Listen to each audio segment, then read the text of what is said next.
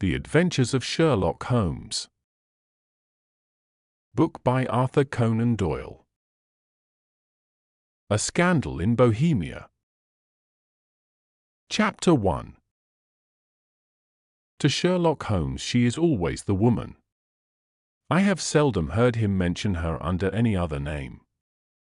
In his eyes she eclipses and predominates the whole of her sex. It was not that he felt any emotion akin to love for Irene Adler. All emotions, and that one particularly, were abhorrent to his cold, precise but admirably balanced mind. He was, I take it, the most perfect reasoning and observing machine that the world has seen, but as a lover he would have placed himself in a false position. He never spoke of the softer passions, save with a jibe and a sneer. They were admirable things for the observer, excellent for drawing the veil from men's motives and actions. But for the trained reasoner to admit such intrusions into his own delicate and finely adjusted temperament was to introduce a distracting factor which might throw a doubt upon all his mental results. Grit in a sensitive instrument, or a crack in one of his own high-power lenses, would not be more disturbing than a strong emotion in a nature such as his. And yet there was but one woman to him, and that woman was the late Irene Adler, of dubious and questionable memory. I had seen little of Holmes lately. My marriage had drifted us away from each other. My own complete happiness, and the home-centered interests which rise up around the man who first finds himself master of his own establishment, were sufficient to absorb all my attention, while Holmes, who loathed every form of society with his whole Bohemian soul, remained in our lodgings in Baker Street, buried among his old books, and alternating from week to week between cocaine and ambition, the drowsiness of the drug, and the fierce energy of his own keen nature. He was still, as ever, deeply attracted by the study of crime, and occupied his immense faculties and extraordinary powers of observation in following out those clues, and clearing up those mysteries which had been abandoned as hopeless by the official police. From time to time I heard some vague account of his doings, of his summons to Odessa in the case of the Trepoff murder, of his clearing up of the singular tragedy of the Atkinson brothers at Trincomalee, and finally of the mission which he had accomplished so delicately and successfully for the reigning family of Holland. Beyond these signs of his activity, however, which I merely shared with all the readers of the daily press, I knew little of my former friend and companion. One night, it was on the 20th of March, 1888, I was returning from a journey to a patient, for I had now returned to civil practice, when my way led me through Baker Street. As I passed the well-remembered door, which must always be associated in my mind with my wooing, and with the dark incidents of the study in scarlet, I was seized with a keen desire to see Holmes again, and to know how he was employing his extraordinary powers.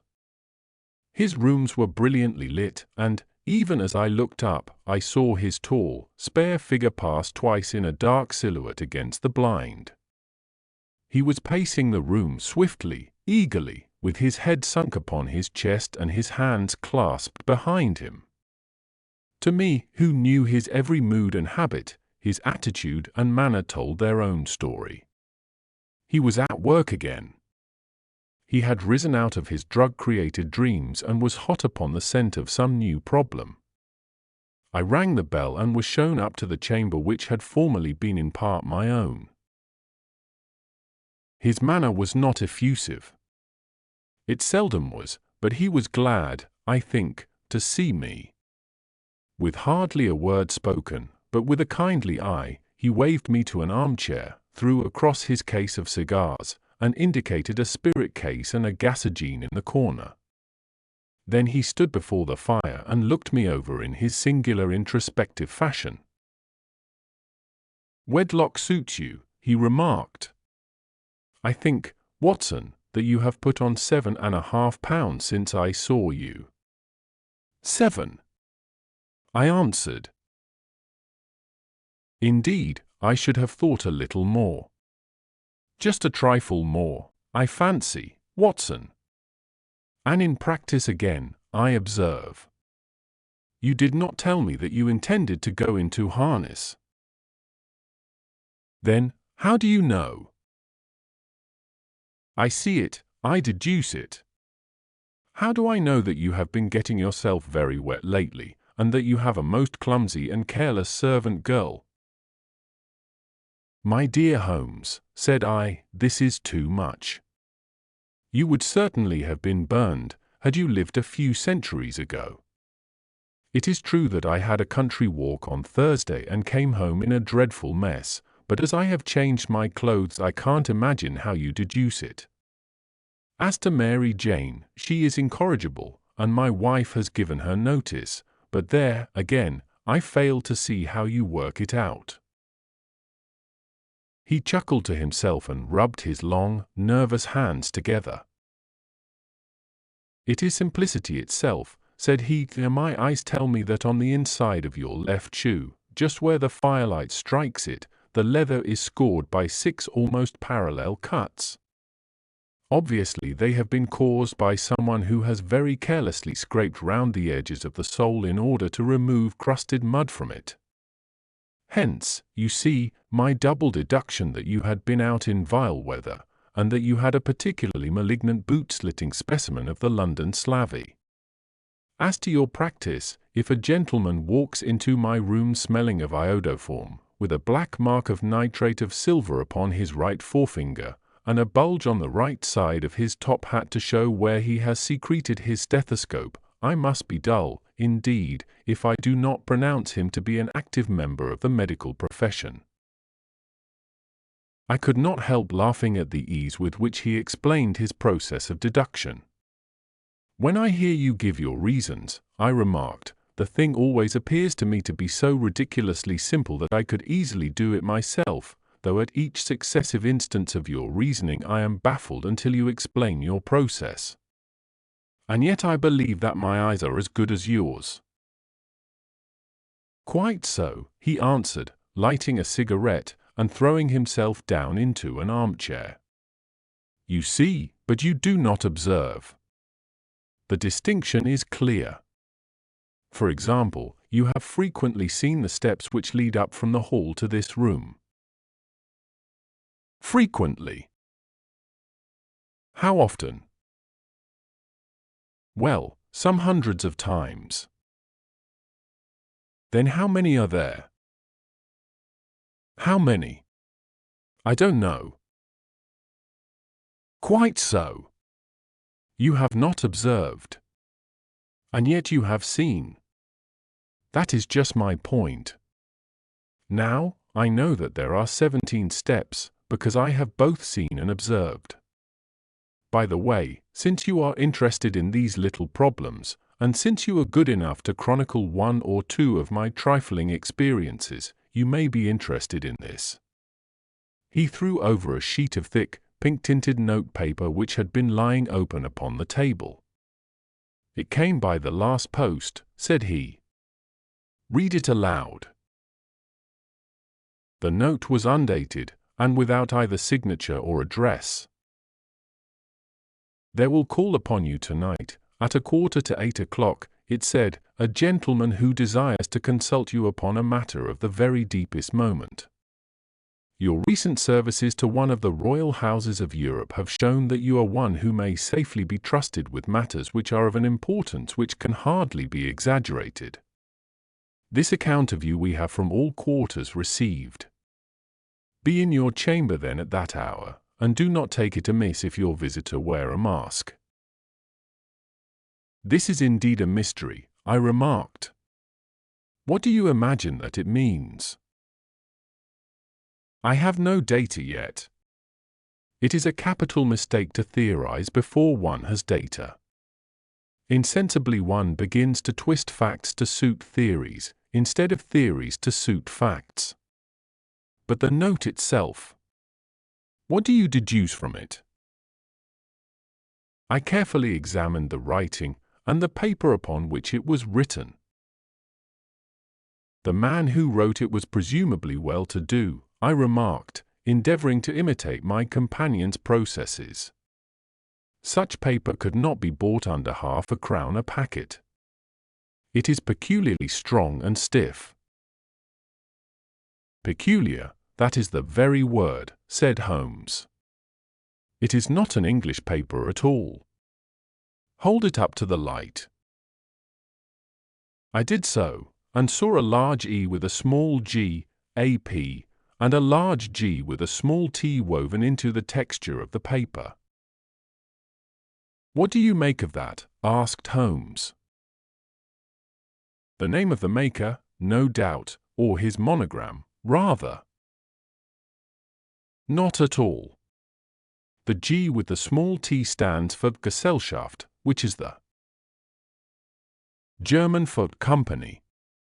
It is a customary contraction like our Co-P, of course, stands for a papier. Now for the Lee G. Let us glance at our Continental Gazetteer. He took down a heavy brown volume from his shelves. Eglo, Eglanitz, here we are, Egria. It is in a German-speaking country, in Bohemia, not far from Carlsbad. Remarkable as being the scene of the death of Wallenstein, and for its numerous glass factories and paper mills. Ha, ha, my boy, what do you make of that? His eyes sparkled, and he sent up a great blue triumphant cloud from his cigarette. The paper was made in Bohemia, I said. Precisely. And the man who wrote the note is a German. Do you note the peculiar construction of the sentence, this account of you we have from all quarters received? A Frenchman or Russian could not have written that. It is the German who is so uncourteous to his verbs.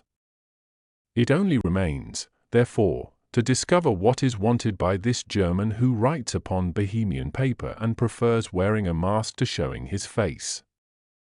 And here he comes, if I am not mistaken, to resolve all our doubts. As he spoke there was the sharp sound of horses' hoofs and grating wheels against the curb, followed by a sharp pull at the bell. Holmes whistled. A pair, by the sound, said he.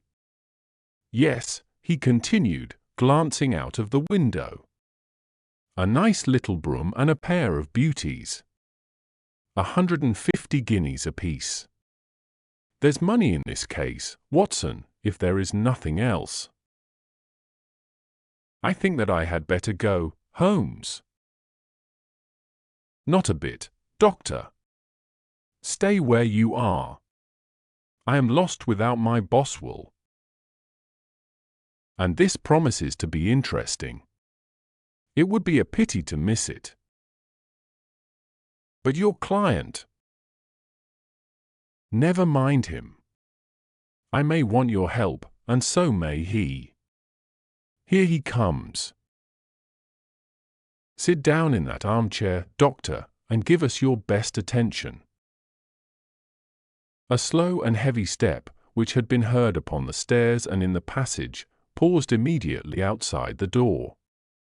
Then there was a loud and authoritative tap. Come in, said Holmes. A man entered who could hardly have been less than 6 feet 6 inches in height, with the chest and limbs of a Hercules. His dress was rich with a richness which would, in England, be looked upon as akin to bad taste. Heavy bands of astrakhan were slashed across the sleeves and fronts of his double-breasted coat, while the deep blue cloak which was thrown over his shoulders was lined with flame-colored silk and secured at the neck with a brooch which consisted of a single flaming beryl. Boots which extended halfway up his calves, and which were trimmed at the tops with rich brown fur, completed the impression of barbaric opulence which was suggested by his whole appearance.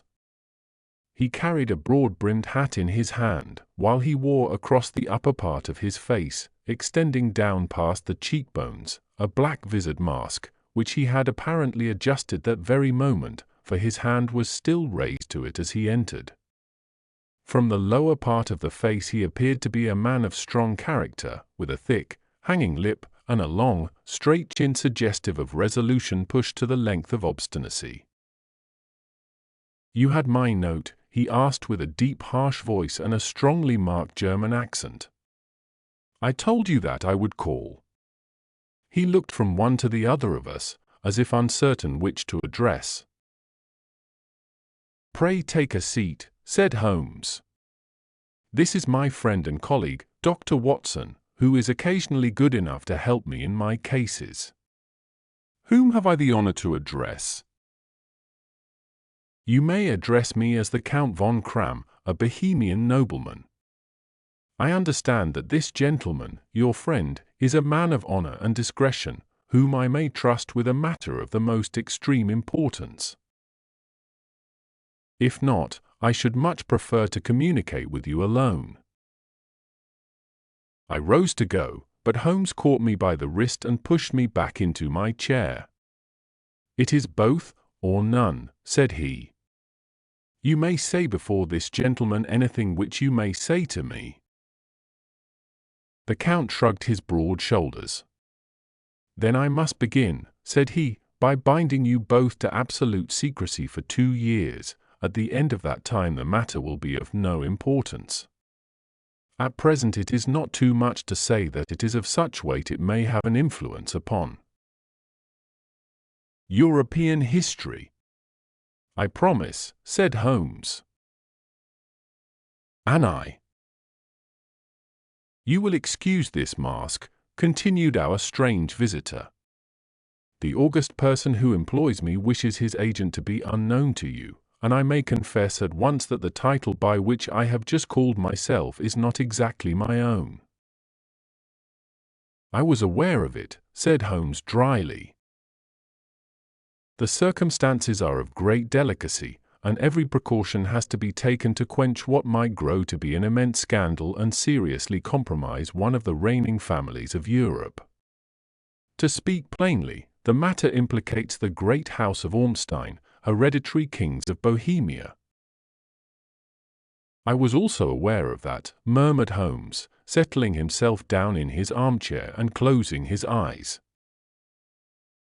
Our visitor glanced with some apparent surprise at the languid, lounging figure of the man who had been no doubt depicted to him as the most incisive reasoner and most energetic agent in Europe. Holmes slowly reopened his eyes and looked impatiently at his gigantic client. "If your Majesty would condescend to state your case," he remarked, "I should be better able to advise you." The man sprang from his chair and paced up and down the room in uncontrollable agitation. Then, with a gesture of desperation, he tore the mask from his face and hurled it upon the ground. "You are right," he cried. "I am the king. Why should I attempt to conceal it?" "Why, indeed," murmured Holmes. "Your Majesty had not spoken before I was aware that I was addressing Wilhelm Gottsreich Sigismund von Ormstein, Grand Duke of Kassel-Felstein, and hereditary King of Bohemia." "But you can understand," said our strange visitor, sitting down once more and passing his hand over his high white forehead, "you can understand that I am not accustomed to doing such business in my own person. Yet the matter was so delicate that I could not confide it to an agent without putting myself in his power. I have come incognito from Prague for the purpose of consulting you." "Then, pray consult," said Holmes, shutting his eyes once more. "The facts are briefly these: some 5 years ago, during a lengthy visit to Warsaw, I made the acquaintance of the well-known adventuress, Irene Adler. The name is no doubt familiar to you. Kindly look her up in my index, Doctor," murmured Holmes without opening his eyes. For many years he had adopted a system of docketing all paragraphs concerning men and things, so that it was difficult to name a subject or a person on which he could not at once furnish information. In this case I found her biography sandwiched in between that of a Hebrew rabbi and that of a staff commander who had written a monograph upon the deep-sea fishes. "Let me see," said Holmes. born in New Jersey in the year 1858. Contralto, hum. La Scala, hum. Prima donna Imperial Opera of Warsaw, yes. Retired from operatic stage, ha. Living in London, quite so. Your Majesty, as I understand, became entangled with this young person, wrote her some compromising letters, and is now desirous of getting those letters back. Precisely so. But how? Was there a secret marriage? None. No legal papers or certificates? None. Then I fail to follow your Majesty. If this young person should produce her letters for blackmailing or other purposes, how is she to prove their authenticity? There is the writing. Pooh, pooh. Forgery. My private notepaper. Stolen. My own seal. Imitated. My photograph. Bought. We were both in the photograph. Oh, dear. That is very bad. Your Majesty has indeed committed an indiscretion. I was mad, insane. You have compromised yourself seriously. I was only Crown Prince then. I was young. I am but 30 now. It must be recovered. We have tried and failed. Your Majesty must pay. It must be bought. She will not sell. Stolen, then. 5 attempts have been made. Twice burglars in my pay ransacked her house. Once we diverted her luggage when she travelled. Twice she has been waylaid. There has been no result. No sign of it. Absolutely none. Holmes laughed. It is quite a pretty little problem, said he. But a very serious one to me, returned the king reproachfully. Very, indeed. And what does she propose to do with the photograph? To ruin me. But how? I am about to be married. So I have heard. To Clotilde Lothman von Saxe-Meiningen, second daughter of the King of Scandinavia. You may know the strict principles of her family. She is herself the very soul of delicacy. A shadow of a doubt as to my conduct would bring the matter to an end. And Irene Adler threatens to send them the photograph. And she will do it. I know that she will do it. You do not know her, but she has a soul of steel. She has the face of the most beautiful of women, and the mind of the most resolute of men. Rather than I should marry another woman, there are no lengths to which she would not go, none. You are sure that she has not sent it yet? I am sure. And why? Because she has said that she would send it on the day when the betrothal was publicly proclaimed. That will be next Monday. Oh, then we have 3 days yet, said Holmes with a yawn. That is very fortunate, as I have 1 or 2 matters of importance to look into just at present. Your Majesty will, of course, stay in London for the present. Certainly. You will find me at the Langham under the name of the Count von Cram. Then I shall drop you a line to let you know how we progress. Pray do so. I shall be all anxiety. Then, as to money, you have carte blanche.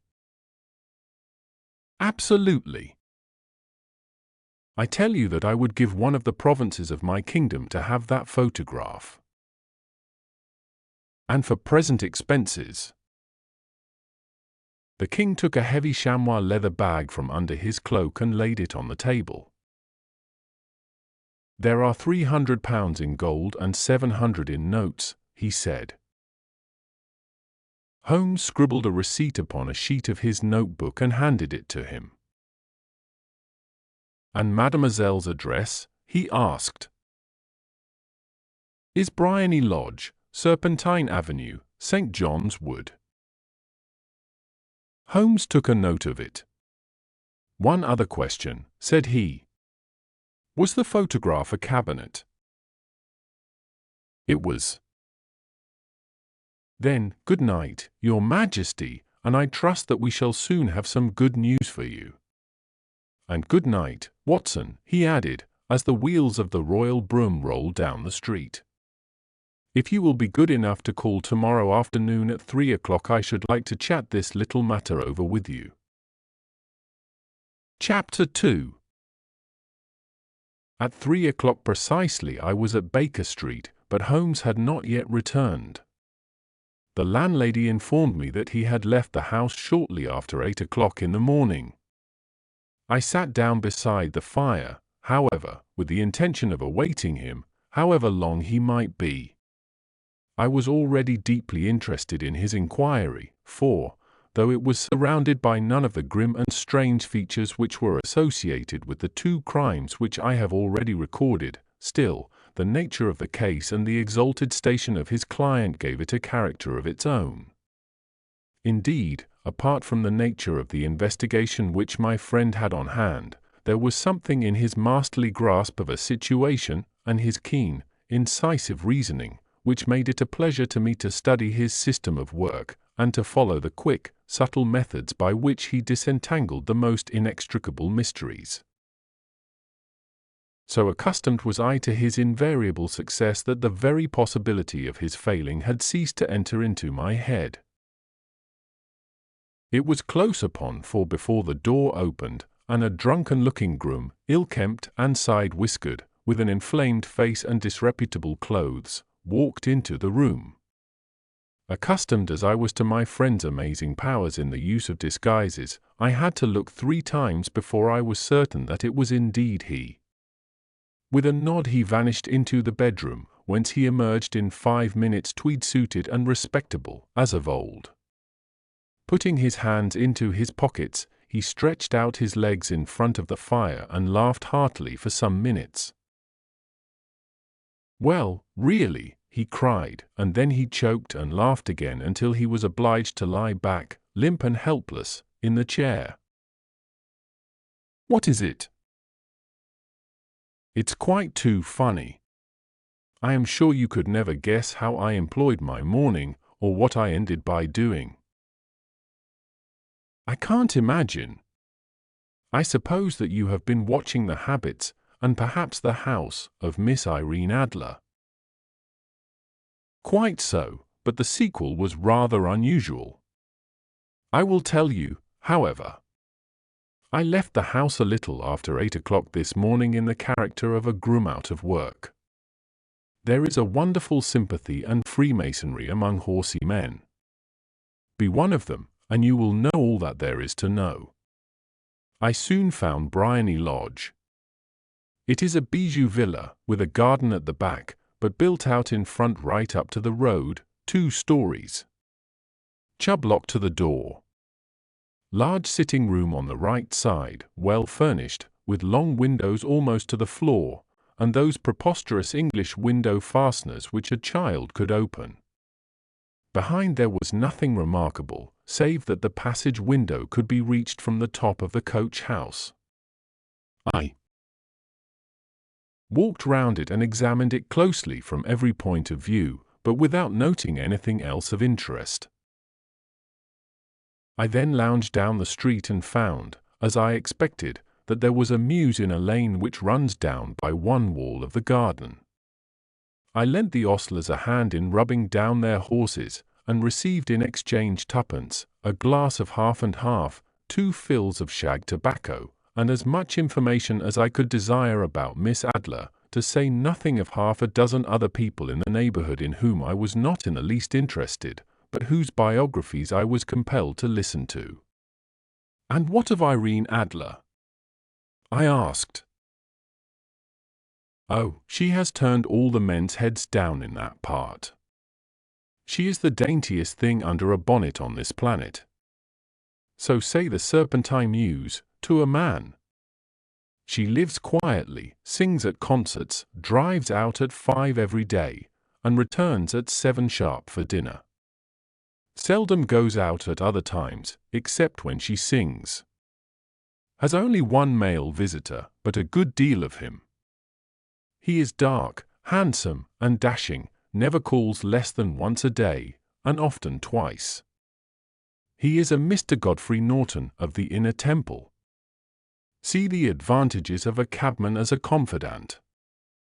They had driven him home a dozen times from Serpentine Mews, and knew all about him.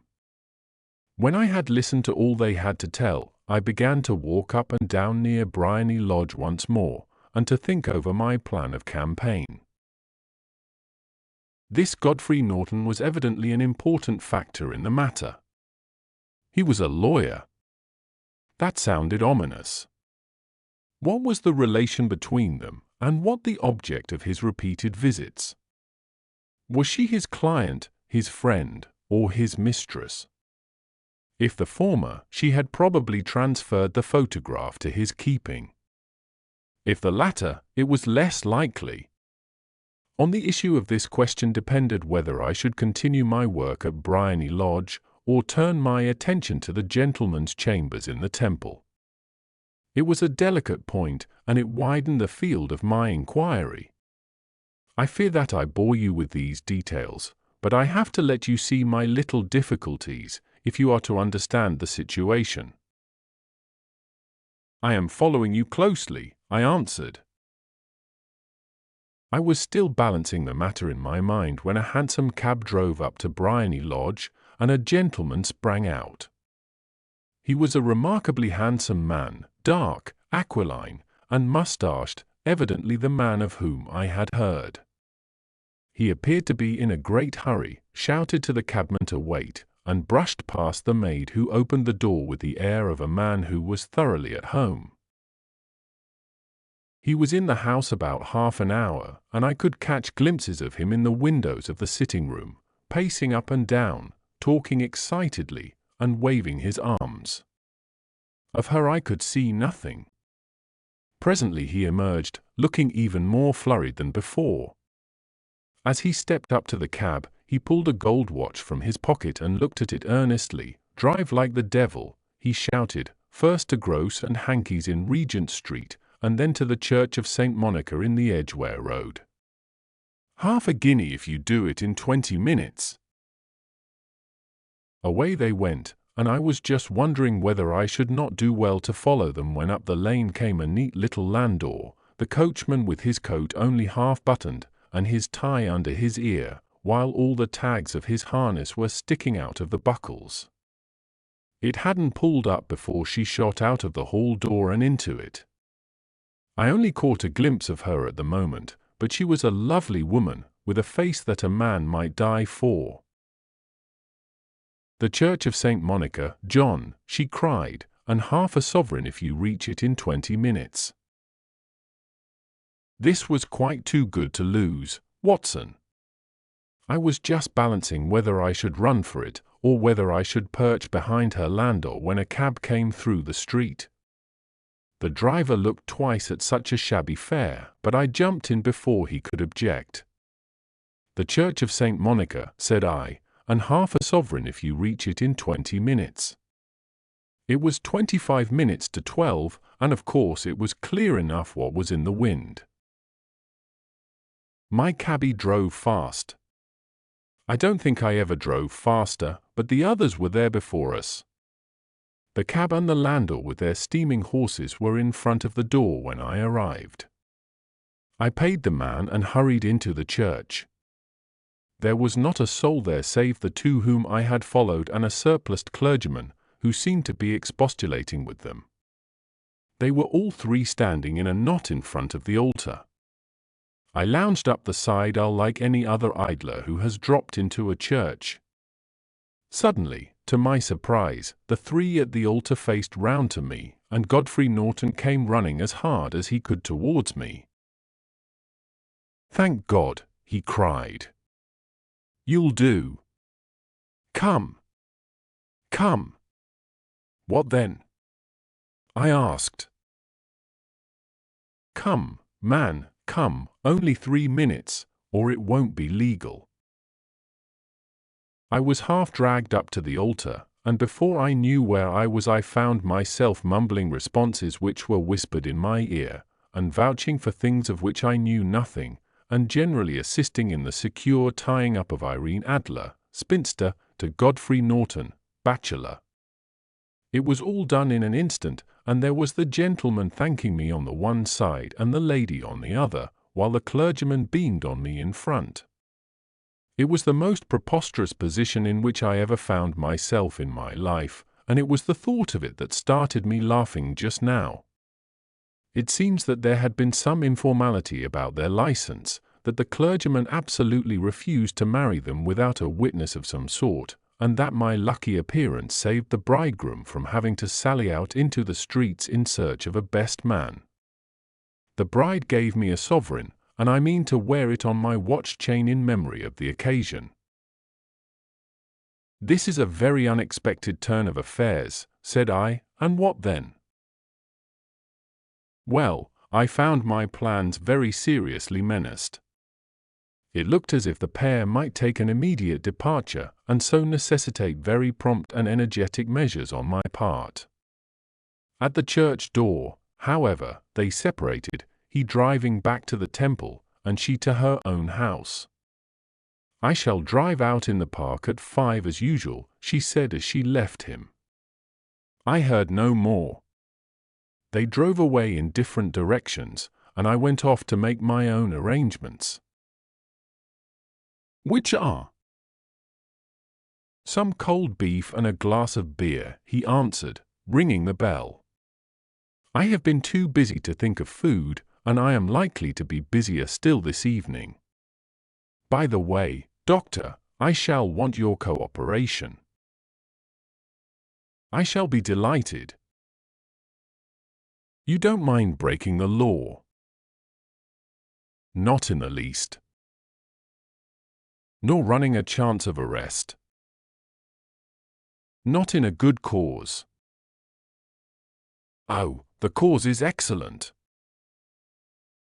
"Then I am your man." "I was sure that I might rely on you." "But what is it you wish?" "When Mrs. Turner has brought in the tray I will make it clear to you. Now," he said as he turned hungrily on the simple fare that our landlady had provided, "I must discuss it while I eat, for I have not much time. It is nearly 5 now. In 2 hours we must be on the scene of action. Miss Irene, or Madam, rather, returns from her drive at 7. We must be at Briony Lodge to meet her? And what then?" "You must leave that to me. I have already arranged what is to occur. There is only one point on which I must insist. You must not interfere, come what may. You understand. I am to be neutral. To do nothing whatever. There will probably be some small unpleasantness. Do not join in it. It will end in my being conveyed into the house. 4 or 5 minutes afterwards the sitting-room window will open. You are to station yourself close to that open window." "Yes." "You are to watch me, for I will be visible to you. Yes. And when I raise my hand, so, you will throw into the room what I give you to throw, and will, at the same time, raise the cry of fire. You quite follow me? Entirely. It is nothing very formidable, he said, taking a long cigar-shaped roll from his pocket.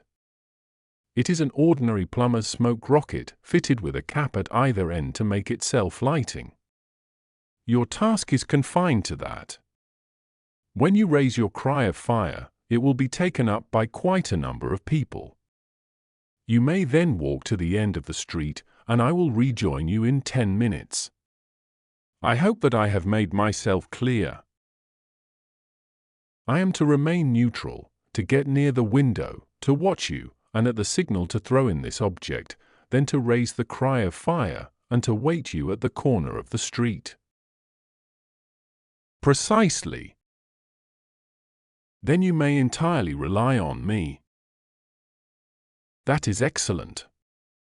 I think, perhaps, it is almost time that I prepare for the new role I have to play. He disappeared into his bedroom and returned in a few minutes in the character of an amiable and simple-minded nonconformist clergyman. His broad black hat, his baggy trousers, his white tie, his sympathetic smile, and general look of peering and benevolent curiosity were such as Mr. John Hare alone could have equalled. It was not merely that Holmes changed his costume. His expression, his manner, his very soul seemed to vary with every fresh part that he assumed. The stage lost a fine actor, even as science lost an acute reasoner, when he became a specialist in crime.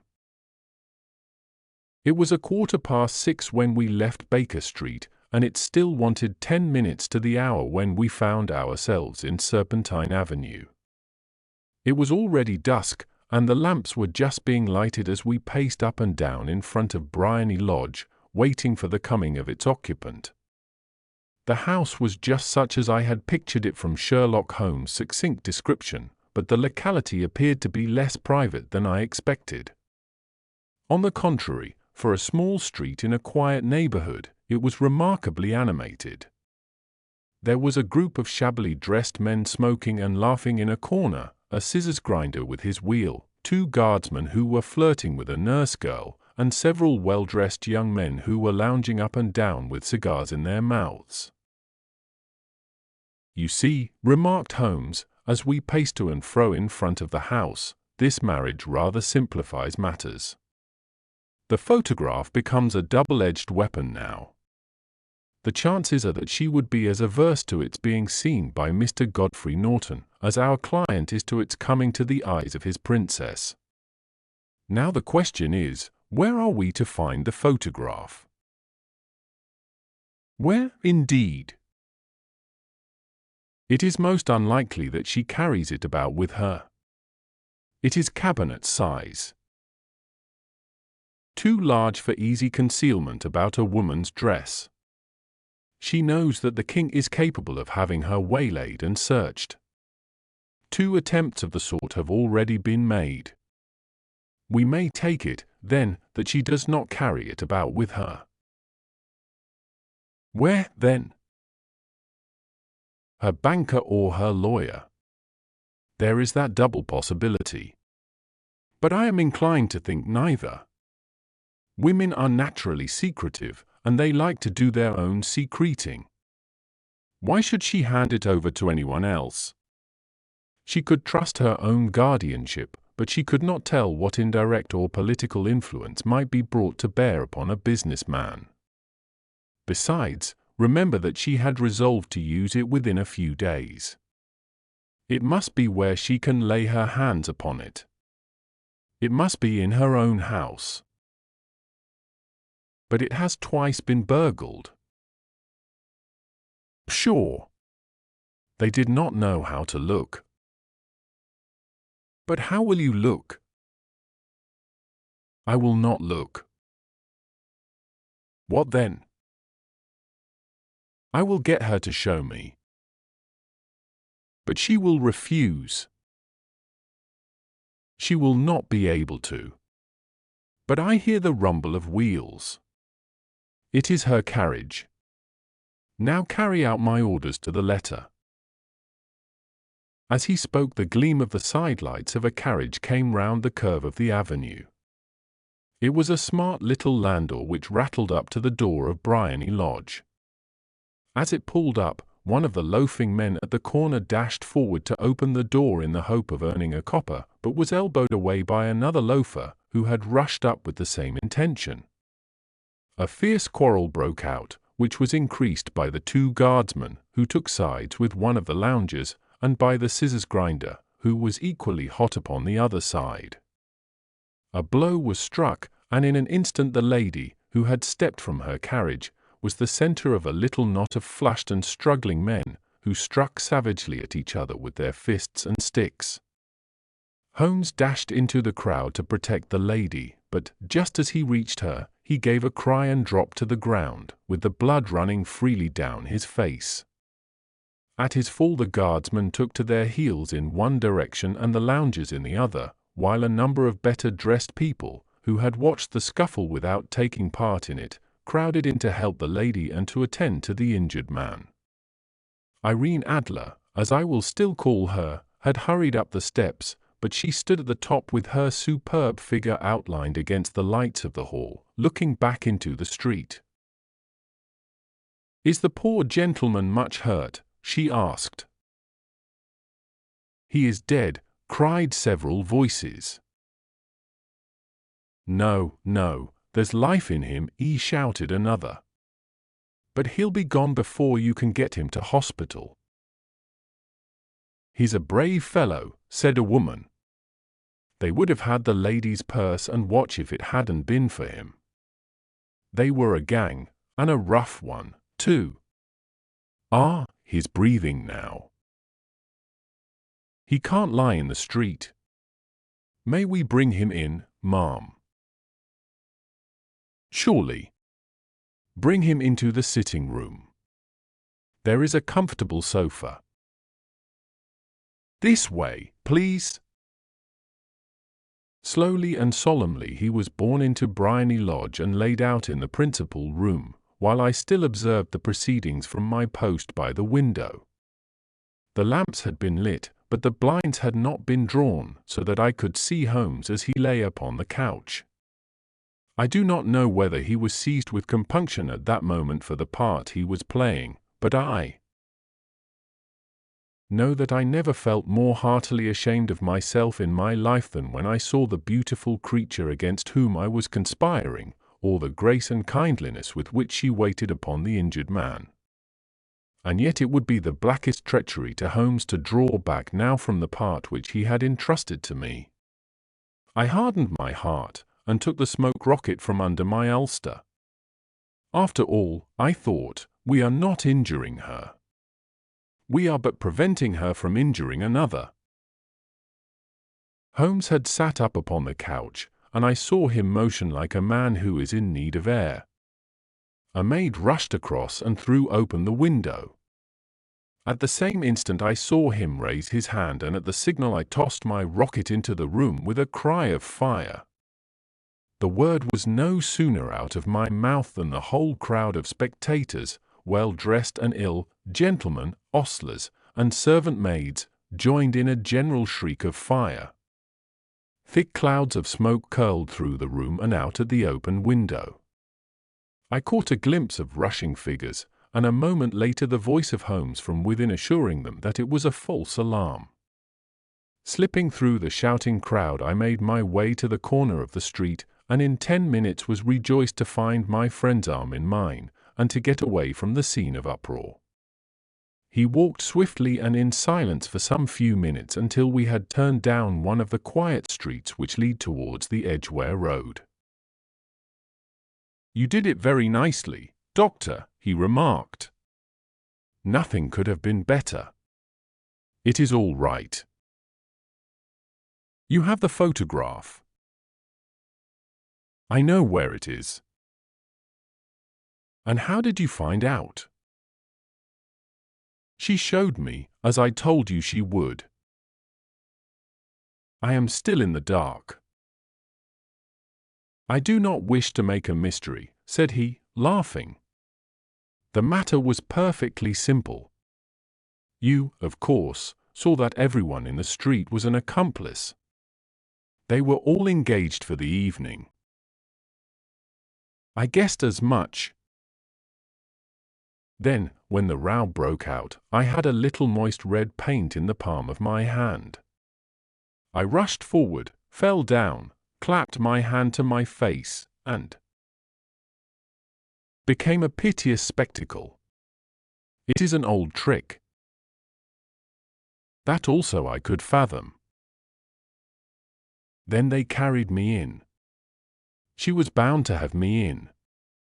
What else could she do? And into her sitting room, which was the very room which I suspected. It lay between that and her bedroom, and I was determined to see which. They laid me on a couch, I motioned for air, they were compelled to open the window, and you had your chance. How did that help you? It was all important. When a woman thinks that her house is on fire, her instinct is at once to rush to the thing which she values most.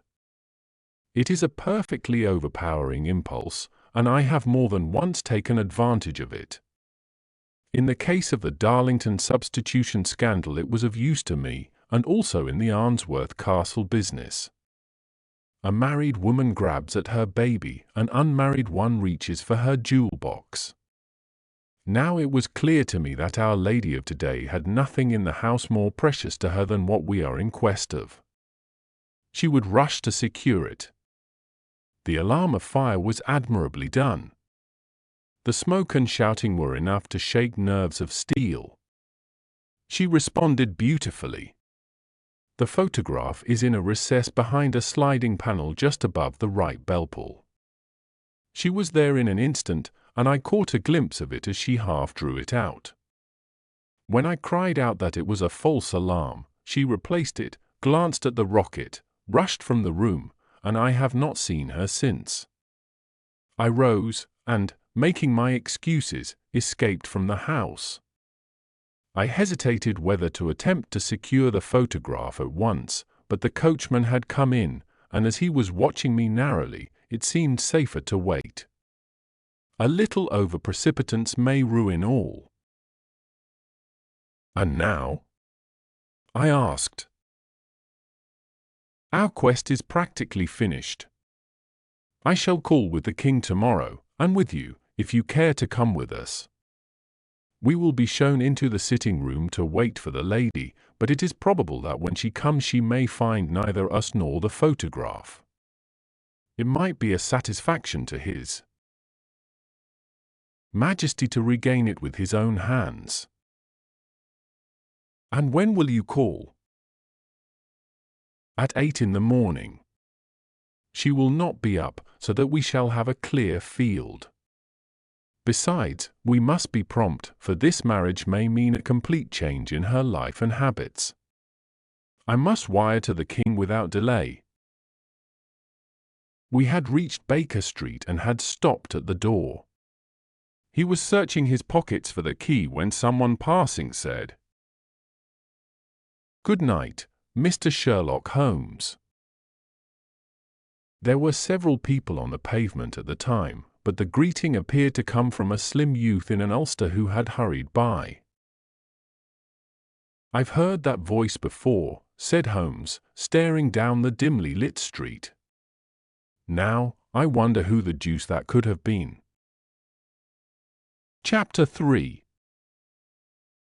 I slept at Baker Street that night, and we were engaged upon our toast and coffee in the morning when the King of Bohemia rushed into the room.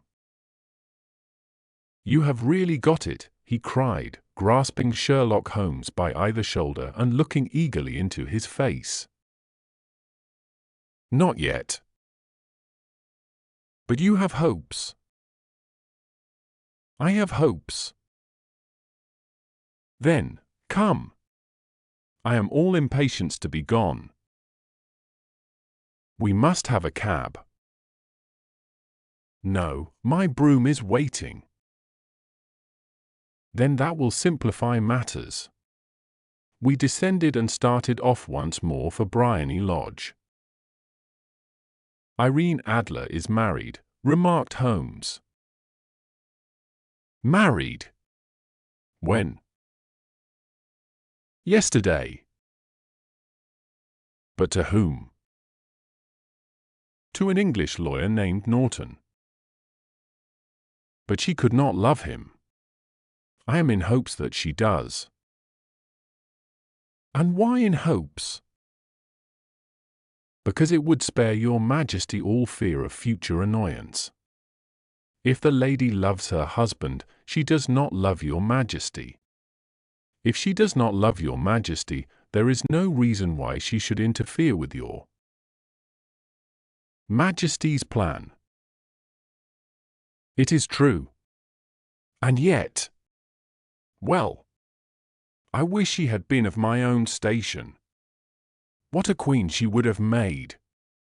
He relapsed into a moody silence, which was not broken until we drew up in Serpentine Avenue.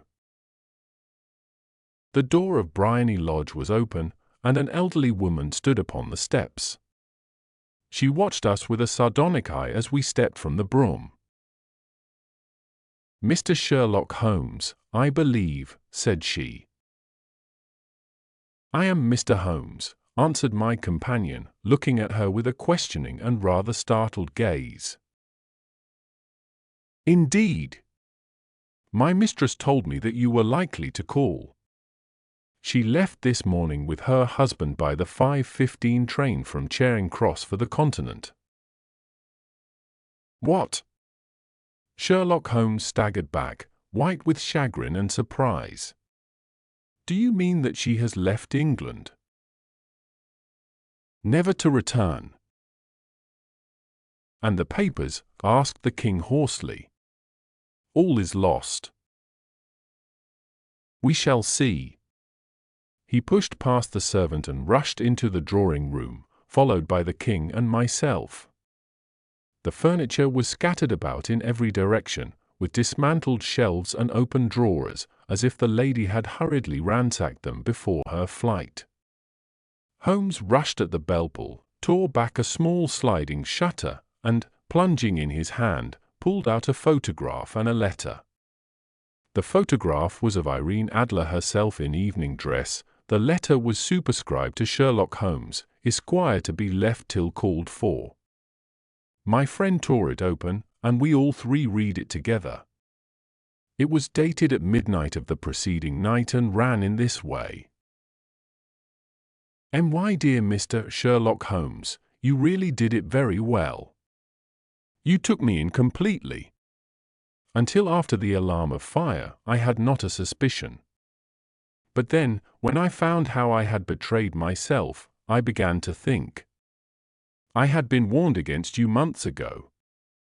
I had been told that, if the king employed an agent, it would certainly be you. And your address had been given me.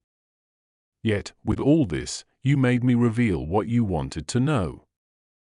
Even after I became suspicious, I found it hard to think evil of such a dear, kind old clergyman.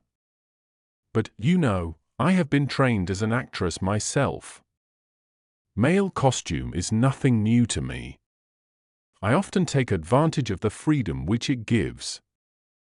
I sent John, the coachman, to watch you, ran upstairs, got into my walking clothes, as I call them, and came down just as you departed. Well, I followed you to your door, and so made sure that I was really an object of interest to the celebrated Mr. Sherlock Holmes. Then I, rather imprudently, wished you good night, and started for the Temple to see my husband. We both thought the best resource was flight, when pursued by so formidable an antagonist, so you will find the nest empty when you call tomorrow. As to the photograph, your client may rest in peace. I love and am loved by a better man than he. The king may do what he will without hindrance from one whom he has cruelly wronged.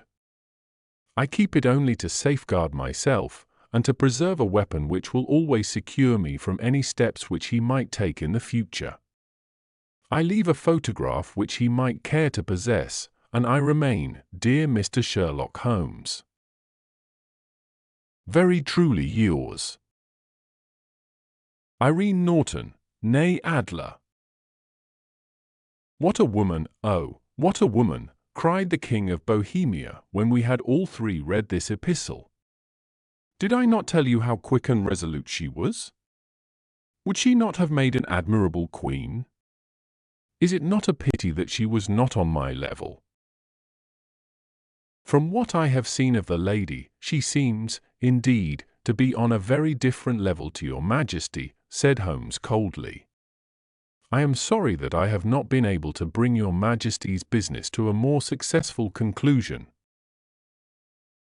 On the contrary, my dear sir, cried the King, nothing could be more successful.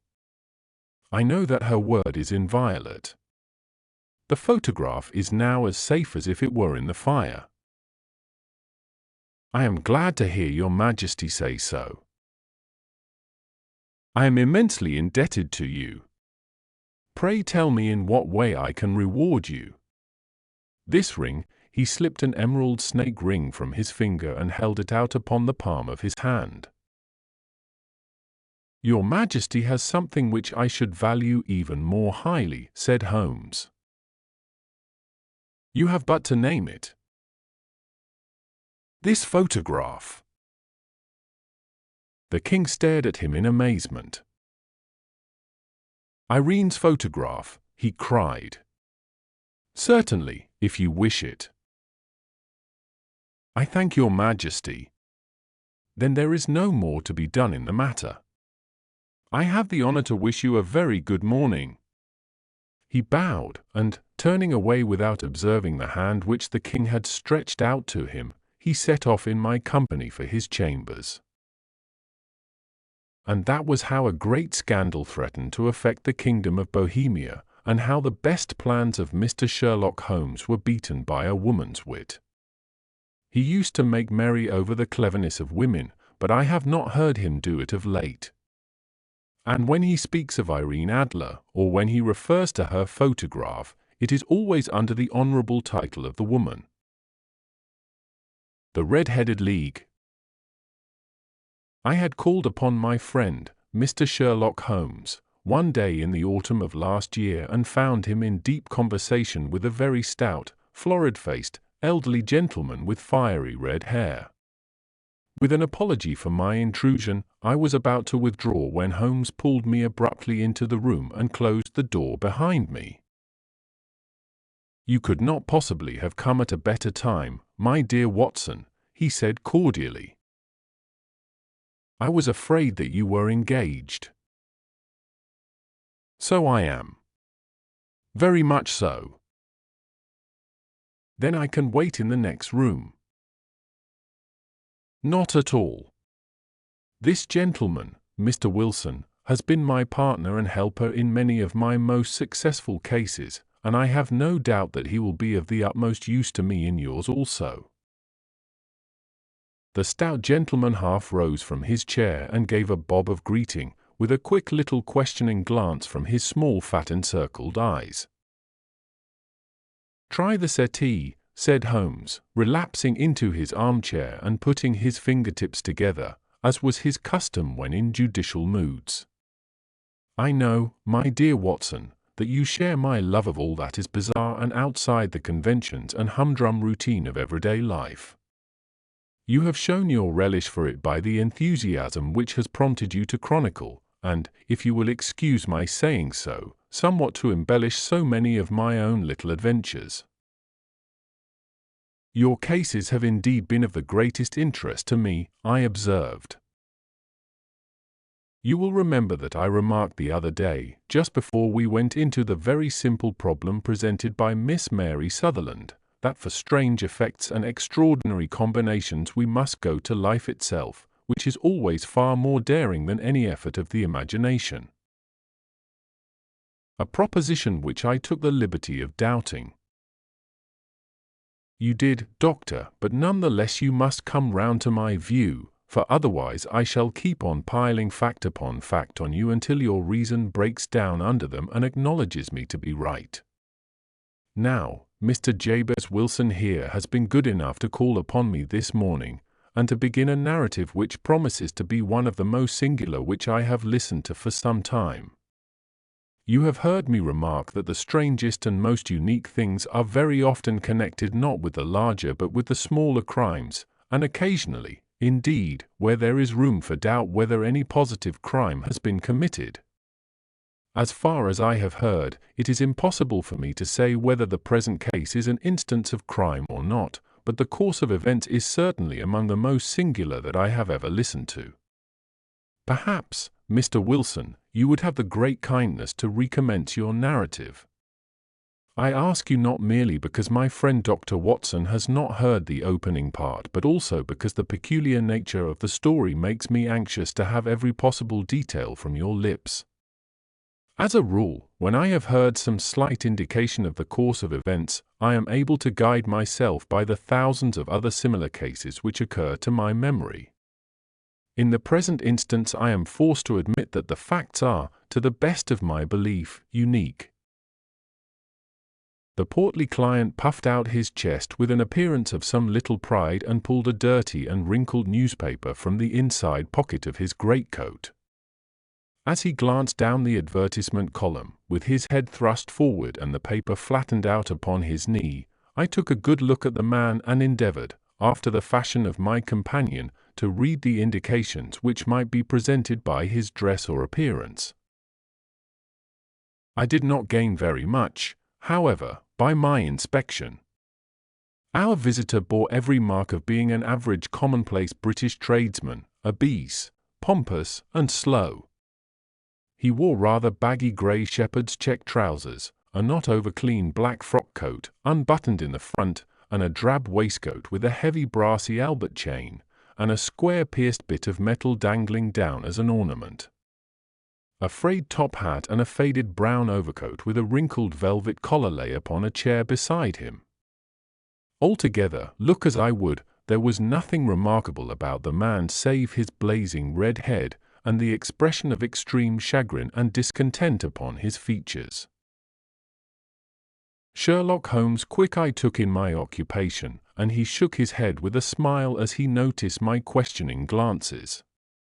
Beyond the obvious facts that he has at some time done manual labor, that he takes snuff, that he is a Freemason, that he has been in China, and that he has done a considerable amount of writing lately, I can deduce nothing else. Mr. Jabez Wilson started up in his chair, with his forefinger upon the paper, but his eyes upon my companion. "How, in the name of good fortune, did you know all that, Mr. Holmes?" he asked. "How did you know, for example, that I did manual labor?" "It's as true as gospel, for I began as a ship's carpenter." "Your hands, my dear sir. Your right hand is quite a size larger than your left. You have worked with it, and the muscles are more developed. Well, the snuff, then, and the Freemasonry.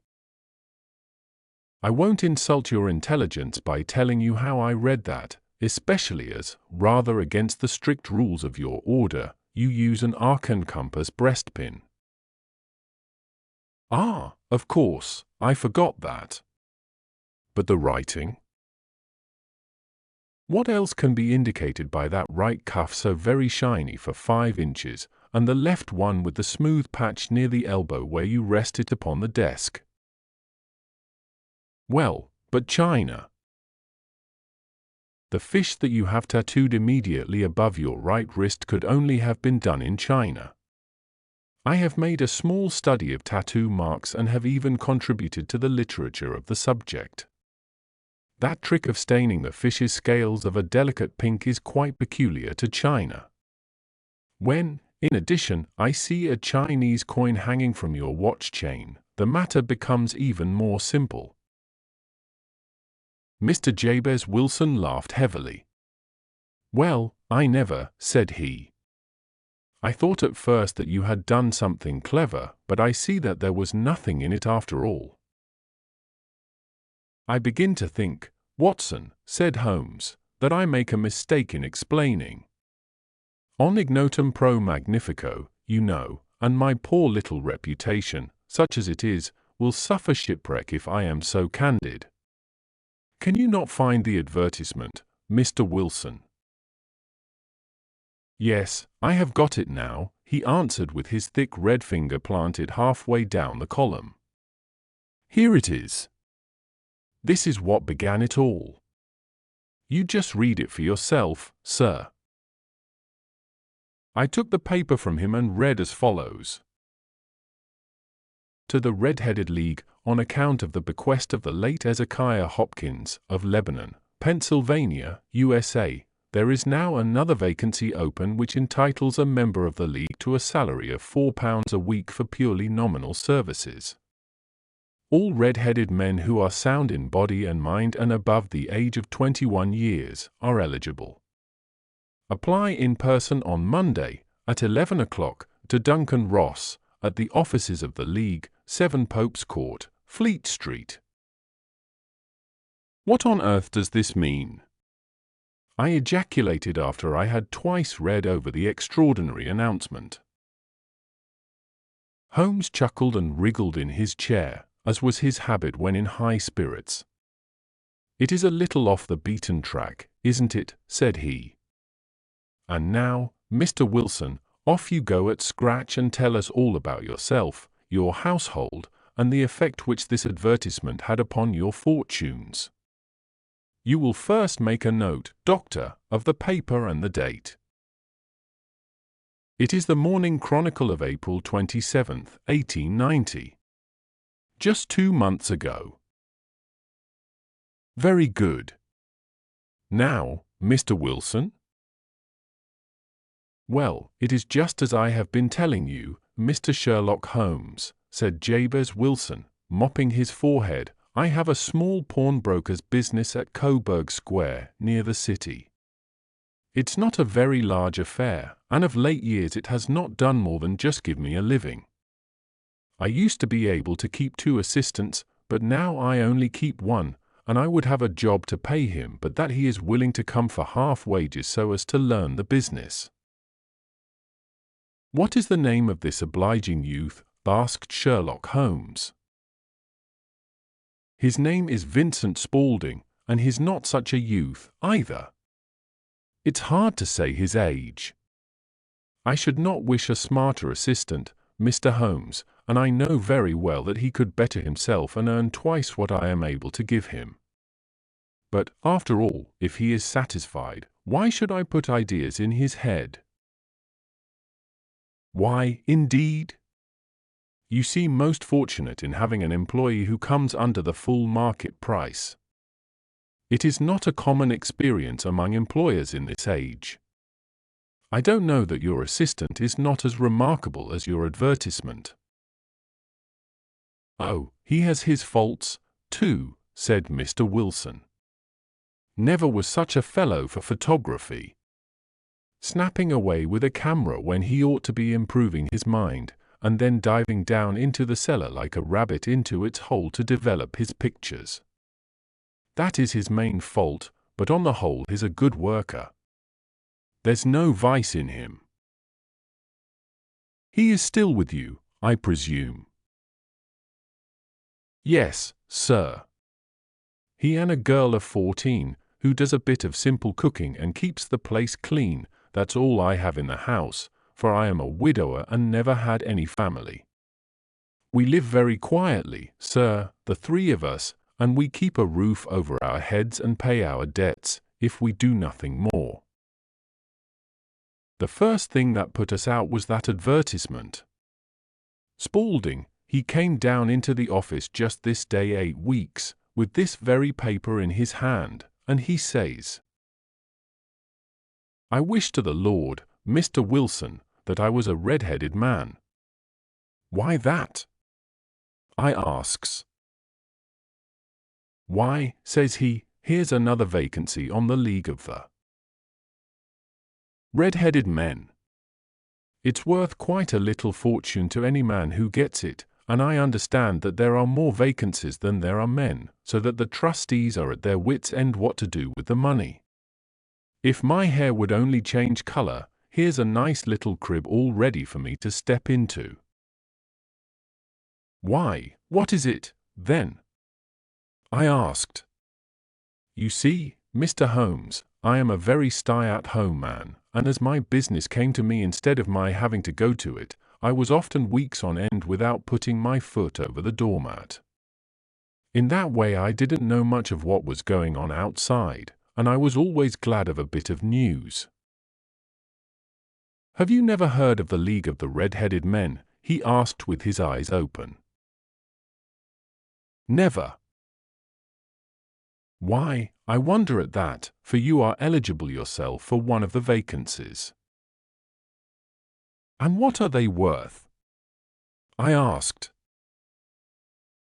"Oh, merely a couple of hundred a year, but the work is slight, and it need not interfere very much with one's other occupations." Well, you can easily think that that made me prick up my ears, for the business has not been over good for some years, and an extra couple of hundred would have been very handy. "Tell me all about it," said I. "Well," said he, showing me the advertisement, "you can see for yourself that the League has a vacancy, and there is the address where you should apply for particulars. As far as I can make out, the League was founded by an American millionaire, Ezekiah Hopkins, who was very peculiar in his ways. He was himself red-headed, and he had a great sympathy for all red-headed men, so, when he died, it was found that he had left his enormous fortune in the hands of trustees, with instructions to apply the interest to the providing of easy berths to men whose hair is of that color. From all I hear it is splendid pay and very little to do." "But," said I, "there would be millions of red-headed men who would apply." "Not so many as you might think," he answered. "You see, it is really confined to Londoners and to grown men. This American had started from London when he was young, and he wanted to do the old town a good turn. Then, again, I have heard it is no use your applying if your hair is light red, or dark red, or anything but real bright, blazing, fiery red.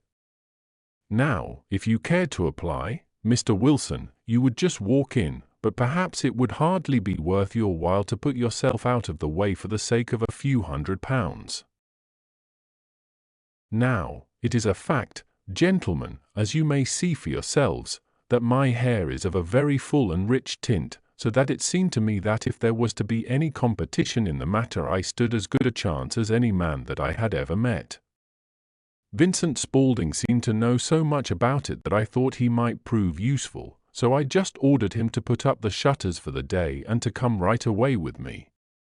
He was very willing to have a holiday, so we shut the business up and started off for the address that was given us in the advertisement. I never hope to see such a sight as that again, Mr. Holmes. From north, south, east, and west every man who had a shade of red in his hair had tramped into the city to answer the advertisement. Fleet Street was choked with red-headed folk, and Pope's Court looked like a coster's orange barrow. I should not have thought there were so many in the whole country as were brought together by that single advertisement. Every shade of color they were: straw, lemon, orange, brick, Irish setter, liver, clay, but, as Spaulding said, there were not many who had the real vivid flame-colored tint. When I saw how many were waiting, I would have given it up in despair, but Spaulding would not hear of it. How he did it I could not imagine, but he pushed and pulled and butted until he got me through the crowd, and right up to the steps which led to the office. There was a double stream upon the stair, some going up in hope, and some coming back dejected, but we wedged in as well as we could and soon found ourselves in the office. "Your experience has been a most entertaining one," remarked Holmes as his client paused and refreshed his memory with a huge pinch of snuff. "Pray continue your very interesting statement." There was nothing in the office but a couple of wooden chairs and a deal table, behind which sat a small man with a head that was even redder than mine. He said a few words to each candidate as he came up, and then he always managed to find some fault in them which would disqualify them. Getting a vacancy did not seem to be such a very easy matter, after all. However, when our turn came, the little man was much more favorable to me than to any of the others, and he closed the door as we entered, so that he might have a private word with us. "This is Mr. Jabez Wilson," said my assistant, "and he is willing to fill a vacancy in the League." "And he is admirably suited for it," the other answered. "He has every requirement. I cannot recall when I have seen anything so fine." He took a step backward, cocked his head on one side, and gazed at my hair until I felt quite bashful. Then suddenly he plunged forward, wrung my hand, and congratulated me warmly on my success. "It would be injustice to hesitate," said he. "You will, however, I am sure, excuse me for taking an obvious precaution." With that he seized my hair in both his hands, and tugged until I yelled with the pain. "There is water in your eyes," said he as he released me. "I perceive that all is as it should be. But we have to be careful, for we have twice been deceived by wigs and once by paint. I could tell you tales of cobbler's wax which would disgust you with human nature." He stepped over to the window and shouted through it at the top of his voice that the vacancy was filled. A groan of disappointment came up from below, and the folk all trooped away in different directions until there was not a redhead to be seen except my own and that of the manager. "My name," said he, "is Mr. Duncan Ross, and I am myself one of the pensioners upon the fund left by our noble benefactor. Are you a married man, Mr. Wilson? Have you a family?" I answered that I had not. His face fell immediately. "Dear me," he said gravely, "that is very serious indeed. I am sorry to hear you say that." The fund was, of course, for the propagation and spread of the redheads as well as for their maintenance. "It is exceedingly unfortunate that you should be a bachelor." My face lengthened at this, Mr. Holmes, for I thought that I was not to have the vacancy after all, but after thinking it over for a few minutes he said that it would be all right. "In the case of another," said he, "the objection might be fatal, but we must stretch a point in favor of a man with such a head of hair as yours. When shall you be able to enter upon your new duties?" "Well, it is a little awkward, for I have a business already," said I. "Oh, never mind about that, Mr. Wilson," said Vincent Spaulding. "I should be able to look after that for you." "What would be the hours?" I asked. 10 to 2. Now a pawnbroker's business is mostly done of an evening, Mr. Holmes, especially Thursday and Friday evening, which is just before payday, so it would suit me very well to earn a little in the mornings. Besides, I knew that my assistant was a good man, and that he would see to anything that turned up. "That would suit me very well," said I, "and the pay is £4 a week." "And the work is purely nominal." "What do you call purely nominal?" "Well, you have to be in the office, or at least in the building, the whole time. If you leave, you forfeit your whole position forever. The will is very clear upon that point. You don't comply with the conditions if you budge from the office during that time. It's only 4 hours a day, and I should not think of leaving," said I. "No excuse will avail," said Mr. Duncan Ross, "neither sickness nor business nor anything else. There you must stay, or you lose your billet." "And the work?" is to copy out the Encyclopaedia Britannica. There is the first volume of it in that press. You must find your own ink, pens, and blotting paper, but we provide this table and chair. Will you be ready tomorrow? Certainly, I answered. Then, goodbye, Mr. Jabez Wilson, and let me congratulate you once more on the important position which you have been fortunate enough to gain. He bowed me out of the room and I went home with my assistant, hardly knowing what to say or do. I was so pleased at my own good fortune. Well, I thought over the matter all day, and by evening I was in low spirits again, for I had quite persuaded myself that the whole affair must be some great hoax or fraud, though what its object might be I could not imagine. It seemed altogether past belief that anyone could make such a will, or that they would pay such a sum for doing anything so simple as copying out the Encyclopaedia Britannica. Vincent Spaulding did what he could to cheer me up, but by bedtime I had reasoned myself out of the whole thing.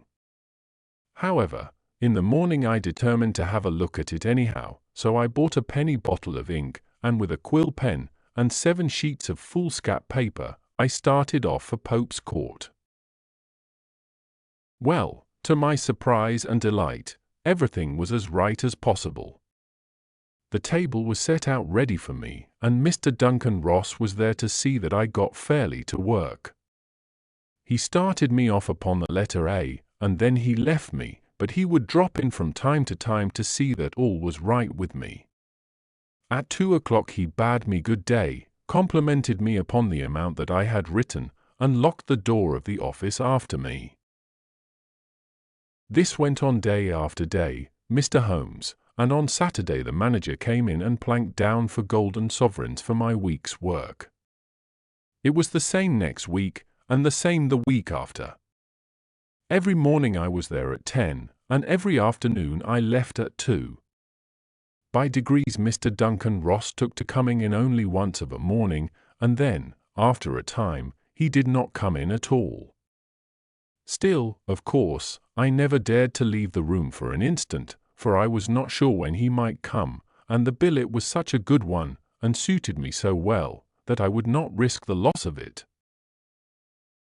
8 weeks passed away like this, and I had written about abbots and archery and armour and architecture and Attica, and hoped with diligence that I might get on to the B.S. before very long.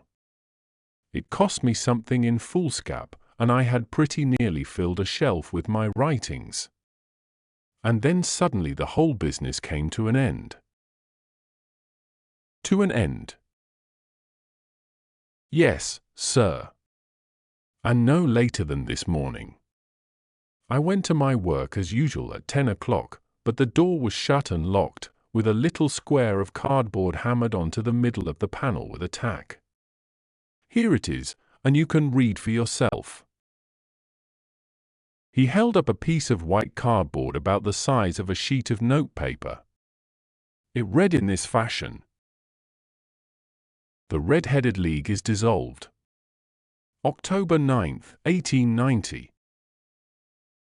Sherlock Holmes and I surveyed this curt announcement and the rueful face behind it, until the comical side of the affair so completely overtopped every other consideration that we both burst out into a roar of laughter.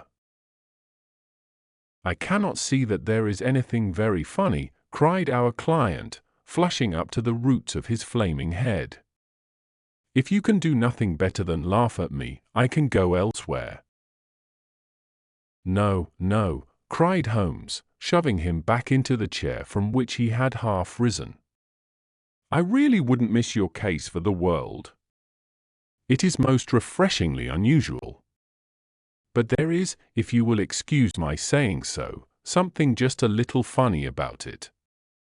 Pray, what steps did you take when you found the card upon the door? I was staggered, sir. I did not know what to do. Then I called at the offices round, but none of them seemed to know anything about it. Finally, I went to the landlord, who is an accountant living on the ground floor, and I asked him if he could tell me what had become of the Red-Headed League. He said that he had never heard of any such body. Then I asked him who Mr. Duncan Ross was. He answered that the name was new to him. "Well," said I, "the gentleman at number 4. "What, the red-headed man?" "Yes." "Oh," said he, "his name was William Morris. He was a solicitor and was using my room as a temporary convenience until his new premises were ready. He moved out yesterday." "Where could I find him?"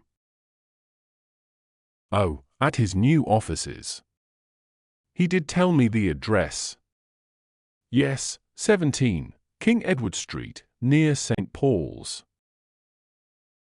I started off, Mr. Holmes, but when I got to that address it was a manufactory of artificial kneecaps, and no one in it had ever heard of either. Mr. William Morris or Mr. Duncan Ross. "And what did you do then?" asked Holmes. "I went home to Saxe Coburg Square, and I took the advice of my assistant. But he could not help me in any way. He could only say that if I waited I should hear by post. But that was not quite good enough, Mr. Holmes. I did not wish to lose such a place without a struggle, so, as I had heard that you were good enough to give advice to poor folk who were in need of it, I came right away to you." "And you did very wisely," said Holmes. "Your case is an exceedingly remarkable one, and I shall be happy to look into it. From what you have told me I think that it is possible that graver issues hang from it than might at first sight appear." "Grave enough," said Mr. Jabez Wilson. "Why, I have lost £4 a week." "As far as you are personally concerned," remarked Holmes, "I do not see that you have any grievance against this extraordinary league. On the contrary, you are, as I understand, richer by some £30, to say nothing of the minute knowledge which you have gained on every subject which comes under the letter A. You have lost nothing by them." "No, sir. But I want to find out about them, and who they are, and what their object was in playing this prank, if it was a prank, upon me. It was a pretty expensive joke for them, for it cost them £32. We shall endeavour to clear up these points for you. And, first, 1 or 2 questions, Mr. Wilson. This assistant of yours who first called your attention to the advertisement, how long had he been with you?" "About a month then." "How did he come?" "In answer to an advertisement." "Was he the only applicant?" "No, I had a dozen." "Why did you pick him?"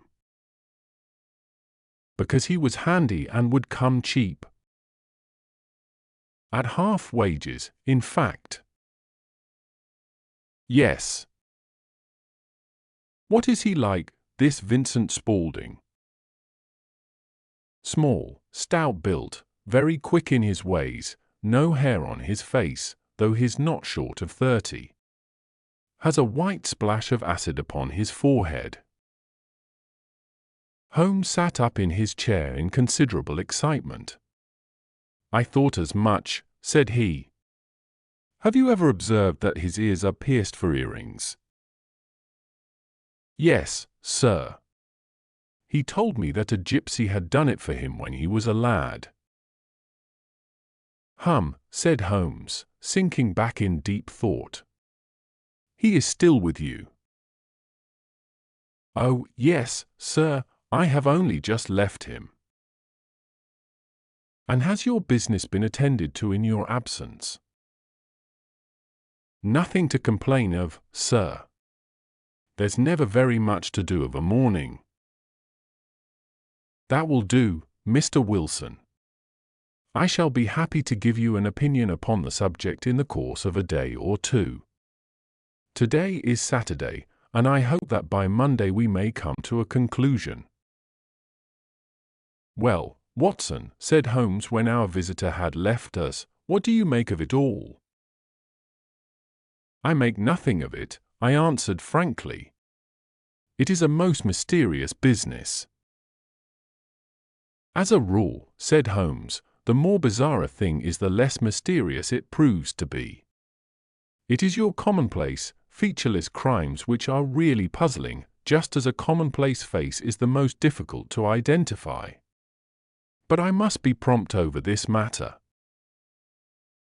"What are you going to do, then?" I asked. "To smoke," he answered. "It is quite a three-pipe problem, and I beg that you won't speak to me for 50 minutes. He curled himself up in his chair, with his thin knees drawn up to his hawk-like nose, and there he sat with his eyes closed and his black clay pipe thrusting out like the bill of some strange bird. I had come to the conclusion that he had dropped asleep, and indeed was nodding myself, when he suddenly sprang out of his chair with the gesture of a man who has made up his mind and put his pipe down upon the mantelpiece. "Sarasate plays at the St. James's Hall this afternoon," he remarked. "What do you think, Watson? Could your patient spare you for a few hours?" "I have nothing to do today. My practice is never very absorbing." "Then put on your hat and come. I am going through the city first, and we can have some lunch on the way. I observe that there is a good deal of German music on the program, which is rather more to my taste than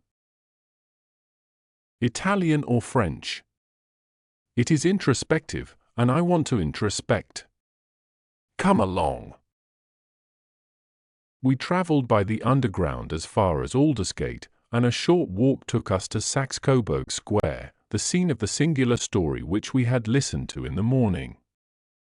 It was a poky, little, shabby-genteel place, where 4 lines of dingy 2-storied brick houses looked out into a small railed-in enclosure, where a lawn of weedy grass and a few clumps of faded laurel bushes made a hard fight against a smoke-laden and uncongenial atmosphere.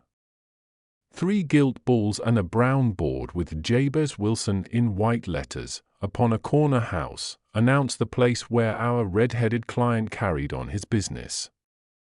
Sherlock Holmes stopped in front of it with his head on one side and looked it all over, with his eyes shining brightly between puckered lids. Then he walked slowly up the street, and then down again to the corner, still looking keenly at the houses. Finally he returned to the pawnbroker's, and, having thumped vigorously upon the pavement with his stick 2 or 3 times, he went up to the door and knocked. It was instantly opened by a bright-looking, clean-shaven young fellow, who asked him to step in. "Thank you," said Holmes. "I only wished to ask you how you would go from here to the Strand." "Third right, fourth left," answered the assistant promptly, closing the door. "Smart fellow, that," observed Holmes as we walked away. "He is, in my judgment, the 4th smartest man in London, and for daring I am not sure that he has not a claim to be 3rd. I have known something of him before." "Evidently," said I, "Mr. Wilson's assistant counts for a good deal in this mystery of the Red-Headed League. I am sure that you inquired your way merely in order that you might see him." "Not him." "What then?" "The knees of his trousers." "And what did you see?" "What I expected to see." "Why did you beat the pavement?" "My dear doctor, this is a time for observation, not for talk. We are spies in an enemy's country. We know something of Saxe-Coburg Square. Let us now explore the parts which lie behind it. The road in which we found ourselves as we turned round the corner from the retired Saxe-Coburg Square presented as great a contrast to it as the front of a picture does to the back. It was one of the main arteries which conveyed the traffic of the city to the north and west. The roadway was blocked with the immense stream of commerce flowing in a double tide inward and outward, while the footpaths were black with the hurrying swarm of pedestrians. It was difficult to realize as we looked at the line of fine shops and stately business premises that they really abutted on the other side upon the faded and stagnant square which we had just quitted. "Let me see," said Holmes, standing at the corner and glancing along the line. "I should like just to remember the order of the houses here. It is a hobby of mine to have an exact knowledge of London. There is Mortimer's, the tobacconist, the little newspaper shop, the Coburg branch of the City and Suburban Bank, the vegetarian restaurant, and McFarlane's carriage building depot. That carries us right on to the other block. And now, Doctor, we've done our work, so it's time we had some play. A sandwich and a cup of coffee, and then off to Violinland, where all is sweetness and delicacy and harmony, and there are no red-headed clients to vex us with their conundrums." My friend was an enthusiastic musician, being himself not only a very capable performer but a composer of no ordinary merit. All the afternoon he sat in the stalls wrapped in the most perfect happiness, gently waving his long, thin fingers in time to the music, while his gently smiling face and his languid, dreamy eyes were as unlike those of Holmes the sleuth-hound, Holmes the relentless, keen-witted, red-handed criminal agent, as it was possible to conceive. In his singular character the dual nature alternately asserted itself, and his extreme exactness and astuteness represented, as I have often thought, the reaction against the poetic and contemplative mood which occasionally predominated in him. The swing of his nature took him from extreme languor to devouring energy, and, as I knew well, he was never so truly formidable as when, for days on end, he had been lounging in his armchair amid his improvisations and his black-letter editions. Then it was that the lust of the chase would suddenly come upon him, and that his brilliant reasoning power would rise to the level of intuition, until those who were unacquainted with his methods would look askance at him as on a man whose knowledge was not that of other mortals. When I saw him that afternoon so enwrapped in the music at St. James's Hall, I felt that an evil time might be coming upon those whom he had set himself to hunt down. "You want to go home, no doubt, Doctor," he remarked as we emerged. "Yes, it would be as well. And I have some business to do which will take some hours. This business at Coburg Square is serious." "Why serious?" "A considerable crime is in contemplation. I have every reason to believe that we shall be in time to stop it. But today being Saturday rather complicates matters. I shall want your help tonight." "At what time?" 10 will be early enough. I shall be at Baker Street at 10. "Very well. And, I say, Doctor, there may be some little danger, so kindly put your army revolver in your pocket." He waved his hand, turned on his heel, and disappeared in an instant among the crowd. I trust that I am not more dense than my neighbors, but I was always oppressed with a sense of my own stupidity in my dealings with Sherlock Holmes. Here I had heard what he had heard, I had seen what he had seen, and yet from his words it was evident that he saw clearly not only what had happened but what was about to happen, while to me the whole business was still confused and grotesque. As I drove home to my house in Kensington I thought over it all, from the extraordinary story of the red-headed copier of the encyclopedia down to the visit to Saxe-Coburg Square, and the ominous words with which he had parted from me. What was this nocturnal expedition, and why should I go armed? Where were we going, and what were we to do? I had the hint from Holmes that this smooth-faced pawnbroker's assistant was a formidable man, a man who might play a deep game. I tried to puzzle it out, but gave it up in despair and set the matter aside until night should bring an explanation. It was 9:15 when I started from home and made my way across the park and so through Oxford Street to Baker Street. 2 hansoms were standing at the door, and as I entered the passage I heard the sound of voices from above. On entering his room, I found Holmes in animated conversation with 2 men, one of whom I recognized as Peter Jones, the official police agent, while the other was a long, thin, sad-faced man, with a very shiny hat and oppressively respectable frock coat. "Ah! Our party is complete," said Holmes, buttoning up his pea jacket and taking his heavy hunting crop from the rack. "Watson, I think you know Mr. Jones, of Scotland Yard? Let me introduce you to Mr. Merryweather, who is to be our companion in tonight's adventure. We're hunting in couples again, Doctor, you see," said Jones in his consequential way. "Our friend here is a wonderful man for starting a chase. All he wants is an old dog to help him to do the running down. I hope a wild goose may not prove to be the end of our chase," observed Mr. Merryweather gloomily. "You may place considerable confidence in Mr. Holmes, sir," said the police agent loftily. "He has his own little methods, which are, if he won't mind my saying so, just a little too theoretical and fantastic, but he has the makings of a detective in him. It is not too much to say that once or twice, as in that business of the Sholto murder and the Agra treasure, he has been more nearly correct than the official force." "Oh, if you say so, Mr. Jones, it is all right," said the stranger with deference. "Still, I confess that I miss my rubber. It is the first Saturday night for 27 years that I have not had my rubber." "I think you will find," said Sherlock Holmes, "that you will play for a higher stake tonight than you have ever done yet, and that the play will be more exciting. For you, Mr. Merryweather, the stake will be some £30,000, and for you, Jones, it will be the man upon whom you wish to lay your hands. John Clay, the murderer, thief, smasher, and forger. He's a young man, Mr. Merryweather, but he is at the head of his profession, and I would rather have my bracelets on him than on any criminal in London.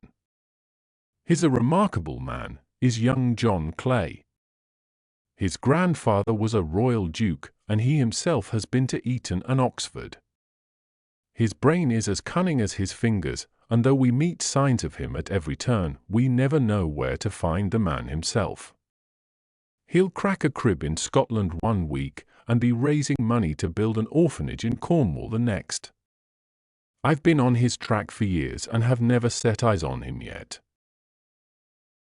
I hope that I may have the pleasure of introducing you tonight. I've had 1 or 2 little turns also with Mr. John Clay, and I agree with you that he is at the head of his profession. It is past 10, however, and quite time that we started. If you two will take the first hansom, Watson, and I will follow in the second." Sherlock Holmes was not very communicative during the long drive and lay back in the cab humming the tunes which he had heard in the afternoon. We rattled through an endless labyrinth of gaslit streets until we emerged into Farrington Street.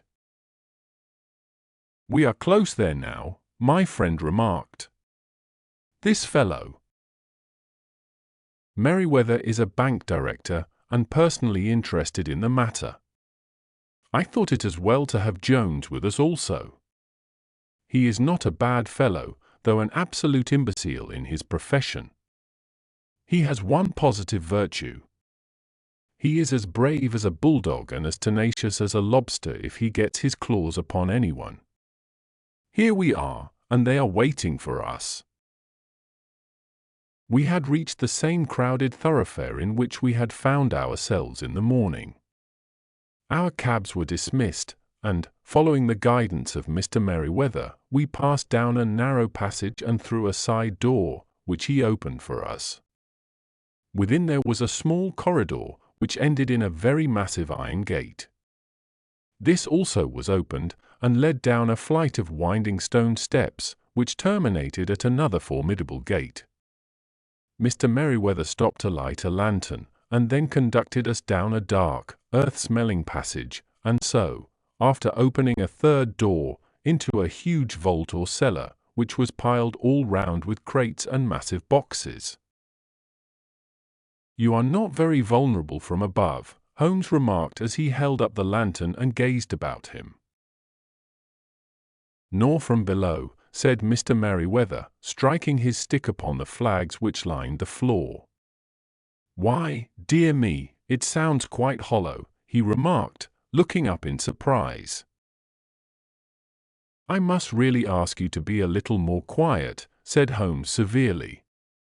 "You have already imperiled the whole success of our expedition. Might I beg that you would have the goodness to sit down upon one of those boxes, and not to interfere?" The solemn Mr. Merryweather perched himself upon a crate, with a very injured expression upon his face, while Holmes fell upon his knees upon the floor and, with a lantern and a magnifying lens, began to examine minutely the cracks between the stones. A few seconds sufficed to satisfy him, for he sprang to his feet again and put his glass in his pocket. "We have at least an hour before us," he remarked, "for they can hardly take any steps until the good pawnbroker is safely in bed. Then they will not lose a minute, for the sooner they do their work the longer time they will have for their escape. We are at present, Doctor, as no doubt you have divined, in the cellar of the city branch of one of the principal London banks. Mr. Merryweather is the chairman of directors, and he will explain to you that there are reasons why the more daring criminals of London should take a considerable interest in this cellar at present." "It is our French gold," whispered the director. "We have had several warnings that an attempt might be made upon it." "Your French gold?" "Yes. We had occasion some months ago to strengthen our resources and borrowed for that purpose 30,000 Napoleons from the Bank of France. It has become known that we have never had occasion to unpack the money, and that it is still lying in our cellar. The crate upon which I sit contains 2,000 Napoleons packed between layers of lead foil. Our reserve of bullion is much larger at present than is usually kept in a single branch office, and the directors have had misgivings upon the subject." "Which were very well justified," observed Holmes. "And now it is time that we arranged our little plans. I expect that within an hour matters will come to a head. In the meantime, Mr. Merryweather, we must put the screen over that dark lantern." "And sit in the dark?" "I am afraid so. I had brought a pack of cards in my pocket, and I thought that, as we were apart I carry, you might have your rubber after all. But I see that the enemy's preparations have gone so far that we cannot risk the presence of a light. And, first of all, we must choose our positions. These are daring men, and though we shall take them at a disadvantage, they may do us some harm unless we are careful. I shall stand behind this crate, and do you conceal yourselves behind those. Then, when I flash a light upon them, close in swiftly. If they fire, Watson, have no compunction about shooting them down." I placed my revolver, cocked, upon the top of the wooden case behind which I crouched. Holmes shot the slide across the front of his lantern and left us in pitch darkness, such an absolute darkness as I have never before experienced. The smell of hot metal remained to assure us that the light was still there, ready to flash out at a moment's notice. To me, with my nerves worked up to a pitch of expectancy, there was something depressing and subduing in the sudden gloom, and in the cold dank air of the vault. "They have but one retreat," whispered Holmes. "That is back through the house into Saxe-Coburg Square. I hope that you have done what I asked you, Jones. I have an inspector and 2 officers waiting at the front door." "Then we have stopped all the holes." And now we must be silent and wait. What a time it seemed! From comparing notes afterwards, it was but an hour and a quarter, yet it appeared to me that the night must have almost gone, and the dawn be breaking above us. My limbs were weary and stiff, for I feared to change my position, yet my nerves were worked up to the highest pitch of tension, and my hearing was so acute that I could not only hear the gentle breathing of my companions, but I could distinguish the deeper, heavier in breath of the bulky Jones from the thin, sighing note of the bank director. From my position I could look over the case in the direction of the floor. Suddenly my eyes caught the glint of a light. At first it was but a lurid spark upon the stone pavement. Then it lengthened out until it became a yellow line, and then, without any warning or sound, a gash seemed to open and a hand appeared, a white, almost womanly hand, which felt about in the center of the little area of light. For a minute or more the hand, with its writhing fingers, protruded out of the floor. Then it was withdrawn as suddenly as it appeared, and all was dark again save the single lurid spark which marked a chink between the stones. Its disappearance, however, was but momentary. With a rending, tearing sound, one of the broad, white stones turned over upon its side and left a square, gaping hole, through which streamed the light of a lantern. Over the edge there peeped a clean-cut, boyish face, which looked keenly about it, and then, with a hand on either side of the aperture, drew itself shoulder-high and waist-high, until one knee rested upon the edge. In another instant he stood at the side of the hole and was hauling after him a companion, lithe and small like himself, with a pale face and a shock of very red hair. "It's all clear," he whispered. "Have you the chisel and the bags?" "Great." "Scott! Jump, Archie, jump, and I'll swing for it." Sherlock Holmes had sprung out and seized the intruder by the collar. The other dived down the hole, and I heard the sound of rending cloth as Jones clutched at his skirts. The light flashed upon the barrel of a revolver, but Holmes' hunting crop came down on the man's wrist, and the pistol clinked upon the stone floor. "It's no use, John Clay," said Holmes blandly. "You have no chance at all." "So I see," the other answered with the utmost coolness. "I fancy that my pal is all right, though I see you have got his coat-tails." "There are 3 men waiting for him at the door," said Holmes. "Oh, indeed. You seem to have done the thing very completely. I must compliment you." "And are you?" Holmes answered. "Your red-headed idea was very new and effective."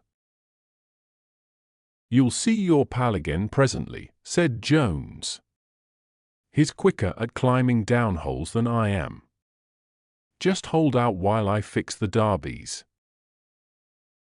"I beg that you will not touch me with your filthy hands," remarked our prisoner as the handcuffs clattered upon his wrists. "You may not be aware that I have royal blood in my veins. Have the goodness, also, when you address me always to say sir and a please." "All right," said Jones with a stare and a snigger. "Well, would you please, sir, march upstairs, where we can get a cab to carry your highness to the police station?" "That is better," said John Clay serenely. He made a sweeping bow to the 3 of us and walked quietly off in the custody of the detective. "Really, Mr. Holmes," said Mr. Merryweather as we followed them from the cellar, "I do not know how the bank can thank you or repay you. There is no doubt that you have detected and defeated in the most complete manner one of the most determined attempts at bank robbery that have ever come within my experience. I have had 1 or 2 little scores of my own to settle with Mr. John Clay," said Holmes. "I have been at some small expense over this matter, which I shall expect the bank to refund, but beyond that I am amply repaid by having had an experience which is in many ways unique, and by hearing the very remarkable narrative of the Red-Headed League. You see, Watson, he explained in the early hours of the morning as we sat over a glass of whisky and soda in Baker Street, it was perfectly obvious from the first that the only possible object of this rather fantastic business of the advertisement of the League and the copying of the encyclopedia must be to get this not overbright pawnbroker out of the way for a number of hours every day. It was a curious way of managing it, but really it would be difficult to suggest a better. The method was no doubt suggested to Clay's ingenious mind by the colour of his accomplice's hair. The £4 a week was a lure which must draw him, and what was it to them, who were playing for thousands? They put in the advertisement, one rogue has the temporary office, the other rogue incites the man to apply for it, and together they managed to secure his absence every morning in the week. From the time that I heard of the assistant having come for half wages, it was obvious to me that he had some strong motive for securing the situation. But how could you guess what the motive was? Had there been women in the house, I should have suspected a mere vulgar intrigue. That, however, was out of the question. The man's business was a small one, and there was nothing in his house which could account for such elaborate preparations and such an expenditure as they were at. It must, then, be something out of the house. What could it be? I thought of the assistant's fondness for photography and his trick of vanishing into the cellar. The cellar! There was the end of this tangled clue. Then I made inquiries as to this mysterious assistant and found that I had to deal with one of the coolest and most daring criminals in London. He was doing something in the cellar, something which took many hours a day for months on end. What could it be, once more? I could think of nothing save that he was running a tunnel to some other building. So far I had got when we went to visit the scene of action. I surprised you by beating upon the pavement with my stick. I was ascertaining whether the cellar stretched out in front or behind. It was not in front. Then I rang the bell, and, as I hoped, the assistant answered it. We have had some skirmishes, but we had never set eyes upon each other before. I hardly looked at his face. His knees were what I wished to see. You must yourself have remarked how worn, wrinkled, and stained they were. They spoke of those hours of burrowing. The only remaining point was what they were burrowing for. I walked round the corner, saw the city and suburban bank abutted on our friend's premises, and felt that I had solved my problem. When you drove home after the concert, I called upon Scotland Yard and upon the chairman of the bank directors, with the result that you have seen.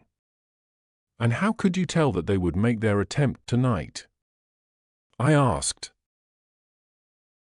Well, when they closed their League offices, that was a sign that they cared no longer about Mr. Jabez Wilson's presence, in other words, that they had completed their tunnel. But it was essential that they should use it soon, as it might be discovered, or the bullion might be removed. Saturday would suit them better than any other day, as it would give them 2 days for their escape. For all these reasons I expected them to come tonight. You reasoned it out beautifully, I exclaimed in unfeigned admiration. It is so long a chain, and yet every link rings true. It saved me from ennui, he answered, yawning. Alas! I already feel it closing in upon me. My life is spent in one long effort to escape from the commonplaces of existence. These little problems help me to do so. And you are a benefactor of the race, said I. He shrugged his shoulders. Well, perhaps, after all, it is of some little use, he remarked. L'homme c'est rien, l'œuvre c'est tout, as Gustave Flaubert wrote to George Sand. A case of identity. "My dear fellow," said Sherlock Holmes as we sat on either side of the fire in his lodgings at Baker Street, "life is infinitely stranger than anything which the mind of man could invent. We would not dare to conceive the things which are really mere commonplaces of existence. If we could fly out of that window hand in hand, hover over this great city, gently remove the roofs, and peep in at the queer things which are going on, the strange coincidences, the plannings, the cross-purposes, the wonderful chains of events, working through generations, and leading to the most outre results, it would make all fiction with its conventionalities and foreseen conclusions most stale and unprofitable." "And yet I am not convinced of it," I answered. "The cases which come to light in the papers are, as a rule, bald enough and vulgar enough. We have in our police reports realism pushed to its extreme limits, and yet the result is, it must be confessed, neither fascinating nor artistic. A certain selection and discretion must be used in producing a realistic effect," remarked Holmes. "This is wanting in the police report, where more stress is laid, perhaps, upon the platitudes of the magistrate than upon the details, which to an observer contain the vital essence of the whole matter. Depend upon it, there is nothing so unnatural as the commonplace." I smiled and shook my head. "I can quite understand your thinking so," I said. "Of course, in your position of unofficial advisor and helper to everybody who is absolutely puzzled, throughout 3 continents, you are brought in contact with all that is strange and bizarre. But here, I picked up the morning paper from the ground. Let us put it to a practical test. Here is the first heading upon which I come. A husband's cruelty to his wife. There is half a column of print, but I know without reading it that it is all perfectly familiar to me. There is, of course, the other woman, the drink, the push, the blow, the bruise, the sympathetic sister or landlady. The crudest of writers could invent nothing more crude. Indeed, your example is an unfortunate one for your argument," said Holmes, taking the paper and glancing his eye down it. "This is the Dundas separation case, and, as it happens, I was engaged in clearing up some small points in connection with it. The husband was a teetotaler, there was no other woman, and the conduct complained of was that he had drifted into the habit of winding up every meal by taking out his false teeth and hurling them at his wife, which, you will allow, is not an action likely to occur to the imagination of the average storyteller. Take a pinch of snuff, doctor, and acknowledge that I have scored over you in your example." He held out his snuff-box of old gold, with a great amethyst in the center of the lid. Its splendor was in such contrast to his homely ways and simple life that I could not help commenting upon it. "Ah," said he, "I forgot that I had not seen you for some weeks. It is a little souvenir from the King of Bohemia in return for my assistance in the case of the Irene Adler papers." "And the ring?" I asked, glancing at a remarkable brilliant which sparkled upon his finger. "It was from the reigning family of Holland, though the matter in which I served them was of such delicacy that I cannot confide it even to you, who have been good enough to chronicle 1 or 2 of my little problems." "And have you any on hand just now?" I asked with interest. "Some 10 or 12, but none which present any feature of interest. They are important, you understand, without being interesting. Indeed, I have found that it is usually in unimportant matters that there is a field for the observation, and for the quick analysis of cause and effect which gives the charm to an investigation. The larger crimes are apt to be the simpler, for the bigger the crime the more obvious, as a rule, is the motive. In these cases, save for one rather intricate matter which has been referred to me from Marseilles, there is nothing which presents any features of interest. It is possible, however, that I may have something better before very many minutes are over, for this is one of my clients, or I am much mistaken." He had risen from his chair and was standing between the parted blinds gazing down into the dull neutral-tinted London street. Looking over his shoulder, I saw that on the pavement opposite there stood a large woman with a heavy fur boa round her neck, and a large curling red feather in a broad-brimmed hat which was tilted in a coquettish Duchess of Devonshire fashion over her ear. From under this great panoply she peeped up in a nervous, hesitating fashion at our windows, while her body oscillated backward and forward, and her fingers fidgeted with her glove buttons. Suddenly, with a plunge, as of the swimmer who leaves the bank, she hurried across the road, and we heard the sharp clang of the bell. "I have seen those symptoms before," said Holmes, throwing his cigarette into the fire. "Oscillation upon the pavement always means an affaire de cœur. She would like advice, but is not sure that the matter is not too delicate for communication. And yet even here we may discriminate.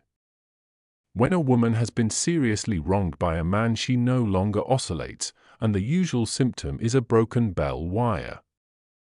Here we may take it that there is a love matter, but that the maiden is not so much angry as perplexed or grieved. But here she comes in person to resolve our doubts." As he spoke there was a tap at the door, and the boy in buttons entered to announce Miss Mary Sutherland, while the lady herself loomed behind his small black figure like a full-sailed merchantman behind a tiny pilot boat. Sherlock Holmes welcomed her with the easy courtesy for which he was remarkable, and, having closed the door and bowed her into an armchair, he looked her over in the minute and yet abstracted fashion which was peculiar to him. "Do you not find," he said, "that with your short sight it is a little trying to do so much typewriting?" "I did at first," she answered, "but now I know where the letters are without looking." Then, suddenly realizing the full purport of his words, she gave a violent start and looked up, with fear and astonishment upon her broad, good-humored face. "You've heard about me, Mr. Holmes," she cried, "else how could you know all that?" "Never mind," said Holmes, laughing, "it is my business to know things. Perhaps I have trained myself to see what others overlook. If not, why should you come to consult me?" "I came to you, sir, because I heard of you from Mrs. Etheridge, whose husband you found so easy when the police and everyone had given him up for dead. Oh, Mr. Holmes, I wish you would do as much for me. I'm not rich, but still I have 100 a year in my own right, besides the little that I make by the machine, and I would give it all to know what has become of Mr. Hosmer Angel." "Why did you come away to consult me in such a hurry?" asked Sherlock Holmes, with his fingertips together and his eyes to the ceiling. Again a startled look came over the somewhat vacuous face of Miss Mary Sutherland. "Yes, I did bang out of the house," she said, "for it made me angry to see the easy way in which Mr. Windibank, that is, my father, took it all. He would not go to the police, and he would not go to you, and so at last, as he would do nothing and kept on saying that there was no harm done, it made me mad, and I just on with my things and came right away to you." "Your father," said Holmes, "your stepfather, surely, since the name is different." "Yes, my stepfather. I call him father, though it sounds funny, too, for he is only 5 years and 2 months older than myself." "And your mother is alive?" "Oh, yes, mother is alive and well. I wasn't best pleased, Mr. Holmes, when she married again so soon after father's death, and a man who was nearly 15 years younger than herself. Father was a plumber in the Tottenham Court Road, and he left a tidy business behind him, which mother carried on with Mr. Hardy, the foreman, but when Mr. Windibank came he made her sell the business, for he was very superior, being a traveller in wines. They got £4,700 for the goodwill and interest, which wasn't near as much as father could have got if he had been alive. I had expected to see Sherlock Holmes impatient under this rambling and inconsequential narrative, but, on the contrary, he had listened with the greatest concentration of attention. "Your own little income," he asked, "does it come out of the business?" "Oh, no, sir. It is quite separate and was left me by my Uncle Ned in Auckland. It is in New Zealand stock, paying 4.5%. £2,500 was the amount, but I can only touch the interest." "You interest me extremely," said Holmes.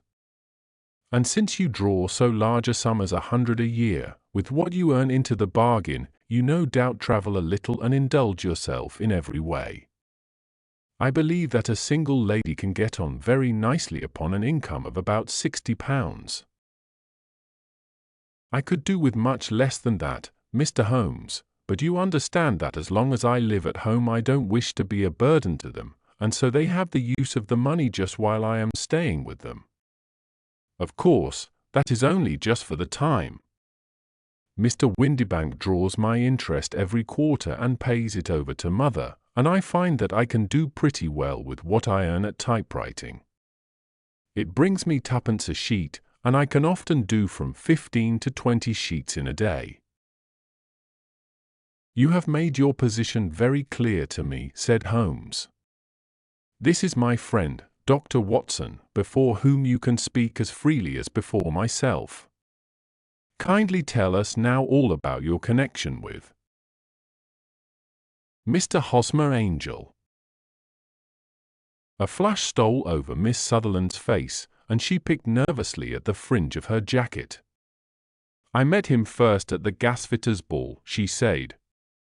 "They used to send Father tickets when he was alive, and then afterwards they remembered us and sent them to Mother.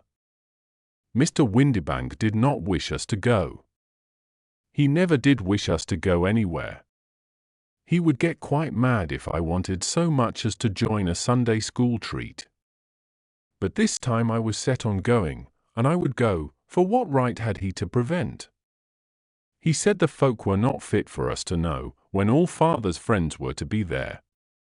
And he said that I had nothing fit to wear, when I had my purple plush that I had never so much as taken out of the drawer. At last, when nothing else would do, he went off to France upon the business of the firm, but we went, Mother and I, with Mr. Hardy, who used to be our foreman, and it was there I met Mr. Hosmer Angel." "I suppose," said Holmes, "that when Mr. Windibank came back from France he was very annoyed at your having gone to the ball." "Oh, well, he was very good about it. He laughed, I remember, and shrugged his shoulders, and said there was no use denying anything to a woman, for she would have her way." "I see. Then at the gasfitters' ball you met, as I understand, a gentleman called Mr. Hosmer Angel." "Yes, sir. I met him that night, and he called next day to ask if we had got home all safe, and after that we met him, that is to say, Mr. Holmes, I met him twice for walks, but after that Father came back again, and Mr. Hosmer Angel could not come to the house any more." "No?" "Well, you know Father didn't like anything of the sort. He wouldn't have any visitors if he could help it, and he used to say that a woman should be happy in her own family circle. But then, as I used to say to Mother, a woman wants her own circle to begin with, and I had not got mine yet." "But how about Mr. Hosmer Angel? Did he make no attempt to see you?" "Well, Father was going off to France again in a week, and Hosmer wrote and said that it would be safer and better not to see each other until he had gone. We could write in the meantime, and he used to write every day. I took the letters in the morning, so there was no need for Father to know." "Were you engaged to the gentleman at this time?" "Oh, yes, Mr. Holmes. We were engaged after the first walk that we took. Hosmer, Mr. Angel, was a cashier in an office in Leadenhall Street, Anne. What office? That's the worst of it, Mr. Holmes, I don't know. Where did he live, then? He slept on the premises. And you don't know his address? No, except that it was Leadenhall Street. Where did you address your letters, then?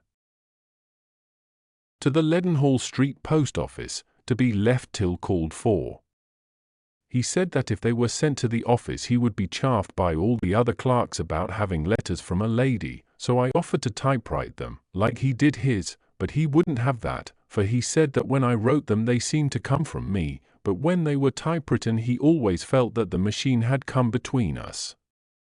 That will just show you how fond he was of me, Mr. Holmes, and the little things that he would think of. It was most suggestive, said Holmes. It has long been an axiom of mine that the little things are infinitely the most important. Can you remember any other little things about Mr. Hosmer Angel? He was a very shy man, Mr. Holmes. He would rather walk with me in the evening than in the daylight, for he said that he hated to be conspicuous. Very retiring and gentlemanly he was. Even his voice was gentle. He'd had the quinsy and swollen glands when he was young, he told me, and it had left him with a weak throat and a hesitating, whispering fashion of speech. He was always well dressed, very neat and plain, but his eyes were weak, just as mine are, and he wore tinted glasses against the glare. Well, and what happened when Mr. Windibank, your stepfather, returned to France? Mr. Hosmer Angel came to the house again and proposed that we should marry before father came back. He was in dreadful earnest and made me swear, with my hands on the testament, that whatever happened I would always be true to him. Mother said he was quite right to make me swear, and that it was a sign of his passion. Mother was all in his favor from the first and was even fonder of him than I was. Then, when they talked of marrying within the week, I began to ask about father, but they both said never to mind about father, but just to tell him afterwards, and mother said she would make it all right with him. I didn't quite like that, Mr. Holmes. It seemed funny that I should ask his leave, as he was only a few years older than me, but I didn't want to do anything on the sly, so I wrote to father at Bordeaux, where the company has its French offices, but the letter came back to me on the very morning of the wedding. It missed him, then? Yes, sir, for he had started to England just before it arrived. Ah! That was unfortunate. Your wedding was arranged, then, for the Friday. Was it to be in church? Yes, sir, but very quietly. It was to be at St. Saviour's, near King's Cross, and we were to have breakfast afterwards at the St. Pancras Hotel. Hosmer came for us in a hansom, but as there were two of us he put us both into it and stepped himself into a four-wheeler, which happened to be the only other cab in the street. We got to the church first, and when the four-wheeler drove up we waited for him to step out, but he never did, and when the cabman got down from the box and looked there was no one there. The cabman said that he could not imagine what had become of him, for he had seen him get in with his own eyes. That was last Friday, Mr. Holmes, and I have never seen or heard anything since then to throw any light upon what became of him. It seems to me that you have been very shamefully treated, said Holmes. Oh, no, sir. He was too good and kind to leave me so.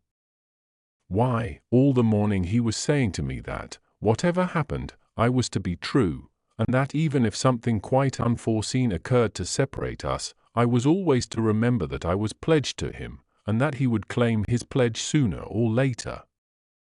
It seemed strange talk for a wedding morning, but what has happened since gives a meaning to it. Most certainly it does. Your own opinion is, then, that some unforeseen catastrophe has occurred to him. Yes, sir. I believe that he foresaw some danger, or else he would not have talked so. And then I think that what he foresaw happened. But you have no notion as to what it could have been. None. One more question. How did your mother take the matter? She was angry, and said that I was never to speak of the matter again. And your father? Did you tell him? Yes, and he seemed to think, with me, that something had happened, and that I should hear of Hosmer again. As he said, what interest could anyone have in bringing me to the doors of the church, and then leaving me? Now, if he had borrowed my money, or if he had married me and got my money settled on him, there might be some reason, but Hosmer was very independent about money and never would look at a shilling of mine. And yet, what could have happened? And why could he not write? Oh, it drives me half mad to think of it, and I can't sleep a wink at night. She pulled a little handkerchief out of her muff and began to sob heavily into it. I shall glance into the case for you, said Holmes, rising, and I have no doubt that we shall reach some definite result. Let the weight of the matter rest upon me now, and do not let your mind dwell upon it further. Above all, try to let Mr. Hosmer Angel vanish from your memory, as he has done from your life. Then you don't think I'll see him again? I fear not. Then what has happened to him? You will leave that question in my hands. I should like an accurate description of him and any letters of his which you can spare. I advertised for him in last Saturday's Chronicle, said she. Here is the slip and here are 4 letters from him. Thank you. And your address? Number 31 Leon Place, Camberwell. Mr. Angel's address you never had, I understand. Where is your father's place of business? He travels for Westhouse and Marbank, the great claret importers of Fenchurch Street. Thank you. You have made your statement very clearly. You will leave the papers here, and remember the advice which I have given you. Let the whole incident be a sealed book, and do not allow it to affect your life. You are very kind, Mr. Holmes, but I cannot do that. I shall be true to Hosmer. He shall find me ready when he comes back. For all the preposterous hat and the vacuous face, there was something noble in the simple faith of our visitor which compelled our respect. She laid her little bundle of papers upon the table and went her way, with a promise to come again whenever she might be summoned. Sherlock Holmes sat silent for a few minutes with his fingertips still pressed together, his legs stretched out in front of him, and his gaze directed upward to the ceiling. Then he took down from the rack the old and oily clay pipe, which was to him as a counsellor, and, having lit it, he leaned back in his chair, with a thick blue cloud wreath spinning up from him, and a look of infinite languor in his face. Quite an interesting study, that maiden, he observed. I found her more interesting than her little problem, which, by the way, is rather a trite one. You will find parallel cases, if you consult my index, in Andover in '77, and there was something of the sort at The Hague last year. Old as is the idea, however, there were 1 or 2 details which were new to me. But the maiden herself was most instructive. You appear to read a good deal upon her which was quite invisible to me, I remarked. Not invisible but unnoticed, Watson. You did not know where to look, and so you missed all that was important. I can never bring you to realize the importance of sleeves, the suggestiveness of thumbnails, or the great issues that may hang from a bootlace. Now, what did you gather from that woman's appearance? Describe it. Well, she had a slate-colored, broad-brimmed straw hat with a feather of a brickish red. Her jacket was black, with black beads sewn upon it, and a fringe of little black jet ornaments. Her dress was brown, rather darker than coffee color, with a little purple plush at the neck and sleeves. Her gloves were grayish and were worn through at the right forefinger. Her boots I didn't observe. She had small, round, hanging gold earrings, and a general air of being fairly well-to-do in a vulgar, comfortable, easygoing way. Sherlock Holmes clapped his hands softly together and chuckled. "'Pon my word, Watson, you are coming along wonderfully. You have really done very well indeed. It is true that you have missed everything of importance, but you have hit upon the method, and you have a quick eye for color.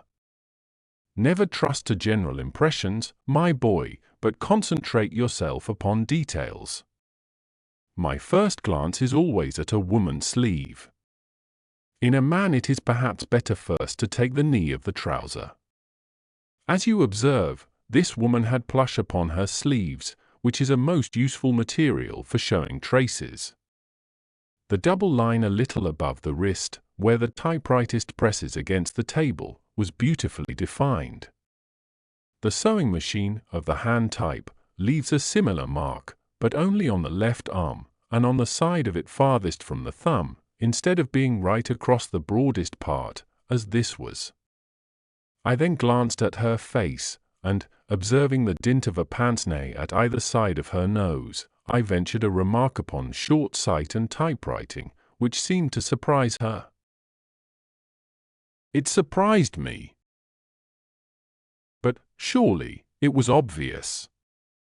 I was then much surprised and interested on glancing down to observe that, though the boots which she was wearing were not unlike each other, they were really odd ones, the one having a slightly decorated toe-cap, and the other a plain one.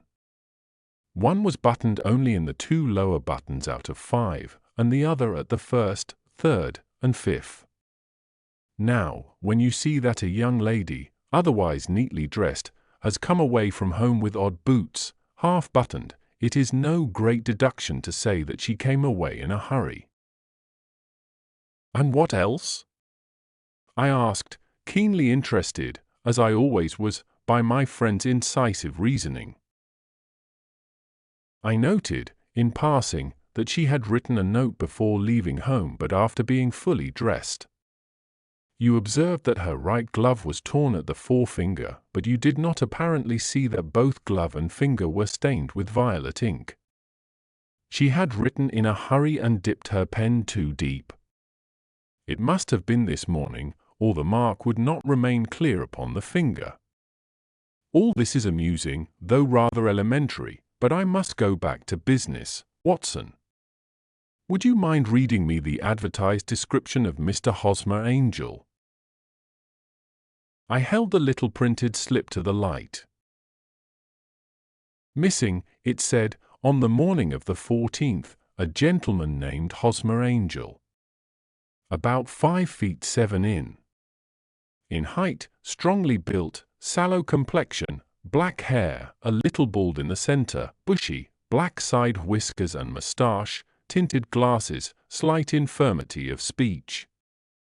Was dressed, when last seen, in black frock coat faced with silk, black waistcoat, gold Albert chain, and grey Harris tweed trousers, with brown gaiters over elastic-sided boots. Known to have been employed in an office in Leadenhall Street. Anybody bringing? That will do, said Holmes. As to the letters, he continued, glancing over them, they are very commonplace. Absolutely no clue in them to Mr. Angel, save that he quotes Balzac once. There is one remarkable point, however, which will no doubt strike you. They are typewritten, I remarked. Not only that, but the signature is typewritten. Look at the neat little Hosmer angel at the bottom.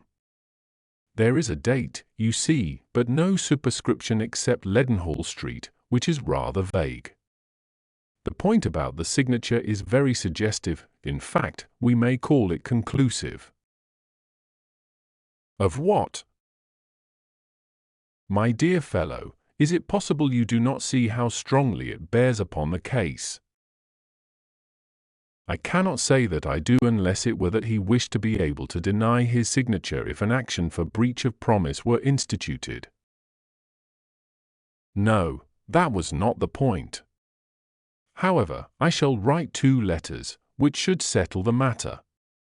One is to a firm in the city, the other is to the young lady's stepfather, Mr. Windybank, asking him whether he could meet us here at 6 o'clock tomorrow evening. It is just as well that we should do business with the male relatives. And now, Doctor, we can do nothing until the answers to those letters come, so we may put our little problem upon the shelf for the interim. I had had so many reasons to believe in my friend's subtle powers of reasoning and extraordinary energy in action that I felt that he must have some solid grounds for the assured and easy demeanor with which he treated the singular mystery which he had been called upon to fathom. Once only had I known him to fail, in the case of the King of Bohemia and of the Irene Adler photograph, but when I looked back to the weird business of the sign of 4, and the extraordinary circumstances connected with the study in scarlet, I felt that it would be a strange tangle indeed which he could not unravel. I left him then, still puffing at his black clay pipe, with the conviction that when I came again on the next evening I would find that he held in his hands all the clues which would lead up to the identity of the disappearing bridegroom of Miss Mary Sutherland. A professional case of great gravity was engaging my own attention at the time, and the whole of next day I was busy at the bedside of the sufferer. It was not until close upon 6 o'clock that I found myself free and was able to spring into a hansom and drive to Baker Street, half afraid that I might be too late to assist at the denouement of the little mystery. I found Sherlock Holmes alone, however, half asleep, with his long, thin form curled up in the recesses of his armchair. A formidable array of bottles and test tubes, with the pungent cleanly smell of hydrochloric acid, told me that he had spent his day in the chemical work which was so dear to him. "Well, have you solved it?" I asked as I entered. "Yes." It was the bisulfate of baryta. "No, no, the mystery!" I cried. "Oh, that!" I thought of the salt that I have been working upon. There was never any mystery in the matter, though, as I said yesterday, some of the details are of interest. The only drawback is that there is no law, I fear, that can touch the scoundrel. Who was he, then, and what was his object in deserting Miss Sutherland? The question was hardly out of my mouth, and Holmes had not yet opened his lips to reply, when we heard a heavy footfall in the passage and a tap at the door. "This is the girl's stepfather, Mr. James Windybank," said Holmes. "He has written to me to say that he would be here at 6. Come in." The man who entered was a sturdy, middle-sized fellow, some 30 years of age, clean-shaven and sallow-skinned, with a bland, insinuating manner, and a pair of wonderfully sharp and penetrating grey eyes. He shot a questioning glance at each of us, placed his shiny top hat upon the sideboard, and with a slight bow sidled down into the nearest chair. "Good evening, Mr. James Windybank," said Holmes. "I think that this typewritten letter is from you, in which you made an appointment with me for 6 o'clock. "Yes, sir. I am afraid that I am a little late, but I am not quite my own master, you know. I am sorry that Miss Sutherland has troubled you about this little matter, for I think it is far better not to wash linen of the sort in public. It was quite against my wishes that she came, but she is a very excitable, impulsive girl, as you may have noticed, and she is not easily controlled when she has made up her mind on a point. Of course, I did not mind you so much, as you are not connected with the official police, but it is not pleasant to have a family misfortune like this noised abroad. Besides, it is a useless expense, for how could you possibly find this Hosmer angel? On the contrary, said Holmes quietly, I have every reason to believe that I will succeed in discovering Mr. Hosmer angel. Mr. Windibank gave a violent start and dropped his gloves. I am delighted to hear it, he said. It is a curious thing, remarked Holmes, that a typewriter has really quite as much individuality as a man's handwriting. Unless they are quite new, no two of them write exactly alike. Some letters get more worn than others, and some wear only on one side. Now, you remark in this note of yours, Mr. Windibank, that in every case there is some little slurring over of the E, and a slight defect in the tail of the R. There are 14 other characteristics, but those are the more obvious. We do all our correspondence with this machine at the office, and no doubt it is a little worn, our visitor answered, glancing keenly at Holmes with his bright little eyes. And now I will show you what is really a very interesting study, Mr. Windibank, Holmes continued. I think of writing another little monograph some of these days on the typewriter and its relation to crime. It is a subject to which I have devoted some little attention. I have here 4 letters which purport to come from the missing man. They are all typewritten. In each case, not only are the E's slurred and the R's tailless, but you will observe, if you care to use my magnifying lens, that the 14 other characteristics to which I have alluded are there as well. Mr. Windibank sprang out of his chair and picked up his hat. I cannot waste time over this sort of fantastic talk, Mr. Holmes, he said. If you can catch the man, catch him, and let me know when you have done it.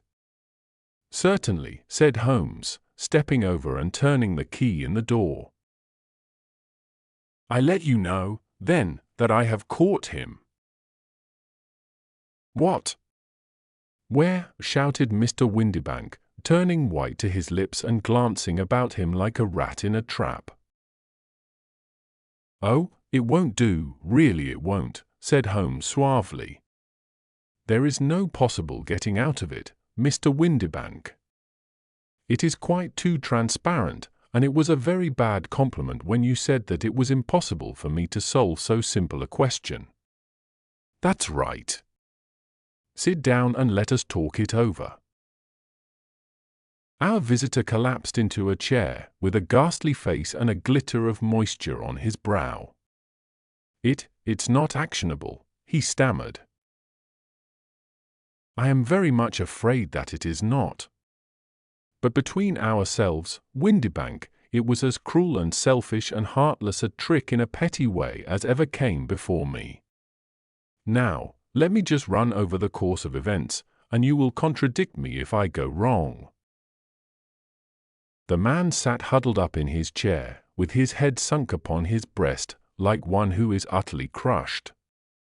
Holmes stuck his feet up on the corner of the mantelpiece and, leaning back with his hands in his pockets, began talking, rather to himself, as it seemed, than to us.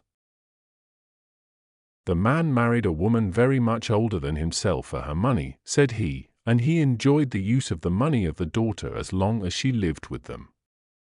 It was a considerable sum, for people in their position, and the loss of it would have made a serious difference. It was worth an effort to preserve it. The daughter was of a good, amiable disposition, but affectionate and warm-hearted in her ways, so that it was evident that with her fair personal advantages, and her little income, she would not be allowed to remain single long. Now her marriage would mean, of course, the loss of 100 a year, so what does her stepfather do to prevent it? He takes the obvious course of keeping her at home and forbidding her to seek the company of people of her own age. But soon he found that that would not answer forever. She became restive, insisted upon her rights, and finally announced her positive intention of going to a certain ball. What does her clever stepfather do then?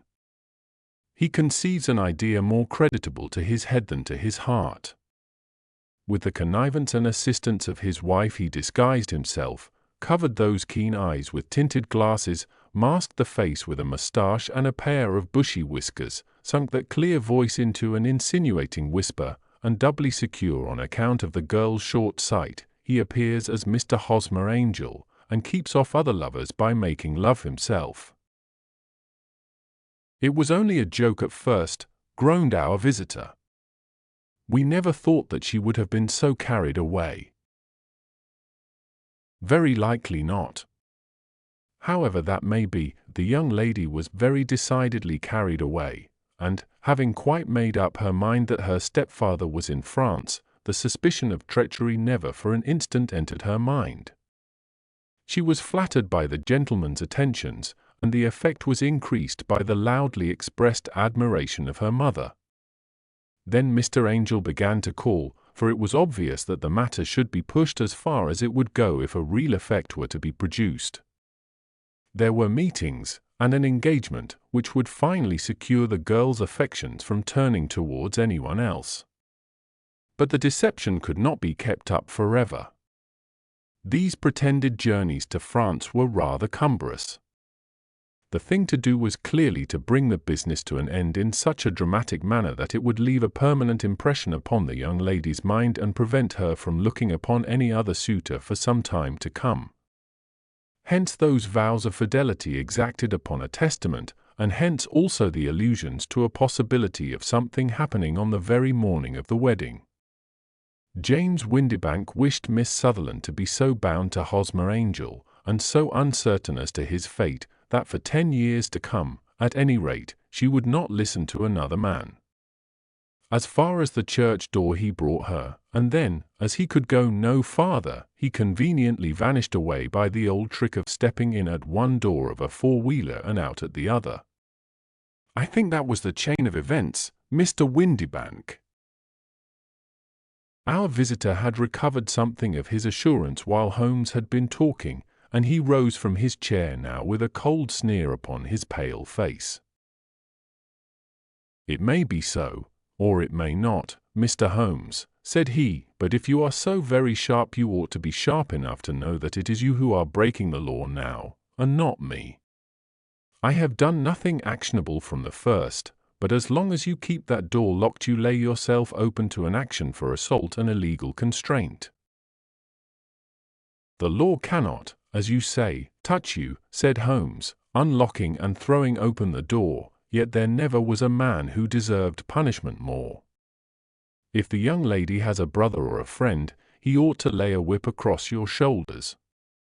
By Jove," he continued, flushing up at the sight of the bitter sneer upon the man's face, "it is not part of my duties to my client, but here's a hunting crop handy, and I think I shall just treat myself to—" He took 2 swift steps to the whip, but before he could grasp it there was a wild clatter of steps upon the stairs, the heavy hall door banged, and from the window we could see Mr. James Windibank running at the top of his speed down the road.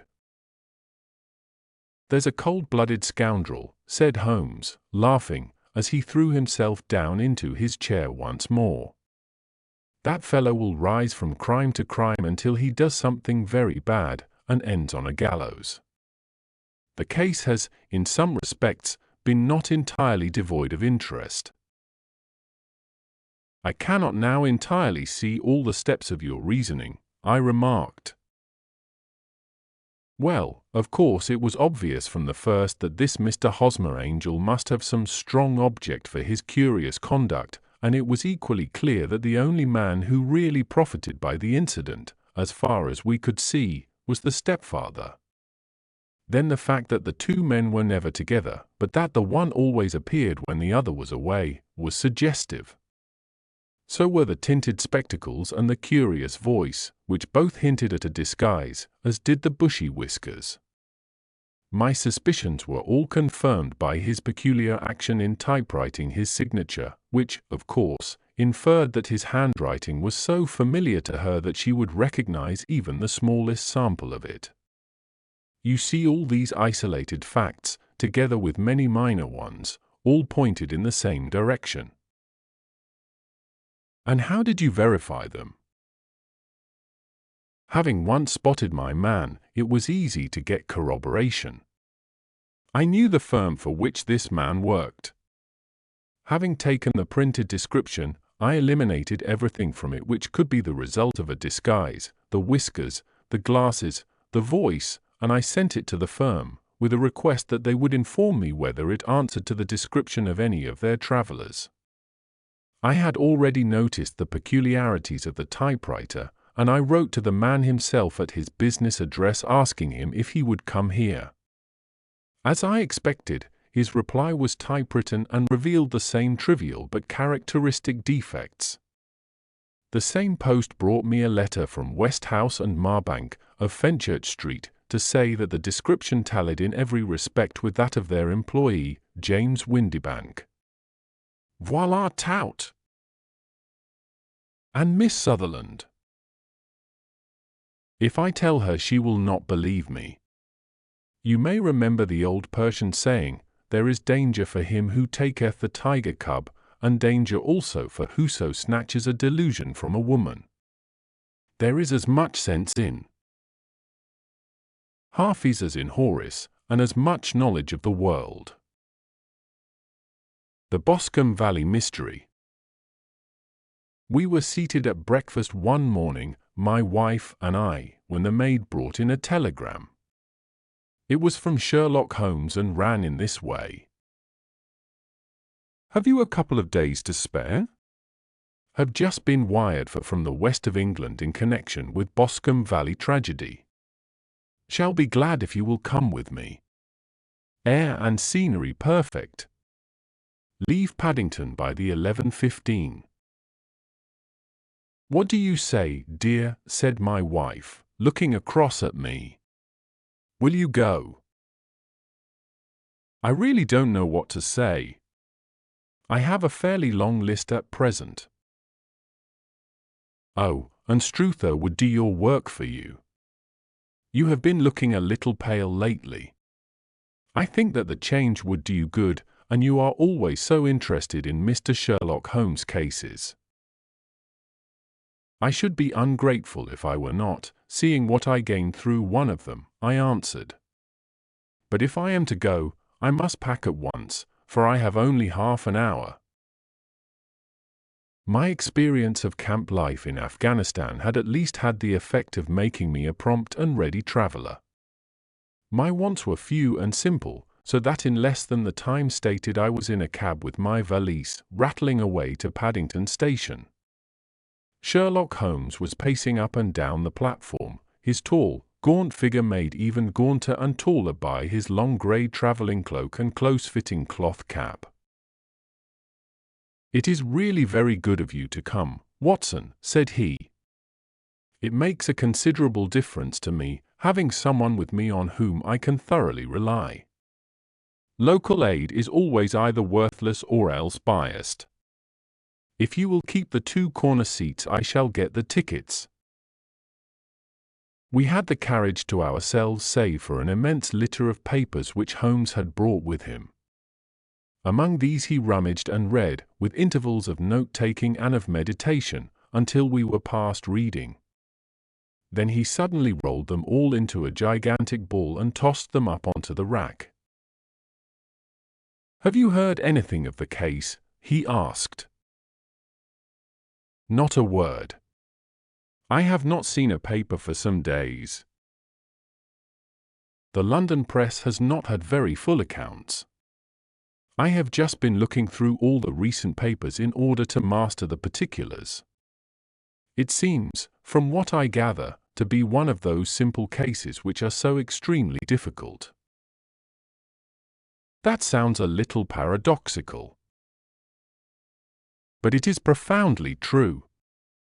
Singularity is almost invariably a clue. The more featureless and commonplace a crime is, the more difficult it is to bring it home. In this case, however, they have established a very serious case against the son of the murdered man. It is a murder, then? Well, it is conjectured to be so. I shall take nothing for granted until I have the opportunity of looking personally into it. I will explain the state of things to you, as far as I have been able to understand it, in a very few words. Boscombe Valley is a country district not very far from Ross, in Herefordshire. The largest landed proprietor in that part is a Mr. John Turner, who made his money in Australia and returned some years ago to the old country. One of the farms which he held, that of Hatherley, was let to Mr. Charles McCarthy, who was also an ex-Australian. The men had known each other in the colonies, so that it was not unnatural that when they came to settle down they should do so as near each other as possible. Turner was apparently the richer man, so McCarthy became his tenant but still remained, it seems, upon terms of perfect equality, as they were frequently together. McCarthy had one son, a lad of 18, and Turner had an only daughter of the same age, but neither of them had wives living. They appear to have avoided the society of the neighboring English families and to have led retired lives, though both the McCarthys were fond of sport and were frequently seen at the race meetings of the neighborhood. McCarthy kept 2 servants, a man and a girl. Turner had a considerable household, some half-dozen at the least. That is as much as I have been able to gather about the families. Now for the facts. On June 3rd, that is, on Monday last, McCarthy left his house at Hatherley about 3 in the afternoon and walked down to the Boscombe Pool, which is a small lake formed by the spreading out of the stream which runs down the Boscombe Valley. He had been out with his serving man in the morning at Ross, and he had told the man that he must hurry, as he had an appointment of importance to keep at 3. From that appointment he never came back alive.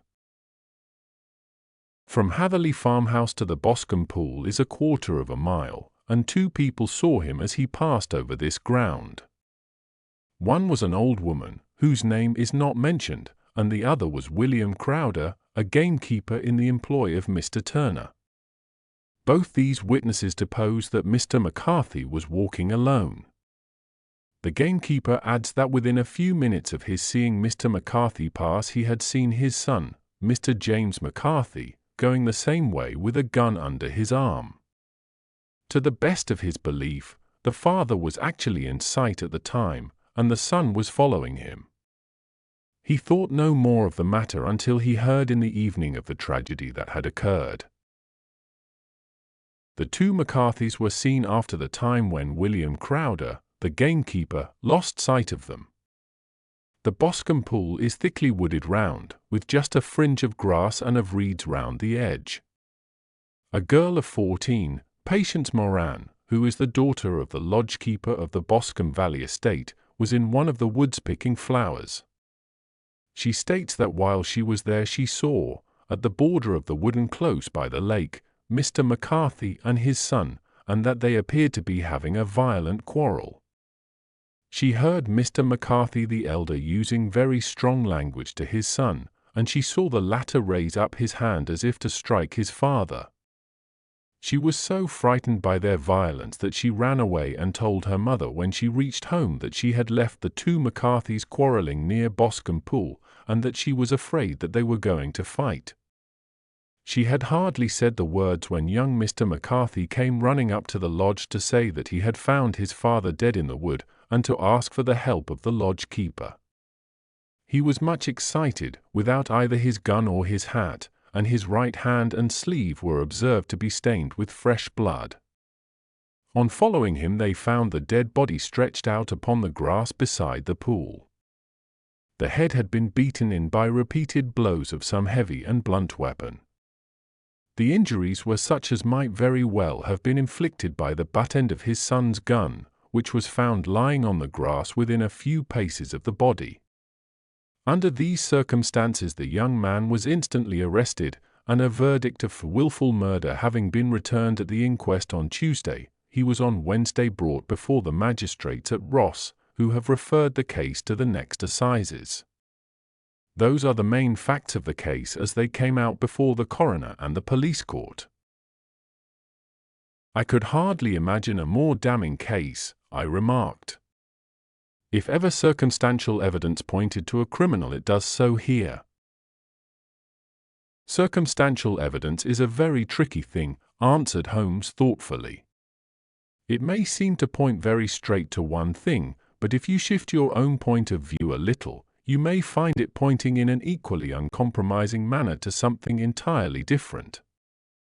It must be confessed, however, that the case looks exceedingly grave against the young man, and it is very possible that he is indeed the culprit. There are several people in the neighborhood, however, and among them Miss Turner, the daughter of the neighboring landowner, who believe in his innocence, and who have retained Lestrade, whom you may recollect in connection with the study in scarlet, to work out the case in his interest. Lestrade, being rather puzzled, has referred the case to me, and hence it is that two middle-aged gentlemen are flying westward at 50 miles an hour instead of quietly digesting their breakfasts at home. I am afraid, said I, that the facts are so obvious that you will find little credit to be gained out of this case. There is nothing more deceptive than an obvious fact, he answered, laughing.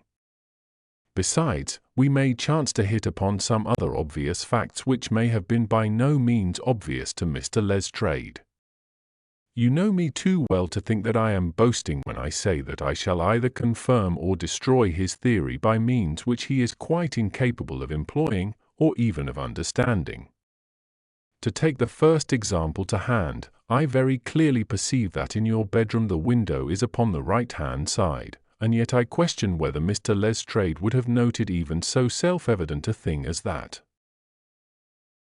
How on earth? My dear fellow, I know you well. I know the military neatness which characterizes you. You shave every morning, and in this season you shave by the sunlight, but since your shaving is less and less complete as we get farther back on the left side, until it becomes positively slovenly as we get round the angle of the jaw, it is surely very clear that that side is less illuminated than the other. I could not imagine a man of your habits looking at himself in an equal light and being satisfied with such a result. I only quote this as a trivial example of observation and inference. Therein lies my métier, and it is just possible that it may be of some service in the investigation which lies before us. There are one or two minor points which were brought out in the inquest, and which are worth considering. What are they? It appears that his arrest did not take place at once, but after the return to Hatherley Farm. On the inspector of constabulary informing him that he was a prisoner, he remarked that he was not surprised to hear it, and that it was no more than his deserts. This observation of his had the natural effect of removing any traces of doubt which might have remained in the minds of the coroner's jury. It was a confession, I ejaculated. No, for it was followed by a protestation of innocence. Coming on the top of such a damning series of events, it was at least a most suspicious remark. On the contrary, said Holmes, it is the brightest rift which I can at present see in the clouds. However innocent he might be, he could not be such an absolute imbecile as not to see that the circumstances were very black against him. Had he appeared surprised at his own arrest, or feigned indignation at it, I should have looked upon it as highly suspicious, because such surprise or anger would not be natural under the circumstances, and yet might appear to be the best policy to a scheming man. His frank acceptance of the situation marks him as either an innocent man or else as a man of considerable self-restraint and firmness.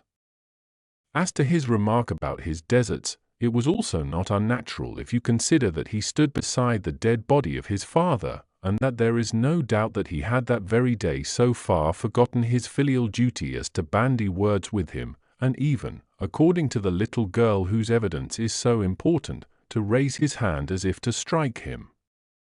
The self-reproach and contrition which are displayed in his remark appear to me to be the signs of a healthy mind rather than of a guilty one. I shook my head. Many men have been hanged on far slighter evidence, I remarked. So they have. And many men have been wrongfully hanged. What is the young man's own account of the matter? It is, I am afraid, not very encouraging to his supporters, though there are 1 or 2 points in it which are suggestive. You will find it here, and may read it for yourself. He picked out from his bundle a copy of the local Herefordshire paper, and having turned down the sheet he pointed out the paragraph in which the unfortunate young man had given his own statement of what had occurred.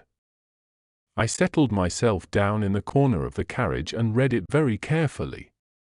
It ran in this way.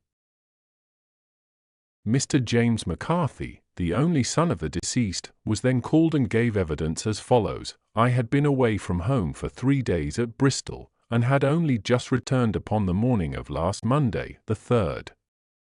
My father was absent from home at the time of my arrival, and I was informed by the maid that he had driven over to Ross with John Cobb, the groom.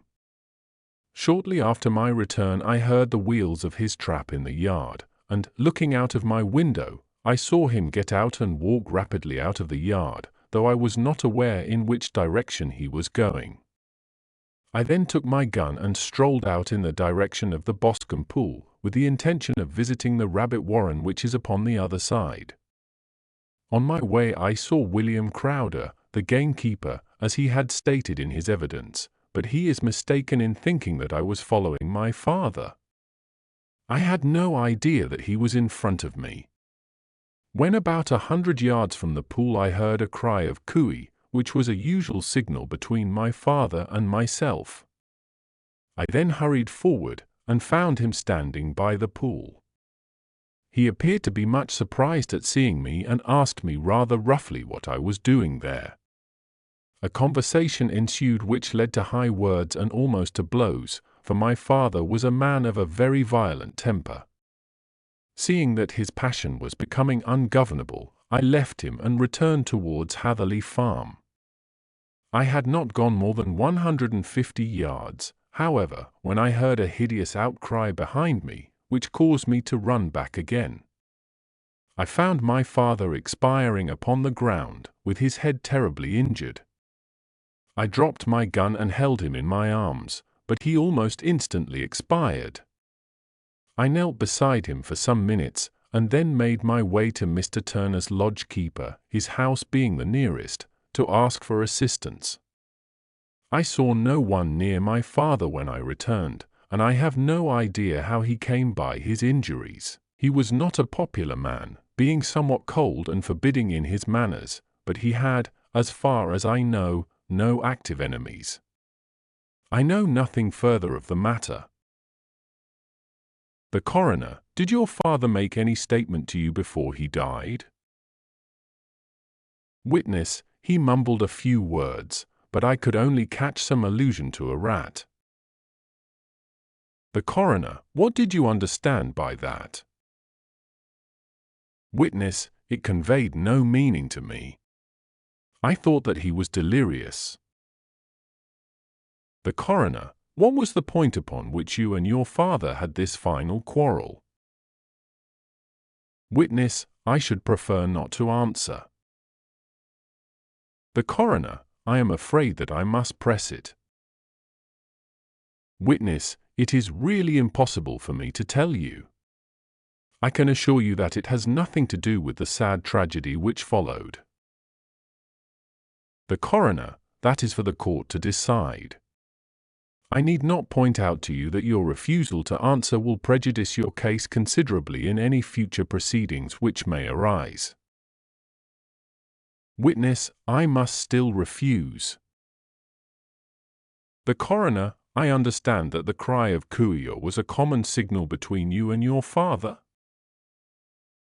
Witness, it was. The coroner, how was it, then, that he uttered it before he saw you, and before he even knew that you had returned from Bristol? Witness, with considerable confusion, I do not know. A juryman, did you see nothing which aroused your suspicions when you returned on hearing the cry and found your father fatally injured? Witness, nothing definite. The coroner, what do you mean? Witness, I was so disturbed and excited as I rushed out into the open, that I could think of nothing except of my father. Yet I have a vague impression that as I ran forward something lay upon the ground to the left of me. It seemed to me to be something grey in colour, a coat of some sort, or a plaid perhaps. When I rose from my father I looked round for it, but it was gone. Do you mean that it disappeared before you went for help? Yes, it was gone. You cannot say what it was? No, I had a feeling something was there. How far from the body? A dozen yards or so. And how far from the edge of the wood? About the same. Then if it was removed it was while you were within a dozen yards of it? Yes, but with my back towards it. This concluded the examination of the witness. I see, said I as I glanced down the column, that the coroner in his concluding remarks was rather severe upon young McCarthy. He calls attention, and with reason, to the discrepancy about his father having signalled to him before seeing him, also to his refusal to give details of his conversation with his father, and his singular account of his father's dying words. They are all, as he remarks, very much against the son. Holmes laughed softly to himself and stretched himself out upon the cushioned seat. Both you and the coroner have been at some pains, said he, to single out the very strongest points in the young man's favour.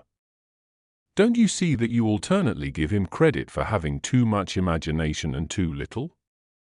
Too little, if he could not invent a cause of quarrel which would give him the sympathy of the jury, too much, if he evolved from his own inner consciousness anything so outre as a dying reference to a rat, and the incident of the vanishing cloth.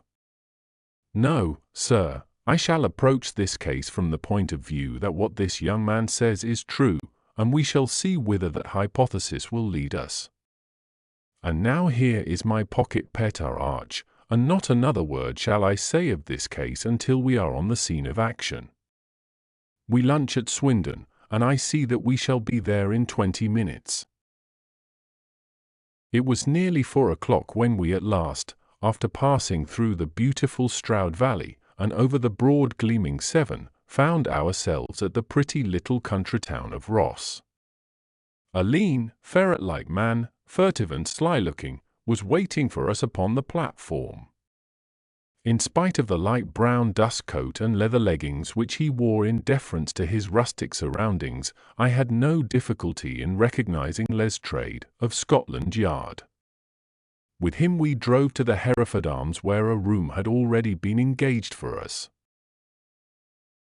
I have ordered a carriage, said Lestrade as we sat over a cup of tea.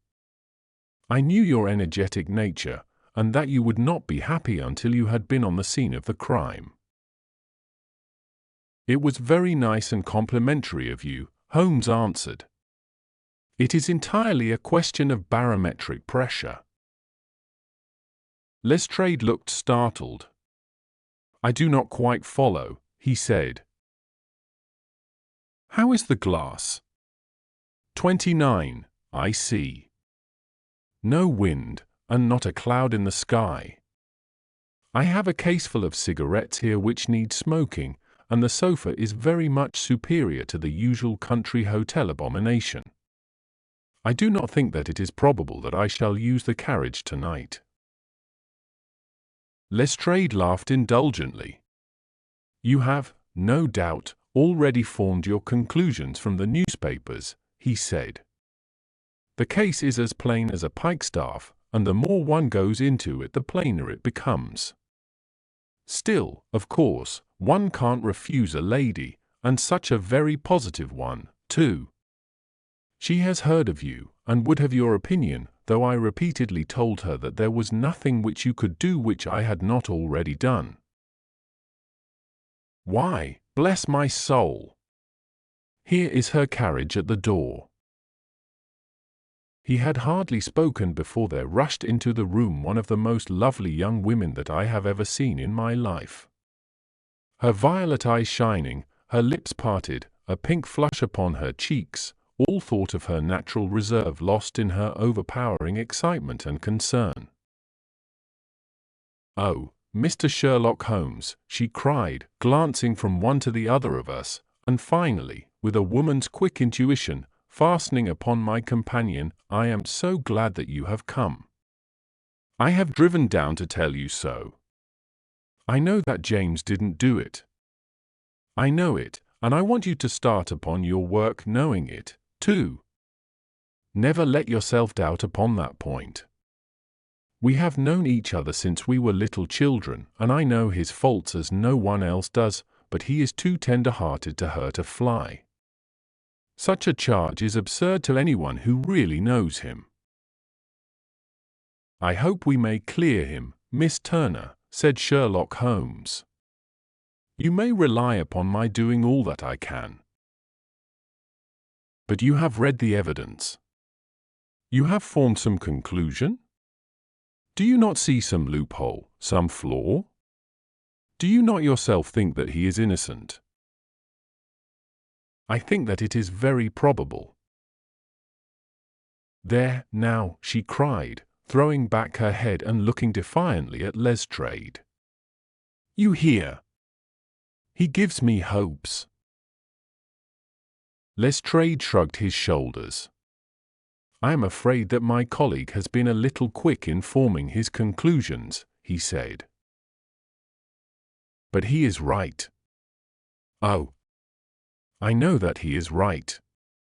James never did it. And about his quarrel with his father, I am sure that the reason why he would not speak about it to the coroner was because I was concerned in it." "In what way?" asked Holmes. "It is no time for me to hide anything. James and his father had many disagreements about me.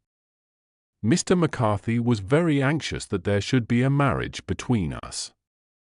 James and I have always loved each other as brother and sister, but of course he is young and has seen very little of life yet, and, well, he naturally did not wish to do anything like that yet. So there were quarrels, and this, I am sure, was one of them." "And your father?" asked Holmes. "Was he in favor of such a union?" "No, he was averse to it also. No one but Mr. McCarthy was in favor of it." A quick blush passed over her fresh young face as Holmes shot one of his keen, questioning glances at her. "Thank you for this information," said he. "May I see your father if I call tomorrow?" "I am afraid the doctor won't allow it." "The doctor?" "Yes, have you not heard? Poor father has never been strong for years back, but this has broken him down completely. He has taken to his bed, and Dr. Willows says that he is a wreck and that his nervous system is shattered. Mr. McCarthy was the only man alive who had known Dad in the old days in Victoria." "Ah! In Victoria? That is important." "Yes, at the mines." "Quite so, at the gold mines, where, as I understand, Mr. Turner made his money." Yes, certainly.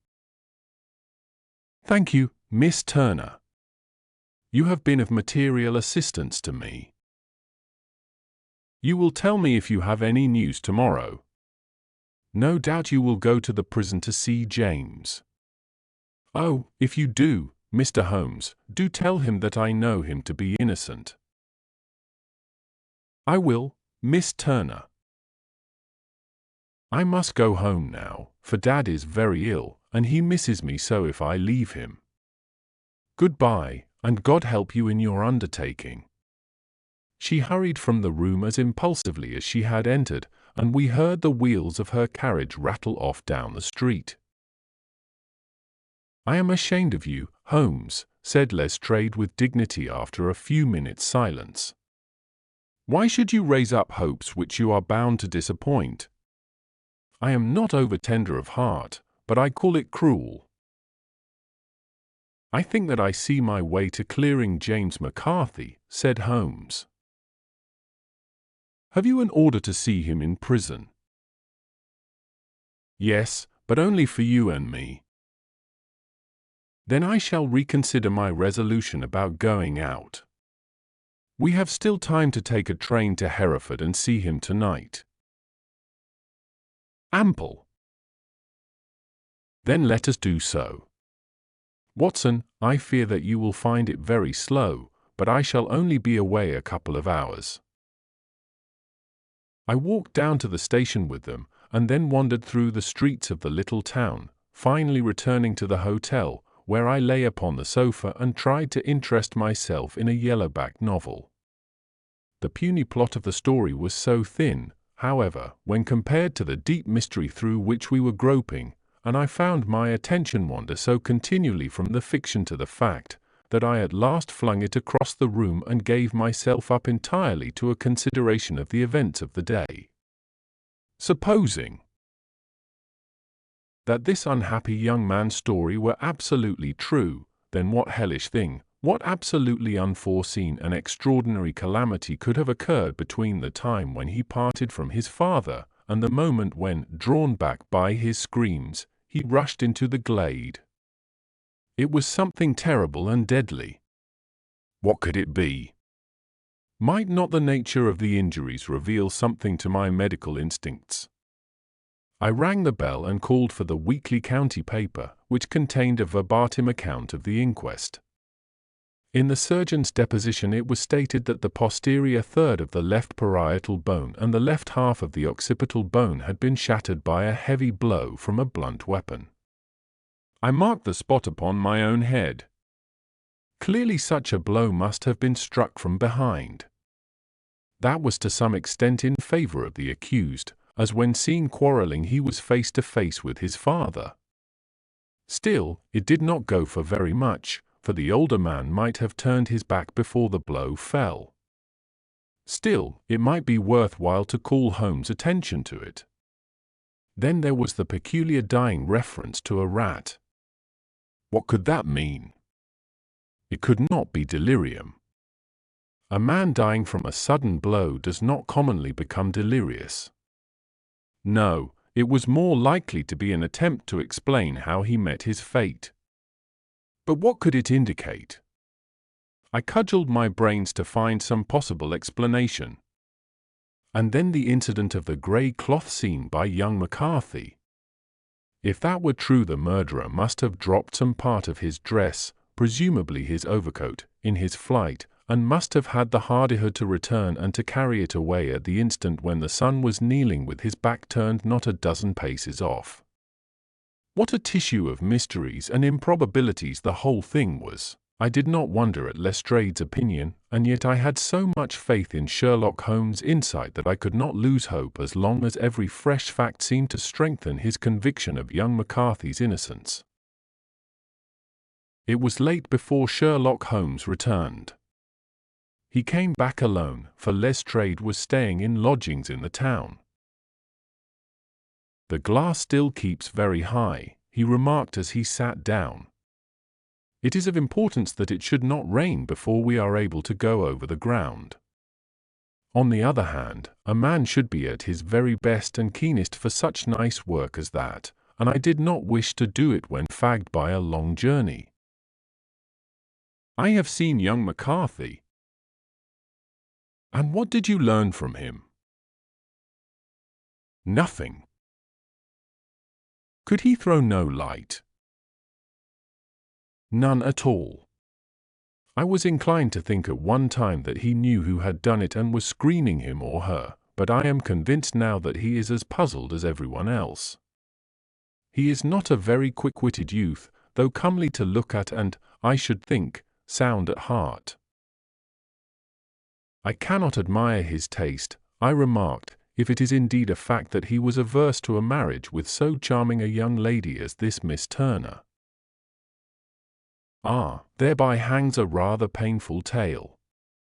This fellow is madly, insanely, in love with her, but some 2 years ago, when he was only a lad, and before he really knew her, for she had been away 5 years at a boarding school, what does the idiot do but get into the clutches of a barmaid in Bristol and marry her at a registry office? No one knows a word of the matter, but you can imagine how maddening it must be to him to be upbraided for not doing what he would give his very eyes to do, but what he knows to be absolutely impossible. It was sheer frenzy of this sort which made him throw his hands up into the air when his father, at their last interview, was goading him on to propose to Miss Turner. On the other hand, he had no means of supporting himself, and his father, who was by all accounts a very hard man, would have thrown him over utterly had he known the truth. It was with his barmaid wife that he had spent the last 3 days in Bristol, and his father did not know where he was. Mark that point. It is of importance. Good has come out of evil, however, for the barmaid, finding from the papers that he is in serious trouble and likely to be hanged, has thrown him over utterly and has written to him to say that she has a husband already in the Bermuda dockyard, so that there is really no tie between them. I think that bit of news has consoled young McCarthy for all that he has suffered. But if he is innocent, who has done it? Ah. Who? I would call your attention very particularly to 2 points. One is that the murdered man had an appointment with someone at the pool, and that the someone could not have been his son, for his son was away, and he did not know when he would return.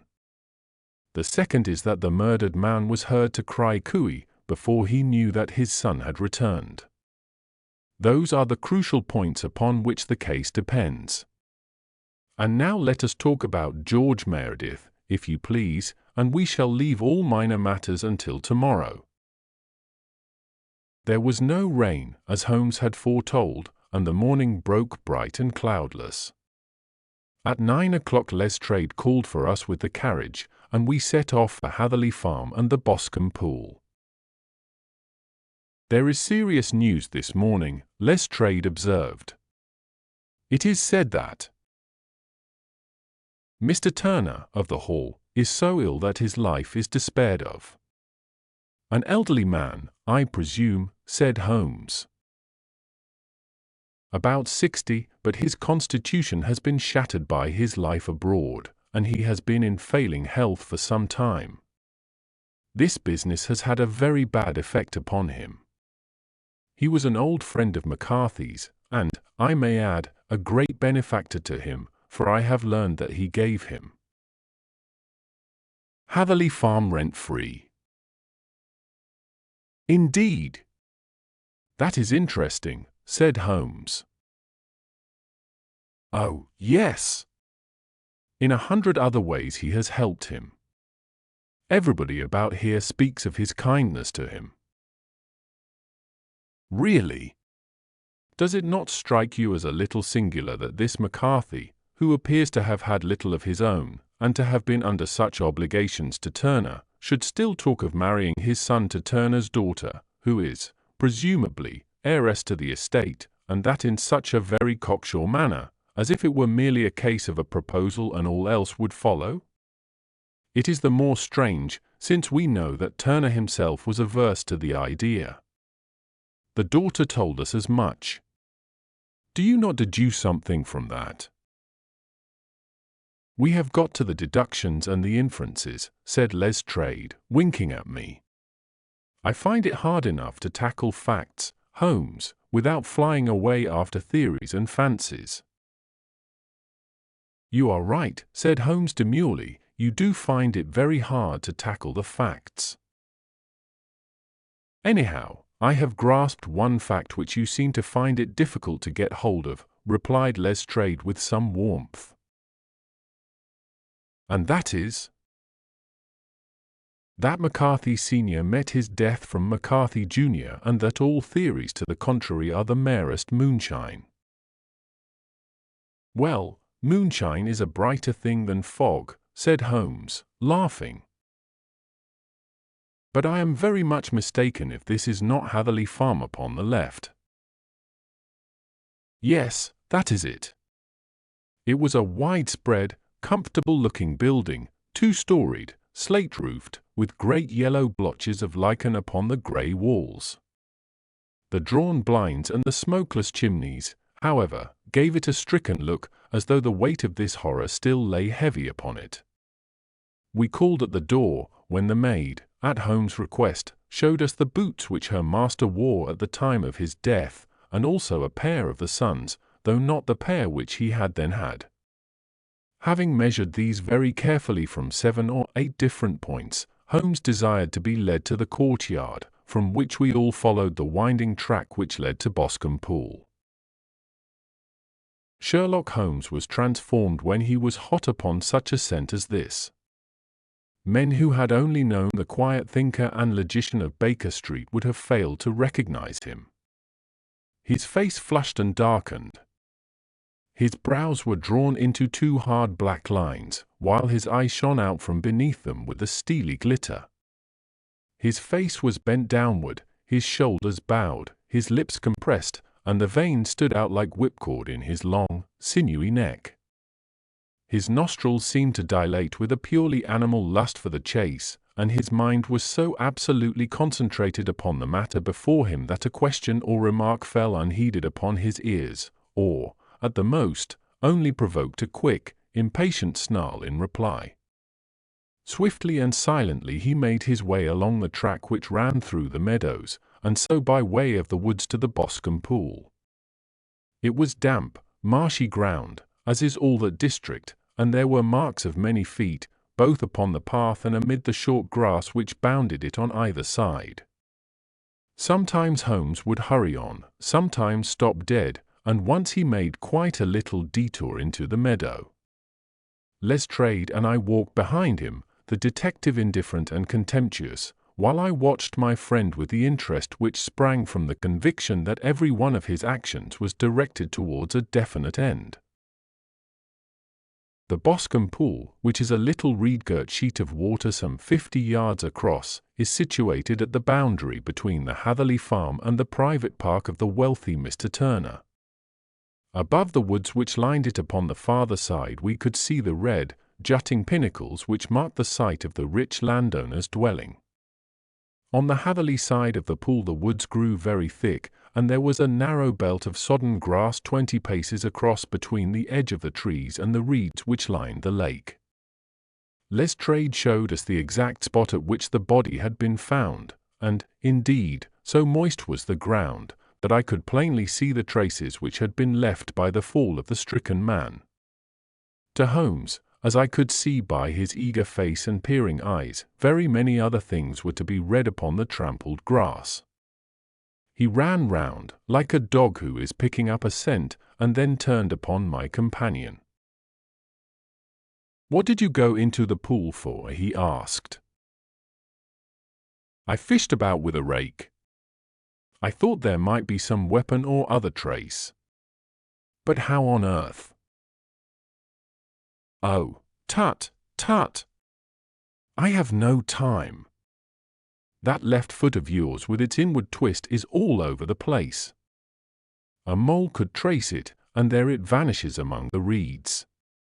Oh, how simple it would all have been had I been here before they came like a herd of buffalo and wallowed all over it. Here is where the party with the lodge-keeper came, and they have covered all tracks for 6 or 8 feet round the body. But here are 3 separate tracks of the same feet. He drew out a lens and lay down upon his waterproof to have a better view, talking all the time rather to himself than to us. These are young McCarthy's feet.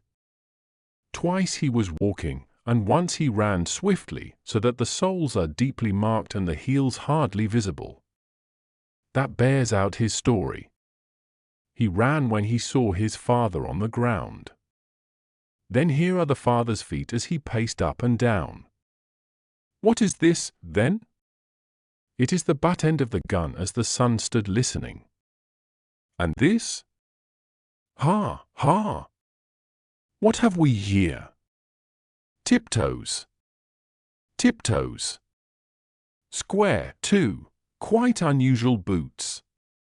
They come, they go, they come again, of course that was for the cloak. Now where did they come from? He ran up and down, sometimes losing, sometimes finding the track until we were well within the edge of the wood and under the shadow of a great beech, the largest tree in the neighborhood. Holmes traced his way to the farther side of this and lay down once more upon his face with a little cry of satisfaction. For a long time he remained there, turning over the leaves and dried sticks, gathering up what seemed to me to be dust into an envelope and examining with his lens not only the ground but even the bark of the tree as far as he could reach. A jagged stone was lying among the moss, and this also he carefully examined and retained. Then he followed a pathway through the wood until he came to the high road, where all traces were lost.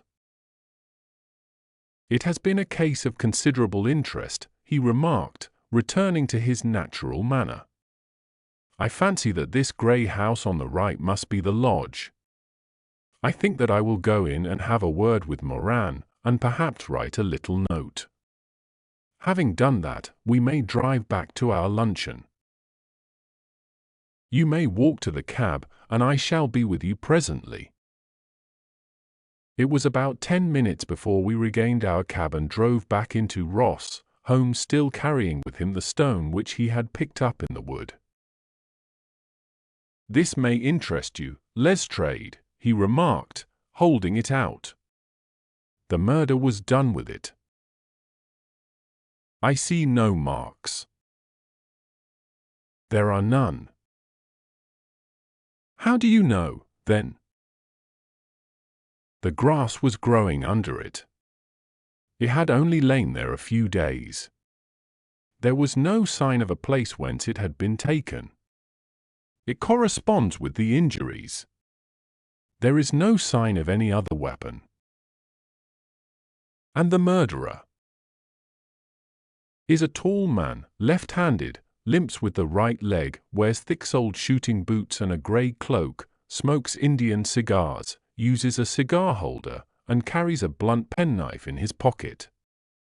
There are several other indications, but these may be enough to aid us in our search. Lestrade laughed. I am afraid that I am still a skeptic, he said. Theories are all very well, but we have to deal with the hard-headed. British jury. Nous verrons, answered Holmes calmly. You work your own method, and I shall work mine. I shall be busy this afternoon, and shall probably return to London by the evening train. And leave your case unfinished? No, finished. But the mystery? It is solved. Who was the criminal, then? The gentleman I describe. But who is he? Surely it would not be difficult to find out. This is not such a populous neighborhood. Lestrade shrugged his shoulders. I am a practical man, he said, and I really cannot undertake to go about the country looking for a left-hand gentleman with a game leg. I should become the laughing-stock of Scotland Yard. All right, said Holmes quietly. I have given you the chance. Here are your lodgings. Goodbye. I shall drop you a line before I leave." Having left Lestrade at his rooms, we drove to our hotel, where we found lunch upon the table. Holmes was silent and buried in thought, with a pained expression upon his face, as one who finds himself in a perplexing position. "Look here, Watson," he said when the cloth was cleared, "just sit down in this chair and let me preach to you for a little. I don't know quite what to do, and I should value your advice. Light a cigar and let me expound." "Pray do so." "Well, now, in considering this case, there are 2 points about young McCarthy's narrative which struck us both instantly, although they impress me in his favor and you against him. One was the fact that his father should, according to his account, cry cooey before seeing him. The other was his singular dying reference to a rat. He mumbled several words, you understand, but that was all that caught the son's ear. Now from this double point our research must commence, and we will begin it by presuming that what the lad says is absolutely true." "What of this cooey, then?" "Well, obviously it could not have been meant for the son. The son, as far as he knew, was in Bristol. It was mere chance that he was within earshot. The cooey was meant to attract the attention of whoever it was that he had the appointment with. But cooey is a distinctly Australian cry, and one which is used between Australians. There is a strong presumption that the person whom McCarthy expected to meet him at Boscombe Pool was someone who had been in Australia." "What of the rat, then?" Sherlock Holmes took a folded paper from his pocket and flattened it out on the table. "This is a map of the colony of Victoria," he said. "I wired to Bristol for it last night." He put his hand over part of the map. "What do you read?" "ARAT, I read." "And now?" He raised his hand. "Ballarat." "Quite so." That was the word the man uttered, and of which his son only caught the last 2 syllables. He was trying to utter the name of his murderer. "So-and-so, of Ballarat." "It is wonderful!" I exclaimed. "It is obvious." And now, you see, I had narrowed the field down considerably. The possession of a grey garment was a third point which, granting the son's statement to be correct, was a certainty. We have come now out of mere vagueness to the definite conception of an Australian from Ballarat with a grey cloak.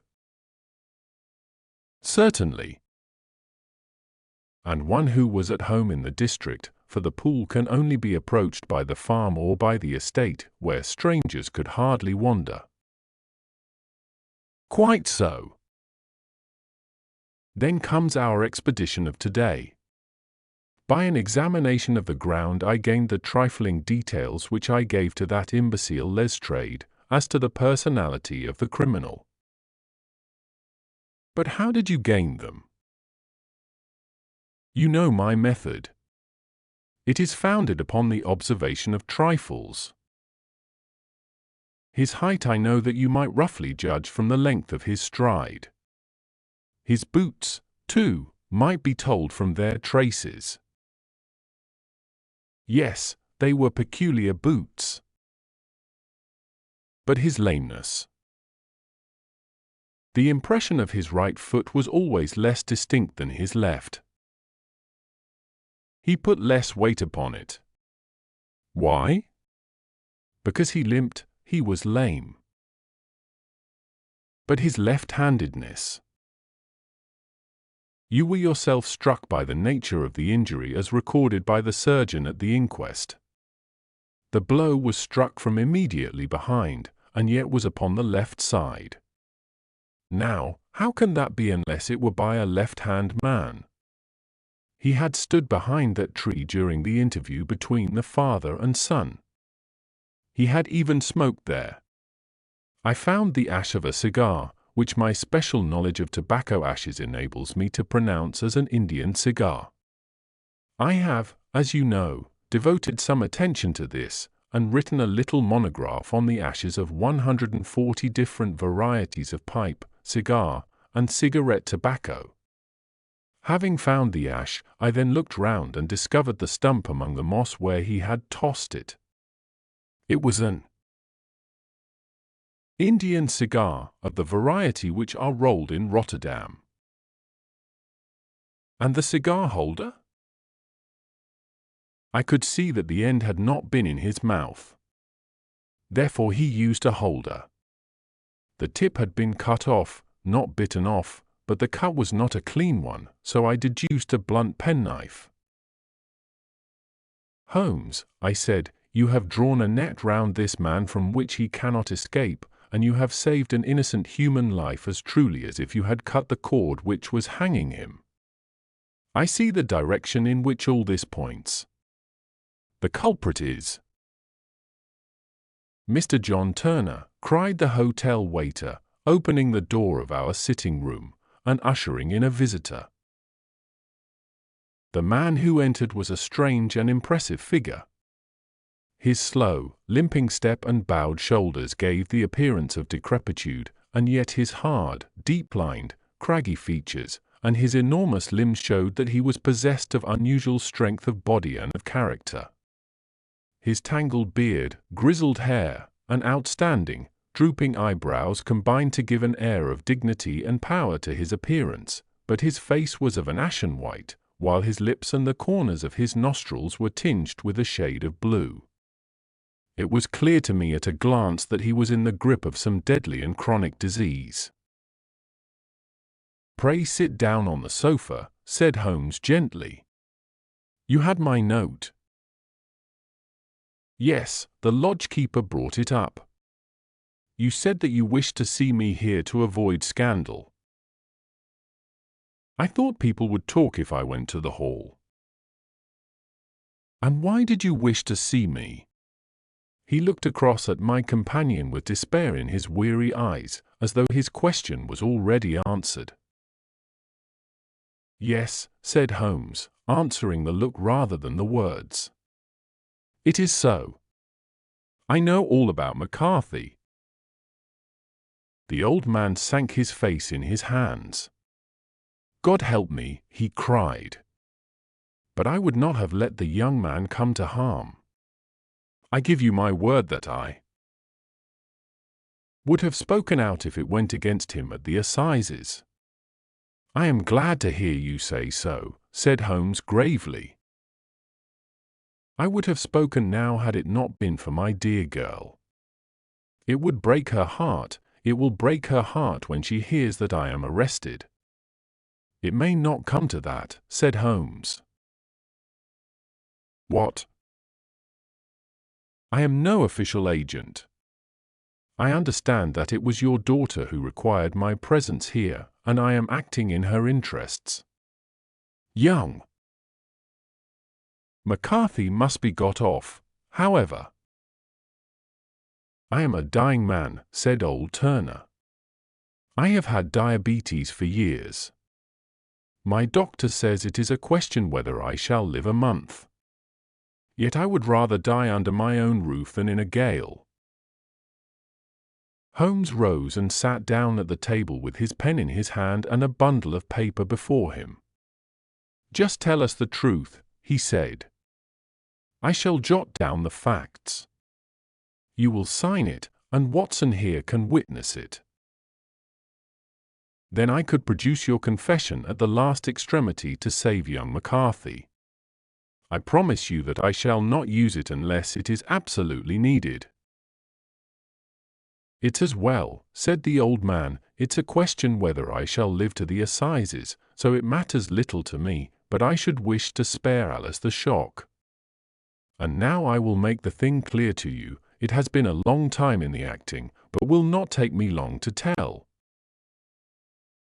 You didn't know this dead man, McCarthy. He was a devil incarnate.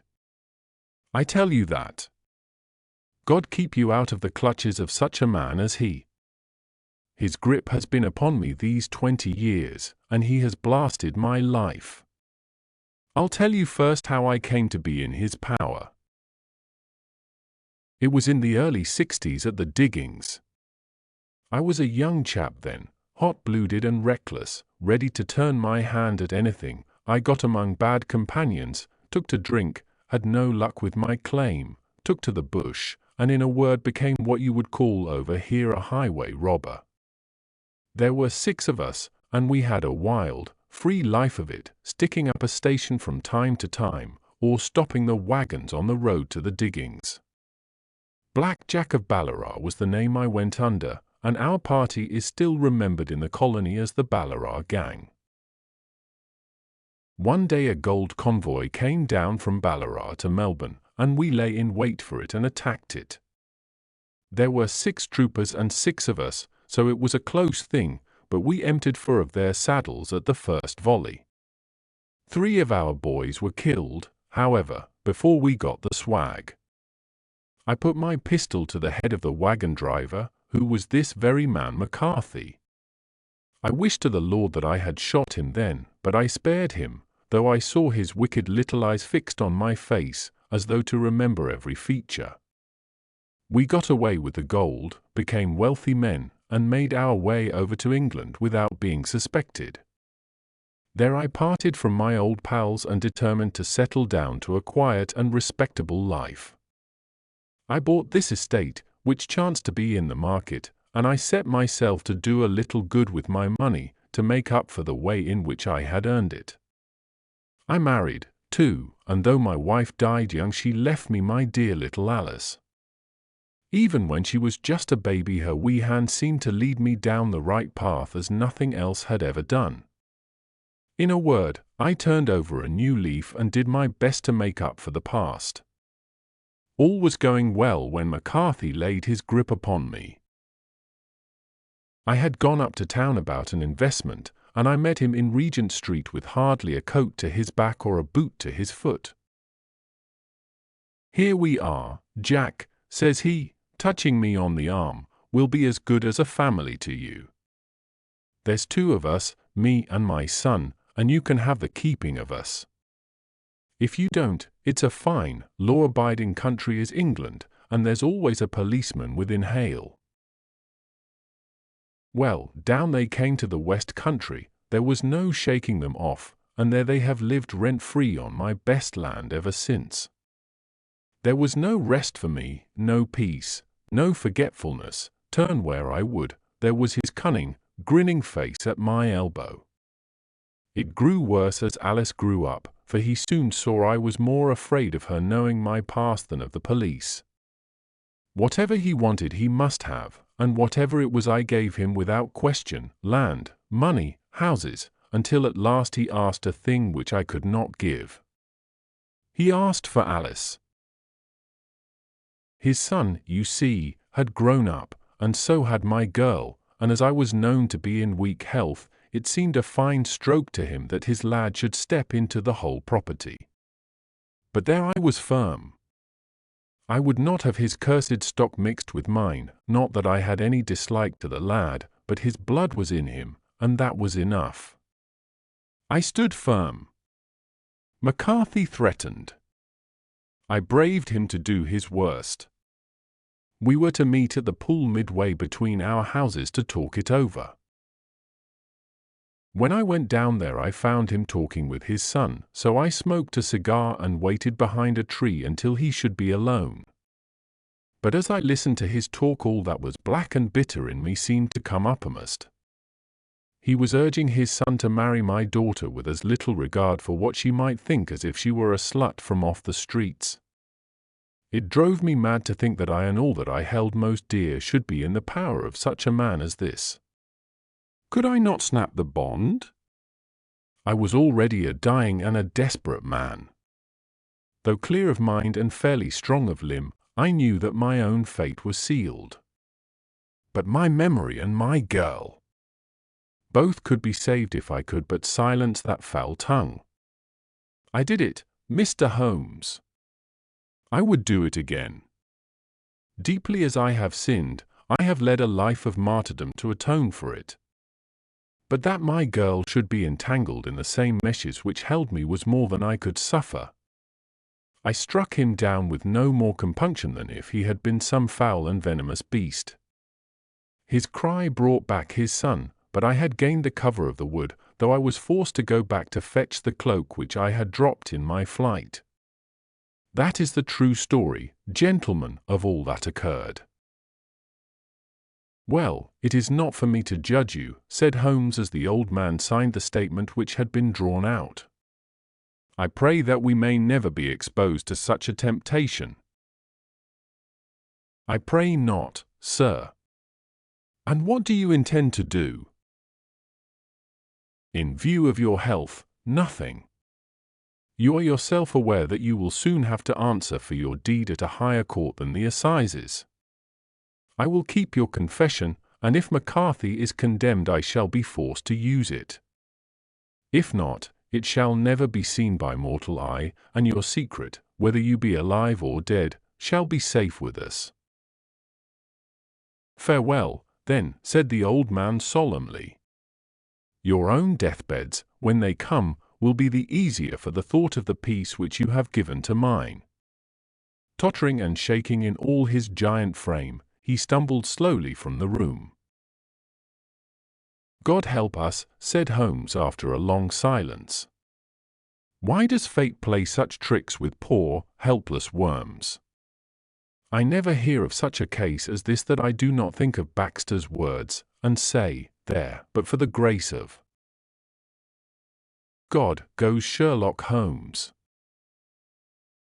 James McCarthy was acquitted at the assizes on the strength of a number of objections which had been drawn out by Holmes and submitted to the defending counsel. Old Turner lived for 7 months after our interview, but he is now dead, and there is every prospect that the son and daughter may come to live happily together in ignorance of the black cloud which rests upon their past. The 5 Orange Pips. When I glance over my notes and records of the Sherlock Holmes cases between the years 82 and 90, I am faced by so many which present strange and interesting features that it is no easy matter to know which to choose and which to leave.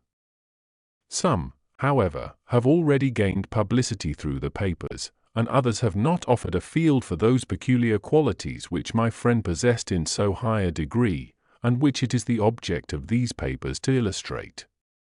Some, too, have baffled his analytical skill, and would be, as narratives, beginnings without an ending, while others have been but partially cleared up, and have their explanations founded rather upon conjecture and surmise than on that absolute logical proof which was so dear to him. There is, however, one of these last which was so remarkable in its details and so startling in its results that I am tempted to give some account of it in spite of the fact that there are points in connection with it which never have been, and probably never will be, entirely cleared up. The year 87 furnished us with a long series of cases of greater or less interest, of which I retain the records. Among my headings under this one 12 months I find an account of the adventure of the Paradol Chamber of the Amateur Mendicant Society, who held a luxurious club in the lower vault of a furniture warehouse, of the facts connected with the loss of the British bark Sophie Anderson, of the singular adventures of the Grice Pattersons in the island of Uffa, and finally of the Camberwell poisoning case. In the latter, as may be remembered, Sherlock Holmes was able, by winding up the dead man's watch, to prove that it had been wound up 2 hours before, and that therefore the deceased had gone to bed within that time, a deduction which was of the greatest importance in clearing up the case. All these I may sketch out at some future date, but none of them present such singular features as the strange train of circumstances which I have now taken up my pen to describe. It was in the latter days of September, and the equinoctial gales had set in with exceptional violence. All day the wind had screamed and the rain had beaten against the windows, so that even here in the heart of great, handmade London, we were forced to raise our minds for the instant from the routine of life and to recognize the presence of those great elemental forces which shriek at mankind through the bars of his civilization, like untamed beasts in a cage. As evening drew in, the storm grew higher and louder, and the wind cried and sobbed like a child in the chimney. Sherlock Holmes sat moodily at one side of the fireplace, cross-indexing his records of crime, while I at the other was deep in one of Clark Russell's fine sea stories until the howl of the gale from without seemed to blend with the text, and the splash of the rain to lengthen out into the long swash of the sea waves. My wife was on a visit to her mother's, and for a few days I was a dweller once more in my old quarters at Baker Street. "Why," said I, glancing up at my companion, "that was surely the bell. Who could come tonight? Some friend of yours, perhaps?" "Except yourself I have none," he answered. "I do not encourage visitors." "A client, then?" "If so, it is a serious case. Nothing less would bring a man out on such a day and at such an hour. But I take it that it is more likely to be some crony of the landlady's." Sherlock Holmes was wrong in his conjecture, however, for there came a step in the passage and a tapping at the door. He stretched out his long arm to turn the lamp away from himself and towards the vacant chair upon which a newcomer must sit. "Come in," said he. The man who entered was young, some 22 at the outside, well-groomed and trimly clad, with something of refinement and delicacy in his bearing. The streaming umbrella which he held in his hand, and his long shining waterproof told of the fierce weather through which he had come. He looked about him anxiously in the glare of the lamp, and I could see that his face was pale and his eyes heavy, like those of a man who is weighed down with some great anxiety. "I owe you an apology," he said, raising his golden pince-nez to his eyes. "I trust that I am not intruding. I fear that I have brought some traces of the storm and rain into your snug chamber." "Give me your coat and umbrella," said Holmes. "They may rest here on the hook and will be dry presently. You have come up from the southwest, I see." "Yes, from Horsham. That clay and chalk mixture which I see upon your toe caps is quite distinctive." "I have come for advice." "That is easily got." "And help." "That is not always so easy." "I have heard of you, Mr. Holmes. I heard from Major Prendergast how you saved him in the Tankerville Club scandal." "Ah, of course. He was wrongfully accused of cheating at cards. He said that you could solve anything." "He said too much." "That you are never beaten." "I have been beaten 4 times, 3 times by men, and once by a woman." "But what is that compared with the number of your successes?" "It is true that I have been generally successful." "Then you may be so with me." "I beg that you will draw your chair up to the fire and favor me with some details as to your case." "It is no ordinary one." "None of those which come to me are. I am the last court of appeal. And yet I question, sir, whether, in all your experience, you have ever listened to a more mysterious and inexplicable chain of events than those which have happened in my own family." "You fill me with interest," said Holmes. "Pray give us the essential facts from the commencement, and I can afterwards question you as to those details which seem to me to be most important." The young man pulled his chair up and pushed his wet feet out towards the blaze. "My name," said he, "is John Openshaw, but my own affairs have, as far as I can understand, little to do with this awful business. It is a hereditary matter, so in order to give you an idea of the facts, I must go back to the commencement of the affair. You must know that my grandfather had 2 sons, my uncle Elias and my father Joseph. My father had a small factory at Coventry, which he enlarged at the time of the invention of bicycling. He was a patentee of the open-shore unbreakable tire, and his business met with such success that he was able to sell it and to retire upon a handsome competence. My uncle Elias emigrated to America when he was a young man and became a planter in Florida, where he was reported to have done very well. At the time of the war he fought in Jackson's army, and afterwards under Hood, where he rose to be a colonel. When Lee laid down his arms, my uncle returned to his plantation, where he remained for 3 or 4 years. About 1869 or 1870 he came back to Europe and took a small estate in Sussex, near Horsham. He had made a very considerable fortune in the States, and his reason for leaving them was his aversion to the Negroes, and his dislike of the Republican policy in extending the franchise to them. He was a singular man, fierce and quick-tempered, very foul-mouthed when he was angry, and of a most retiring disposition. During all the years that he lived at Horsham, I doubt if ever he set foot in the town.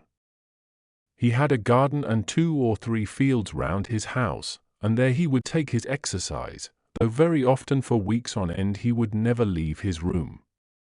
He drank a great deal of brandy and smoked very heavily, but he would see no society and did not want any friends, not even his own brother. He didn't mind me. In fact, he took a fancy to me, for at the time when he saw me first I was a youngster of 12 or so. This would be in the year 1878, after he had been 8 or 9 years in England. He begged my father to let me live with him, and he was very kind to me in his way. When he was sober he used to be fond of playing backgammon and draughts with me, and he would make me his representative both with the servants and with the tradespeople, so that by the time that I was 16 I was quite master of the house. I kept all the keys and could go where I liked and do what I liked, so long as I did not disturb him in his privacy. There was one singular exception, however, for he had a single room, a lumber room up among the attics, which was invariably locked, and which he would never permit either me or anyone else to enter. With a boy's curiosity I have peeped through the keyhole, but I was never able to see more than such a collection of old trunks and bundles as would be expected in such a room. One day, it was in March, 1883, a letter with a foreign stamp lay upon the table in front of the Colonel's plate. It was not a common thing for him to receive letters, for his bills were all paid in ready money, and he had no friends of any sort. "From India," said he as he took it up, "Pondicherry postmark. What can this be?" Opening it hurriedly, out there jumped 5 little dried orange pips, which pattered down upon his plate. I began to laugh at this, but the laugh was struck from my lips at the sight of his face. His lip had fallen, his eyes were protruding, his skin the color of putty, and he glared at the envelope which he still held in his trembling hand. "KKK," he shrieked, and then, my God, my sins have overtaken me." "What is it, uncle?" I cried. "Death," said he, and rising from the table he retired to his room, leaving me palpitating with horror. I took up the envelope and saw scrawled in red ink upon the inner flap, just above the gum, the letter K 3 times repeated. There was nothing else save the 5 dried pips. What could be the reason of his overpowering terror? I left the breakfast table, and as I ascended the stair I met him coming down with an old rusty key, which must have belonged to the attic, in one hand, and a small brass box, like a cash box, in the other. "They may do what they like, but I'll checkmate them still," said he with an oath. Tell Mary that I shall want a fire in my room today, and send down to Fordham, the Horsham lawyer." I did as he ordered, and when the lawyer arrived I was asked to step up to the room. The fire was burning brightly, and in the grate there was a mass of black, fluffy ashes, as of burned paper, while the brass box stood open and empty beside it. As I glanced at the box I noticed, with a start, that upon the lid was printed the treble K which I had read in the morning upon the envelope. "I wish you, John," said my uncle, "to witness my will. I leave my estate, with all its advantages and all its disadvantages, to my brother, your father, whence it will, no doubt, descend to you. If you can enjoy it in peace, well and good. If you find you cannot, take my advice, my boy, and leave it to your deadliest enemy. I am sorry to give you such a two-edged thing, but I can't say what turn things are going to take. Kindly sign the paper where Mr. Fordham shows you." I signed the paper as directed, and the lawyer took it away with him. The singular incident made, as you may think, the deepest impression upon me, and I pondered over it and turned it every way in my mind without being able to make anything of it. Yet I could not shake off the vague feeling of dread which it left behind, though the sensation grew less keen as the weeks passed and nothing happened to disturb the usual routine of our lives. I could see a change in my uncle, however. He drank more than ever, and he was less inclined for any sort of society. Most of his time he would spend in his room, with the door locked upon the inside, but sometimes he would emerge in a sort of drunken frenzy and would burst out of the house and tear about the garden with a revolver in his hand, screaming out that he was afraid of no man, and that he was not to be cooped up, like a sheep in a pen, by man or devil. When these hot fits were over, however, he would rush tumultuously in at the door and lock and bar it behind him, like a man who can brazen it out no longer against the terror which lies at the roots of his soul. At such times I have seen his face, even on a cold day, glisten with moisture, as though it were new raised from a basin. Well, to come to an end of the matter, Mr. Holmes, and not to abuse your patience, there came a night when he made one of those drunken sallies from which he never came back. We found him, when we went to search for him, face downward in a little green scummed pool, which lay at the foot of the garden. There was no sign of any violence, and the water was but 2 feet deep, so that the jury, having regard to his known eccentricity, brought in a verdict of suicide. But I, who knew how he winced from the very thought of death, had much ado to persuade myself that he had gone out of his way to meet it. The matter passed, however, and my father entered into possession of the estate, and of some £14,000, which lay to his credit at the bank. "One moment," Holmes interposed. "Your statement is, I foresee, one of the most remarkable to which I have ever listened. Let me have the date of the reception by your uncle of the letter, and the date of his supposed suicide." The letter arrived on March 10, 1883. His death was 7 weeks later, upon the night of May 2nd. Thank you. Pray proceed. When my father took over the Horsham property, he, at my request, made a careful examination of the attic, which had been always locked up. We found the brass box there, although its contents had been destroyed. On the inside of the cover was a paper label, with the initials of KKK repeated upon it, and letters, memoranda, receipts, and a register written beneath. These, we presume, indicated the nature of the papers which had been destroyed by Colonel Openshaw. For the rest, there was nothing of much importance in the attic save a great many scattered papers and notebooks bearing upon my uncle's life in America. Some of them were of the war time and showed that he had done his duty well and had borne the repute of a brave soldier. Others were of a date during the reconstruction of the Southern States, and were mostly concerned with politics, for he had evidently taken a strong part in opposing the carpetbag politicians who had been sent down from the north. Well, it was the beginning of '84 when my father came to live at Horsham, and all went as well as possible with us until the January of '85. On the 4th day after the New Year, I heard my father give a sharp cry of surprise as we sat together at the breakfast table. There he was, sitting with a newly opened envelope in one hand and 5 dried orange pips in the outstretched palm of the other one. He had always laughed at what he called my cock and bull story about the Colonel, but he looked very scared and puzzled now that the same thing had come upon himself. "Why, what on earth does this mean, John?" he stammered. My heart had turned to lead. "It is KKK," said I. He looked inside the envelope. "So it is," he cried. "Here are the very letters. But what is this written above them?" "Put the papers on the sundial," I read, peeping over his shoulder. "What papers? What sundial?" he asked. "The sundial in the garden." "There is no other," said I, "but the papers must be those that are destroyed." "Pooh," said he, gripping hard at his courage. "We are in a civilized land here, and we can't have tomfoolery of this kind. Where does the thing come from?"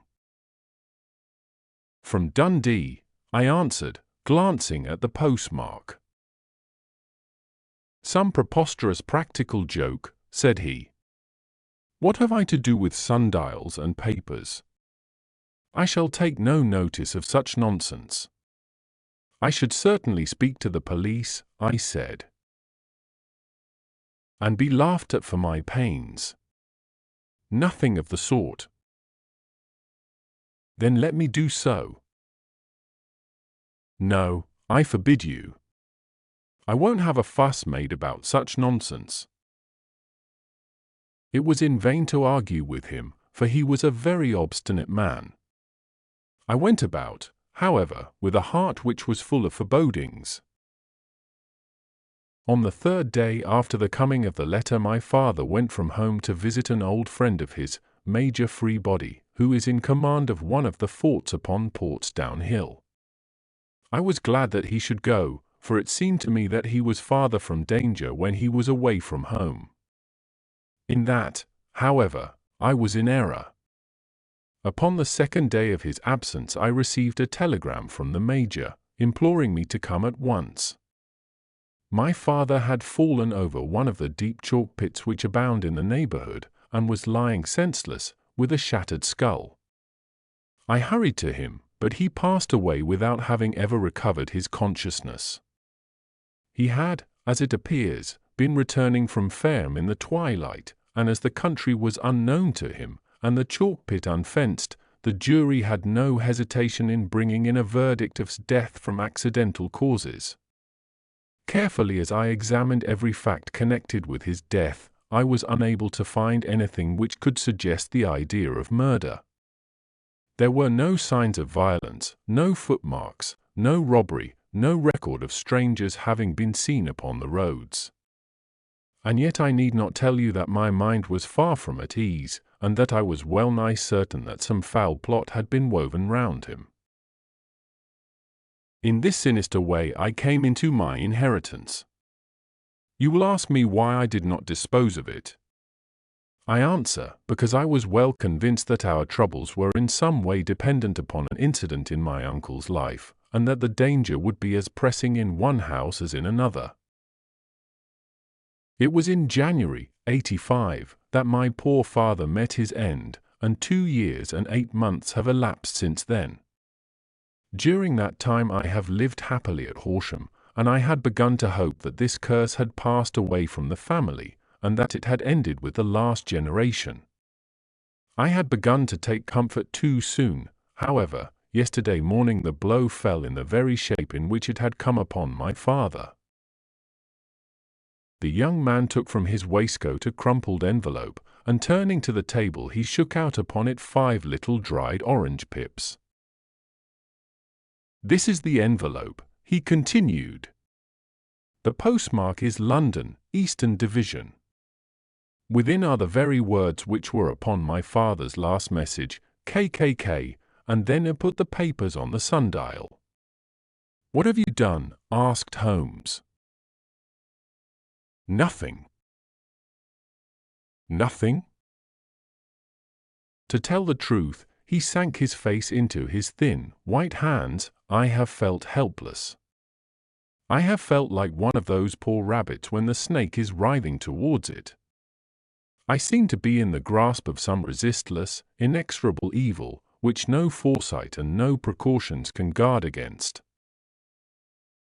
"Tut! Tut!" cried Sherlock Holmes.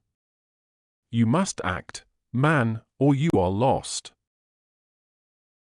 Nothing but energy can save you. This is no time for despair. I have seen the police." "Ah." "But they listen to my story with a smile. I am convinced that the inspector has formed the opinion that the letters are all practical jokes, and that the deaths of my relations were really accidents, as the jury stated, and were not to be connected with the warnings." Holmes shook his clenched hands in the air. "Incredible imbecility," he cried. "They have, however, allowed me a policeman, who may remain in the house with me."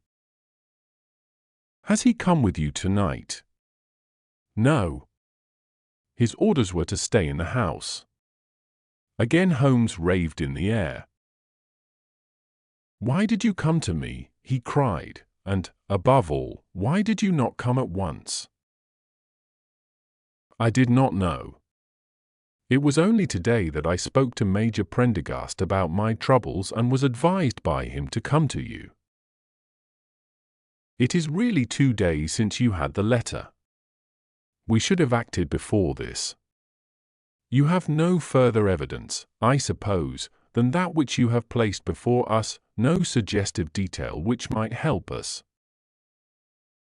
"There is one thing," said John Openshaw. He rummaged in his coat pocket and, drawing out a piece of discolored, blue-tinted paper, he laid it out upon the table. "I have some remembrance," said he, "that on the day when my uncle burned the papers I observed that the small, unburned margins which lay amid the ashes were of this particular color. I found this single sheet upon the floor of his room, and I am inclined to think that it may be one of the papers which has, perhaps, fluttered out from among the others, and in that way has escaped destruction. Beyond the mention of pips, I do not see that it helps us much.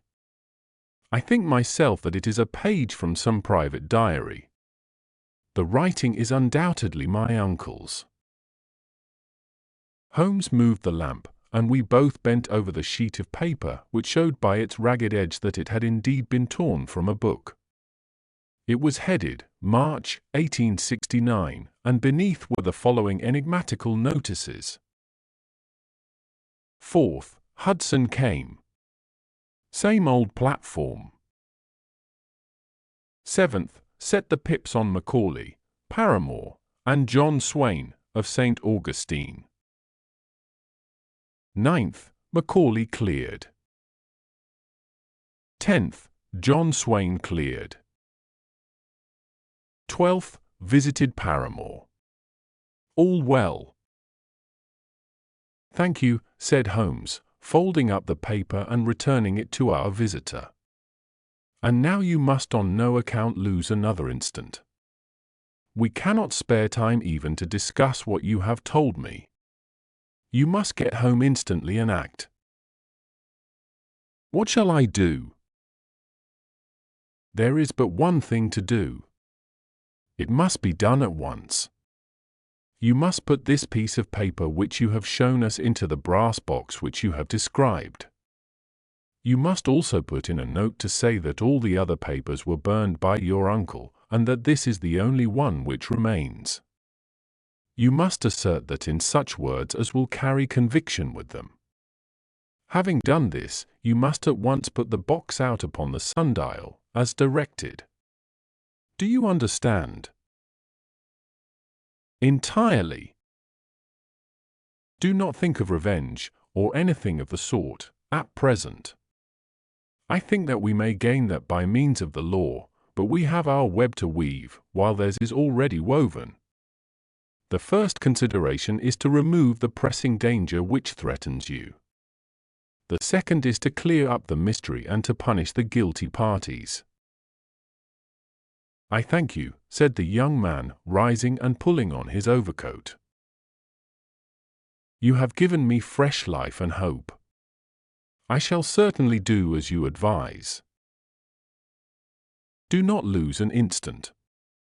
And, above all, take care of yourself in the meanwhile, for I do not think that there can be a doubt that you are threatened by a very real and imminent danger.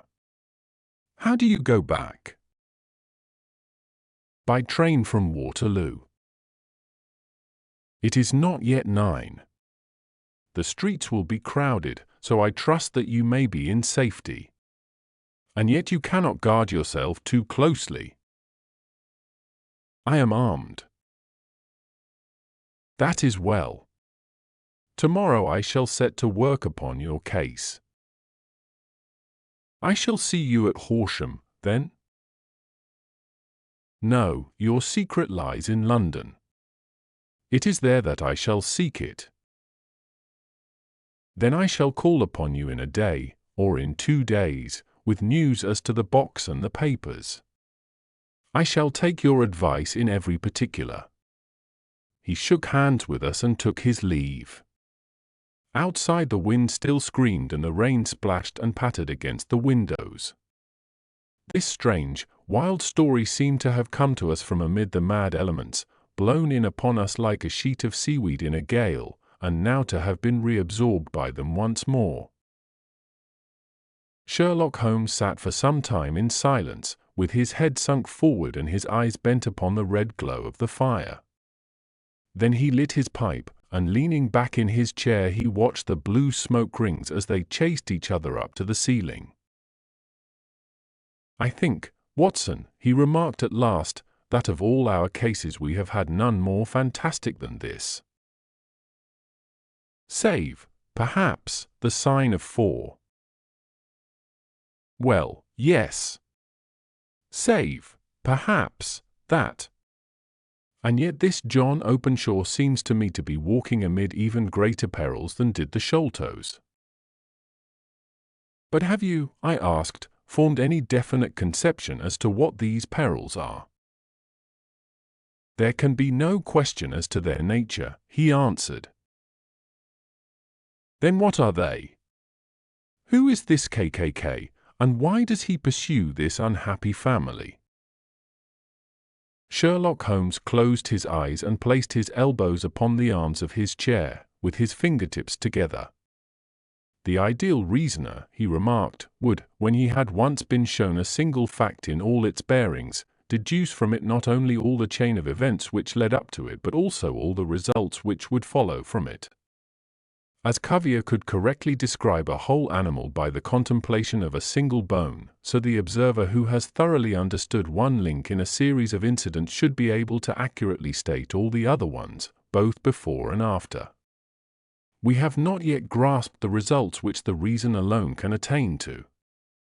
Problems may be solved in the study which have baffled all those who have sought a solution by the aid of their senses. To carry the art, however, to its highest pitch, it is necessary that the reasoner should be able to utilize all the facts which have come to his knowledge, and this in itself implies, as you will readily see, a possession of all knowledge, which, even in these days of free education and encyclopedias, is a somewhat rare accomplishment.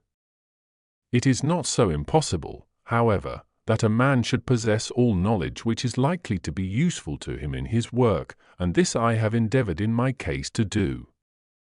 If I remember rightly, you on one occasion, in the early days of our friendship, defined my limits in a very precise fashion.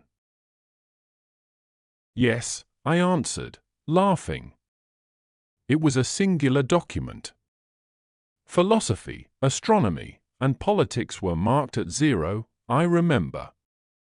Botany variable, geology profound as regards the mudstains from any region within 50 miles of town, chemistry eccentric, anatomy unsystematic, sensational literature and crime records unique, violin player, boxer, swordsman, lawyer, and self-poisoner by cocaine and tobacco. Those, I think, were the main points of my analysis. Holmes grinned at the last item. Well, he said, I say now, as I said then, that a man should keep his little brain attic stocked with all the furniture that he is likely to use, and the rest he can put away in the lumber room of his library, where he can get it if he wants it. Now, for such a case as the one which has been submitted to us tonight, we need certainly to muster all our resources. Kindly hand me down the letter K of the American Encyclopedia which stands upon the shelf beside you. Thank you. Now let us consider the situation and see what may be deduced from it. In the first place, we may start with a strong presumption that Colonel Openshaw had some very strong reason for leaving America.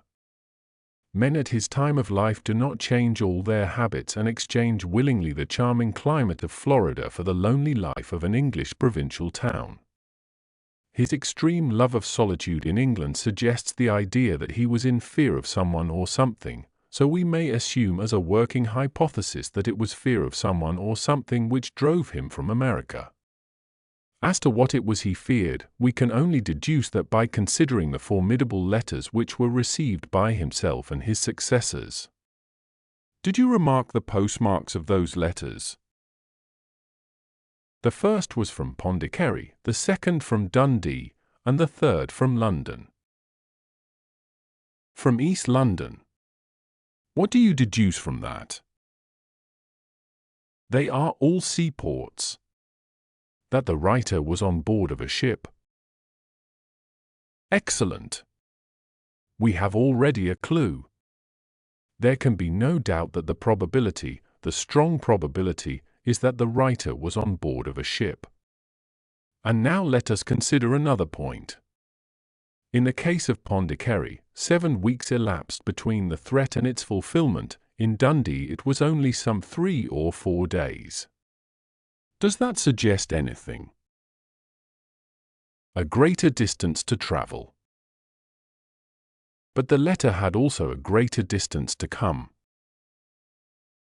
Then I do not see the point. There is at least a presumption that the vessel in which the man or men are is a sailing ship.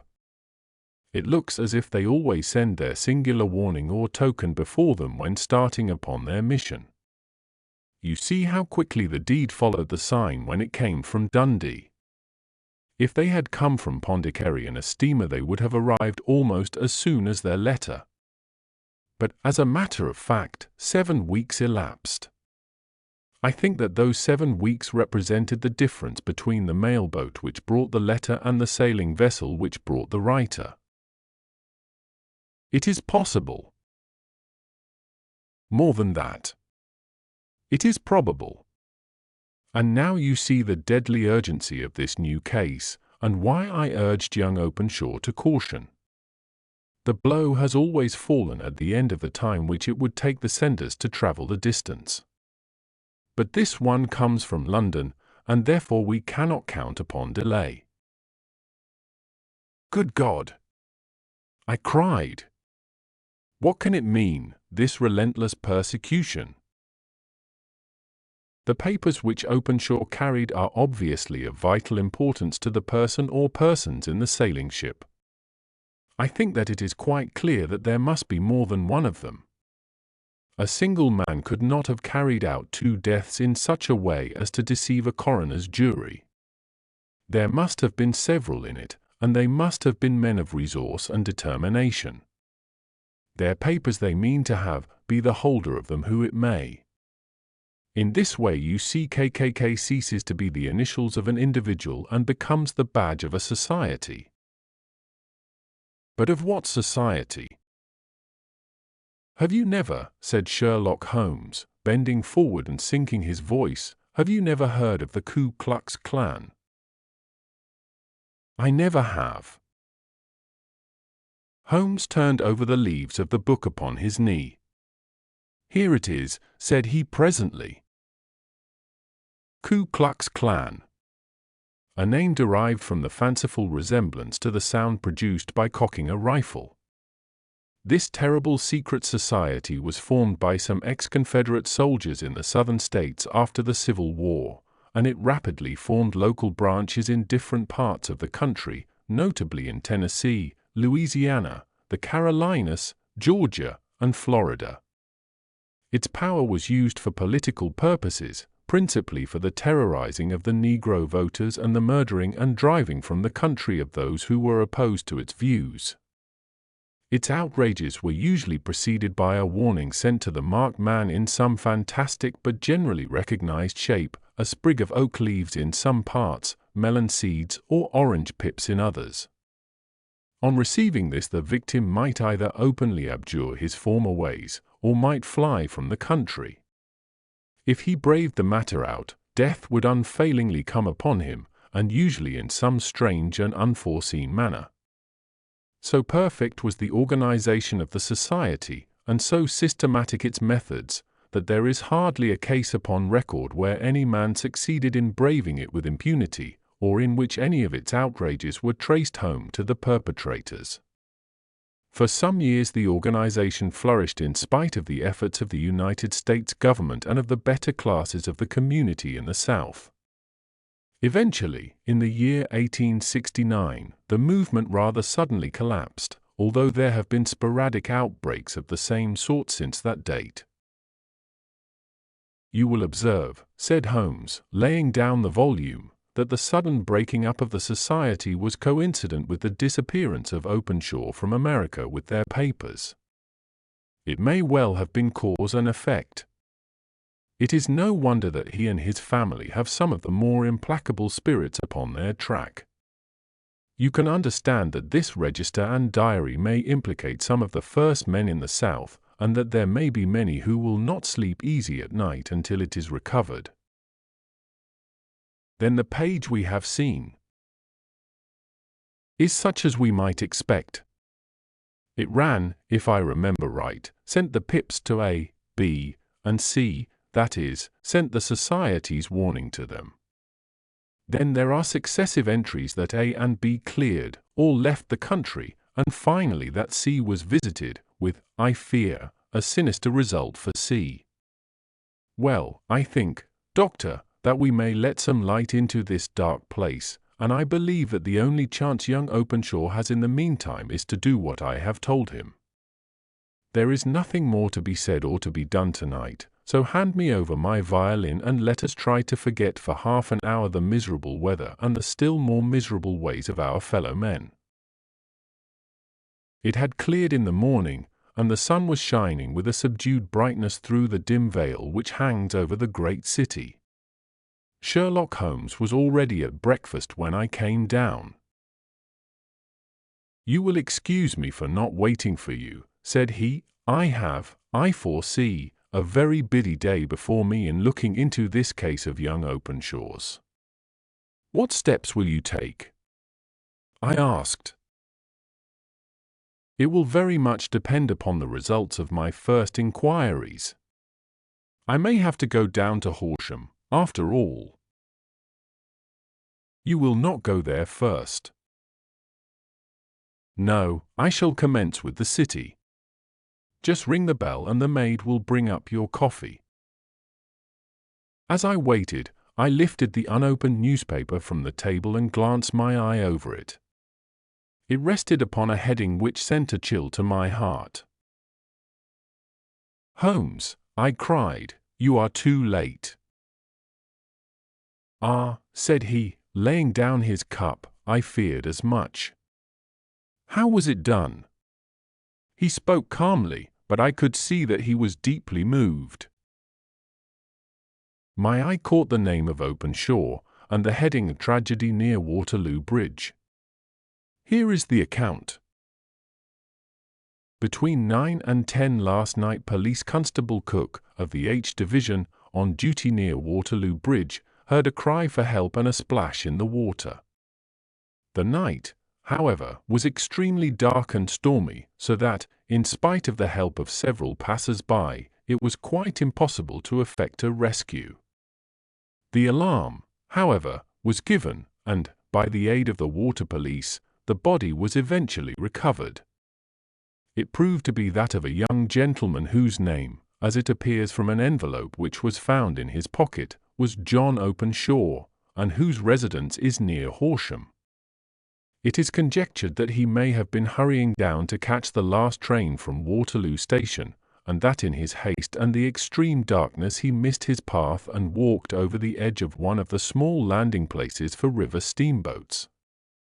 The body exhibited no traces of violence, and there can be no doubt that the deceased had been the victim of an unfortunate accident, which should have the effect of calling the attention of the authorities to the condition of the riverside landing stages. We sat in silence for some minutes, Holmes more depressed and shaken than I had ever seen him. "That hurts my pride, Watson," he said at last. "It is a petty feeling, no doubt, but it hurts my pride. It becomes a personal matter with me now, and, if God sends me health, I shall set my hand upon this gang. That he should come to me for help, and that I should send him away to his death." He sprang from his chair and paced about the room in uncontrollable agitation, with a flush upon his sallow cheeks and a nervous clasping and unclasping of his long thin hands. "They must be cunning devils," he exclaimed at last. "How could they have decoyed him down there? The embankment is not on the direct line to the station. The bridge, no doubt, was too crowded, even on such a night, for their purpose. Well, Watson, we shall see who will win in the long run. I am going out now." "To the police?" "No, I shall be my own police. When I have spun the web they may take the flies, but not before." All day I was engaged in my professional work, and it was late in the evening before I returned to Baker Street. Sherlock Holmes had not come back yet. It was nearly 10 o'clock before he entered, looking pale and worn. He walked up to the sideboard, and tearing a piece from the loaf he devoured it voraciously, washing it down with a long draught of water. "You are hungry," I remarked. "Starving." It had escaped my memory. "I have had nothing since breakfast." "Nothing?" "Not a bite. I had no time to think of it." "And how have you succeeded?" "Well, you have a clue." "I have them in the hollow of my hand. Young Openshaw shall not long remain unavenged. Why, Watson, let us put their own devilish trademark upon them. It is well thought of." "What do you mean?" He took an orange from the cupboard, and tearing it to pieces he squeezed out the pips upon the table. Of these he took 5 and thrust them into an envelope. On the inside of the flap he wrote Vest H for J.O. Then he sealed it and addressed it to Captain James Calhoun, Bark Lone Star, Savannah, Georgia. "That will await him when he enters port," said he, chuckling. "It may give him a sleepless night. He will find it as sure a precursor of his fate as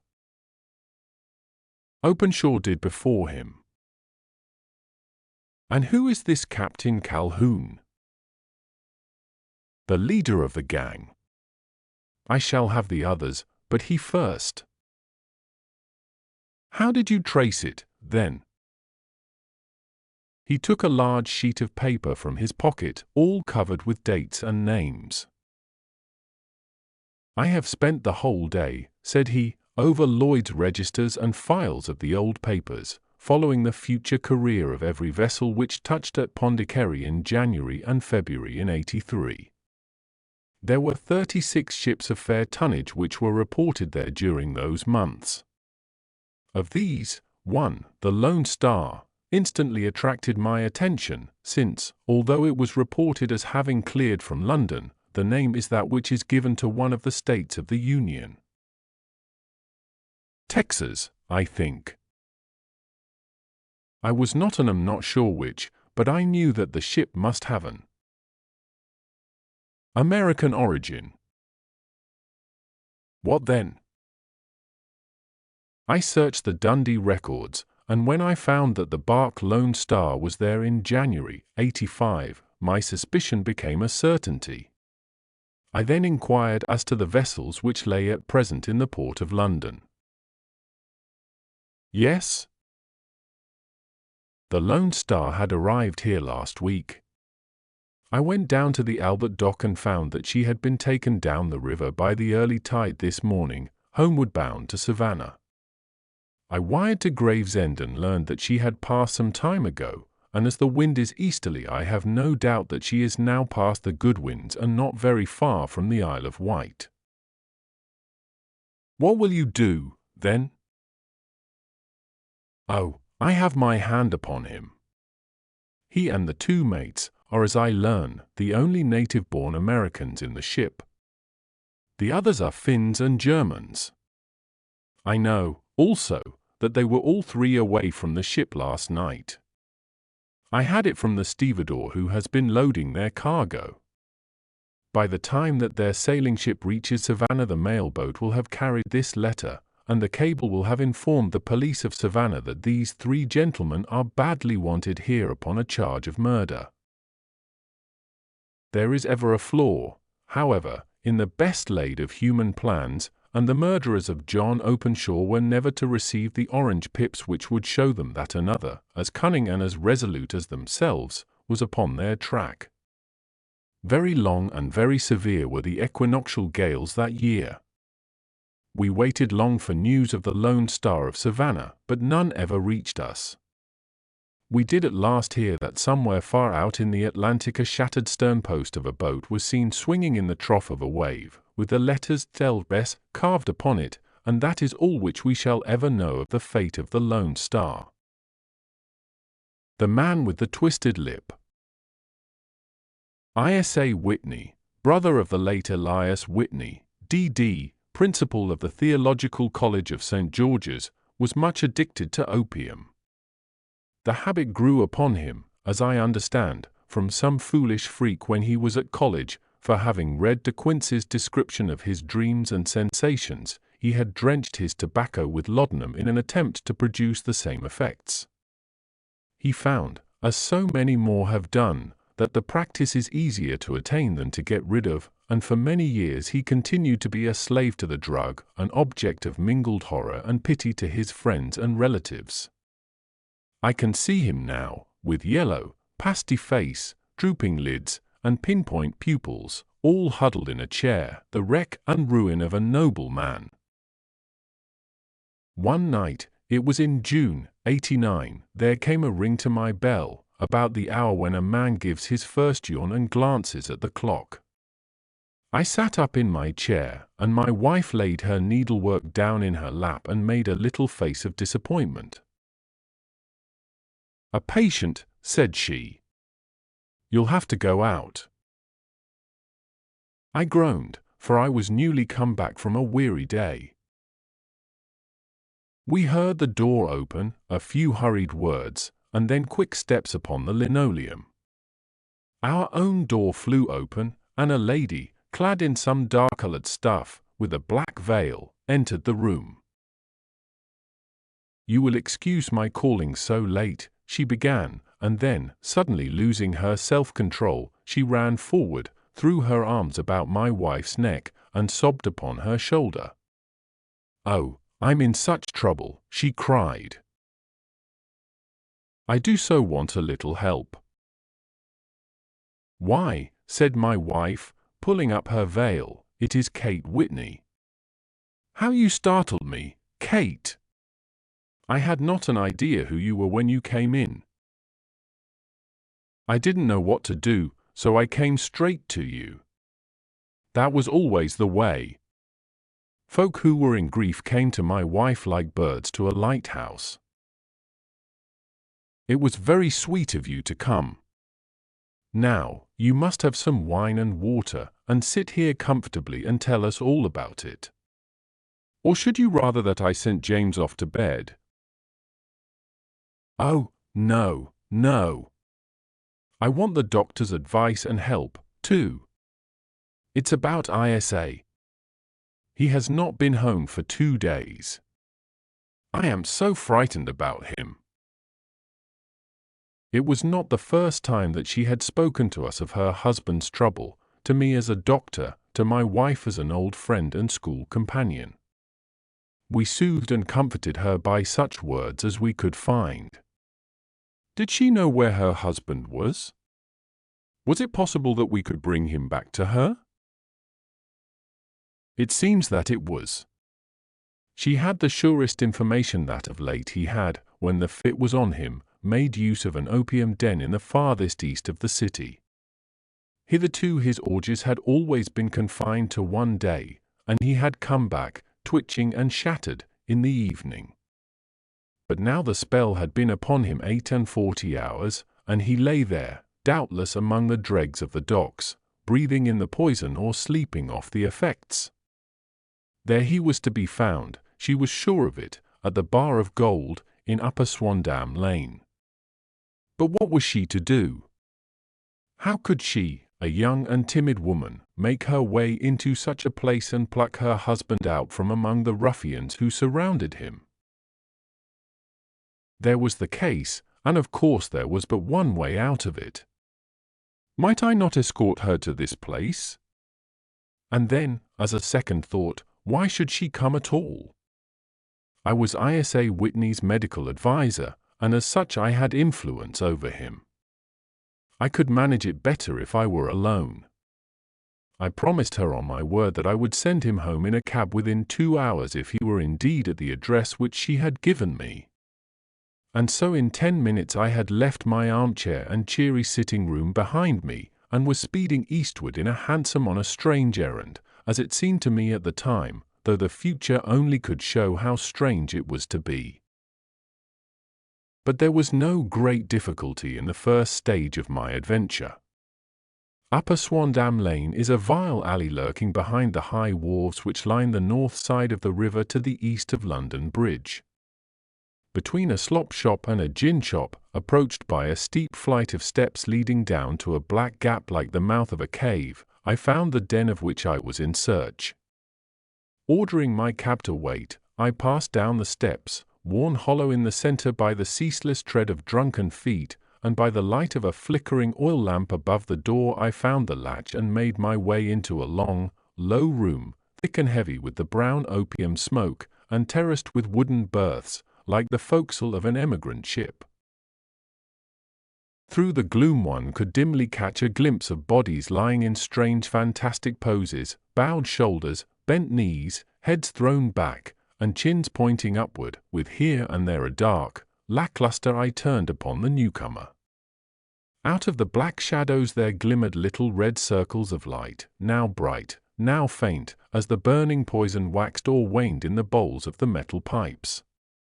The most lay silent, but some muttered to themselves, and others talked together in a strange, low, monotonous voice, their conversation coming in gushes, and then suddenly tailing off into silence, each mumbling out his own thoughts and paying little heed to the words of his neighbor.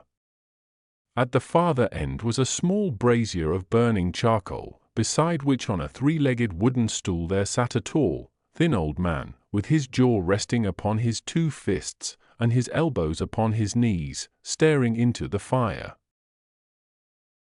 As I entered, a sallow Malay attendant had hurried up with a pipe for me and a supply of the drug, beckoning me to an empty berth.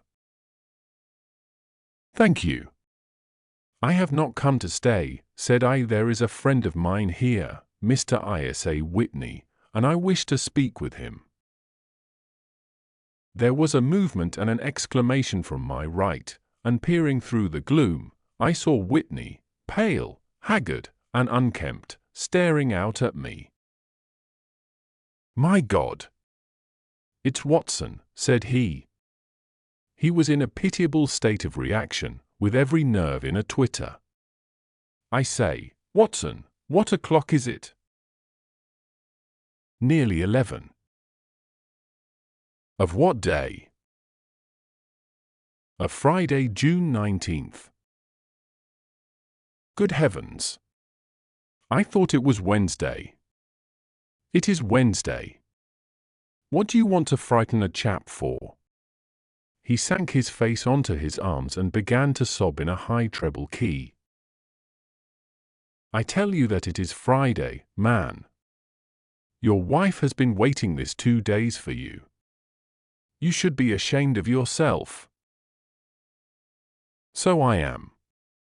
But you've got mixed, Watson, for I have only been here a few hours, 3 pipes, 4 pipes, I forget how many.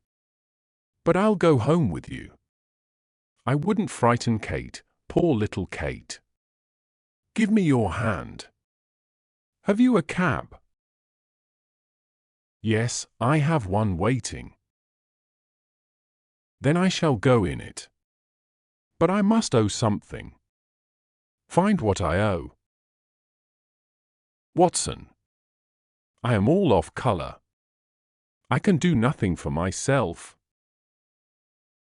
I walked down the narrow passage between the double row of sleepers, holding my breath to keep out the vile, stupefying fumes of the drug, and looking about for the manager. As I passed the tall man who sat by the brazier, I felt a sudden pluck at my skirt, and a low voice whispered, "Walk past me, and then look back at me." The words fell quite distinctly upon my ear. I glanced down. They could only have come from the old man at my side, and yet he sat now as absorbed as ever, very thin, very wrinkled, bent with age, an opium pipe dangling down from between his knees, as though it had dropped in sheer lassitude from his fingers. I took 2 steps forward and looked back. It took all my self-control to prevent me from breaking out into a cry of astonishment. He had turned his back so that none could see him but I. His form had filled out, his wrinkles were gone, the dull eyes had regained their fire, and there, sitting by the fire and grinning at my surprise, was none other than Sherlock Holmes. He made a slight motion to me to approach him, and instantly, as he turned his face half round to the company once more, subsided into a doddering, loose-lipped senility. "Holmes," I whispered, "what on earth are you doing in this den?" "As low as you can," he answered, "I have excellent ears. If you would have the great kindness to get rid of that sottish friend of yours, I should be exceedingly glad to have a little talk with you. I have a cab outside." "Then pray send him home in it. You may safely trust him, for he appears to be too limp to get into any mischief. I should recommend you also to send a note by the cabman to your wife to say that you have thrown in your lot with me. If you will wait outside, I shall be with you in 5 minutes." It was difficult to refuse any of Sherlock Holmes' requests, for they were always so exceedingly definite, and put forward with such a quiet air of mastery. I felt, however, that when Whitney was once confined in the cab my mission was practically accomplished, and for the rest, I could not wish anything better than to be associated with my friend in one of those singular adventures which were the normal condition of his existence. In a few minutes I had written my note, paid Whitney's bill, led him out to the cab, and seen him driven through the darkness. In a very short time a decrepit figure had emerged from the opium den, and I was walking down the street with Sherlock Holmes. For 2 streets he shuffled along with a bent back and an uncertain foot. Then, glancing quickly round, he straightened himself out and burst into a hearty fit of laughter. "I suppose, Watson," said he, "that you imagine that I have added opium smoking to cocaine injections, and all the other little weaknesses on which You have favored me with your medical views. I was certainly surprised to find you there. But not more so than I to find you. I came to find a friend. And I to find an enemy. An enemy? Yes, one of my natural enemies, or, shall I say, my natural prey. Briefly, Watson, I am in the midst of a very remarkable inquiry, and I have hoped to find a clue in the incoherent ramblings of these sots, as I have done before now. Had I been recognized in that den, my life would not have been worth an hour's purchase, for I have used it before now for my own purposes, and the rascally Lascar who runs it has sworn to have vengeance upon me. There is a trap-door at the back of that building, near the corner of Paul's Wharf, which could tell some strange tales of what has passed through it upon the moonless nights. What? You do not mean bodies? Bodies, Watson. We should be rich men if we had £1,000 for every poor devil who has been done to death in that den.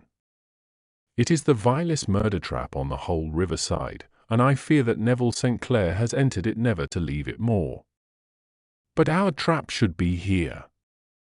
He put his 2 forefingers between his teeth and whistled shrilly, a signal which was answered by a similar whistle from the distance, followed shortly by the rattle of wheels and the clink of horses' hoofs.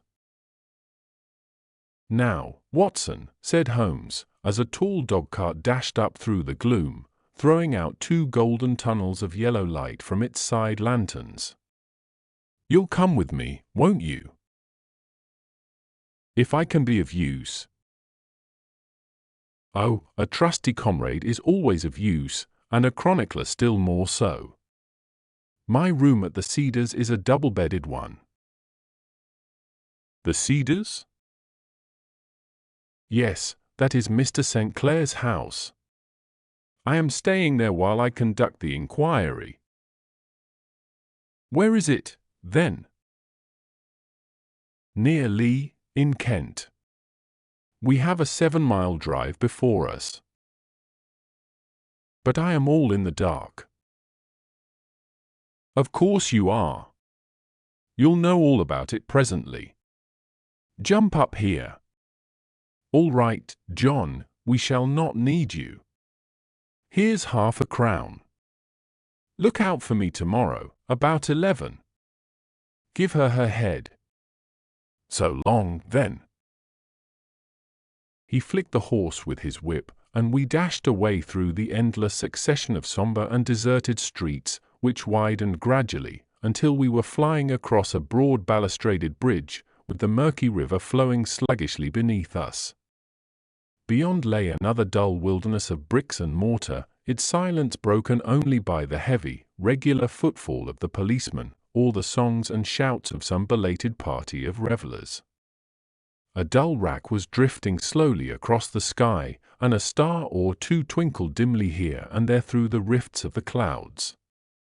Holmes drove in silence, with his head sunk upon his breast, and the air of a man who is lost in thought, while I sat beside him, curious to learn what this new quest might be which seemed to tax his powers so sorely, and yet afraid to break in upon the current of his thoughts. We had driven several miles, and were beginning to get to the fringe of the belt of suburban villas, when he shook himself, shrugged his shoulders, and lit up his pipe with the air of a man who has satisfied himself that he is acting for the best. You have a grand gift of silence, Watson, said he. It makes you quite invaluable as a companion. 'Pon my word, it is a great thing for me to have someone to talk to, for my own thoughts are not over-pleasant. I was wondering what I should say to this dear little woman tonight when she meets me at the door. You forget that I know nothing about it. I shall just have time to tell you the facts of the case before we get to Lee. It seems absurdly simple, and yet, somehow I can get nothing to go upon. There's plenty of thread, no doubt, but I can't get the end of it into my hand. Now, I'll state the case clearly and concisely to you, Watson, and maybe you can see a spark where all is dark to me. Proceed, then. Some years ago, to be definite, in May 1884, there came to Lee a gentleman, Neville St. Clair by name, who appeared to have plenty of money. He took a large villa, laid out the grounds very nicely, and lived generally in good style. By degrees he made friends in the neighborhood, and in 1887 he married the daughter of a local brewer, by whom he now has 2 children. He had no occupation, but was interested in several companies and went into town as a rule in the morning, returning by the 5:14 from Cannon Street every night. Mr. St. Clair is now 37 years of age, is a man of temperate habits, a good husband, a very affectionate father, and a man who is popular with all who know him. I may add that his whole debts at the present moment, as far as we have been able to ascertain, amount to £88 while he has £220 standing to his credit in the Capital and Counties Bank. There is no reason, therefore, to think that money troubles have been weighing upon his mind. Last Monday Mr. Neville St. Clair went into town rather earlier than usual, remarking before he started that he had 2 important commissions to perform, and that he would bring his little boy home a box of bricks. Now, by the merest chance, his wife received a telegram upon this same Monday, very shortly after his departure, to the effect that a small parcel of considerable value which she had been expecting was waiting for her at the offices of the Aberdeen Shipping Company. Now, if you are well up in your London, you will know that the office of the company is in Fresno Street, which branches out of Upper Swandam Lane, where you found me tonight. Mrs. St. Clair had her lunch, started for the city, did some shopping, proceeded to the company's office, got her packet, and found herself at exactly 4:35 walking through Swandam Lane on her way back to the station. Have you followed me so far? It is very clear. If you remember, Monday was an exceedingly hot day, and Mrs. St. Clair walked slowly, glancing about in the hope of seeing a cab, as she did not like the neighborhood in which she found herself. While she was walking in this way down Swandam Lane, she suddenly heard an ejaculation or cry, and was struck cold to see her husband looking down at her and, as it seemed to her, beckoning to her from a second-floor window. The window was open, and she distinctly saw his face, which she describes as being terribly agitated. He waved his hands frantically to her, and then vanished from the window so suddenly that it seemed to her that he had been plucked back by some irresistible force from behind. One singular point which struck her quick feminine eye was that although he wore some dark coat, such as he had started to town in, he had on neither collar nor necktie. Convinced that something was amiss with him, she rushed down the steps, for the house was none other than the opium den in which you found me tonight, and running through the front room she attempted to ascend the stairs which led to the first floor. At the foot of the stairs, however, she met this Lascar scoundrel of whom I have spoken, who thrust her back and, aided by a Dane, who acts as assistant there, pushed her out into the street. Filled with the most maddening doubts and fears, she rushed down the lane and, by rare good fortune, met in Fresno Street a number of constables with an inspector, all on their way to their beat. The inspector and 2 men accompanied her back, and in spite of the continued resistance of the proprietor, they made their way to the room in which Mr. St. Clair had last been seen. There was no sign of him there. In fact, in the whole of that floor there was no one to be found save a crippled wretch of hideous aspect, who, it seems, made his home there. Both he and the Lascar stoutly swore that no one else had been in the front room during the afternoon. So determined was their denial that the inspector was staggered, and had almost come to believe that Mrs. St. Clair had been deluded when, with a cry, she sprang at a small deal box which lay upon the table and tore the lid from it. Out there fell a cascade of children's bricks. It was the toy which he had promised to bring home. This discovery, and the evident confusion which the cripple showed, made the inspector realize that the matter was serious. The rooms were carefully examined, and results all pointed to an abominable crime. The front room was plainly furnished as a sitting room and led into a small bedroom, which looked out upon the back of one of the wharves. Between the wharf and the bedroom window is a narrow strip, which is dry at low tide but is covered at high tide with at least 4.5 feet of water. The bedroom window was a broad one and opened from below. On examination, traces of blood were to be seen upon the window sill, and several scattered drops were visible upon the wooden floor of the bedroom. Thrust away behind a curtain in the front room were all the clothes of Mr. Neville St. Clair, with the exception of his coat. His boots, his socks, his hat, and his watch, all were there. There were no signs of violence upon any of these garments, and there were no other traces of Mr. Neville St. Clair. Out of the window he must apparently have gone, for no other exit could be discovered, and the ominous bloodstains upon the sill gave little promise that he could save himself by swimming, for the tide was at its very highest at the moment of the tragedy. And now as to the villains who seemed to be immediately implicated in the matter. The Lascar was known to be a man of the vilest antecedents, but as, by Mrs. St. Clair's story, he was known to have been at the foot of the stair within a very few seconds of her husband's appearance at the window, he could hardly have been more than an accessory to the crime. His defense was one of absolute ignorance, and he protested that he had no knowledge as to the doings of Hugh Boone, his lodger, and that he could not account in any way for the presence of the missing gentleman's clothes. So much for the Lascar manager. Now for the sinister cripple who lives upon the second floor of the opium den, and who was certainly the last human being whose eyes rested upon Neville St. Clair.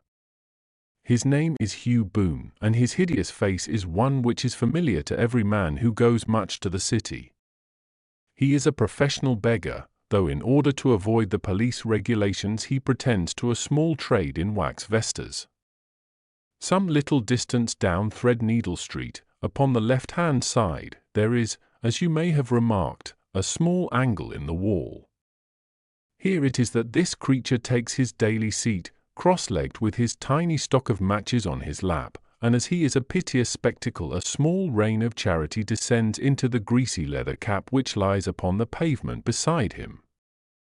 I have watched the fellow more than once before ever I thought of making his professional acquaintance, and I have been surprised at the harvest which he has reaped in a short time. His appearance, you see, is so remarkable that no one can pass him without observing him.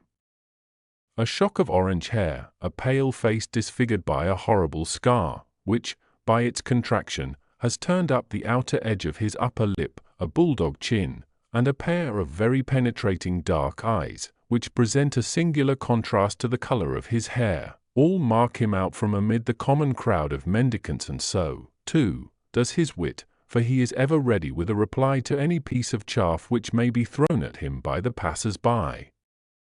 This is the man whom we now learn to have been the lodger at the opium den, and to have been the last man to see the gentleman of whom we are in quest. But a cripple, said I, what could he have done single-handed against a man in the prime of life? He is a cripple in the sense that he walks with a limp, but in other respects he appears to be a powerful and well-nurtured man. Surely your medical experience would tell you, Watson, that weakness in one limb is often compensated for by exceptional strength in the others. Pray continue your narrative. Mrs. St. Clair had fainted at the sight of the blood upon the window, and she was escorted home in a cab by the police, as her presence could be of no help to them in their investigations. Inspector Barton, who had charge of the case, made a very careful examination of the premises, but without finding anything which threw any light upon the matter. One mistake had been made in not arresting Boone instantly, as he was allowed some few minutes during which he might have communicated with his friend the Lascar, but this fault was soon remedied, and he was seized and searched, without anything being found which could incriminate him. There were, it is true, some bloodstains upon his right shirt sleeve, but he pointed to his ring finger, which had been cut near the nail, and explained that the bleeding came from there, adding that he had been to the window not long before, and that the stains which had been observed there came doubtless from the same source. He denied strenuously having ever seen Mr. Neville St. Clair, and swore that the presence of the clothes in his room was as much a mystery to him as to the police. As to Mrs. St. Clair's assertion that she had actually seen her husband at the window, he declared that she must have been either mad or dreaming. He was removed, loudly protesting, to the police station, while the inspector remained upon the premises in the hope that the ebbing tide might afford some fresh clue. And it did, though they hardly found upon the mudbank what they had feared to find. It was Neville St. Clair's coat, and not Neville St. Clair, which lay uncovered as the tide receded. And what do you think they found in the pockets? I cannot imagine. No, I don't think you would guess. Every pocket stuffed with pennies and halfpennies, 421 pennies and 270 halfpennies. It was no wonder that it had not been swept away by the tide. But a human body is a different matter. There is a fierce eddy between the wharf and the house. It seemed likely enough that the weighted coat had remained when the stripped body had been sucked away into the river. But I understand that all the other clothes were found in the room. Would the body be dressed in a coat alone? No, sir, but the facts might be met speciously enough. Suppose that this man Boone had thrust Neville St. Clair through the window, there is no human eye which could have seen the deed. What would he do then? It would of course instantly strike him that he must get rid of the telltale garments. He would seize the coat, then, and be in the act of throwing it out, when it would occur to him that it would swim and not sink. He has little time, for he has heard the scuffle downstairs when the wife tried to force her way up, and perhaps he has already heard from his Lascar confederate that the police are hurrying up the street. There is not an instant to be lost. He rushes to some secret hoard, where he has accumulated the fruits of his beggary, and he stuffs all the coins upon which he can lay his hands into the pockets to make sure of the coat sinking. He throws it out, and would have done the same with the other garments had not he heard the rush of steps below, and only just had time to close the window when the police appeared. It certainly sounds feasible. Well, we will take it as a working hypothesis for want of a better. Boone, as I have told you, was arrested and taken to the station, but it could not be shown that there had ever before been anything against him. He had for years been known as a professional beggar, but his life appeared to have been a very quiet and innocent one. There the matter stands at present, and the questions which have to be solved, what Neville St. Clair was doing in the opium den, what happened to him when there, where is he now, and what Hugh Boone had to do with his disappearance, are all as far from a solution as ever. I confess that I cannot recall any case within my experience which looked at the first glance so simple and yet which presented such difficulties. While Sherlock Holmes had been detailing this singular series of events, we had been whirling through the outskirts of the great town until the last straggling houses had been left behind, and we rattled along with a country hedge upon either side of us. Just as he finished, however, we drove through two scattered villages, where a few lights still glimmered in the windows. "We are on the outskirts of Lee," said my companion. "We have touched on 3 English counties in our short drive, starting in Middlesex, passing over an angle of Surrey, and ending in Kent. See that light among the trees? That is the Cedars, and beside that lamp sits a woman whose anxious ears have already, I have little doubt, caught the clink of our horses' feet. But why are you not conducting the case from Baker Street?" I asked. because there are many inquiries which must be made out here. Mrs. St. Clair has most kindly put 2 rooms at my disposal, and you may rest assured that she will have nothing but a welcome for my friend and colleague. I hate to meet her, Watson, when I have no news of her husband. Here we are. Whoa, there, whoa. We had pulled up in front of a large villa which stood within its own grounds. A stable boy had run out to the horse's head, and springing down, I followed Holmes up the small, winding gravel drive which led to the house. As we approached, the door flew open, and a little blonde woman stood in the opening, clad in some sort of light mousseline de soie, with a touch of fluffy pink chiffon at her neck and wrists. She stood with her figure outlined against the flood of light, one hand upon the door, one half raised in her eagerness, her body slightly bent, her head and face protruded, with eager eyes and parted lips, a standing question. "Well," she cried, "well." And then, seeing that there were 2 of us, she gave a cry of hope which sank into a groan as she saw that my companion shook his head and shrugged his shoulders. "No good news."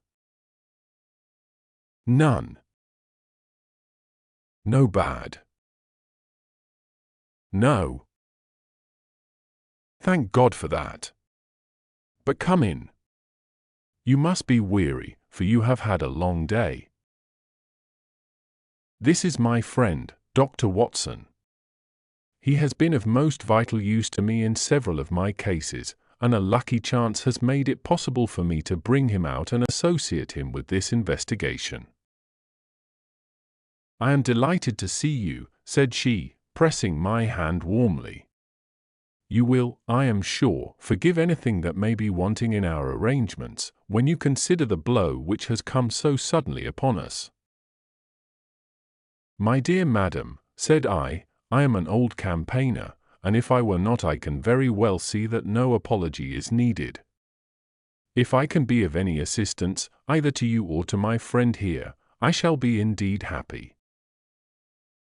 "Now, Mr. Sherlock Holmes," said the lady as we entered a well-lit dining room, upon the table of which a cold supper had been laid out, "I should very much like to ask you 1 or 2 plain questions, to which I beg that you will give a plain answer."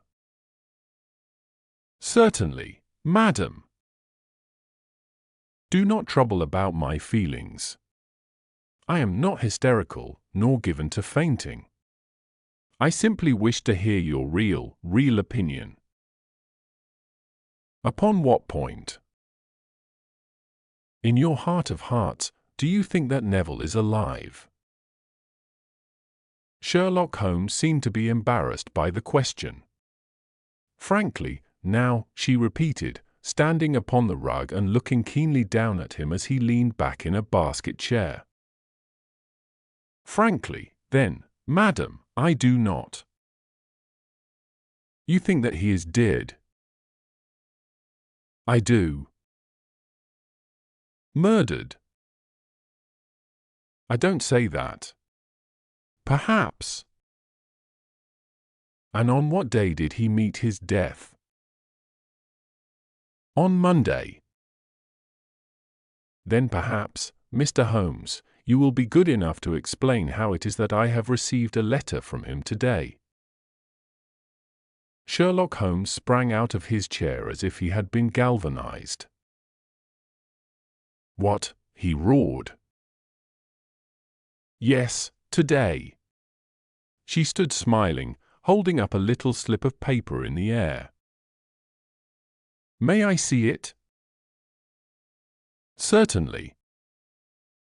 He snatched it from her in his eagerness, and smoothing it out upon the table he drew over the lamp and examined it intently. I had left my chair and was gazing at it over his shoulder.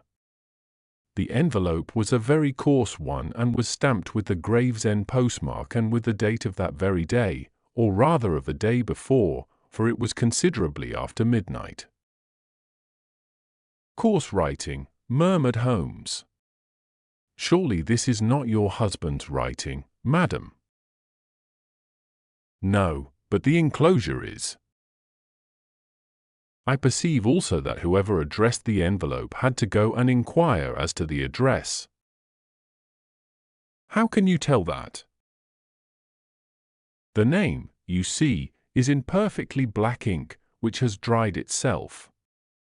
The rest is of the greyish colour, which shows that blotting paper has been used. If it had been written straight off, and then blotted, none would be of a deep black shade. This man has written the name, and there has then been a pause before he wrote the address, which can only mean that he was not familiar with it. It is, of course, a trifle, but there is nothing so important as trifles. Let us now see the letter. Ah! There has been an enclosure here. Yes, there was a ring. His signet ring. And you are sure that this is your husband's hand? One of his hands. One? His hand when he wrote hurriedly. It is very unlike his usual writing, and yet I know it well. Dearest, do not be frightened. All will come well. There is a huge error which it may take some little time to rectify. Wait in patience. Neville. Written in pencil upon the flyleaf of a book, octavo size, no watermark. Posted today in Gravesend by a man with a dirty thumb. And the flap has been gummed, if I am not very much in error, by a person who had been chewing tobacco. And you have no doubt that it is your husband's hand, madam? None. Neville wrote those words. And they were posted today at Gravesend. Well, Mrs. St. Clair, the clouds lighten, though I should not venture to say that the danger is over. But he must be alive, Mr. Holmes. Unless this is a clever forgery to put us on the wrong scent. The ring, after all, proves nothing. It may have been taken from him. No, it is his very own writing. Very well. It may, however, have been written on Monday and only posted today. That is possible. If so, much may have happened between. Oh, you must not discourage me, Mr. Holmes. I know that all is well with him. There is so keen a sympathy between us that I should know if evil came upon him. On the very day that I saw him last he cut himself in the bedroom, and yet I in the dining room rushed upstairs instantly with the utmost certainty that something had happened. Do you think that I would respond to such a trifle and yet be ignorant of his death? I have seen too much not to know that the impression of a woman may be more valuable than the conclusion of an analytical reasoner. And in this letter you certainly have a very strong piece of evidence to corroborate your view. But if your husband is alive and able to write letters, why should he remain away from you? I cannot imagine. It is unthinkable. And on Monday he made no remarks before leaving you. No. And you were surprised to see him in Swandam Lane. Very much so. Was the window open? Yes. Then he might have called to you. He might. He only, as I understand, gave an inarticulate cry. Yes. A call for help, you thought? Yes. He waved his hands. But it might have been a cry of surprise. Astonishment at the unexpected sight of you might cause him to throw up his hands. It is possible. And you thought he was pulled back? He disappeared so suddenly. He might have leaped back. You did not see anyone else in the room? No, but this horrible man confessed to having been there, and the Lascar was at the foot of the stairs. Quite so. Your husband, as far as you could see, had his ordinary clothes on, but without his collar or tie. I distinctly saw his bare throat. Had he ever spoken of Swandam Lane? Never.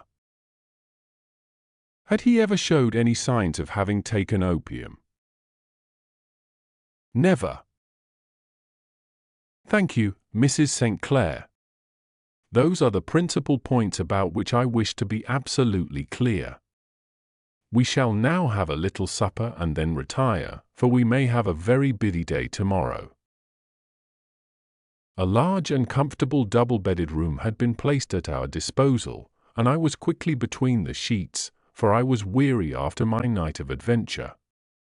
Sherlock Holmes was a man, however, who, when he had an unsolved problem upon his mind, would go for days, and even for a week, without rest, turning it over, rearranging his facts, looking at it from every point of view until he had either fathomed it or convinced himself that his data were insufficient. It was soon evident to me that he was now preparing for an all-night sitting. He took off his coat and waistcoat, put on a large blue dressing gown, and then wandered about the room collecting pillows from his bed and cushions from the sofa and armchairs. With these he constructed a sort of Eastern divan, upon which he perched himself cross-legged, with an ounce of shag tobacco and a box of matches laid out in front of him.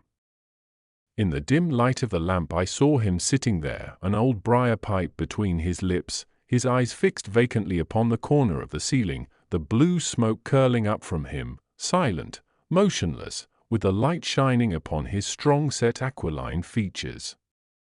So he sat as I dropped off to sleep, and so he sat when a sudden ejaculation caused me to wake up, and I found the summer sun shining into the apartment. The pipe was still between his lips, the smoke still curled upward, and the room was full of a dense tobacco haze, but nothing remained of the heap of shag which I had seen upon the previous night. "Awake, Watson?" he asked. "Yes." "Game for a morning drive?" "Certainly." "Then dress. No one is stirring yet, but I know where the stable-boy sleeps, and we shall soon have the trap out." He chuckled to himself as he spoke, his eyes twinkled, and he seemed a different man to the somber thinker of the previous night. As I dressed I glanced at my watch. It was no wonder that no one was stirring. It was 25 minutes past 4. I had hardly finished when Holmes returned with the news that the boy was putting in the horse. "I want to test a little theory of mine," said he, pulling on his boots.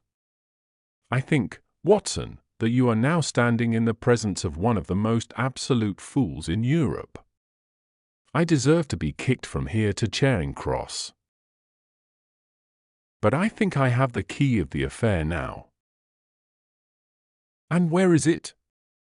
I asked, smiling. "In the bathroom," he answered.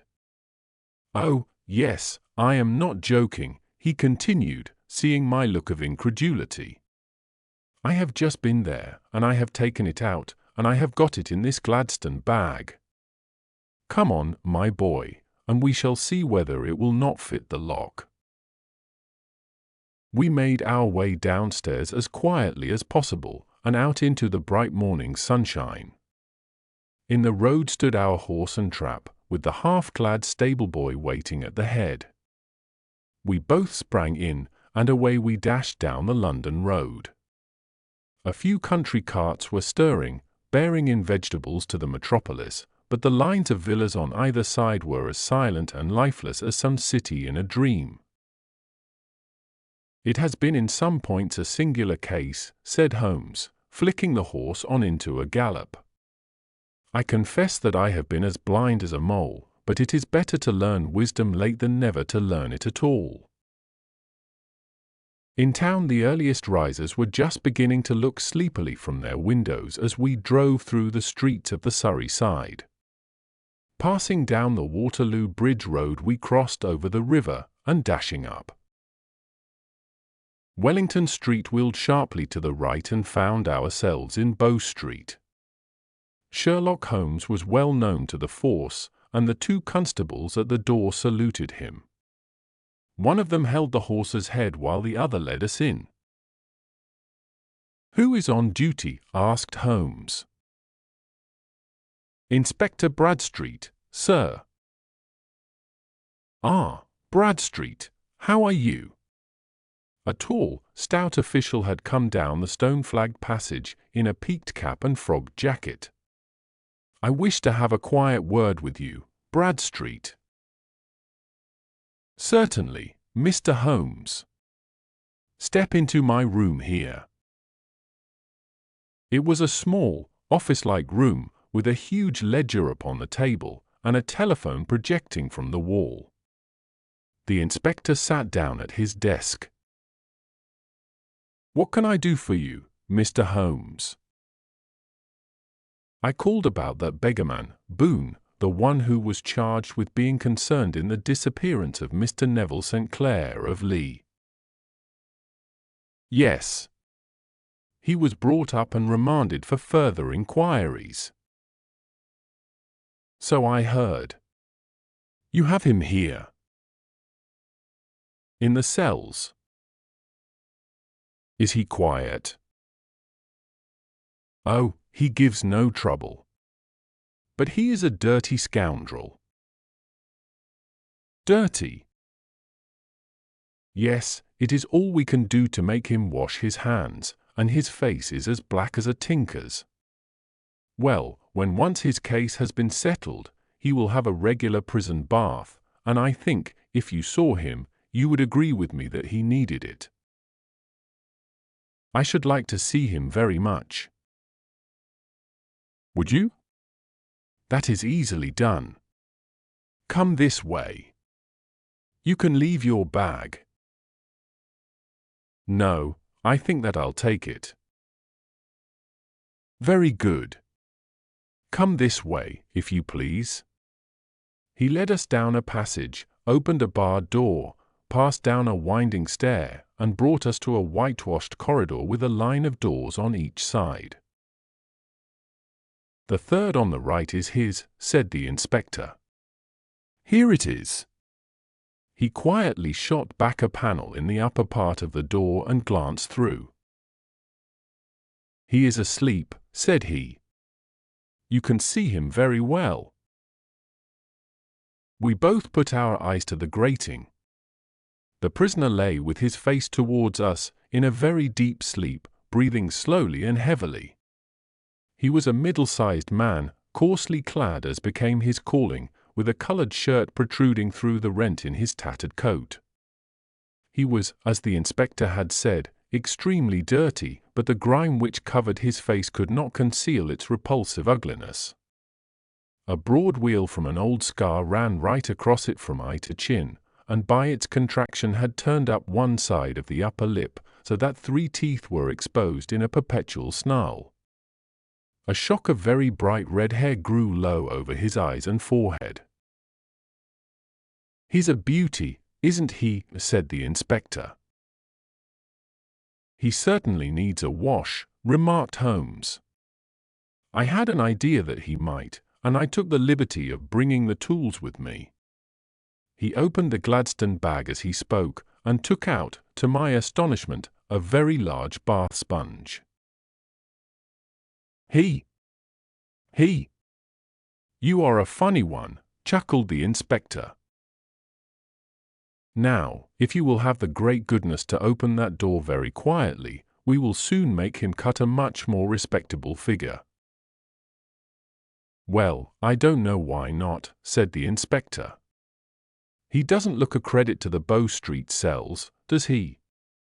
He slipped his key into the lock, and we all very quietly entered the cell. The sleeper half turned and then settled down once more into a deep slumber. Holmes stooped to the water jug, moistened his sponge, and then rubbed it twice vigorously across and down the prisoner's face. "Let me introduce you," he shouted, "to Mr. Neville St. Clair of Lee, in the county of Kent. Never in my life have I seen such a sight." The man's face peeled off under the sponge like the bark from a tree. Gone was the coarse brown tint. Gone, too, was the horrid scar which had seamed it across, and the twisted lip which had given the repulsive sneer to the face. A twitch brought away the tangled red hair, and there, sitting up in his bed, was a pale, sad-faced, refined-looking man, black-haired and smooth-skinned, rubbing his eyes and staring about him with sleepy bewilderment.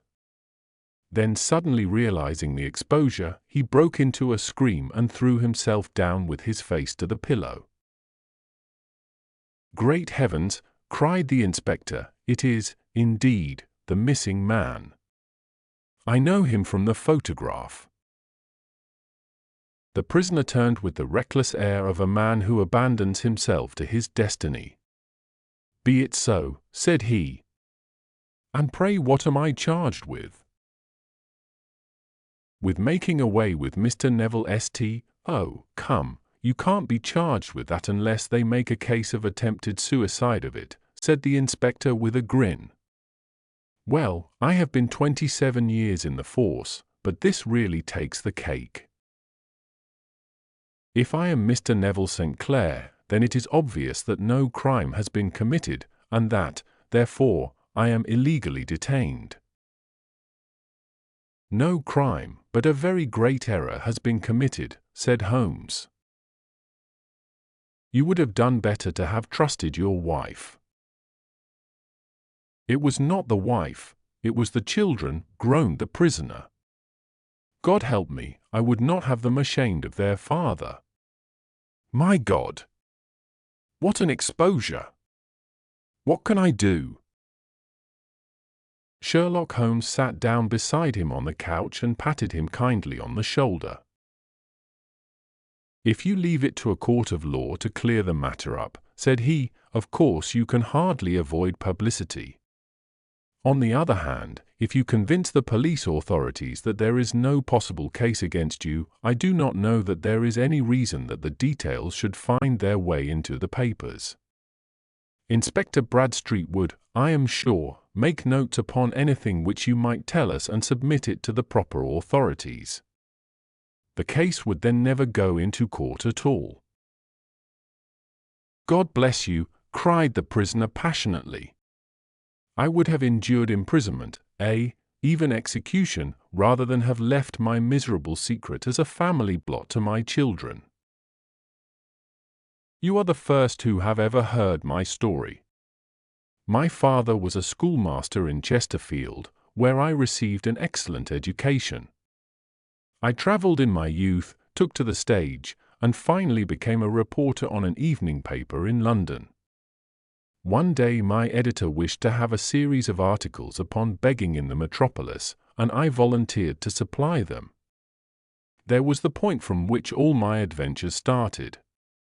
It was only by trying begging as an amateur that I could get the facts upon which to base my articles. When an actor I had, of course, learned all the secrets of making up, and had been famous in the green room for my skill. I took advantage now of my attainments. I painted my face, and to make myself as pitiable as possible I made a good scar and fixed one side of my lip in a twist by the aid of a small slip of flesh-colored plaster. Then with a red head of hair, and an appropriate dress, I took my station in the business part of the city, ostensibly as a match-seller but really as a beggar.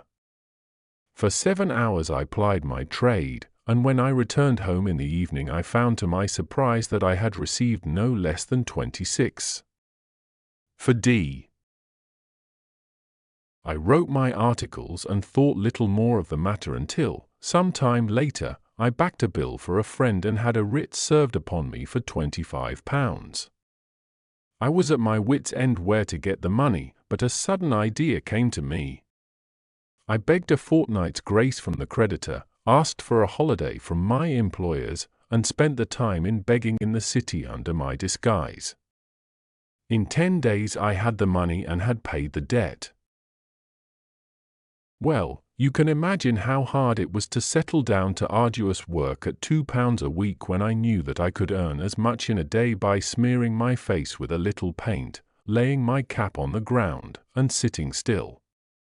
It was a long fight between my pride and the money, but the dollars won at last, and I threw up reporting and sat day after day in the corner which I had first chosen, inspiring pity by my ghastly face and filling my pockets with coppers. Only one man knew my secret. He was the keeper of a low den in which I used to lodge in Swandam Lane, where I could every morning emerge as a squalid beggar and in the evenings transform myself into a well-dressed man about town. This fellow, Alaska, was well paid by me for his rooms, so that I knew that my secret was safe in his possession.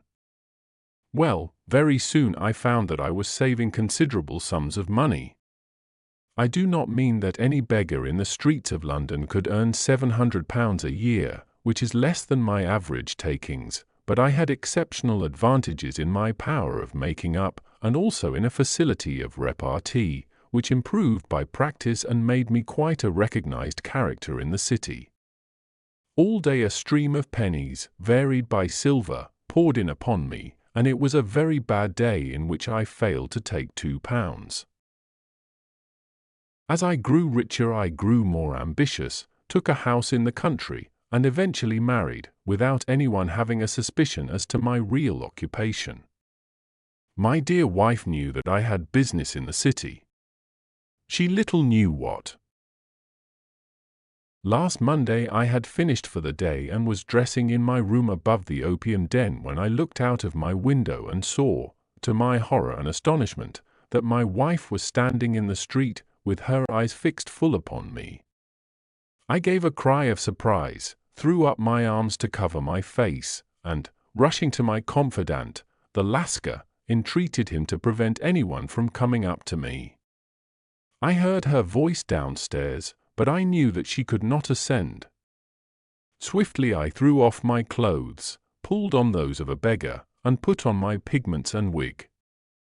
Even a wife's eyes could not pierce so complete a disguise.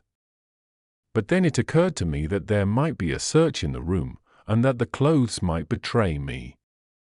I threw open the window, reopening by my violence a small cut which I had inflicted upon myself in the bedroom that morning.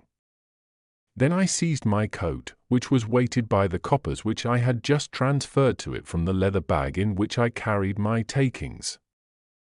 I hurled it out of the window, and it disappeared into the Thames. The other clothes would have followed, but at that moment there was a rush of constables up the stair, and a few minutes after I found, rather, I confess, to my relief, that instead of being identified as Mr. Neville St. Clair, I was arrested as his murderer.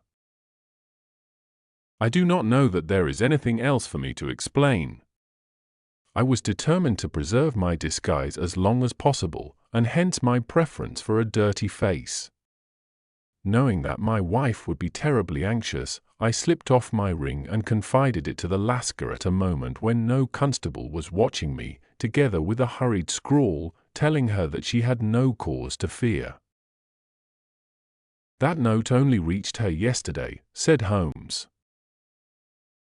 "Good God! What a week she must have spent." "The police have watched this Lascar," said Inspector Bradstreet, "and I can quite understand that he might find it difficult to post a letter unobserved. Probably he handed it to some sailor customer of his, who forgot all about it for some days." "That was it," said Holmes, nodding approvingly. "I have no doubt of it." "But have you never been prosecuted for begging?" "Many times, but what was a fine to me?" "It must stop here, however," said Bradstreet. "If the police are to hush this thing up, there must be no more of Hugh Boone. I have sworn it by the most solemn oaths which a man can take." In that case, I think that it is probable that no further steps may be taken. But if you are found again, then all must come out. I am sure, Mr. Holmes, that we are very much indebted to you for having cleared the matter up. I wish I knew how you reach your results." "I reached this one," said my friend, "by sitting upon 5 pillows and consuming an ounce of shag.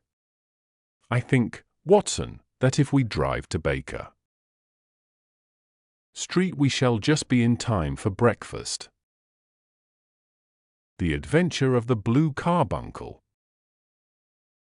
I had called upon my friend Sherlock Holmes upon the second morning after Christmas, with the intention of wishing him the compliments of the season. He was lounging upon the sofa in a purple dressing gown, a pipe-rack within his reach upon the right, and a pile of crumpled morning papers, evidently newly studied, near at hand. Beside the couch was a wooden chair, and on the angle of the back hung a very seedy and disreputable hard felt hat, much the worse for wear, and cracked in several places.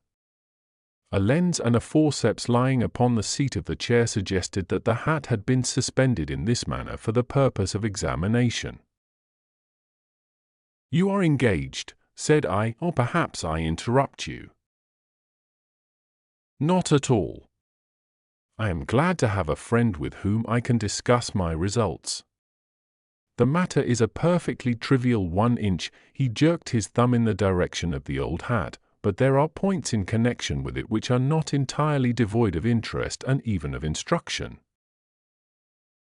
I seated myself in his armchair and warmed my hands before his crackling fire, for a sharp frost had set in, and the windows were thick with the ice crystals. "I suppose," I remarked, "that, homely as it looks, this thing has some deadly story linked onto it, that it is the clue which will guide you in the solution of some mystery and the punishment of some crime." "No, no. No crime," said Sherlock Holmes, laughing. "Only one of those whimsical little incidents which will happen when you have 4,000,000 human beings all jostling each other within the space of a few square miles.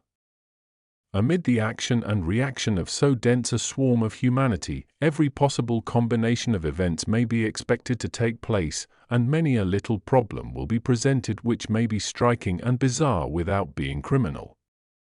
We have already had experience of such.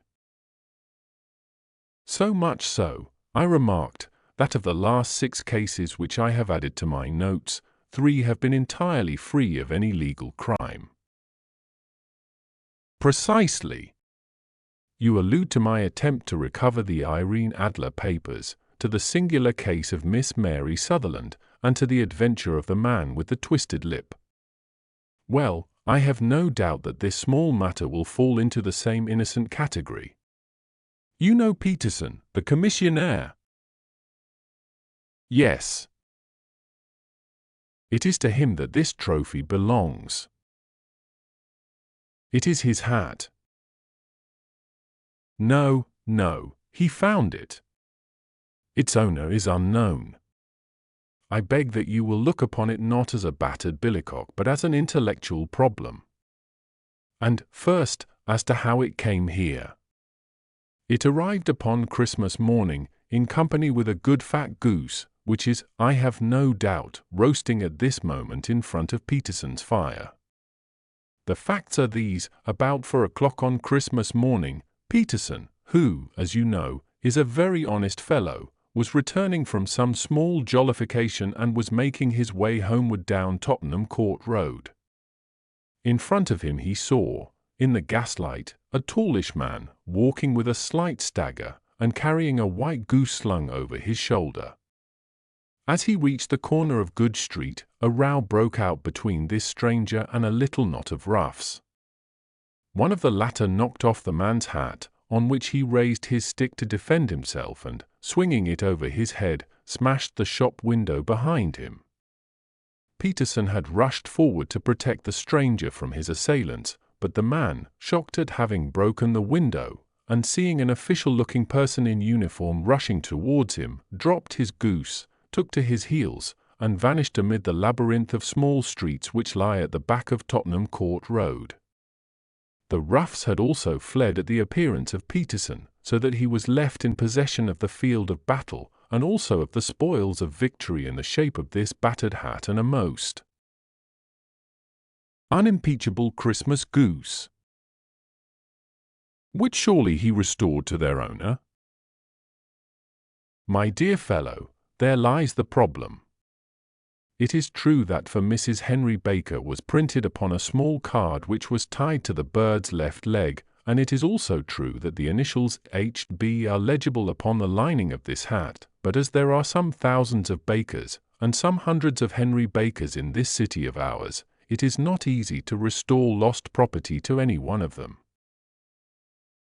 What, then, did Peterson do? He brought round both hat and goose to me on Christmas morning, knowing that even the smallest problems are of interest to me. The goose we retained until this morning, when there were signs that, in spite of the slight frost, it would be well that it should be eaten without unnecessary delay. Its finder has carried it off, therefore, to fulfill the ultimate destiny of a goose, while I continue to retain the hat of the unknown gentleman who lost his Christmas dinner. Did he not advertise? No. Then, what clue could you have as to his identity? Only as much as we can deduce. From his hat? Precisely. But you are joking. What can you gather from this old battered felt? Here is my lens. You know my methods. What can you gather yourself as to the individuality of the man who has worn this article? I took the tattered object in my hands and turned it over rather ruefully. It was a very ordinary black hat of the usual round shape, hard and much the worse for wear. The lining had been of red silk, but was a good deal discolored. There was no maker's name, but, as Holmes had remarked, the initials H.B. were scrawled upon one side. It was pierced in the brim for a hat securer, but the elastic was missing. For the rest, it was cracked, exceedingly dusty, and spotted in several places, although there seemed to have been some attempt to hide the discolored patches by smearing them with ink. I can see nothing, said I, handing it back to my friend. On the contrary, Watson, you can see everything. You fail, however, to reason from what you see. You are too timid in drawing your inferences. Then, pray tell me what it is that you can infer from this hat. He picked it up and gazed at it in the peculiar introspective fashion which was characteristic of him. It is perhaps less suggestive than it might have been, he remarked, and yet there are a few inferences which are very distinct, and a few others which represent at least a strong balance of probability. That the man was highly intellectual is of course obvious upon the face of it, and also that he was fairly well-to-do within the last 3 years, although he has now fallen upon evil days. He had foresight, but has less now than formerly, pointing to a moral retrogression, which, when taken with the decline of his fortunes, seems to indicate some evil influence, probably drink, at work upon him. This may account also for the obvious fact that his wife has ceased to love him. My dear Holmes, he has, however, retained some degree of self-respect, he continued, disregarding my remonstrance. He is a man who leads a sedentary life, goes out little, is out of training entirely, is middle-aged, has grizzled hair which he has had cut within the last few days, and which he anoints with lime cream. These are the more patent facts which are to be deduced from his hat. Also, by the way, that it is extremely improbable that he has gas laid on in his house. You are certainly joking, Holmes. Not in the least. Is it possible that even now, when I give you these results, you are unable to see how they are attained? I have no doubt that I am very stupid, but I must confess that I am unable to follow you. For example, how did you deduce that this man was intellectual? For answer, Holmes clapped the hat upon his head. It came right over the forehead and settled upon the bridge of his nose. It is a question of cubic capacity, said he. A man with so large a brain must have something in it. The decline of his fortunes, then. This hat is 3 years old. These flat brims curled at the edge came in then. It is a hat of the very best quality. Look at the band of ribbed silk and the excellent lining. If this man could afford to buy so expensive a hat 3 years ago, and has had no hat since, then he has assuredly gone down in the world. Well, that is clear enough, certainly. But how about the foresight and the moral retrogression? Sherlock Holmes laughed. Here is the foresight, said he, putting his finger upon the little disc and loop of the hat securer. They are never sold upon hats. If this man ordered one, it is a sign of a certain amount of foresight, since he went out of his way to take this precaution against the wind. But since we see that he has broken the elastic and has not troubled to replace it, it is obvious that he has less foresight now than formerly, which is a distinct proof of a weakening nature. On the other hand, he has endeavored to conceal some of these stains upon the felt by daubing them with ink, which is a sign that he has not entirely lost his self-respect. Your reasoning is certainly plausible. The further points, that he is middle-aged, that his hair is grizzled, that it has been recently cut, and that he uses lime cream, are all to be gathered from a close examination of the lower part of the lining. The lens discloses a large number of hair ends, clean cut by the scissors of the barber. They all appear to be adhesive, and there is a distinct odor of lime cream. This dust, you will observe, is not the gritty, grey dust of the street but the fluffy brown dust of the house, showing that it has been hung up indoors most of the time, while the marks of moisture upon the inside are proof positive that the wearer perspired very freely, and could therefore hardly be in the best of training. But his wife, you said that she had ceased to love him. This hat has not been brushed for weeks. When I see you, my dear Watson, with a week's accumulation of dust upon your hat, and when your wife allows you to go out in such a state, I shall fear that you also have been unfortunate enough to lose your wife's affection. But he might be a bachelor. Nay, he was bringing home the goose as a peace offering to his wife. Remember the card upon the bird's leg. You have an answer to everything. But how on earth do you deduce that the gas is not laid on in his house? One tallow stain, or even 2, might come by chance, but when I see no less than 5, I think that there can be little doubt that the individual must be brought into frequent contact with burning tallow, walks upstairs at night probably with his hat in one hand and a guttering candle in the other. Anyhow, he never got tallow stains from a gas jet. Are you satisfied? Well, it is very ingenious, said I, laughing, but since, as you said just now, there has been no crime committed, and no harm done save the loss of a goose, all this seems to be rather a waste of energy.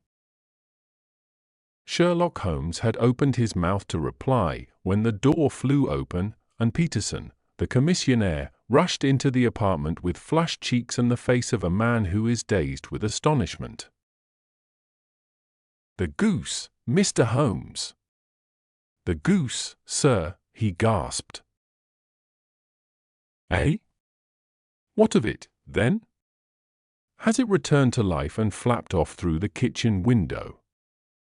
Holmes twisted himself round upon the sofa to get a fairer view of the man's excited face. See here, sir. See what my wife found in its crop. He held out his hand and displayed upon the center of the palm a brilliantly scintillating blue stone, rather smaller than a bin in size, but of such purity and radiance that it twinkled like an electric point in the dark hollow of his hand. Sherlock Holmes sat up with a whistle. "By Jove, Peterson," said he. "This is treasure trove indeed. I suppose you know what you have got." "A diamond, sir?" "A precious stone. It cuts into glass as though it were putty." "It's more than a precious stone. It is the precious stone.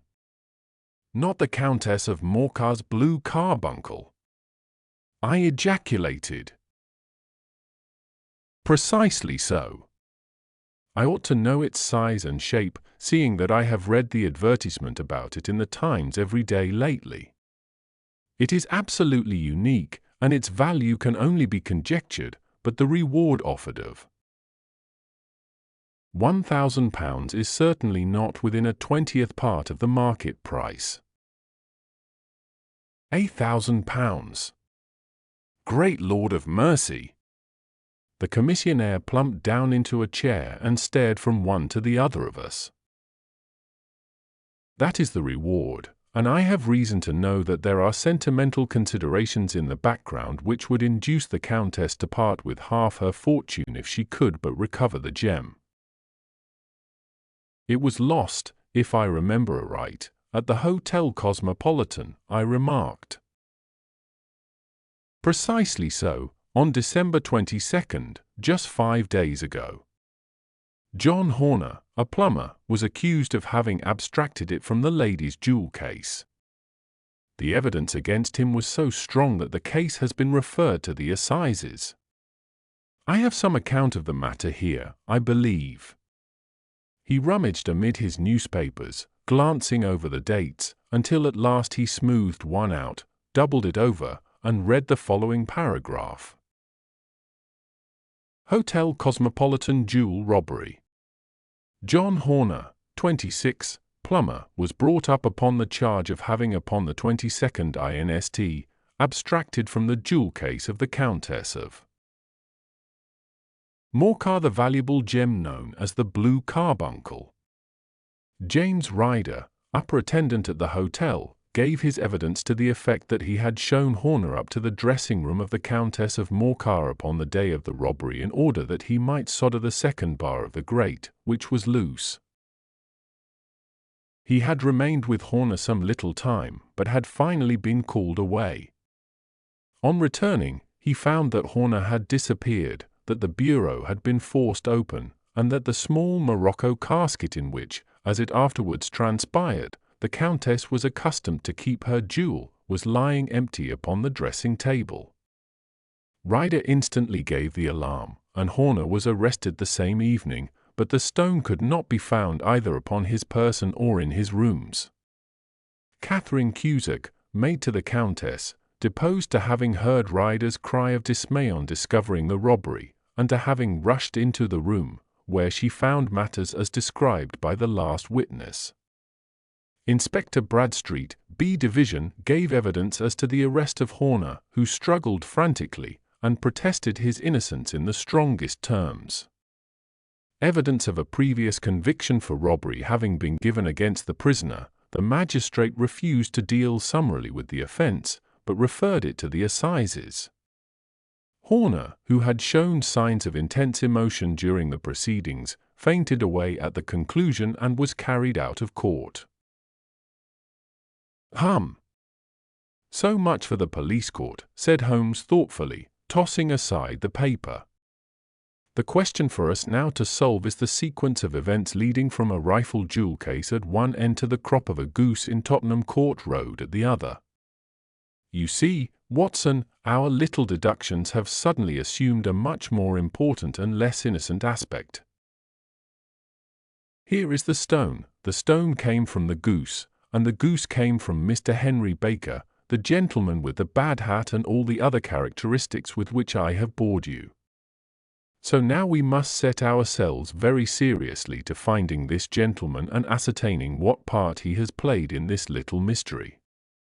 To do this, we must try the simplest means first, and these lie undoubtedly in an advertisement in all the evening papers. If this fail, I shall have recourse to other methods. What will you say? Give me a pencil and that slip of paper. Now, then, found at the corner of Good Street, a goose and a black felt hat. Mr. Henry Baker can have the same by applying at 6:30 this evening at 221B, Baker Street. That is clear and concise. Very. But will he see it? Well, he is sure to keep an eye on the papers, since, to a poor man, the loss was a heavy one. He was clearly so scared by his mischance in breaking the window and by the approach of Peterson that he thought of nothing but flight, but since then he must have bitterly regretted the impulse which caused him to drop his bird. Then, again, the introduction of his name will cause him to see it, for everyone who knows him will direct his attention to it. Here you are, Peterson, run down to the advertising agency and have this put in the evening papers. In which, sir? Oh, in the Globe, Star, Pall Mall, St. James's, Evening News, Standard, Echo, and any others that occur to you. Very well, sir. And this stone? Ah, yes, I shall keep the stone. Thank you. And, I say, Peterson, just buy a goose on your way back and leave it here with me, for we must have one to give to this gentleman in place of the one which your family is now devouring. When the commissionaire had gone, Holmes took up the stone and held it against the light. It's a bonny thing, said he. Just see how it glints and sparkles. Of course it is a nucleus and focus of crime. Every good stone is. They are the devil's pet baits. In the larger and older jewels every facet may stand for a bloody deed. This stone is not yet 20 years old. It was found in the banks of the Amoy River in southern China and is remarkable in having every characteristic of the carbuncle, save that it is blue in shade instead of ruby red. In spite of its youth, it has already a sinister history. There have been 2 murders, a vitriol throwing, a suicide, and several robberies brought about for the sake of this 40-grain weight of crystallized charcoal. Who would think that so pretty a toy would be a purveyor to the gallows and the prison? I'll lock it up in my strong box now and drop a line to the Countess to say that we have it. Do you think that this man Horner is innocent? I cannot tell. Well, then, do you imagine that this other one, Henry Baker, had anything to do with the matter? It is, I think, much more likely that Henry Baker is an absolutely innocent man, who had no idea that the bird which he was carrying was of considerably more value than if it were made of solid gold. That, however, I shall determine by a very simple test if we have an answer to our advertisement. And you can do nothing until then?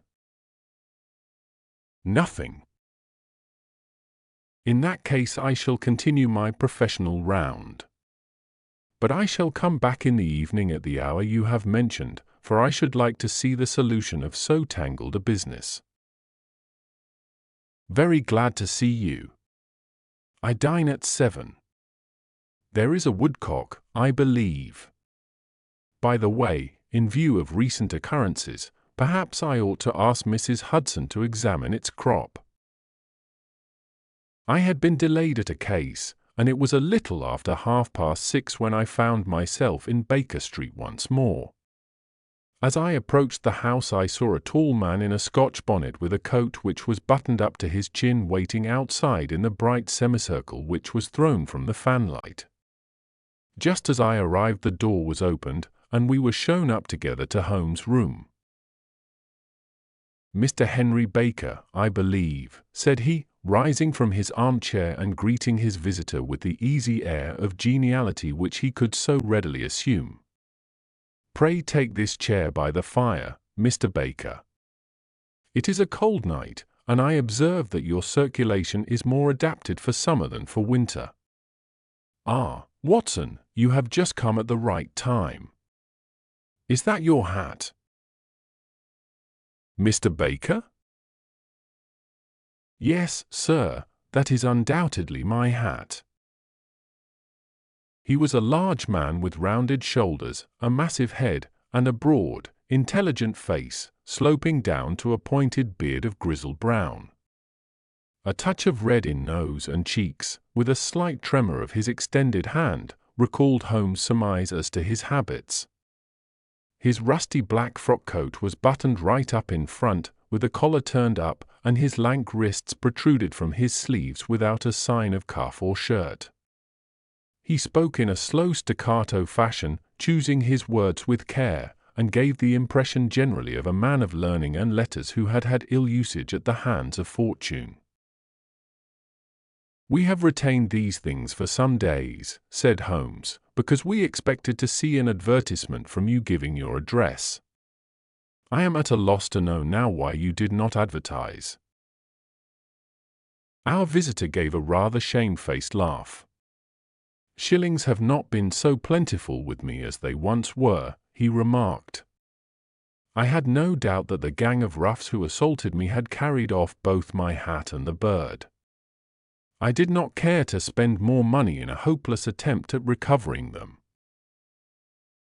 "Very naturally. By the way, about the bird, we were compelled to eat it." "To eat it?" Our visitor half rose from his chair in his excitement. "Yes, it would have been of no use to anyone had we not done so.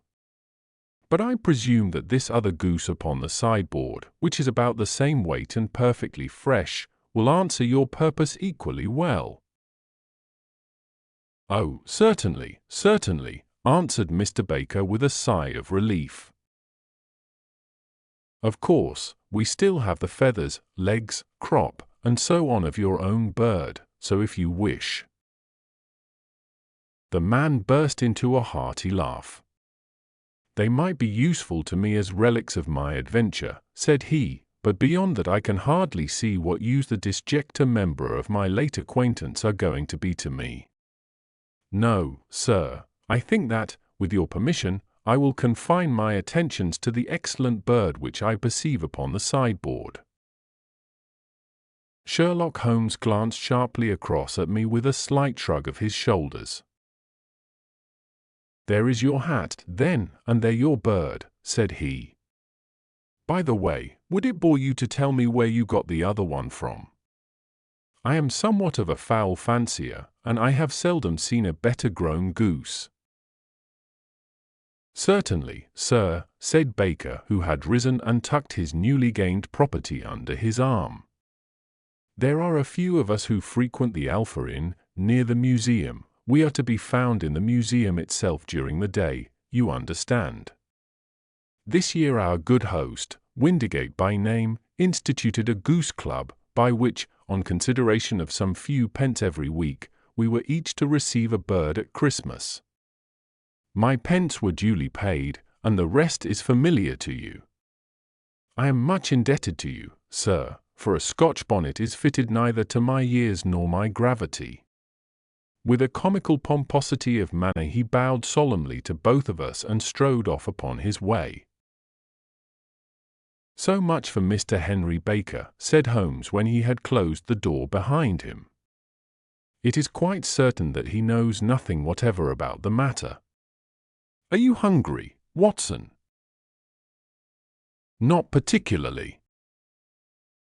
"Then I suggest that we turn our dinner into a supper and follow up this clue while it is still hot." "By all means." It was a bitter night, so we drew on our ulsters and wrapped cravats about our throats. Outside, the stars were shining coldly in a cloudless sky, and the breath of the passers-by blew out into smoke like so many pistol shots. Our footfalls rang out crisply and loudly as we swung through the Doctor's Quarter, Wimpole Street, Harley Street, and so through Wigmore Street into Oxford Street. In a quarter of an hour we were in Bloomsbury at the Alpha Inn, which is a small public house at the corner of one of the streets which runs down into Holborn. Holmes pushed open the door of the private bar and ordered 2 glasses of beer from the ruddy-faced, white-aproned landlord. "Your beer should be excellent if it is as good as your geese," said he. "My geese?" The man seemed surprised. "Yes. I was speaking only half an hour ago to Mr. Henry Baker, who was a member of your goose club." "Ah. Yes, I see. But you see, sir, them's not our geese." "Indeed. Whose, then?" "Well, I got the 2 dozen from a salesman in Covent Garden." "Indeed? I know some of them. Which was it?" "Breckinridge is his name." "Ah. I don't know him. Well, here's your good health, landlord, and prosperity to your house. Good night." "Now for Mr. Breckinridge," he continued, buttoning up his coat as we came out into the frosty air. "Remember, Watson, that though we have so homely a thing as a goose at one end of this chain, we have at the other a man who will certainly get 7 years' penal servitude unless we can establish his innocence.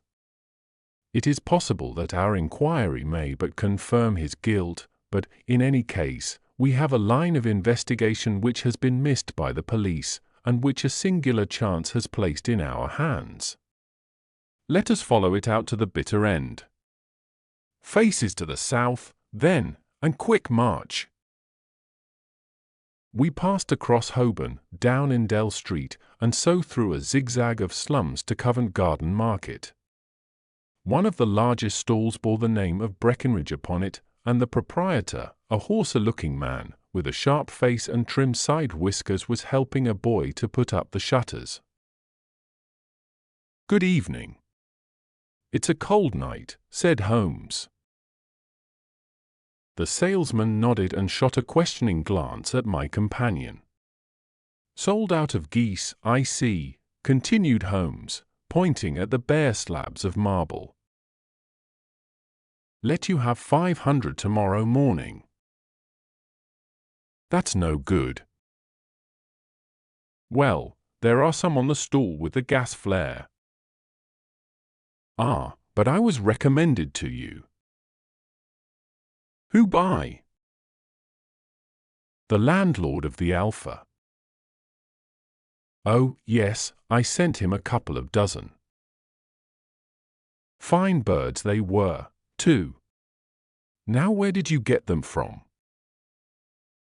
To my surprise, the question provoked a burst of anger from the salesman. "Now, then, mister," said he, with his head cocked and his arms akimbo. "What are you driving at? Let's have it straight, now." "It is straight enough. I should like to know who sold you the geese which you supplied to the Alpha." "Well then, I shan't tell you." "So now."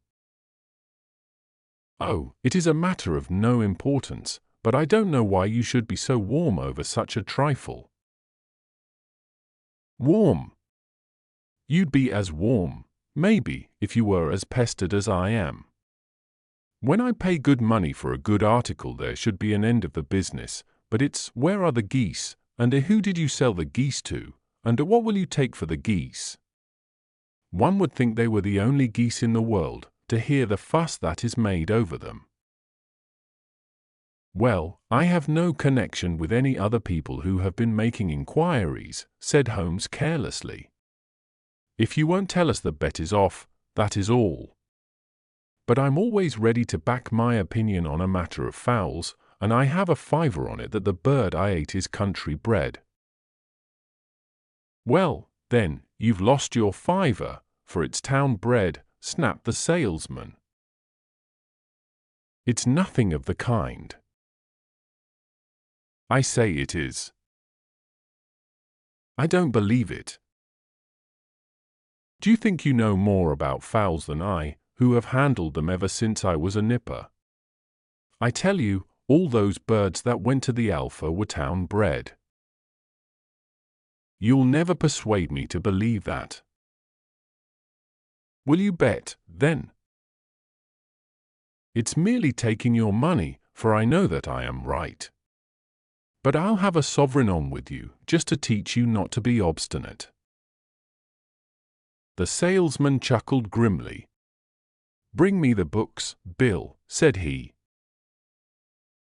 The small boy brought round a small thin volume and a great greasy-backed one, laying them out together beneath the hanging lamp. "Now then, Mr. Cockshaw," said the salesman, "I thought that I was out of geese, but before I finish you'll find that there is still one left in my shop. You see this little book? Well, that's the list of the folk from whom I buy. Do you see?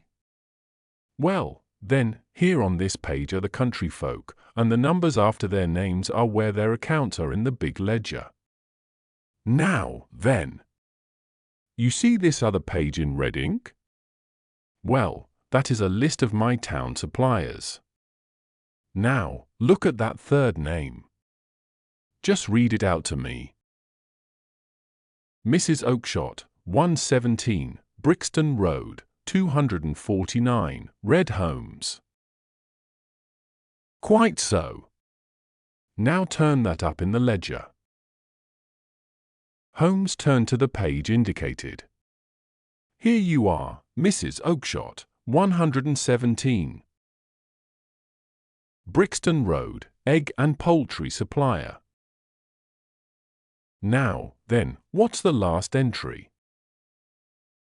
December 22nd. 24 geese at Sevens. 6d. Quite so. There you are. And underneath. Sold to Mr. Windigate of the Alpha, at 12s. What have you to say now? Sherlock Holmes looked deeply chagrined. He drew a sovereign from his pocket and threw it down upon the slab, turning away with the air of a man whose disgust is too deep for words. A few yards off he stopped under a lamp-post and laughed in the hearty, noiseless fashion which was peculiar to him. When you see a man with whiskers of that cut and the pink un protruding out of his pocket, you can always draw him by a bet, said he.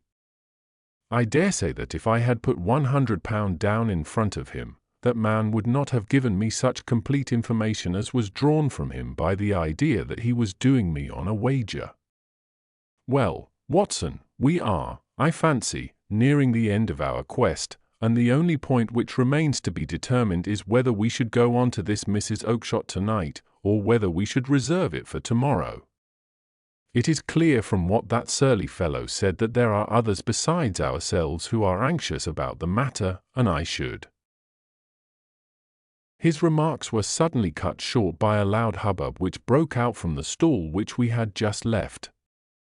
Turning round, we saw a little rat-faced fellow standing in the centre of the circle of yellow light which was thrown by the swinging lamp, while Breckinridge, the salesman, framed in the door of his stall, was shaking his fists fiercely at the cringing figure. "I've had enough of you and your geese," he shouted. "I wish you were all at the devil together. If you come pestering me any more with your silly talk, I'll set the dog at you. You bring Mrs. Oakshott here and I'll answer her, but what have you to do with it? Did I buy the geese off you?" "No, but one of them was mine all the same," whined the little man. "Well, then, ask Mrs. Oakshott for it." "She told me to ask you." Well, you can ask the King of Prussia, for all I care. I've had enough of it. Get out of this!" He rushed fiercely forward, and the inquirer flitted away into the darkness. "Ha! This may save us a visit to Brixton Road," whispered Holmes. "Come with me, and we will see what is to be made of this fellow." Striding through the scattered knots of people who lounged round the flaring stalls, my companion speedily overtook the little man and touched him upon the shoulder. He sprang round, and I could see in the gaslight that every vestige of colour had been driven from his face. "Who are you, then? What do you want?" he asked in a quavering voice. "You will excuse me," said Holmes blandly, "but I could not help overhearing the questions which you put to the salesman just now. I think that I could be of assistance to you." "You? Who are you? How could you know anything of the matter?" "My name is Sherlock Holmes. It is my business to know what other people don't know." "But you can know nothing of this." "Excuse me, I know everything of it. You are endeavouring to trace some geese which were sold by Mrs. Oakshott, of Brixton Road, to a salesman named Breckinridge, by him in turn to Mr. Windigate, of the Alpha, and by him to his club, of which Mr. Henry Baker is a member." "Oh, sir, you are the very man whom I have longed to meet," cried the little fellow with outstretched hands and quivering fingers. "I can hardly explain to you how interested I am in this matter." Sherlock Holmes hailed a four-wheeler which was passing. "In that case we had better discuss it in a cosy room rather than in this windswept marketplace," said he. "But pray tell me, before we go farther, who it is that I have the pleasure of assisting." The man hesitated for an instant. "My name is John Robinson," he answered with a sidelong glance.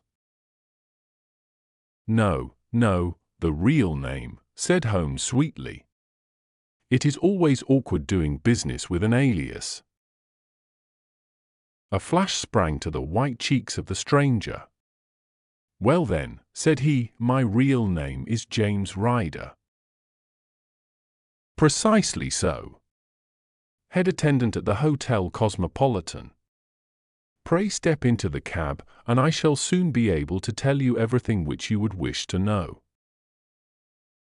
The little man stood glancing from one to the other of us with half-frightened, half-hopeful eyes, as one who is not sure whether he is on the verge of a windfall or of a catastrophe.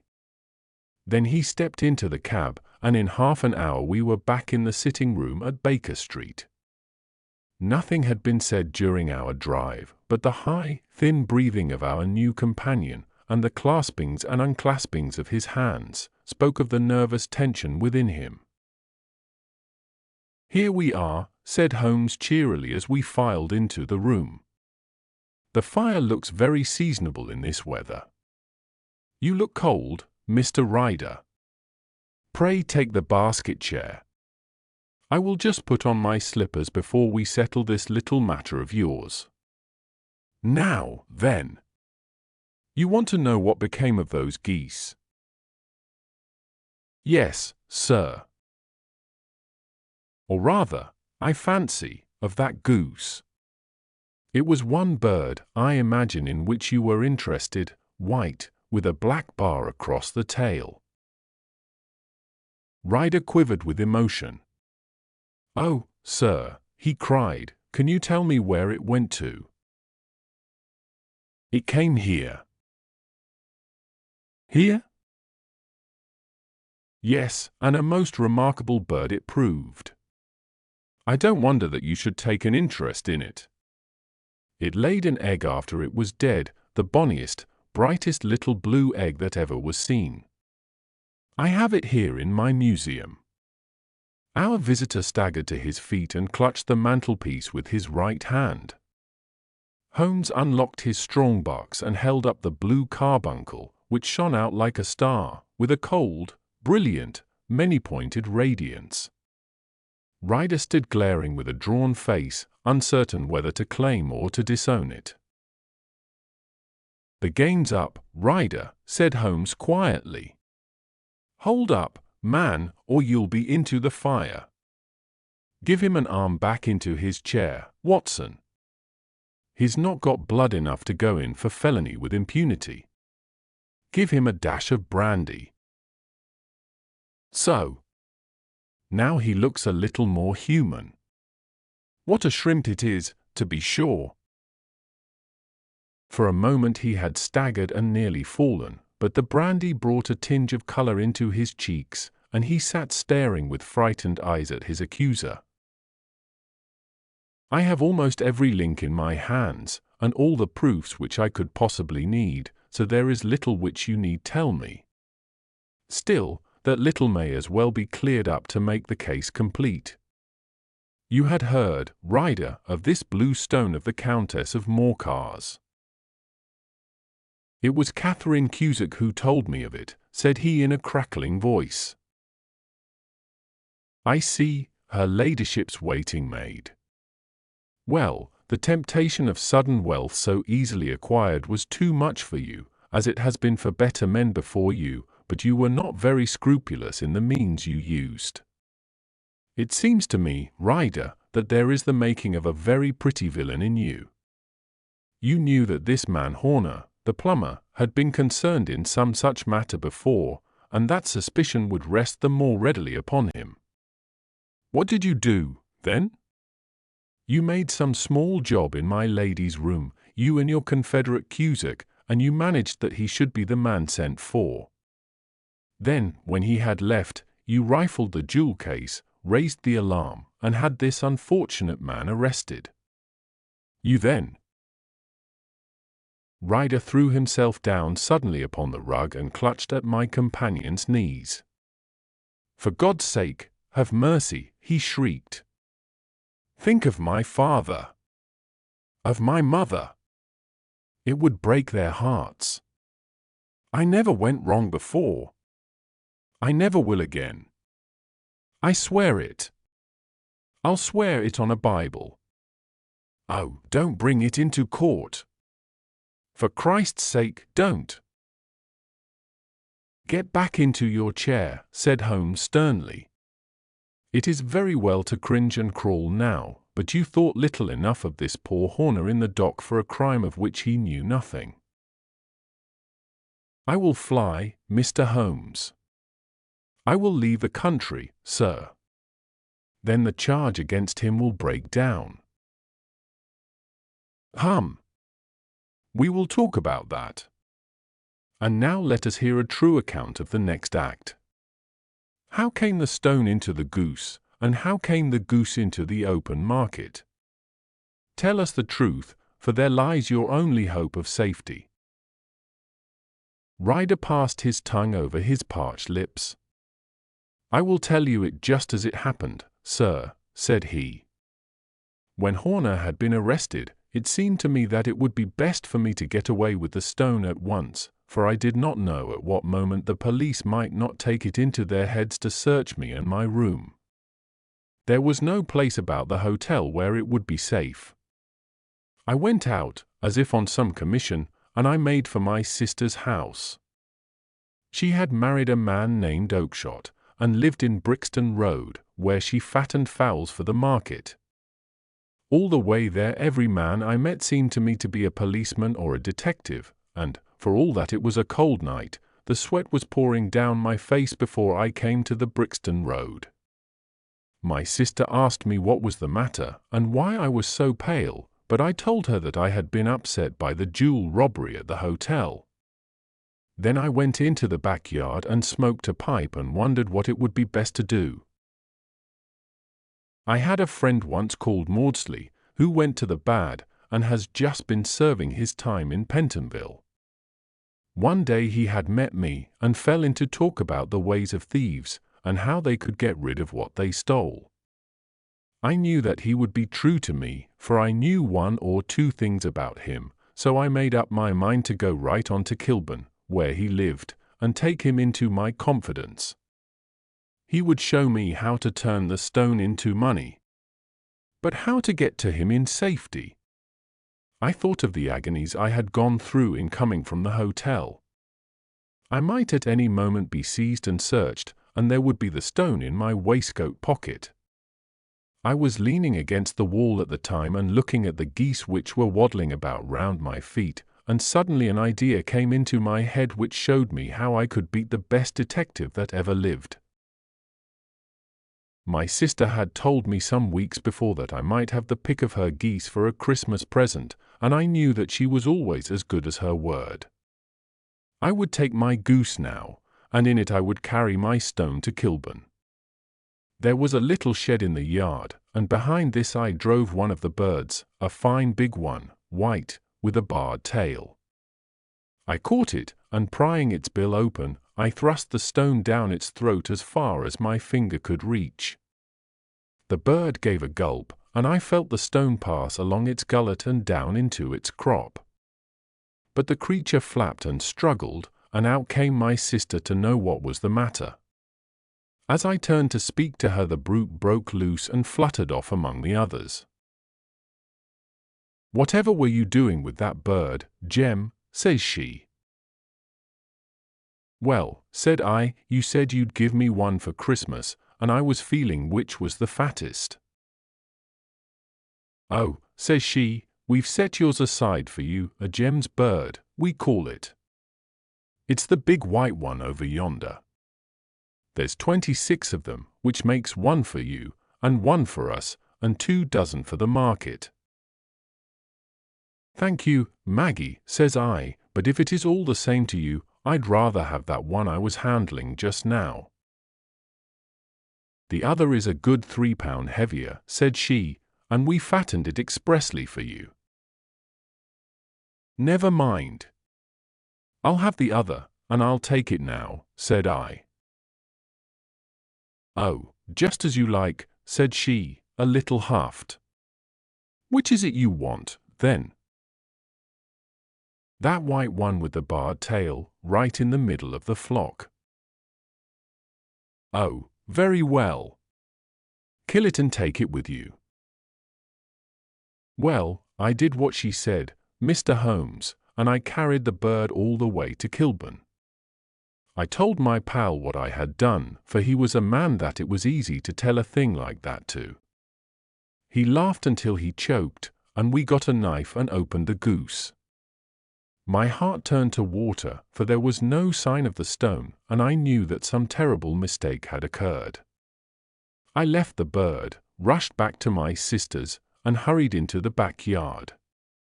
There was not a bird to be seen there. "Where are they all, Maggie?" I cried. "Gone to the dealers, Jem." "Which dealers?" "Breckenridge, of Covent Garden." "But was there another with a barred tail?" I asked, "the same as the one I chose?" "Yes, Jem, there were 2 barred-tailed ones, and I could never tell them apart." Well, then, of course I saw it all, and I ran off as hard as my feet would carry me to this man Breckenridge, but he had sold the lot at once, and not one word would he tell me as to where they had gone. You heard him yourselves tonight. Well, he has always answered me like that. My sister thinks that I am going mad.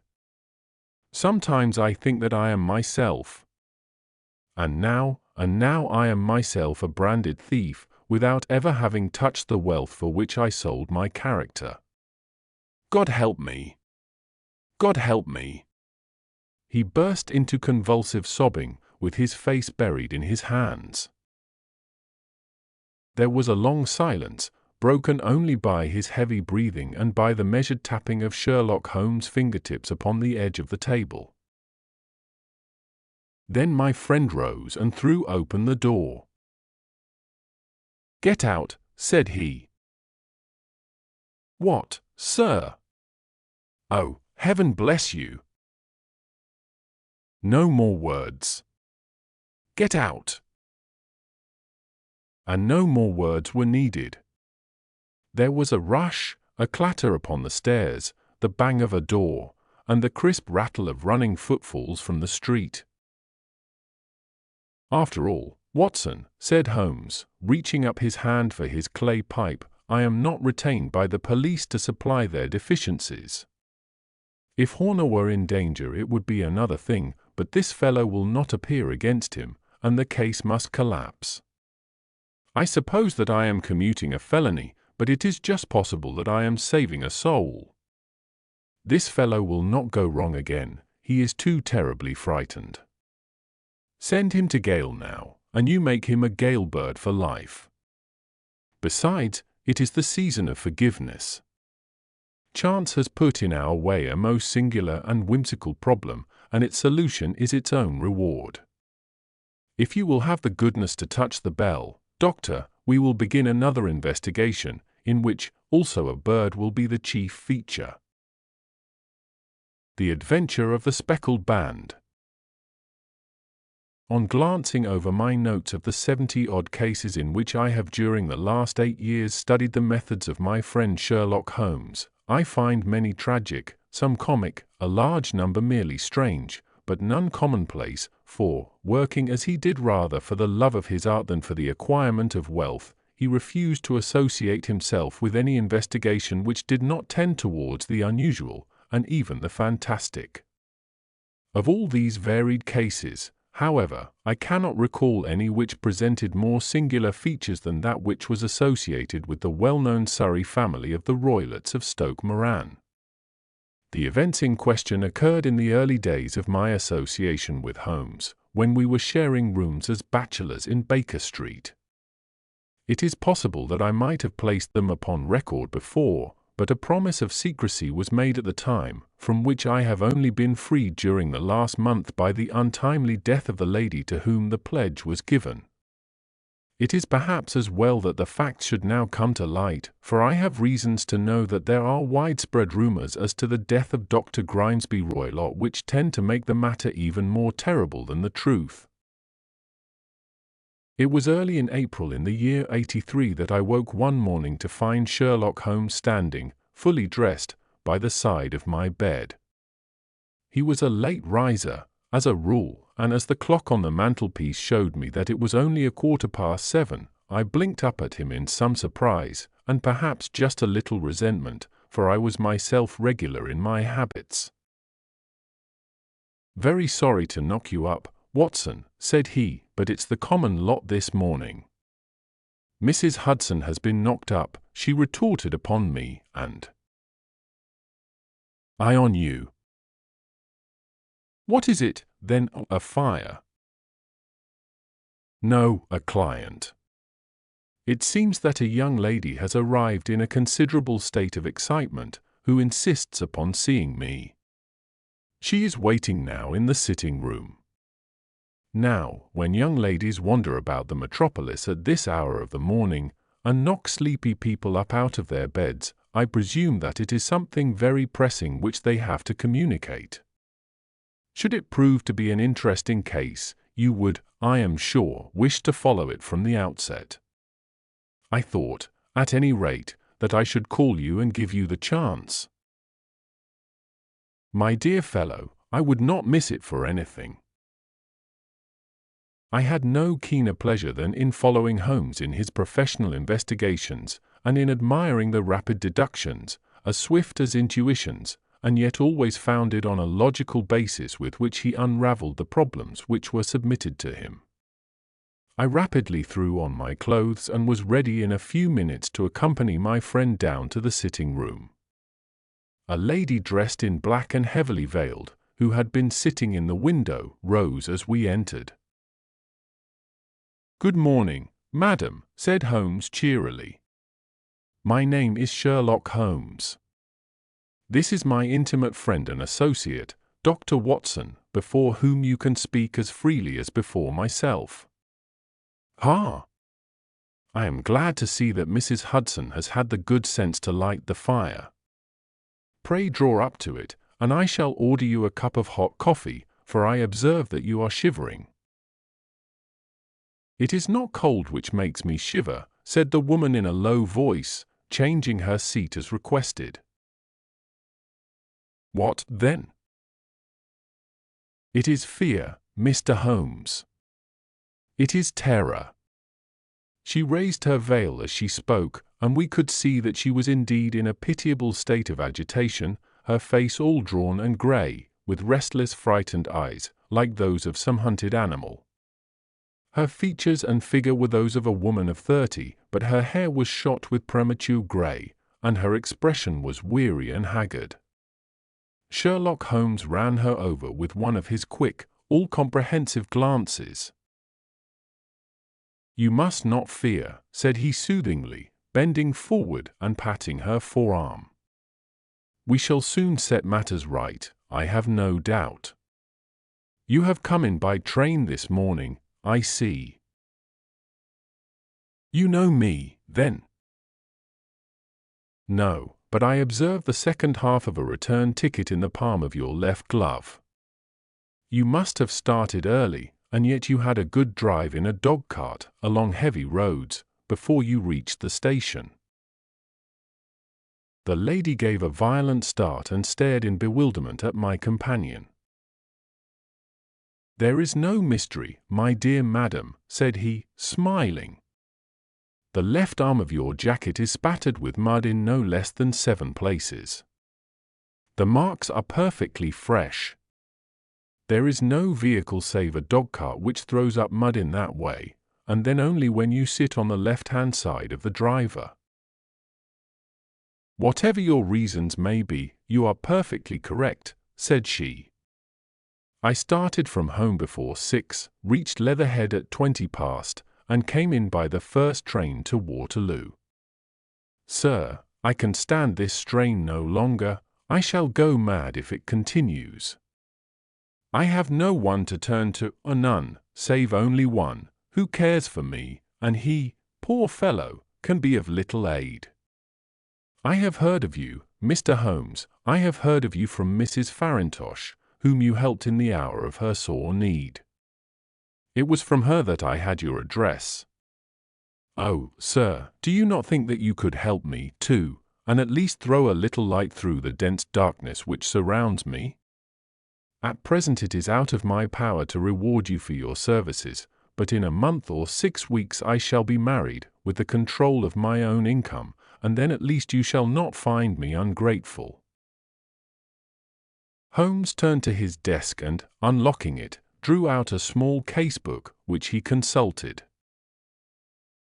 "Farintosh," said he. Yes, I recall the case. It was concerned with an opal tiara. I think it was before your time, Watson. I can only say, madam, that I shall be happy to devote the same care to your case as I did to that of your friend. As to reward, my profession is its own reward, but you are at liberty to defray whatever expenses I may be put to, at the time which suits you best. And now I beg that you will lay before us everything that may help us in forming an opinion upon the matter." "Alas," replied our visitor, "the very horror of my situation lies in the fact that my fears are so vague, and my suspicions depend so entirely upon small points, which might seem trivial to another, that even he to whom of all others I have a right to look for help and advice looks upon all that I tell him about it as the fancies of a nervous woman. He does not say so, but I can read it from his soothing answers and averted eyes. But I have heard, Mr. Holmes, that you can see deeply into the manifold wickedness of the human heart. You may advise me how to walk amid the dangers which encompass me." "I am all attention, madam." "My name is Helen Stoner, and I am living with my stepfather, who is the last survivor of one of the oldest Saxon families in England, the Roylotts of Stoke Moran, on the western border of Surrey." Holmes nodded his head. "The name is familiar to me," said he. "The family was at one time among the richest in England, and the estates extended over the borders into Berkshire in the north, and Hampshire in the west. In the last century, however, for successive heirs were of a dissolute and wasteful disposition, and the family ruin was eventually completed by a gambler in the days of the Regency. Nothing was left save a few acres of ground, and the 200-year-old house, which is itself crushed under a heavy mortgage. The last squire dragged out his existence there, living the horrible life of an aristocratic pauper, but his only son, my stepfather, seeing that he must adapt himself to the new conditions, obtained an advance from a relative, which enabled him to take a medical degree and went out to Calcutta, where, by his professional skill and his force of character, he established a large practice. In a fit of anger, however, caused by some robberies which had been perpetrated in the house, he beat his native butler to death and narrowly escaped a capital sentence. As it was, he suffered a long term of imprisonment and afterwards returned to England a morose and disappointed man. When Dr. Roylott was in India, he married my mother, Mrs. Stoner, the young widow of Major General Stoner of the Bengal Artillery. My sister Julia and I were twins, and we were only 2 years old at the time of my mother's remarriage. She had a considerable sum of money, not less than £1,000 a year, and this she bequeathed to Dr. Roylott entirely while we resided with him, with a provision that a certain annual sum should be allowed to each of us in the event of our marriage. Shortly after our return to England my mother died. She was killed 8 years ago in a railway accident near Crewe. Dr. Roylott then abandoned his attempts to establish himself in practice in London and took us to live with him in the old ancestral house at Stoke Moran. The money which my mother had left was enough for all our wants, and there seemed to be no obstacle to our happiness. But a terrible change came over our stepfather about this time. Instead of making friends and exchanging visits with our neighbours, who had at first been overjoyed to see a Roylott of Stoke Moran back in the old family seat, he shut himself up in his house and seldom came out save to indulge in ferocious quarrels with whoever might cross his path. Violence of temper approaching to mania has been hereditary in the men of the family, and in my stepfather's case it had, I believe, been intensified by his long residence in the tropics. A series of disgraceful brawls took place, 2 of which ended in the police court, until at last he became the terror of the village, and the folks would fly at his approach, for he is a man of immense strength, and absolutely uncontrollable in his anger. Last week he hurled the local blacksmith over a parapet into a stream, and it was only by paying over all the money which I could gather together that I was able to avert another public exposure.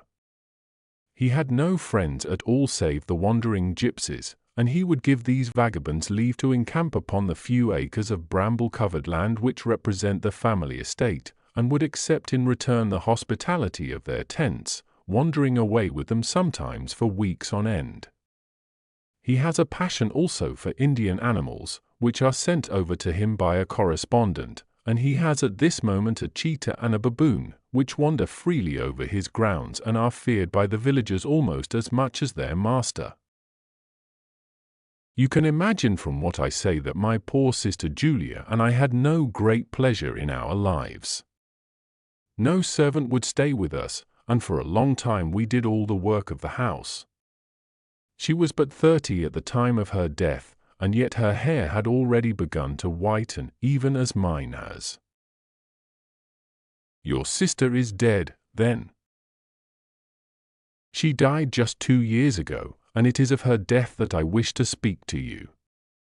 You can understand that, living the life which I have described, we were little likely to see anyone of our own age and position. We had, however, an aunt, my mother's maiden sister, Miss Honoria Westphale, who lives near Harrow, and we were occasionally allowed to pay short visits at this lady's house. Julia went there at Christmas 2 years ago, and met there a half-pay major of Marines, to whom she became engaged. My stepfather learned of the engagement when my sister returned and offered no objection to the marriage, but within a fortnight of the day which had been fixed for the wedding, the terrible event occurred which has deprived me of my only companion. Sherlock Holmes had been leaning back in his chair with his eyes closed and his head sunk in a cushion, but he half opened his lids now and glanced across at his visitor. "Pray be precise as to details," said he. "It is easy for me to be so, for every event of that dreadful time is seared into my memory. The manor house is, as I have already said, very old, and only one wing is now inhabited. The bedrooms in this wing are on the ground floor, the sitting rooms being in the central block of the buildings. Of these bedrooms the first is Dr. Roylott's, the second my sister's, and the third my own. There is no communication between them, but they all open out into the same corridor. Do I make myself plain?" "Perfectly so. The windows of the 3 rooms open out upon the lawn. That fatal night Dr. Roylott had gone to his room early, though we knew that he had not retired to rest, for my sister was troubled by the smell of the strong Indian cigars which it was his custom to smoke. She left her room, therefore, and came into mine, where she sat for some time, chatting about her approaching wedding. At 11 o'clock she rose to leave me, but she paused at the door and looked back. "Tell me, Helen," said she, "have you ever heard anyone whistle in the dead of the night?" "Never," said I. "I suppose that you could not possibly whistle, yourself, in your sleep?" "Certainly not." "But why?" "Because during the last few nights I have always, about 3 in the morning, heard a low, clear whistle. I am a light sleeper, and it has awakened me.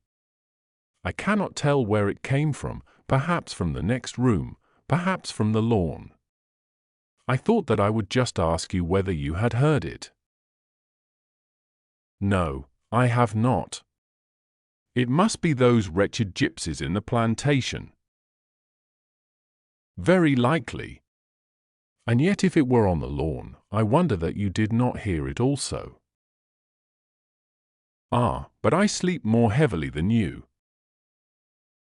"Well, it is of no great consequence, at any rate." She smiled back at me, closed my door, and a few moments later I heard her key turn in the lock. "Indeed," said Holmes. "Was it your custom always to lock yourselves in at night?" "Always." "And why?" "I think that I mentioned to you that the doctor kept a cheetah and a baboon. We had no feeling of security unless our doors were locked." "Quite so. Pray proceed with your statement." "I could not sleep that night. A vague feeling of impending misfortune impressed me. My sister and I, you will recollect, were twins, and you know how subtle are the links which bind 2 souls which are so closely allied. It was a wild night. The wind was howling outside, and the rain was beating and splashing against the windows. Suddenly, amid all the hubbub of the gale, there burst forth the wild scream of a terrified woman. I knew that it was my sister's voice. I sprang from my bed, wrapped a shawl round me, and rushed into the corridor. As I opened my door I seemed to hear a low whistle, such as my sister described, and a few moments later a clanging sound, as if a mass of metal had fallen. As I ran down the passage, my sister's door was unlocked, and revolved slowly upon its hinges. I stared at it horror-stricken, not knowing what was about to issue from it. By the light of the corridor lamp I saw my sister appear at the opening, her face blanched with terror, her hands groping for help, her whole figure swaying to and fro like that of a drunkard. I ran to her and threw my arms round her, but at that moment her knees seemed to give way and she fell to the ground. She writhed as one who is in terrible pain, and her limbs were dreadfully convulsed. At first I thought that she had not recognized me, but as I bent over her she suddenly shrieked out in a voice which I shall never forget, "Oh, my God! Helen! It was the band. The speckled band. There was something else which she would fain have said, and she stabbed with her finger into the air in the direction of the doctor's room, but a fresh convulsion seized her and choked her words. I rushed out, calling loudly for my stepfather, and I met him hastening from his room in his dressing gown. When he reached my sister's side she was unconscious, and though he poured brandy down her throat and sent for medical aid from the village, all efforts were in vain, for she slowly sank and died without having recovered her consciousness. Such was the dreadful end of my beloved sister. "One moment," said Holmes. "Are you sure about this whistle and metallic sound? Could you swear to it?" "That was what the county coroner asked me at the inquiry. It is my strong impression that I heard it, and yet, among the crash of the gale and the creaking of an old house, I may possibly have been deceived." "Was your sister dressed?" "No, she was in her night-dress. In her right hand was found the charred stump of a match, and in her left a matchbox, showing that she had struck a light and looked about her when the alarm took place." "That is important. And what conclusions did the coroner come to?" "He investigated the case with great care, for Dr. Roylott's conduct had long been notorious in the county, but he was unable to find any satisfactory cause of death. My evidence showed that the door had been fastened upon the inner side, and the windows were blocked by old-fashioned shutters with broad iron bars, which were secured every night. The walls were carefully sounded, and were shown to be quite solid all round, and the flooring was also thoroughly examined, with the same result. The chimney is wide, but is barred up by 4 large staples. It is certain, therefore, that my sister was quite alone when she met her end. Besides, there were no marks of any violence upon her." "How about poison?" "The doctors examined her for it, but without success." "What do you think that this unfortunate lady died of, then?" "It is my belief that she died of pure fear and nervous shock, though what it was that frightened her I cannot imagine." "Were there gypsies in the plantation at the time?" "Yes, there are nearly always some there." "Ah, and what did you gather from this allusion to a band, a speckled band?" "Sometimes I have thought that it was merely the wild talk of delirium, sometimes that it may have referred to some band of people, perhaps to these very gypsies in the plantation. I do not know whether the spotted handkerchiefs which so many of them wear over their heads might have suggested the strange adjective which she used." Holmes shook his head like a man who is far from being satisfied. "These are very deep waters," said he. "Pray go on with your narrative." 2 years have passed since then, and my life has been until lately lonelier than ever. A month ago, however, a dear friend, whom I have known for many years, has done me the honor to ask my hand in marriage. His name is Armitage, Percy Armitage, the second son of Mr. Armitage, of Crane Water, near Reading. My stepfather has offered no opposition to the match, and we are to be married in the course of the spring. 2 days ago some repairs were started in the west wing of the building, and my bedroom wall has been pierced, so that I have had to move into the chamber in which my sister died, and to sleep in the very bed in which she slept. Imagine, then, my thrill of terror when last night, as I lay awake, thinking over her terrible fate, I suddenly heard in the silence of the night the low whistle which had been the herald of her own death. I sprang up and lit the lamp, but nothing was to be seen in the room.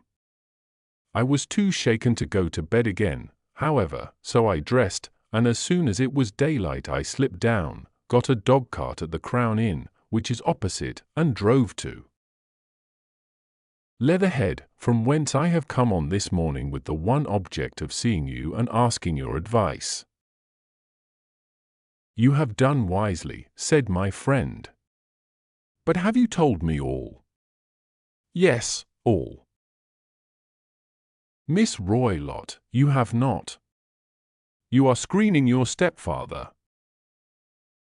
Why, what do you mean?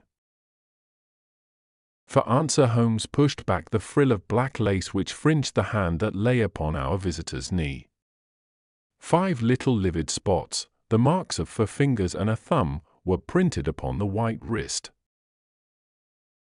You have been cruelly used, said Holmes. The lady colored deeply and covered over her injured wrist. He is a hard man, she said, and perhaps he hardly knows his own strength. There was a long silence, during which Holmes leaned his chin upon his hands and stared into the crackling fire. This is a very deep business, he said at last. There are 1,000 details which I should desire to know before I decide upon our course of action. Yet we have not a moment to lose. If we were to come to Stoke Moran today, would it be possible for us to see over these rooms without the knowledge of your stepfather? As it happens, he spoke of coming into town today upon some most important business. It is probable that he will be away all day, and that there would be nothing to disturb you. We have a housekeeper now, but she is old and foolish, and I could easily get her out of the way. Excellent. You are not averse to this trip, Watson? By no means. Then we shall both come. What are you going to do yourself? I have 1 or 2 things which I would wish to do now that I am in town. But I shall return by the 12 o'clock train, so as to be there in time for your coming. And you may expect us early in the afternoon. I have myself some small business matters to attend to. Will you not wait and breakfast? No, I must go. My heart is lightened already since I have confided my trouble to you. I shall look forward to seeing you again this afternoon. She dropped her thick black veil over her face and glided from the room. And what do you think of it all, Watson? Asked Sherlock Holmes, leaning back in his chair. It seems to me to be a most dark and sinister business. Dark enough and sinister enough. Yet if the lady is correct in saying that the flooring and walls are sound, and that the door, window, and chimney are impassable, then her sister must have been undoubtedly alone when she met her mysterious end. What becomes, then, of these nocturnal whistles, and what of the very peculiar words of the dying woman? I cannot think. When you combine the ideas of whistles at night, the presence of a band of gypsies who are on intimate terms with this old doctor, the fact that we have every reason to believe that the doctor has an interest in preventing his stepdaughter's marriage, the dying allusion to a band, and, finally, the fact that Miss Helen Stoner heard a metallic clang, which might have been caused by one of those metal bars that secured the shutters falling back into its place, I think that there is good ground to think that the mystery may be cleared along those lines. But what, then, did the gypsies do? I cannot imagine. I see many objections to any such theory. And so do I. It is precisely for that reason that we are going to Stoke Moran this day. I want to see whether the objections are fatal, or if they may be explained away. But what in the name of the devil? The ejaculation had been drawn from my companion by the fact that our door had been suddenly dashed open, and that a huge man had framed himself in the aperture. His costume was a peculiar mixture of the professional and of the agricultural, having a black top hat, a long frock coat, and a pair of high gaiters, with a hunting crop swinging in his hand. So tall was he that his hat actually brushed the crossbar of the doorway, and his breadth seemed to span it across from side to side. A large face, seared with 1,000 wrinkles, burned yellow with the sun, and marked with every evil passion, was turned from one to the other of us, while his deep-set, bile-shot eyes, and his high, thin, fleshless nose, gave him somewhat the resemblance to a fierce old bird of prey. "Which of you is Holmes?" asked this apparition. "My name, sir, but you have the advantage of me," said my companion quietly. "I am Dr. Grimesby Roylott, of Stoke Moran." "Indeed, doctor," said Holmes blandly. "Pray take a seat." "I will do nothing of the kind. My stepdaughter has been here. I have traced her. What has she been saying to you?" "It is a little cold for the time of the year," said Holmes. "What has she been saying to you?" screamed the old man furiously. "But I have heard that the crocuses promise well," continued my companion imperturbably. "Ha! You put me off, do you?" said our new visitor, taking a step forward and shaking his hunting crop. "I know you, you scoundrel. I have heard of you before. You are Holmes, the meddler." My friend smiled. "Holmes, the busybody." His smile broadened. "Holmes, the Scotland Yard jack-in-office." Holmes chuckled heartily. "Your conversation is most entertaining," said he. "When you go out, close the door, for there is a decided draught." "I will go when I have said my say. Don't you dare to meddle with my affairs. I know that Miss Stoner has been here. I traced her. I am a dangerous man to fall foul of. See here." He stepped swiftly forward, seized the poker, and bent it into a curve with his huge brown hands. "See that you keep yourself out of my grip," he snarled, and hurling the twisted poker into the fireplace he strode out of the room. "He seems a very amiable person," said Holmes, laughing. "I am not quite so bulky, but if he had remained I might have shown him that my grip was not much more feeble than his own." As he spoke he picked up the steel poker and, with a sudden effort, straightened it out again. "Fancy his having the insolence to confound me with the official detective force. This incident gives zest to our investigation, however, and I only trust that our little friend will not suffer from her imprudence in allowing this brute to trace her. And now, Watson, we shall order breakfast, and afterwards I shall walk down to Doctors' Commons, where I hope to get some data which may help us in this matter." It was nearly 1 o'clock when Sherlock Holmes returned from his excursion. He held in his hand a sheet of blue paper, scrawled over with notes and figures. "I have seen the will of the deceased wife," said he. "To determine its exact meaning I have been obliged to work out the present prices of the investments with which it is concerned. The total income, which at the time of the wife's death was little short of £1,100, is now, through the fall in agricultural prices, not more than £750. Each daughter can claim an income of £250 in case of marriage. It is evident, therefore, that if both girls had married, this beauty would have had a mere pittance, while even one of them would cripple him to a very serious extent. My morning's work has not been wasted, since it has proved that he has the very strongest motives for standing in the way of anything of the sort. And now, Watson, this is too serious for dawdling, especially as the old man is aware that we are interesting ourselves in his affairs, so if you are ready, we shall call a cab and drive to Waterloo. I should be very much obliged if you would slip your revolver into your pocket. An Ellie's number 2 is an excellent argument with gentlemen who can twist steel pokers into knots. That and a toothbrush are, I think, all that we need." At Waterloo we were fortunate in catching a train for Leatherhead, where we hired a trap at the station inn and drove for 4 or 5 miles through the lovely Surrey lanes. It was a perfect day, with a bright sun and a few fleecy clouds in the heavens. The trees and wayside hedges were just throwing out their first green shoots, and the air was full of the pleasant smell of the moist earth.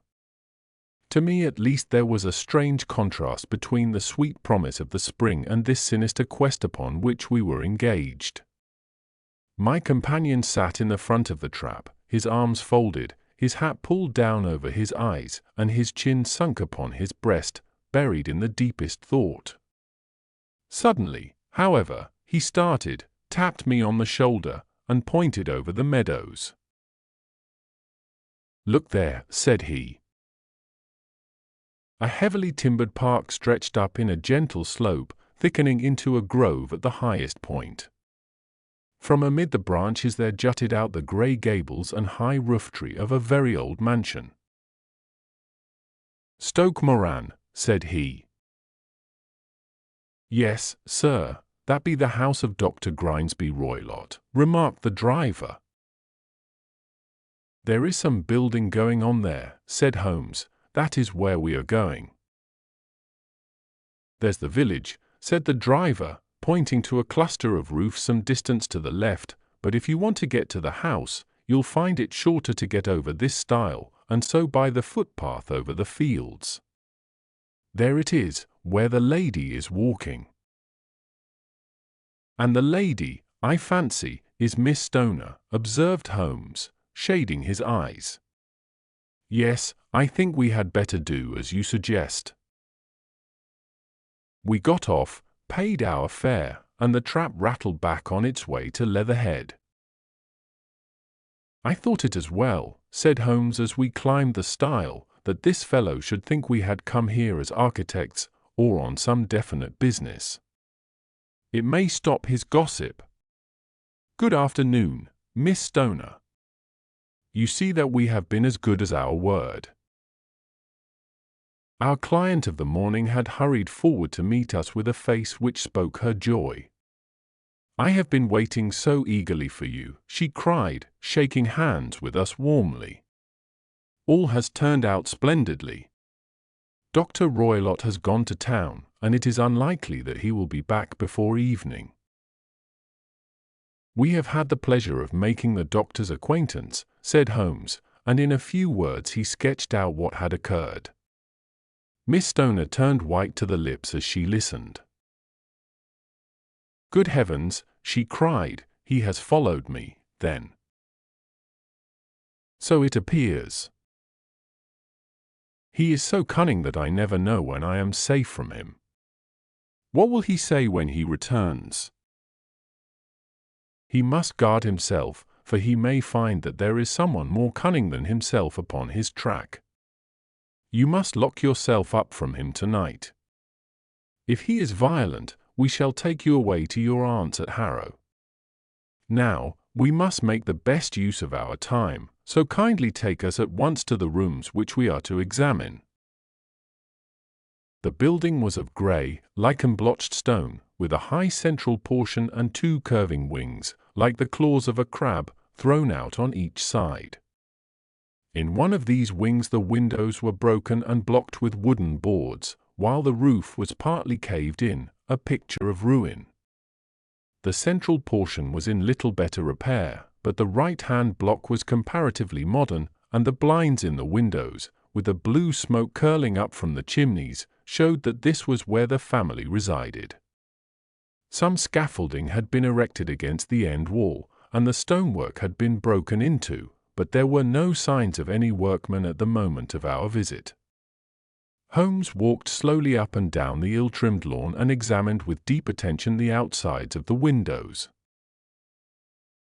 "This, I take it, belongs to the room in which you used to sleep, the centre one to your sisters, and the one next to the main building to Dr. Roylott's chamber?" "Exactly so. But I am now sleeping in the middle one. Pending the alterations, as I understand. By the way, there does not seem to be any very pressing need for repairs at that end wall. There were none. I believe that it was an excuse to move me from my room. Ah, that is suggestive. Now, on the other side of this narrow wing runs the corridor from which these 3 rooms open. There are windows in it, of course. Yes, but very small ones. Too narrow for anyone to pass through. As you both locked your doors at night, your rooms were unapproachable from that side. Now, would you have the kindness to go into your room and bar your shutters? Miss Stoner did so, and Holmes, after a careful examination through the open window, endeavored in every way to force the shutter open, but without success. There was no slit through which a knife could be passed to raise the bar. Then with his lens he tested the hinges, but they were of solid iron, built firmly into the massive masonry. Said he, scratching his chin in some perplexity, my theory certainly presents some difficulties. No one could pass these shutters if they were bolted. Well, we shall see if the inside throws any light upon the matter. A small side door led into the whitewashed corridor from which the 3 bedrooms opened. Holmes refused to examine the 3rd chamber, so we passed at once to the 2nd, that in which Miss Stoner was now sleeping, and in which her sister had met with her fate. It was a homely little room, with a low ceiling and a gaping fireplace, after the fashion of old country houses. A brown chest of drawers stood in one corner, a narrow white counterpaned bed in another, and a dressing table on the left-hand side of the window. These articles, with 2 small wickerwork chairs, made up all the furniture in the room save for a square of Wilton carpet in the centre. The boards round and the panelling of the walls were of brown, worm-eaten oak, so old and discoloured that it may have dated from the original building of the house. Holmes drew one of the chairs into a corner and sat silent, while his eyes travelled round and up and down, taking in every detail of the apartment. "Where does that bell communicate with?" he asked at last, pointing to a thick bell rope which hung down beside the bed, the tassel actually lying upon the pillow. "It goes to the housekeeper's room. It looks newer than the other things." "Yes, it was only put there a couple of years ago." "Your sister asked for it, I suppose?" "No, I never heard of her using it. We used always to get what we wanted for ourselves." "Indeed, it seemed unnecessary to put so nice a bell-pull there. You will excuse me for a few minutes while I satisfy myself as to this floor." He threw himself down upon his face with his lens in his hand and crawled swiftly backward and forward, examining minutely the cracks between the boards. Then he did the same with the woodwork with which the chamber was panelled. Finally he walked over to the bed and spent some time in staring at it and in running his eye up and down the wall. Finally he took the bell rope in his hand and gave it a brisk tug.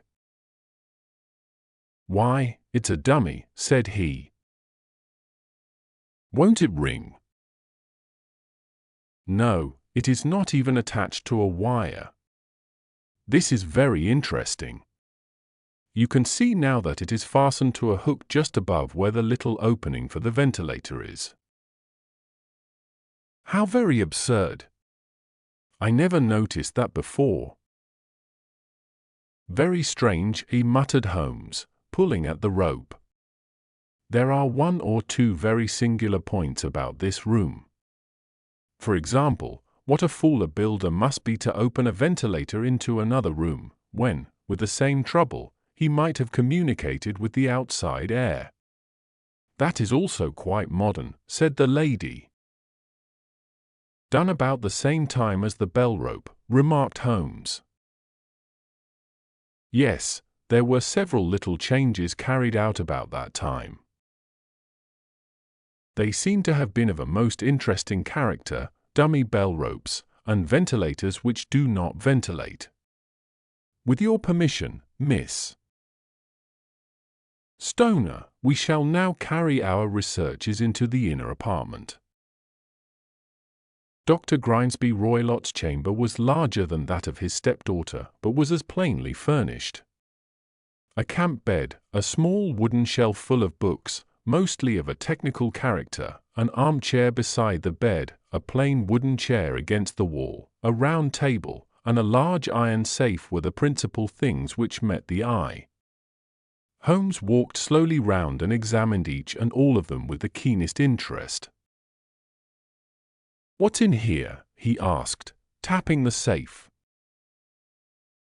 "My stepfather's business papers." "Oh.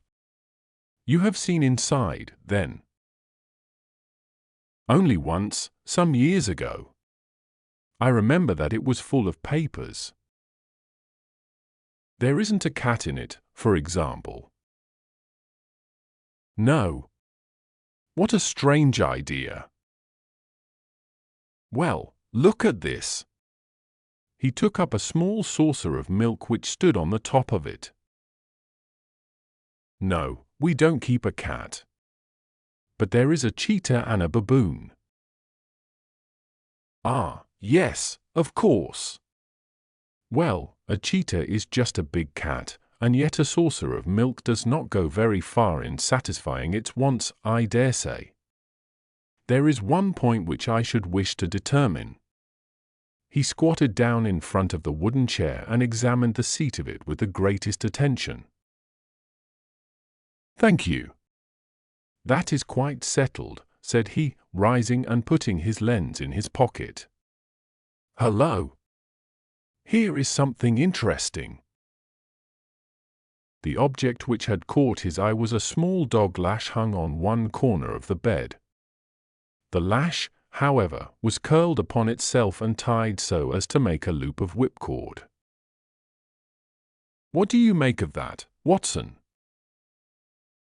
"It's a common enough lash. But I don't know why it should be tied." "That is not quite so common, is it?" "Ah, me! It's a wicked world, and when a clever man turns his brains to crime it is the worst of all. I think that I have seen enough now, Miss Stoner, and with your permission we shall walk out upon the lawn." I had never seen my friend's face so grim or his brow so dark as it was when we turned from the scene of this investigation. We had walked several times up and down the lawn, neither Miss Stoner nor myself liking to break in upon his thoughts before he roused himself from his reverie.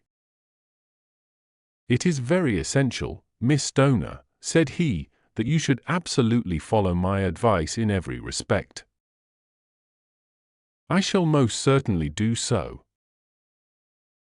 "The matter is too serious for any hesitation. Your life may depend upon your compliance." "I assure you that I am in your hands. In the first place, both my friend and I must spend the night in your room." Both Miss Stoner and I gazed at him in astonishment. "Yes, it must be so. Let me explain. I believe that is the village inn over there." "Yes, that is the Crown." "Very good. Your windows would be visible from there." "Certainly."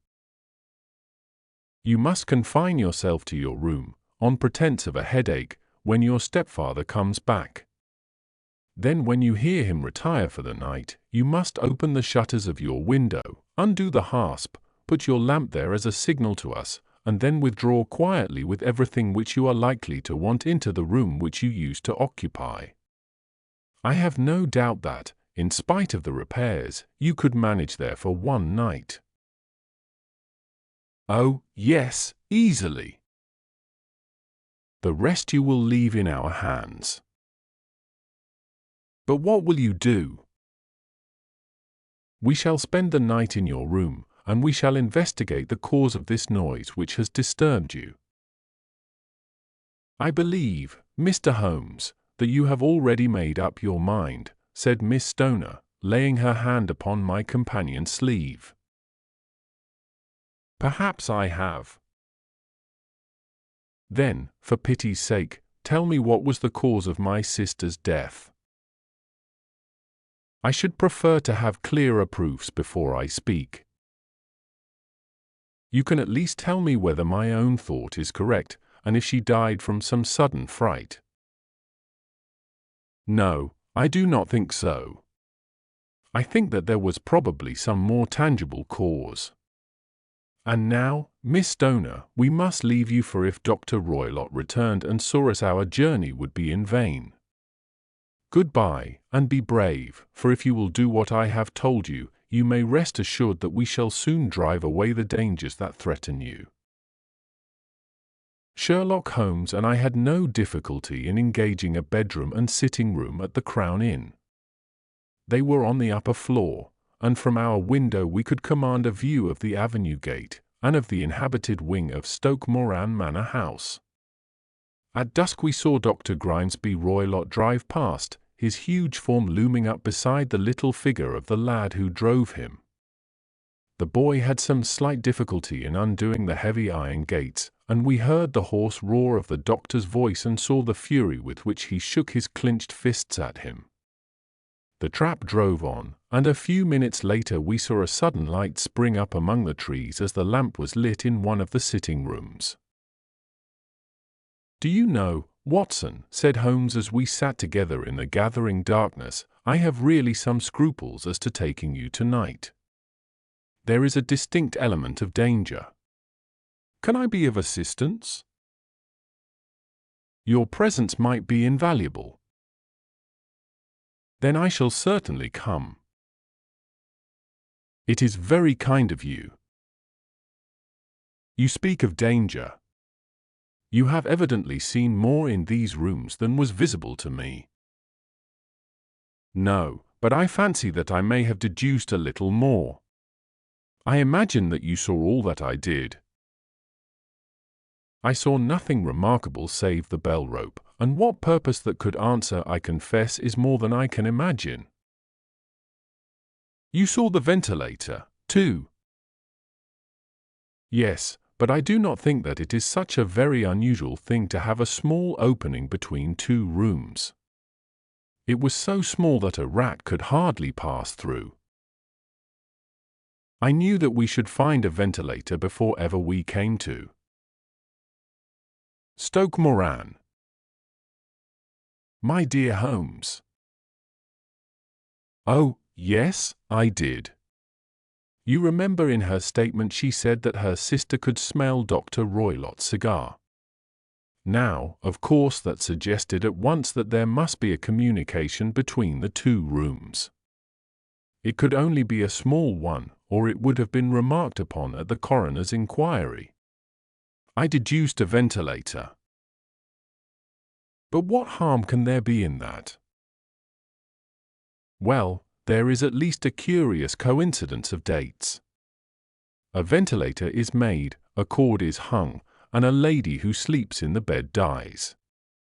Does not that strike you? I cannot as yet see any connection. Did you observe anything very peculiar about that bed? No. It was clamped to the floor. Did you ever see a bed fastened like that before? I cannot say that I have. The lady could not move her bed. It must always be in the same relative position to the ventilator and to the rope, or so we may call it, since it was clearly never meant for a bell pull. Holmes, I cried, I seem to see dimly what you are hinting at. We are only just in time to prevent some subtle and horrible crime. Subtle enough and horrible enough. When a doctor does go wrong, he is the first of criminals. He has nerve and he has knowledge. Palmer and Pritchard were among the heads of their profession. This man strikes even deeper, but I think, Watson, that we shall be able to strike deeper still. But we shall have horrors enough before the night is over. For goodness sake, let us have a quiet pipe and turn our minds for a few hours to something more cheerful." About 9 o'clock the light among the trees was extinguished, and all was dark in the direction of the manor house. 2 hours passed slowly away, and then, suddenly, just at the stroke of 11, a single bright light shone out right in front of us. "That is our signal," said Holmes, springing to his feet. "It comes from the middle window." As we passed out he exchanged a few words with the landlord, explaining that we were going on a late visit to an acquaintance, and that it was possible that we might spend the night there. A moment later we were out on the dark road, a chill wind blowing in our faces, and one yellow light twinkling in front of us through the gloom to guide us on our sombre errand. There was little difficulty in entering the grounds, for unrepaired breaches gaped in the old park wall. Making our way among the trees, we reached the lawn, crossed it, and were about to enter through the window when out from a clump of laurel bushes there darted what seemed to be a hideous and distorted child, who threw itself upon the grass with writhing limbs and then ran swiftly across the lawn into the darkness. "My God!" I whispered. "Did you see it?" Holmes was for the moment as startled as I. His hand closed like a vice upon my wrist in his agitation. Then he broke into a low laugh and put his lips to my ear. "It is a nice household," he murmured. "That is the baboon." I had forgotten the strange pets which the doctor affected. There was a cheetah, too. Perhaps we might find it upon our shoulders at any moment. I confess that I felt easier in my mind when, after following Holmes' example and slipping off my shoes, I found myself inside the bedroom. My companion noiselessly closed the shutters, moved the lamp onto the table, and cast his eyes round the room. All was as we had seen it in the daytime. Then creeping up to me and making a trumpet of his hand, he whispered into my ear again so gently that it was all that I could do to distinguish the words. The least sound would be fatal to our plans. I nodded to show that I had heard. "We must sit without light. He would see it through the ventilator." I nodded again. "Do not go asleep, your very life may depend upon it. Have your pistol ready in case we should need it. I will sit on the side of the bed, and you in that chair." I took out my revolver and laid it on the corner of the table. Holmes had brought up a long thin cane, and this he placed upon the bed beside him. By it he laid the box of matches and the stump of a candle.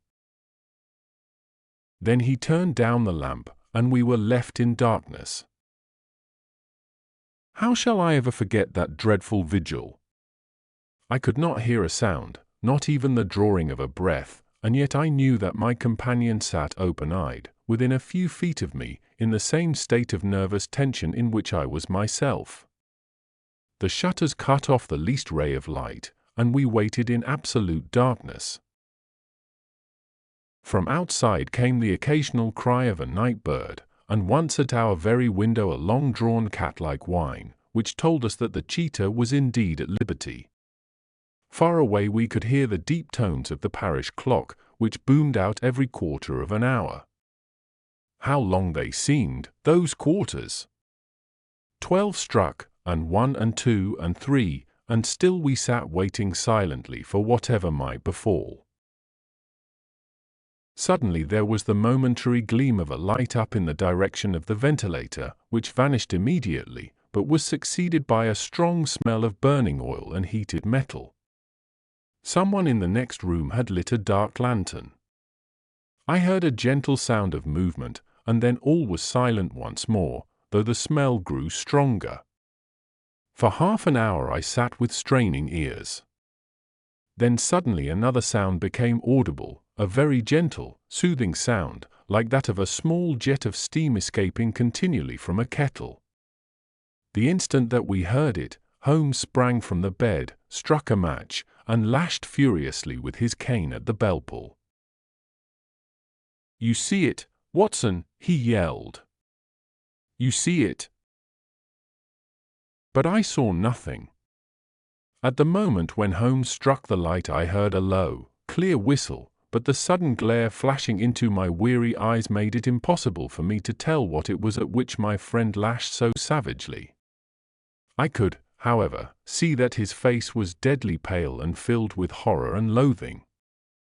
He had ceased to strike and was gazing up at the ventilator when suddenly there broke from the silence of the night the most horrible cry to which I have ever listened. It swelled up louder and louder, a hoarse yell of pain and fear and anger all mingled in the one dreadful shriek. They say that away down in the village, and even in the distant parsonage, that cry raised the sleepers from their beds. It struck cold to our hearts, and I stood gazing at Holmes, and he at me, until the last echoes of it had died away into the silence from which it rose. "What can it mean?" I gasped. "It means that it is all over," Holmes answered. "And perhaps, after all, it is for the best. Take your pistol, and we will enter Dr. Roylott's room." With a grave face he lit the lamp and led the way down the corridor. Twice he struck at the chamber door without any reply from within. Then he turned the handle and entered, I at his heels, with the cocked pistol in my hand. It was a singular sight which met our eyes. On the table stood a dark lantern with the shutter half open, throwing a brilliant beam of light upon the iron safe, the door of which was ajar. Beside this table, on the wooden chair, sat Dr. Grimesby Roylott, clad in a long grey dressing gown, his bare ankles protruding beneath, and his feet thrust into red heelless Turkish slippers. Across his lap lay the short stock with the long lash which we had noticed during the day. His chin was cocked upward and his eyes were fixed in a dreadful, rigid stare at the corner of the ceiling. Round his brow he had a peculiar yellow band, with brownish speckles, which seemed to be bound tightly round his head. As we entered he made neither sound nor motion. "The band! The speckled band," whispered Holmes. I took a step forward. In an instant his strange headgear began to move, and there reared itself from among his hair the squat diamond-shaped head and puffed neck of a loathsome serpent. "It is a swamp adder," cried Holmes, "the deadliest snake in India. He has died within 10 seconds of being bitten. Violence does, in truth, recoil upon the violent, and the schemer falls into the pit which he digs for another. Let us thrust this creature back into its den, and we can then remove Miss Stoner to some place of shelter and let the county police know what has happened." As he spoke he drew the dog-whip swiftly from the dead man's lap, and throwing the noose round the reptile's neck he drew it from its horrid perch and, carrying it at arm's length, threw it into the iron safe, which he closed upon it. Such are the true facts of the death of Dr. Grimesby Roylott, of Stoke Moran.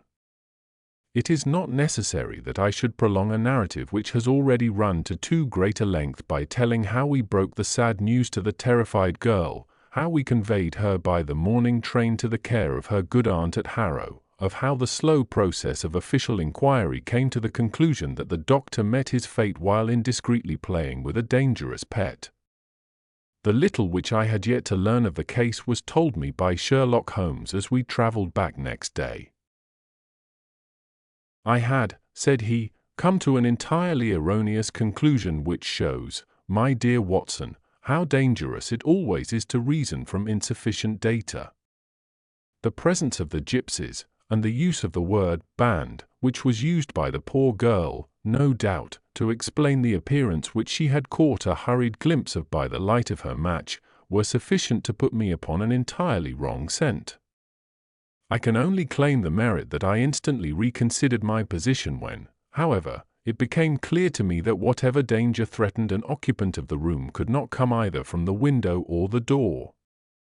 My attention was speedily drawn, as I have already remarked to you, to this ventilator, and to the bell rope which hung down to the bed. The discovery that this was a dummy, and that the bed was clamped to the floor, instantly gave rise to the suspicion that the rope was there as a bridge for something passing through the hole and coming to the bed. The idea of a snake instantly occurred to me, and when I coupled it with my knowledge that the doctor was furnished with a supply of creatures from India, I felt that I was probably on the right track. The idea of using a form of poison which could not possibly be discovered by any chemical test was just such a one as would occur to a clever and ruthless man who had had an Eastern training. The rapidity with which such a poison would take effect would also, from his point of view, be an advantage. It would be a sharp-eyed coroner, indeed, who could distinguish the two little dark punctures which would show where the poisoned fangs had done their work. Then I thought of the whistle. Of course he must recall the snake before the morning light revealed it to the victim. He had trained it, probably by the use of the milk which we saw, to return to him when summoned. He would put it through this ventilator at the hour that he thought best, with the certainty that it would crawl down the rope and land on the bed. It might or might not bite the occupant, perhaps she might escape every night for a week, but sooner or later she must fall a victim. I had come to these conclusions before ever I had entered his room. An inspection of his chair showed me that he had been in the habit of standing on it, which of course would be necessary in order that he should reach the ventilator. The sight of the safe, the saucer of milk, and the loop of whipcord were enough to finally dispel any doubts which may have remained. The metallic clang heard by Miss Stoner was obviously caused by her stepfather hastily closing the door of his safe upon its terrible occupant. Having once made up my mind, you know the steps which I took in order to put the matter to the proof. I heard the creature hiss, as I have no doubt that you did also, and I instantly lit the light and attacked it, with the result of driving it through the ventilator, and also with the result of causing it to turn upon its master at the other side. Some of the blows of my cane came home and roused its snakish temper, so that it flew upon the first person it saw. In this way I am no doubt indirectly responsible for Dr. Grimesby Roylott's death, and I cannot say that it is likely to weigh very heavily upon my conscience. The Adventure of the Engineer's Thumb. Of all the problems which have been submitted to my friend, Mr. Sherlock Holmes, for solution during the years of our intimacy, there were only two which I was the means of introducing to his notice, that of Mr. Hatherley's thumb, and that of Colonel Warburton's madness.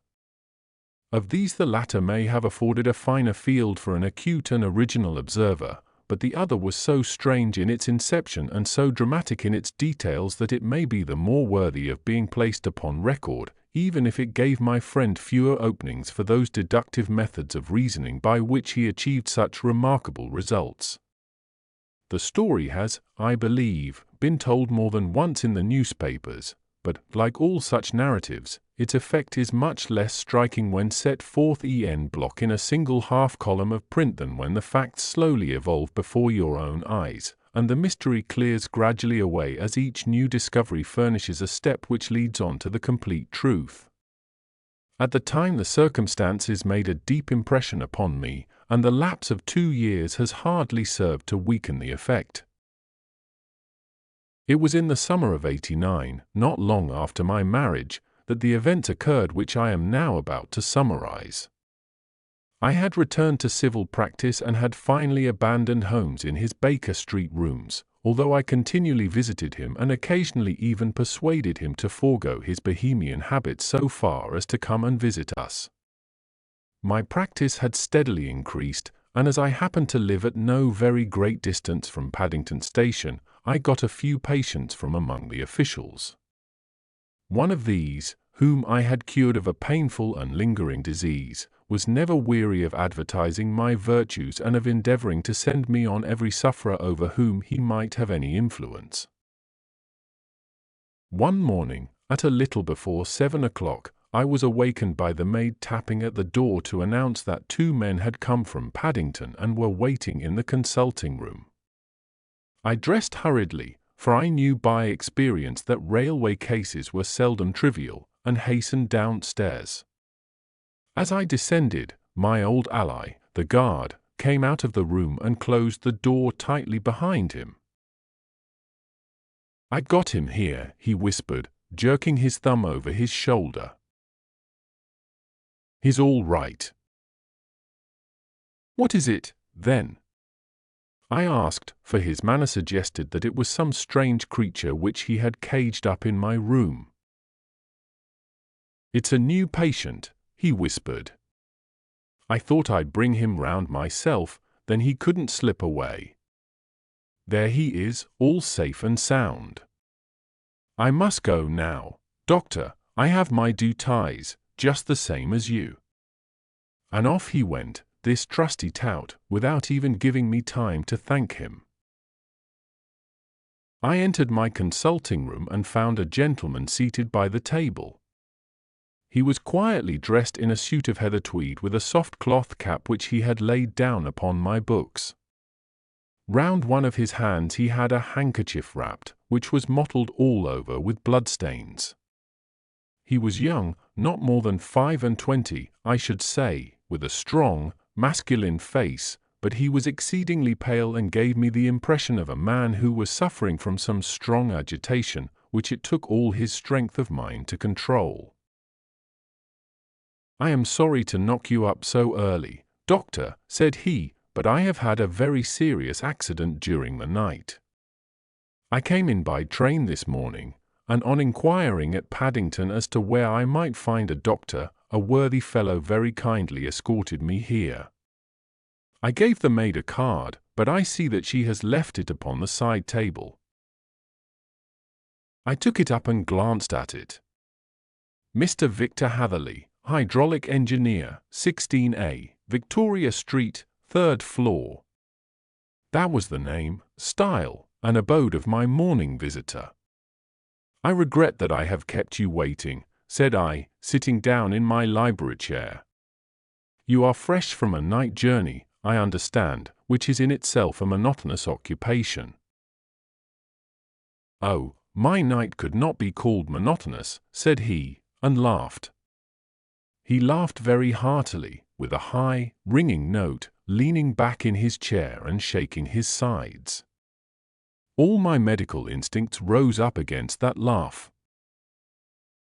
"Stop it!" I cried, "pull yourself together," and I poured out some water from a carafe.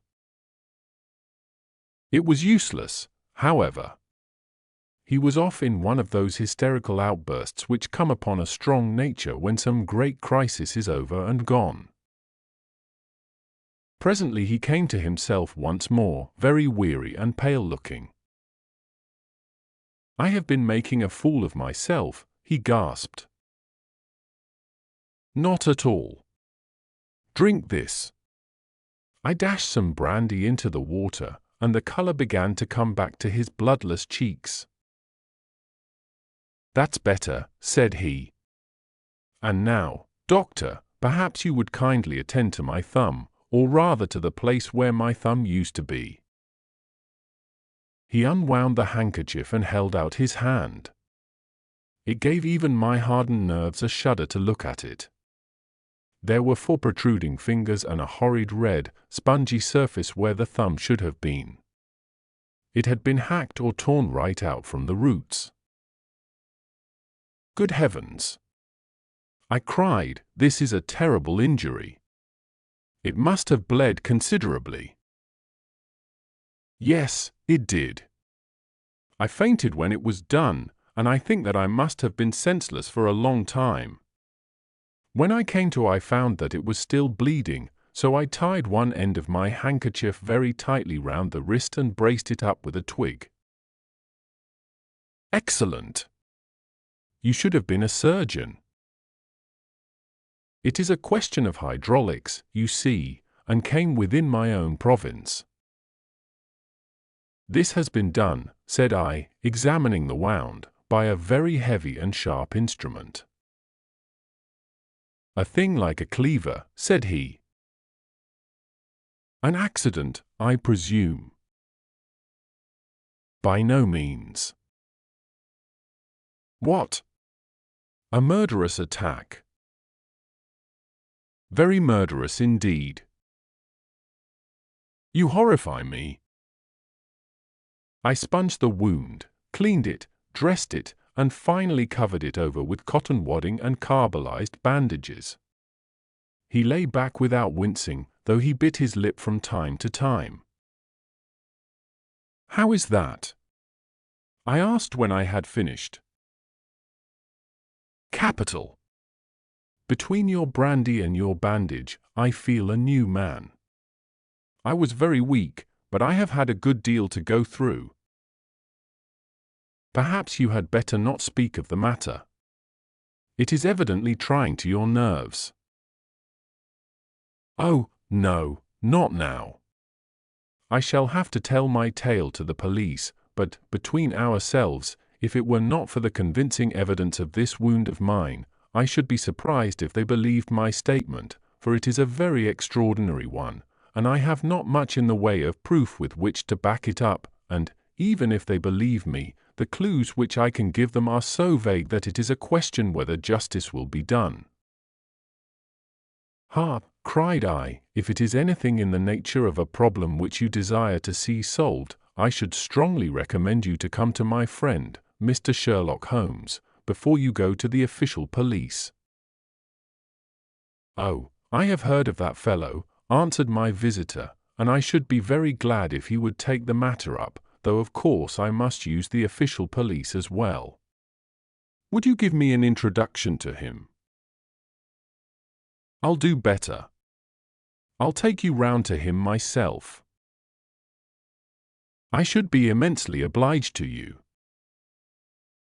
"We'll call a cab and go together. We shall just be in time to have a little breakfast with him. Do you feel equal to it?" "Yes, I shall not feel easy until I have told my story." "Then my servant will call a cab, and I shall be with you in an instant." I rushed upstairs, explained the matter shortly to my wife, and in 5 minutes was inside a hansom, driving with my new acquaintance to Baker Street. Sherlock Holmes was, as I expected, lounging about his sitting room in his dressing gown, reading the agony column of the Times and smoking his before-breakfast pipe, which was composed of all the plugs and dottles left from his smokes of the day before, all carefully dried and collected on the corner of the mantelpiece. He received us in his quietly genial fashion, ordered fresh rashers and eggs, and joined us in a hearty meal. When it was concluded, he settled our new acquaintance upon the sofa, placed a pillow beneath his head, and laid a glass of brandy and water within his reach. "It is easy to see that your experience has been no common one, Mr. Hatherley," said he. "Pray, lie down there and make yourself absolutely at home. Tell us what you can, but stop when you are tired and keep up your strength with a little stimulant." "Thank you," said my patient, "but I have felt another man since the doctor bandaged me, and I think that your breakfast has completed the cure. I shall take up as little of your valuable time as possible, so I shall start at once upon my peculiar experiences." Holmes sat in his big armchair with the weary, heavy-lidded expression which veiled his keen and eager nature, while I sat opposite to him, and we listened in silence to the strange story which our visitor detailed to us. "You must know," said he, "that I am an orphan and a bachelor, residing alone in lodgings in London. By profession I am a hydraulic engineer, and I have had considerable experience of my work during the 7 years that I was apprenticed to Venner and Matheson, the well-known firm of Greenwich. 2 years ago, having served my time, and having also come into a fair sum of money through my poor father's death, I determined to start in business for myself and took professional chambers in Victoria Street. I suppose that everyone finds his first independent start in business a dreary experience. To me it has been exceptionally so. During 2 years I have had 3 consultations and 1 small job, and that is absolutely all that my profession has brought me. My gross takings amount to £27.10. Every day, from 9 in the morning until 4 in the afternoon, I waited in my little den, until at last my heart began to sink, and I came to believe that I should never have any practice at all. Yesterday, however, just as I was thinking of leaving the office, my clerk entered to say there was a gentleman waiting who wished to see me upon business. He brought up a card, too, with the name of Colonel Lysander Stark engraved upon it. Close at his heels came the colonel himself, a man rather over the middle size, but of an exceeding thinness. I do not think that I have ever seen so thin a man. His whole face sharpened away into nose and chin, and the skin of his cheeks was drawn quite tense over his outstanding bones. Yet this emaciation seemed to be his natural habit, and due to no disease, for his eye was bright, his step brisk, and his bearing assured. He was plainly but neatly dressed, and his age, I should judge, would be nearer 40 than 30. "Mr. Hatherley," said he, with something of a German accent. "You have been recommended to me, Mr. Hatherley, as being a man who is not only proficient in his profession but is also discreet and capable of preserving a secret." I bowed, feeling as flattered as any young man would at such an address. "May I ask who it was who gave me so good a character?" "Well, perhaps it is better that I should not tell you that just at this moment. I have it from the same source that you are both an orphan and a bachelor and are residing alone in London." "That is quite correct," I answered, "but you will excuse me if I say that I cannot see how all this bears upon my professional qualifications. I understand that it was on a professional matter that you wished to speak to me." "Undoubtedly so. But you will find that all I say is really to the point. I have a professional commission for you, but absolute secrecy is quite essential, absolute secrecy, you understand, and of course we may expect that more from a man who is alone than from one who lives in the bosom of his family." "If I promise to keep a secret," said I, "you may absolutely depend upon my doing so." He looked very hard at me as I spoke, and it seemed to me that I had never seen so suspicious and questioning an eye. "Do you promise, then?" said he at last. "Yes, I promise." "Absolute and complete silence before, during, and after? No reference to the matter at all, either in word or writing?" "I have already given you my word." "Very good."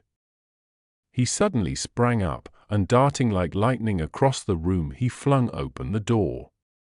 The passage outside was empty. "That's all right," said he, coming back. "I know that clerks are sometimes curious as to their master's affairs. Now we can talk in safety." He drew up his chair very close to mine and began to stare at me again with the same questioning and thoughtful look. A feeling of repulsion, and of something akin to fear had begun to rise within me at the strange antics of this fleshless man. Even my dread of losing a client could not restrain me from showing my impatience. "I beg that you will state your business, sir," said I. "My time is of value." Heaven forgive me for that last sentence, but the words came to my lips.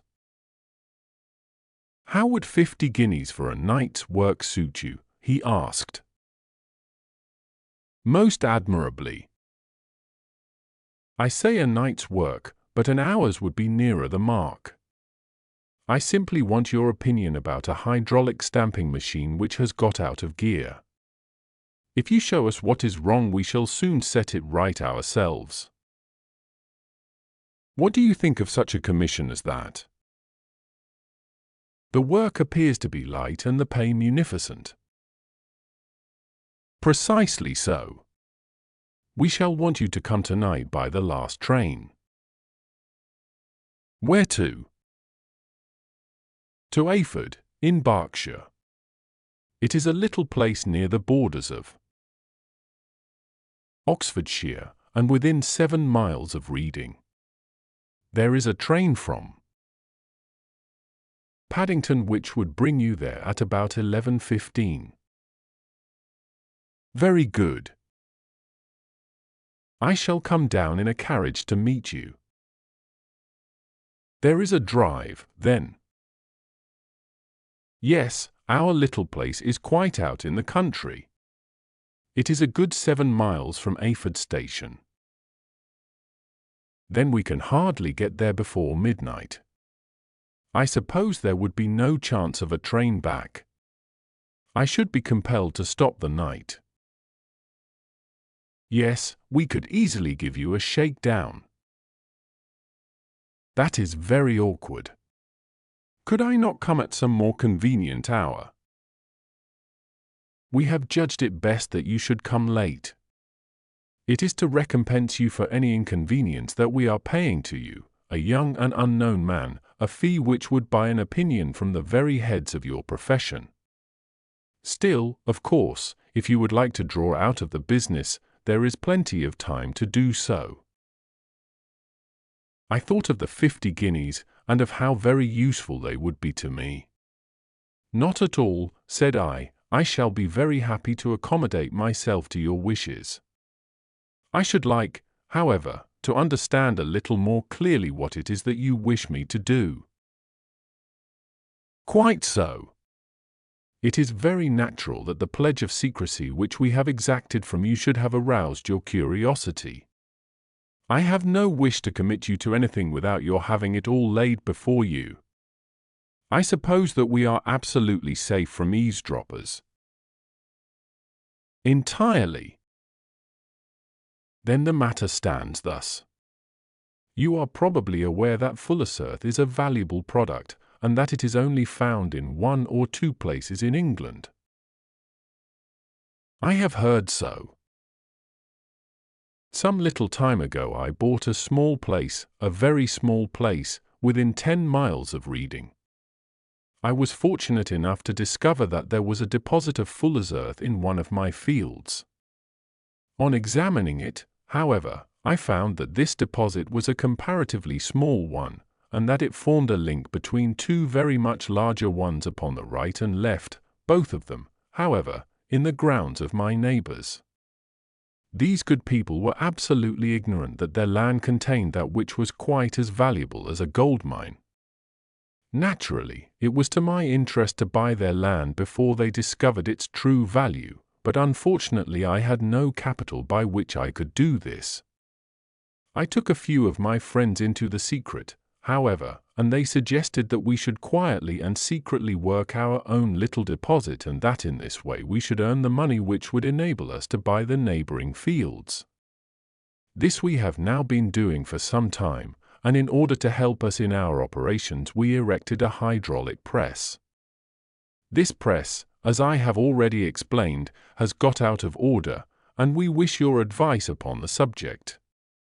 We guard our secret very jealously, however, and if it once became known that we had hydraulic engineers coming to our little house, it would soon rouse inquiry, and then, if the facts came out, it would be goodbye to any chance of getting these fields and carrying out our plans. That is why I have made you promise me that you will not tell a human being that you are going to Ayford tonight. I hope that I make it all plain. I quite follow you, said I. The only point which I could not quite understand was what use you could make of a hydraulic press in excavating fuller's earth, which, as I understand, is dug out like gravel from a pit. Said he carelessly, we have our own process. We compress the earth into bricks, so as to remove them without revealing what they are. But that is a mere detail. I have taken you fully into my confidence now, Mr. Hatherley, and I have shown you how I trust you. He rose as he spoke. "I shall expect you, then, at Ayford at 11:15. "I shall certainly be there." And not a word to a soul. He looked at me with a last long, questioning gaze, and then, pressing my hand in a cold, dank grasp, he hurried from the room. Well, when I came to think it all over in cool blood, I was very much astonished, as you may both think, at this sudden commission which had been entrusted to me. On the one hand, of course, I was glad, for the fee was at least tenfold what I should have asked had I set a price upon my own services, and it was possible that this order might lead to other ones. On the other hand, the face and manner of my patron had made an unpleasant impression upon me, and I could not think that his explanation of the fuller's earth was sufficient to explain the necessity for my coming at midnight, and his extreme anxiety lest I should tell anyone of my errand. However, I threw all fears to the winds, ate a hearty supper, drove to Paddington, and started off, having obeyed to the letter the injunction as to holding my tongue. At Reading I had to change not only my carriage but my station. However, I was in time for the last train to Ayford, and I reached the little dim-lit station after 11 o'clock.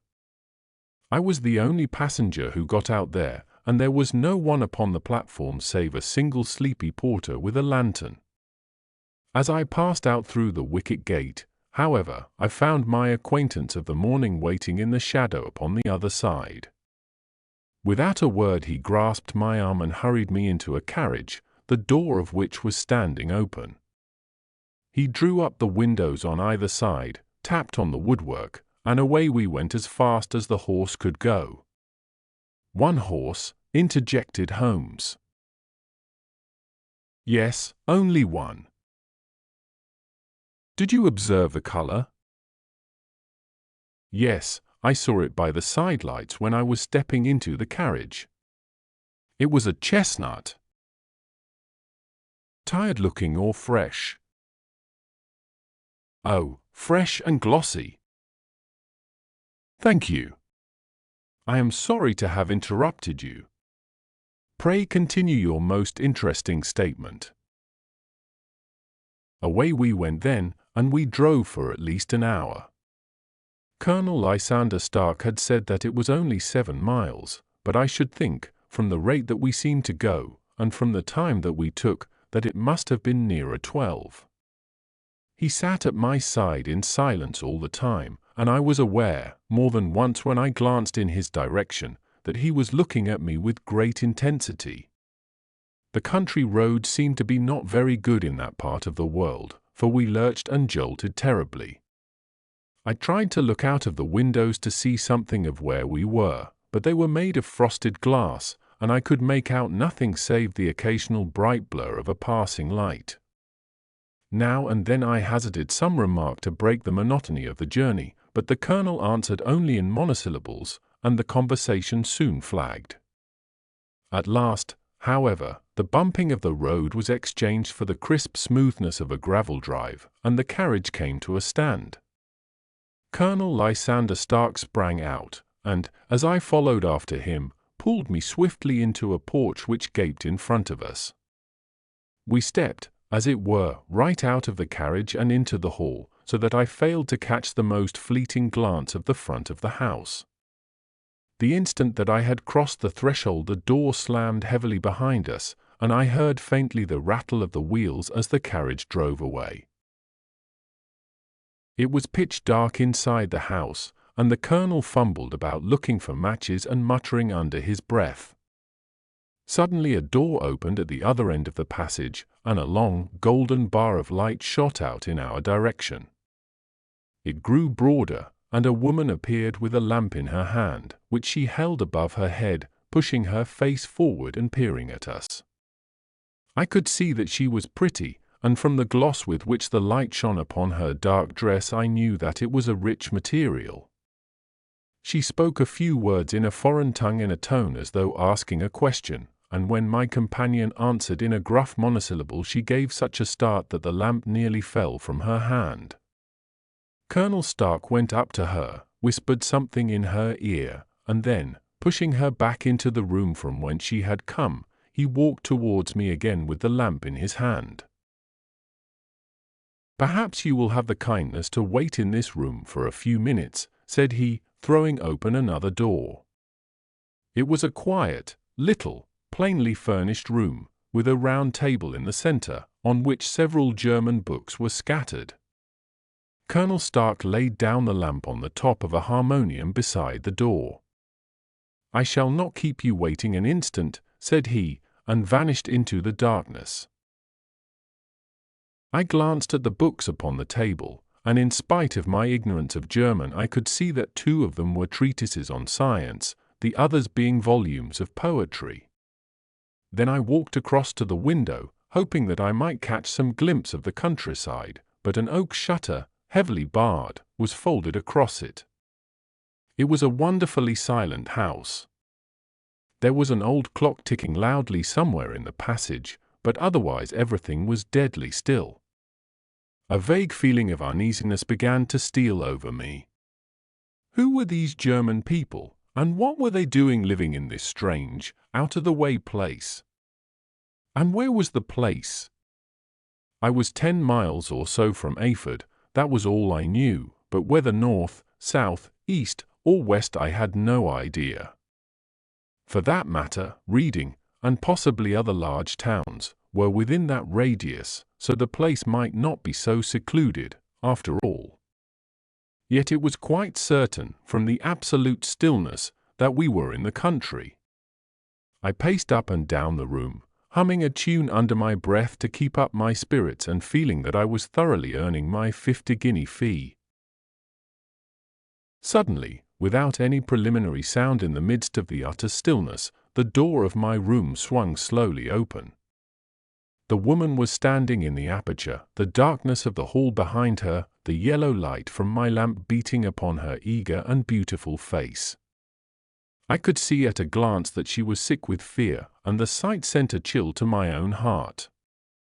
She held up one shaking finger to warn me to be silent, and she shot a few whispered words of broken English at me, her eyes glancing back, like those of a frightened horse, into the gloom behind her. "I would go," said she, trying hard, as it seemed to me, to speak calmly. "I would go. I should not stay here. There is no good for you to do."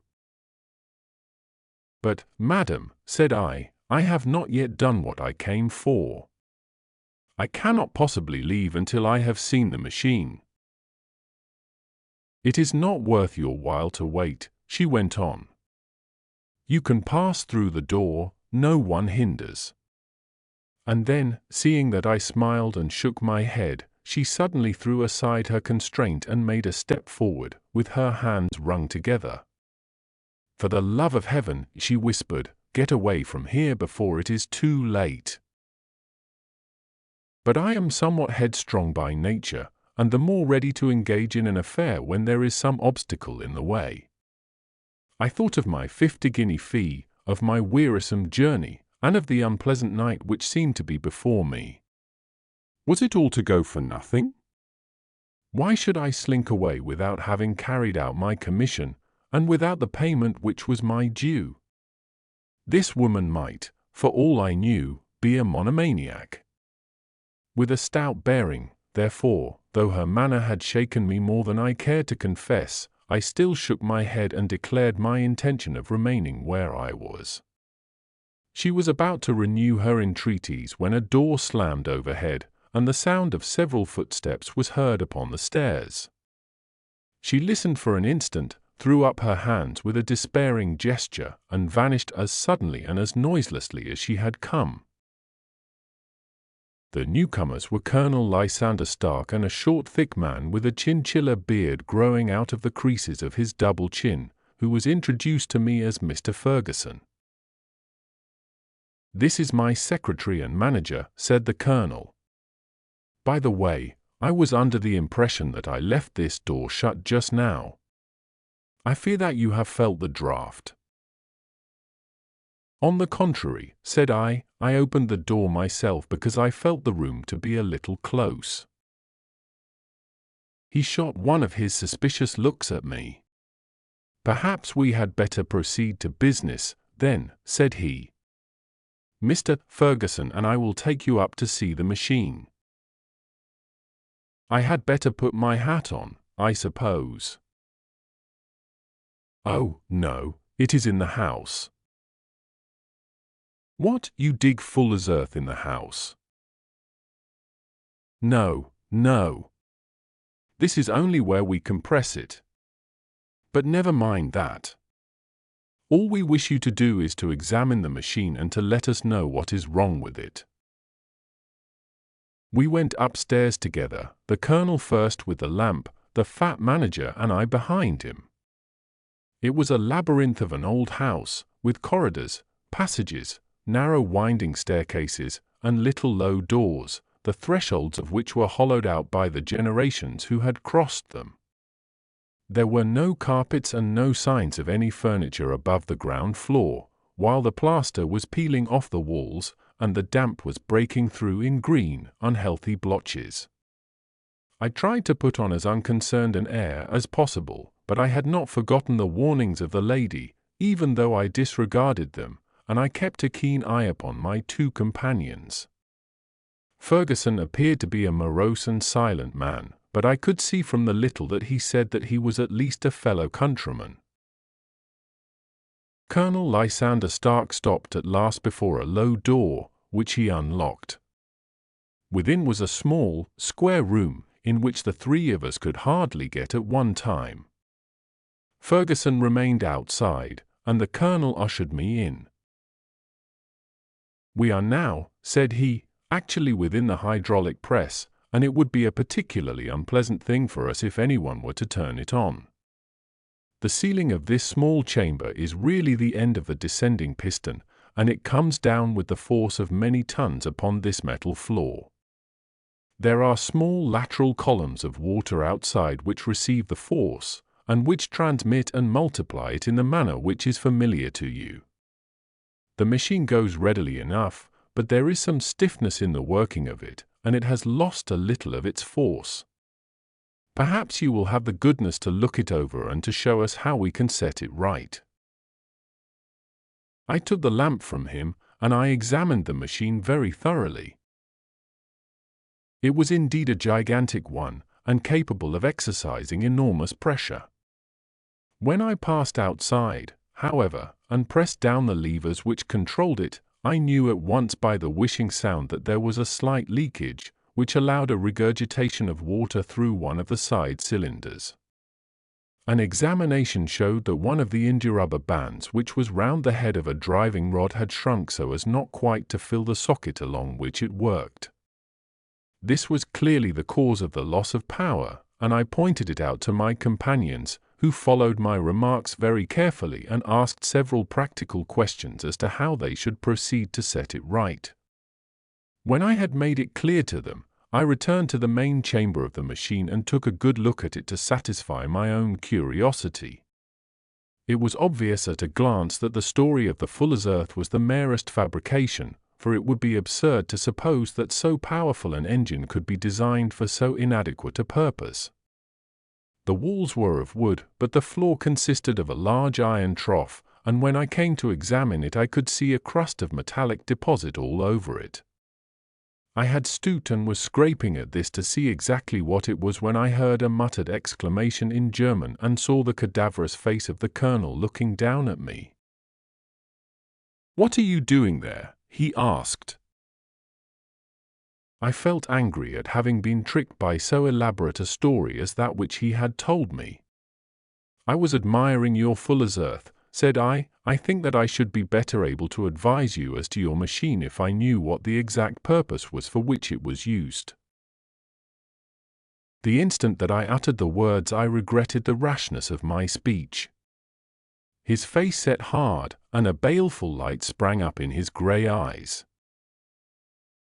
"Very well," said he, "you shall know all about the machine." He took a step backward, slammed the little door, and turned the key in the lock. I rushed towards it and pulled at the handle, but it was quite secure and did not give in the least to my kicks and shoves. "Hello!" I yelled. "Hello! Colonel! Let me out!" And then suddenly in the silence I heard a sound which sent my heart into my mouth. It was the clank of the levers and the swish of the leaking cylinder. He had set the engine at work. The lamp still stood upon the floor where I had placed it when examining the trough. By its light I saw that the black ceiling was coming down upon me, slowly, jerkily, but, as none knew better than myself, with a force which must within a minute grind me to a shapeless pulp. I threw myself, screaming, against the door, and dragged with my nails at the lock. I implored the colonel to let me out, but the remorseless clanking of the levers drowned my cries. The ceiling was only a foot or two above my head, and with my hand upraised I could feel its hard, rough surface. Then it flashed through my mind that the pain of my death would depend very much upon the position in which I met it. If I lay on my face the weight would come upon my spine, and I shuddered to think of that dreadful snap. Easier the other way, perhaps, and yet, had I the nerve to lie and look up at that deadly black shadow wavering down upon me?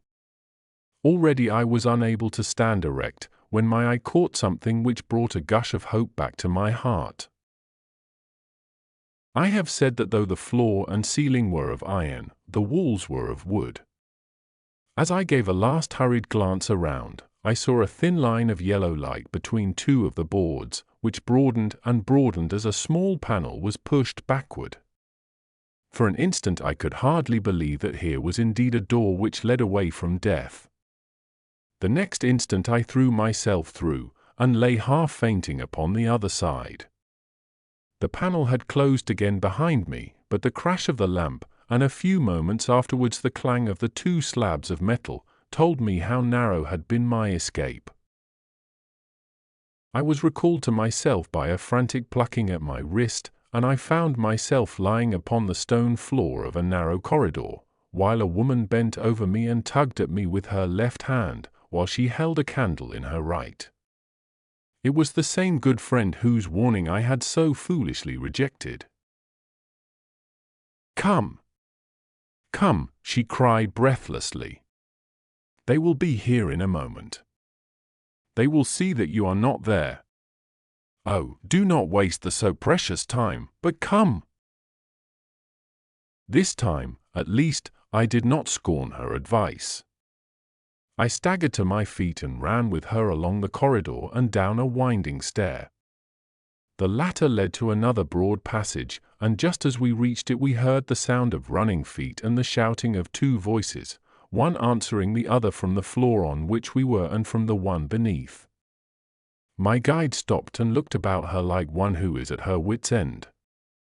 Then she threw open a door which led into a bedroom, through the window of which the moon was shining brightly. "It is your only chance," said she. "It is high, but it may be that you can jump it." As she spoke a light sprang into view at the further end of the passage, and I saw the lean figure of Colonel Lysander Stark rushing forward with a lantern in one hand and a weapon like a butcher's cleaver in the other. I rushed across the bedroom, flung open the window, and looked out. How quiet and sweet and wholesome the garden looked in the moonlight, and it could not be more than 30 feet down. I clambered out upon the sill, but I hesitated to jump until I should have heard what passed between my saviour and the ruffian who pursued me. If she were ill-used, then at any risks I was determined to go back to her assistance. The thought had hardly flashed through my mind before he was at the door, pushing his way past her, but she threw her arms round him and tried to hold him back. "Fritz! Fritz!" she cried in English, "remember your promise after the last time. You said it should not be again. He will be silent. Oh, he will be silent." "You are mad, Elise," he shouted, struggling to break away from her. "You will be the ruin of us. He has seen too much. Let me pass, I say." He dashed her to one side, and, rushing to the window, cut at me with his heavy weapon. I had let myself go, and was hanging by the hands to the sill, when his blow fell. I was conscious of a dull pain, my grip loosened, and I fell into the garden below. I was shaken but not hurt by the fall, so I picked myself up and rushed off among the bushes as hard as I could run, for I understood that I was far from being out of danger yet. Suddenly, however, as I ran, a deadly dizziness and sickness came over me. I glanced down at my hand, which was throbbing painfully, and then, for the first time, saw that my thumb had been cut off and that the blood was pouring from my wound. I endeavored to tie my handkerchief round it, but there came a sudden buzzing in my ears, and next moment I fell in a dead faint among the rose bushes. How long I remained unconscious I cannot tell. It must have been a very long time, for the moon had sunk, and a bright morning was breaking when I came to myself. My clothes were all sodden with dew, and my coat sleeve was drenched with blood from my wounded thumb. The smarting of it recalled in an instant all the particulars of my night's adventure, and I sprang to my feet with the feeling that I might hardly yet be safe from my pursuers. But to my astonishment, when I came to look round me, neither house nor garden were to be seen. I had been lying in an angle of the hedge close by the high road, and just a little lower down was a long building, which proved, upon my approaching it, to be the very station at which I had arrived upon the previous night. Were it not for the ugly wound upon my hand, all that had passed during those dreadful hours might have been an evil dream. Half dazed, I went into the station and asked about the morning train. There would be one to Reading in less than an hour. The same porter was on duty, I found, as had been there when I arrived. I inquired of him whether he had ever heard of Colonel Lysander Stark. The name was strange to him. Had he observed a carriage the night before waiting for me? No, he had not. Was there a police station anywhere near? There was one about 3 miles off. It was too far for me to go, weak and ill as I was. I determined to wait until I got back to town before telling my story to the police.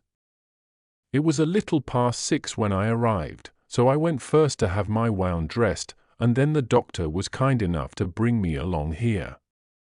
I put the case into your hands and shall do exactly what you advise.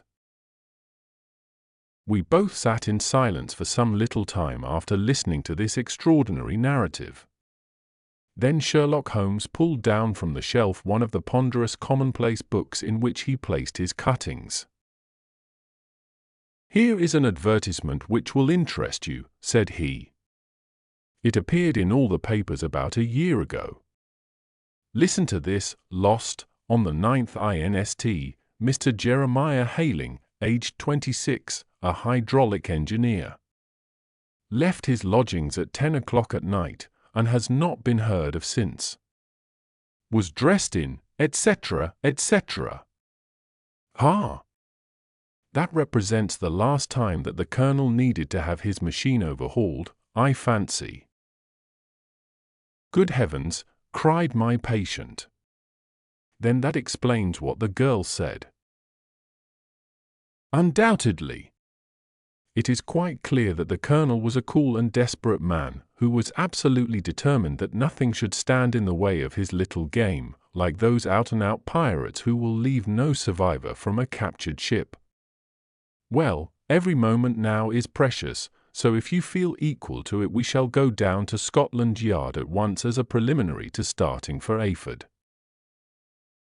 Some 3 hours or so afterwards we were all in the train together, bound from Reading to the little Berkshire village. There were Sherlock Holmes, the hydraulic engineer, Inspector Bradstreet, of Scotland Yard, a plain-clothes man, and myself. Bradstreet had spread an ordnance map of the county out upon the seat and was busy with his compasses drawing a circle with Ayford for its centre. "There you are," said he. "That circle is drawn at a radius of 10 miles from the village. The place we want must be somewhere near that line. You said 10 miles, I think, sir." "It was an hour's good drive." "And you think that they brought you back all that way when you were unconscious?" "They must have done so. I have a confused memory, too, of having been lifted and conveyed somewhere." "What I cannot understand," said I, "is why they should have spared you when they found you lying fainting in the garden. Perhaps the villain was softened by the woman's entreaties." "I hardly think that likely. I never saw a more inexorable face in my life." "Oh, we shall soon clear up all that," said Bradstreet. "Well, I have drawn my circle, and I only wish I knew at what point upon it the folk that we are in search of are to be found." "I think I could lay my finger on it," said Holmes quietly. "Really, now," cried the inspector, "you have formed your opinion. Come, now, we shall see who agrees with you. I say it is south, for the country is more deserted there." "And I say east," said my patient. "I am for west," remarked the plainclothes man. "There are several quiet little villages up there." "And I am for north," said I, "because there are no hills there, and our friend says that he did not notice the carriage go up any." "Come," cried the inspector, laughing, "it's a very pretty diversity of opinion. We have boxed the compass among us. Who do you give your casting vote to?" "You are all wrong." "But we can't all be." "Oh, yes, you can. This is my point." He placed his finger in the center of the circle. "This is where we shall find them." "But the 12-mile drive," gasped Hatherley. "6 out and 6 back. Nothing simpler. You say yourself that the horse was fresh and glossy when you got in. How could it be that if it had gone 12 miles over heavy roads?" "Indeed, it is a likely ruse enough," observed Bradstreet thoughtfully. "Of course there can be no doubt as to the nature of this gang." "None at all," said Holmes. "They are coiners on a large scale, and have used the machine to form the amalgam which has taken the place of silver. We have known for some time that a clever gang was at work," said the inspector. "They have been turning out half-crowns by the thousand. We even traced them as far as Reading, but could get no farther, for they had covered their traces in a way that showed that they were very old hands. But now, thanks to this lucky chance, I think that we have got them right enough." But the inspector was mistaken, for those criminals were not destined to fall into the hands of justice. As we rolled into Ayford Station, we saw a gigantic column of smoke which streamed up from behind a small clump of trees in the neighborhood and hung like an immense ostrich feather over the landscape. "A house on fire?" asked Bradstreet as the train steamed off again on its way. "Yes, sir," said the station master. "When did it break out?" "I hear that it was during the night, sir, but it has got worse, and the whole place is in a blaze." "Whose house is it?" "Dr. Bescher's." "Tell me," broke in the engineer, "is Dr. Bescher a German, very thin, with a long, sharp nose?" The station-master laughed heartily. "No, sir, Dr. Bescher is an Englishman, and there isn't a man in the parish who has a better-lined waistcoat. But he has a gentleman staying with him, a patient, as I understand, who is a foreigner, and he looks as if a little good Berkshire beef would do him no harm." The stationmaster had not finished his speech before we were all hastening in the direction of the fire. The road topped a low hill, and there was a great widespread whitewashed building in front of us, spouting fire at every chink and window, while in the garden in front 3 fire engines were vainly striving to keep the flames under. "That's it," cried Hatherley, in intense excitement. "There is the gravel drive, and there are the rosebushes where I lay. That second window is the one that I jumped from." "Well, at least," said Holmes, "you have had your revenge upon them. There can be no question that it was your oil lamp which, when it was crushed in the press, set fire to the wooden walls, though no doubt they were too excited in the chase after you to observe it at the time. Now keep your eyes open in this crowd for your friends of last night, though I very much fear that they are a good 100 miles off by now."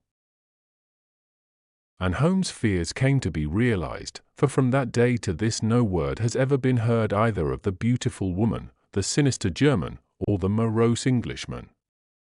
Early that morning a peasant had met a cart containing several people and some very bulky boxes driving rapidly in the direction of Reading, but there all traces of the fugitives disappeared, and even Holmes' ingenuity failed ever to discover the least clue as to their whereabouts. The firemen had been much perturbed at the strange arrangements which they had found within, and still more so by discovering a newly severed human thumb upon a window-sill of the second floor. About sunset, however, their efforts were at last successful, and they subdued the flames, but not before the roof had fallen in, and the whole place been reduced to such absolute ruin that, save some twisted cylinders and iron piping, not a trace remained of the machinery which had cost our unfortunate acquaintance so dearly. Large masses of nickel and of tin were discovered stored in an outhouse, but no coins were to be found, which may have explained the presence of those bulky boxes which have been already referred to. How our hydraulic engineer had been conveyed from the garden to the spot where he recovered his senses might have remained forever a mystery were it not for the soft mould, which told us a very plain tale. He had evidently been carried down by 2 persons, one of whom had remarkably small feet and the other unusually large ones. On the whole, it was most probable that the silent Englishman, being less bold or less murderous than his companion, had assisted the woman to bear the unconscious man out of the way of danger. "Well," said our engineer ruefully as we took our seats to return once more to London, "it has been a pretty business for me. I have lost my thumb and I have lost a 50-guinea fee, and what have I gained?" "Experience," said Holmes, laughing. "Indirectly it may be of value, you know. You have only to put it into words to gain the reputation of being excellent company for the remainder of your existence." The Adventure of the Noble Bachelor. The Lord Street Simon marriage, and its curious termination, have long ceased to be a subject of interest in those exalted circles in which the unfortunate bridegroom moves. Fresh scandals have eclipsed it, and their more piquant details have drawn the gossips away from this 4-year-old drama. As I have reason to believe, however, that the full facts have never been revealed to the general public, and as my friend Sherlock Holmes had a considerable share in clearing the matter up, I feel that no memoir of him would be complete without some little sketch of this remarkable episode.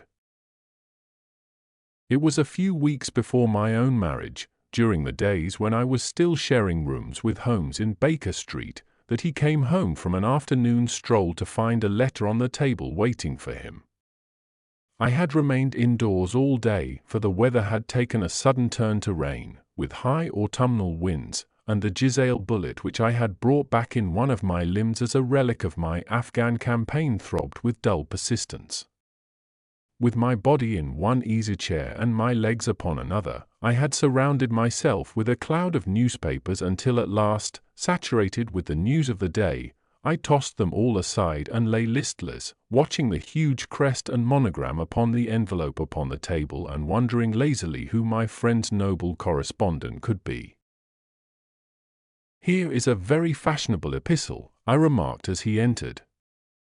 "Your morning letters, if I remember right, were from a fishmonger and a tide waiter."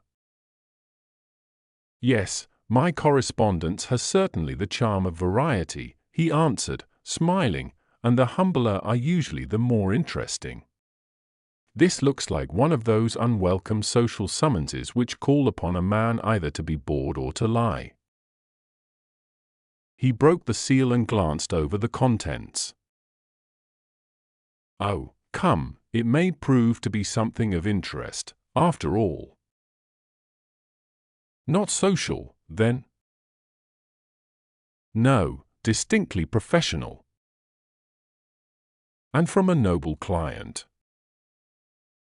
One of the highest in England." "My dear fellow, I congratulate you. I assure you, Watson, without affectation, that the status of my client is a matter of less moment to me than the interest of his case. It is just possible, however, that also may not be wanting in this new investigation. You have been reading the papers diligently of late, have you not?" "It looks like it," said I ruefully, pointing to a huge bundle in the corner. "I have had nothing else to do." "It is fortunate, for you will perhaps be able to post me up." I read nothing except the criminal news and the agony column. The latter is always instructive. But if you have followed recent events so closely, you must have read about Lord Street Simon and his wedding. "Oh, yes, with the deepest interest." "That is well. The letter which I hold in my hand is from Lord Street Simon. I will read it to you, and in return you must turn over these papers and let me have whatever bears upon the matter. This is what he says. "My dear Mr. Sherlock Holmes, Lord Backwater tells me that I may place implicit reliance upon your judgment and discretion. I have determined, therefore, to call upon you and to consult you in reference to the very painful event which has occurred in connection with my wedding. Mr. Lestrade, of Scotland Yard, is acting already in the matter, but he assures me that he sees no objection to your cooperation, and that he even thinks that it might be of some assistance. I will call at 4 o'clock in the afternoon, and, should you have any other engagement at that time, I hope that you will postpone it, as this matter is of paramount importance. Yours faithfully, S.T. Simon."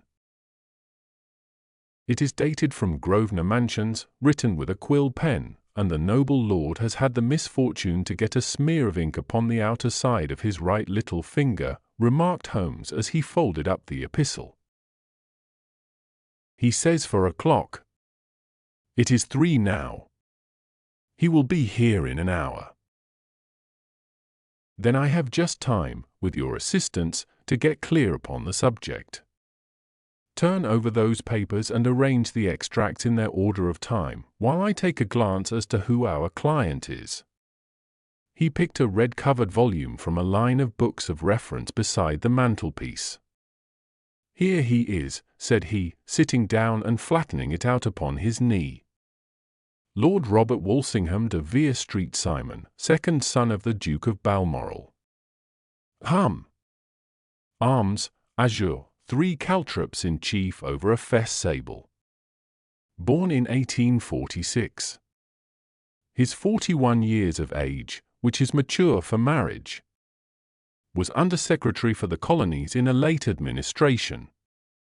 The Duke, his father, was at one time Secretary for Foreign Affairs. They inherit Plantagenet blood by direct descent, and Tudor on the distaff side." Well, there is nothing very instructive in all this. I think that I must turn to you, Watson, for something more solid.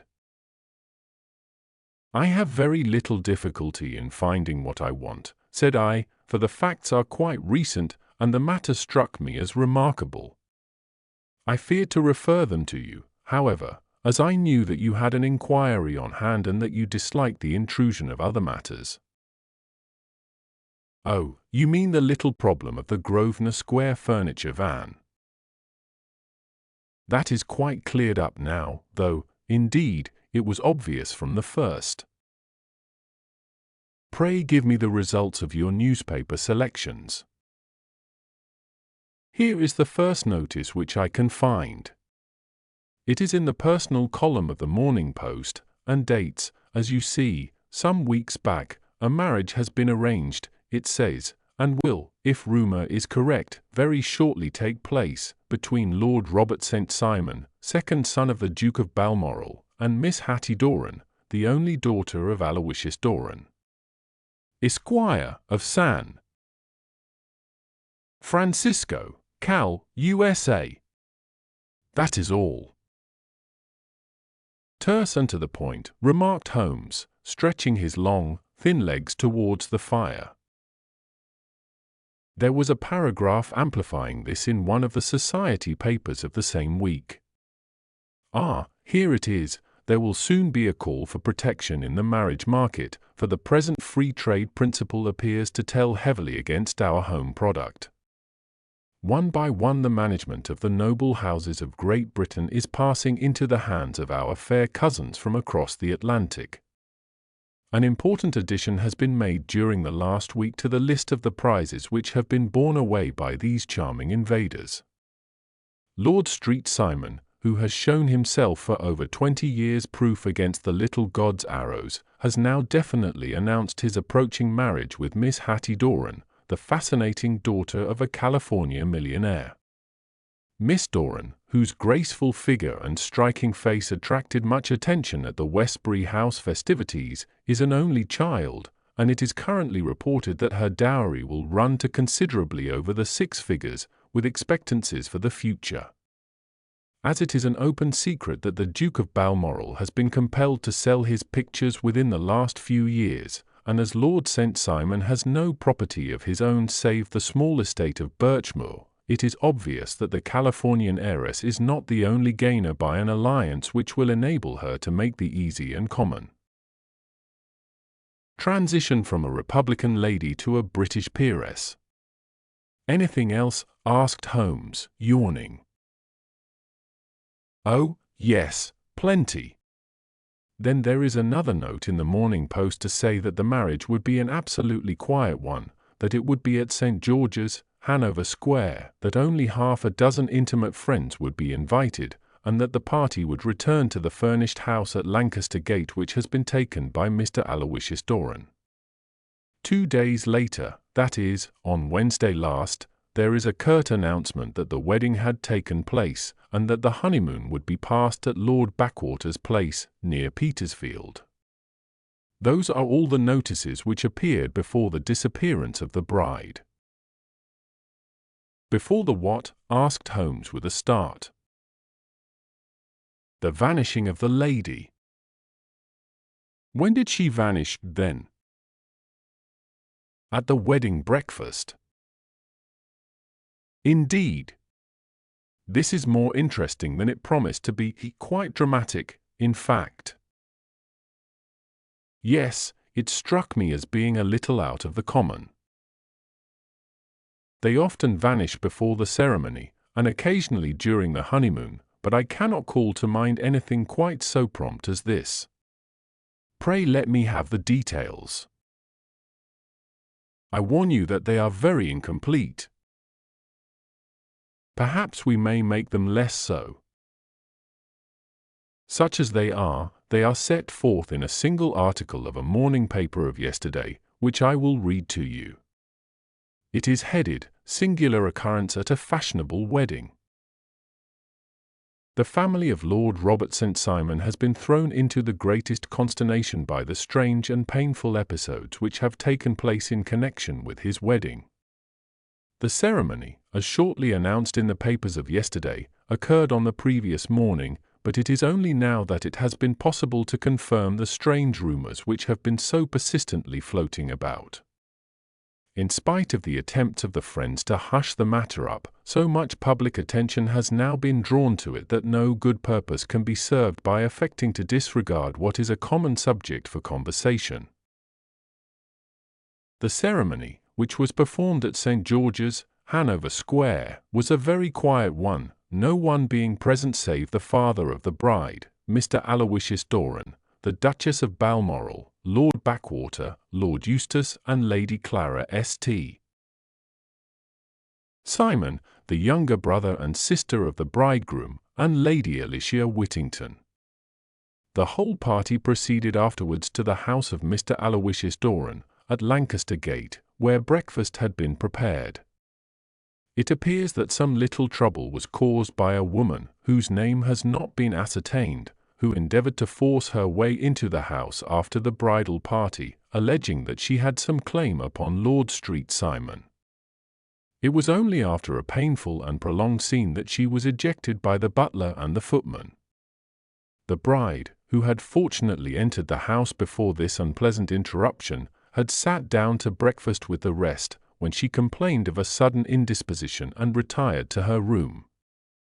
Her prolonged absence having caused some comment, her father followed her, but learned from her maid that she had only come up to her chamber for an instant, caught up an ulster and bonnet, and hurried down to the passage.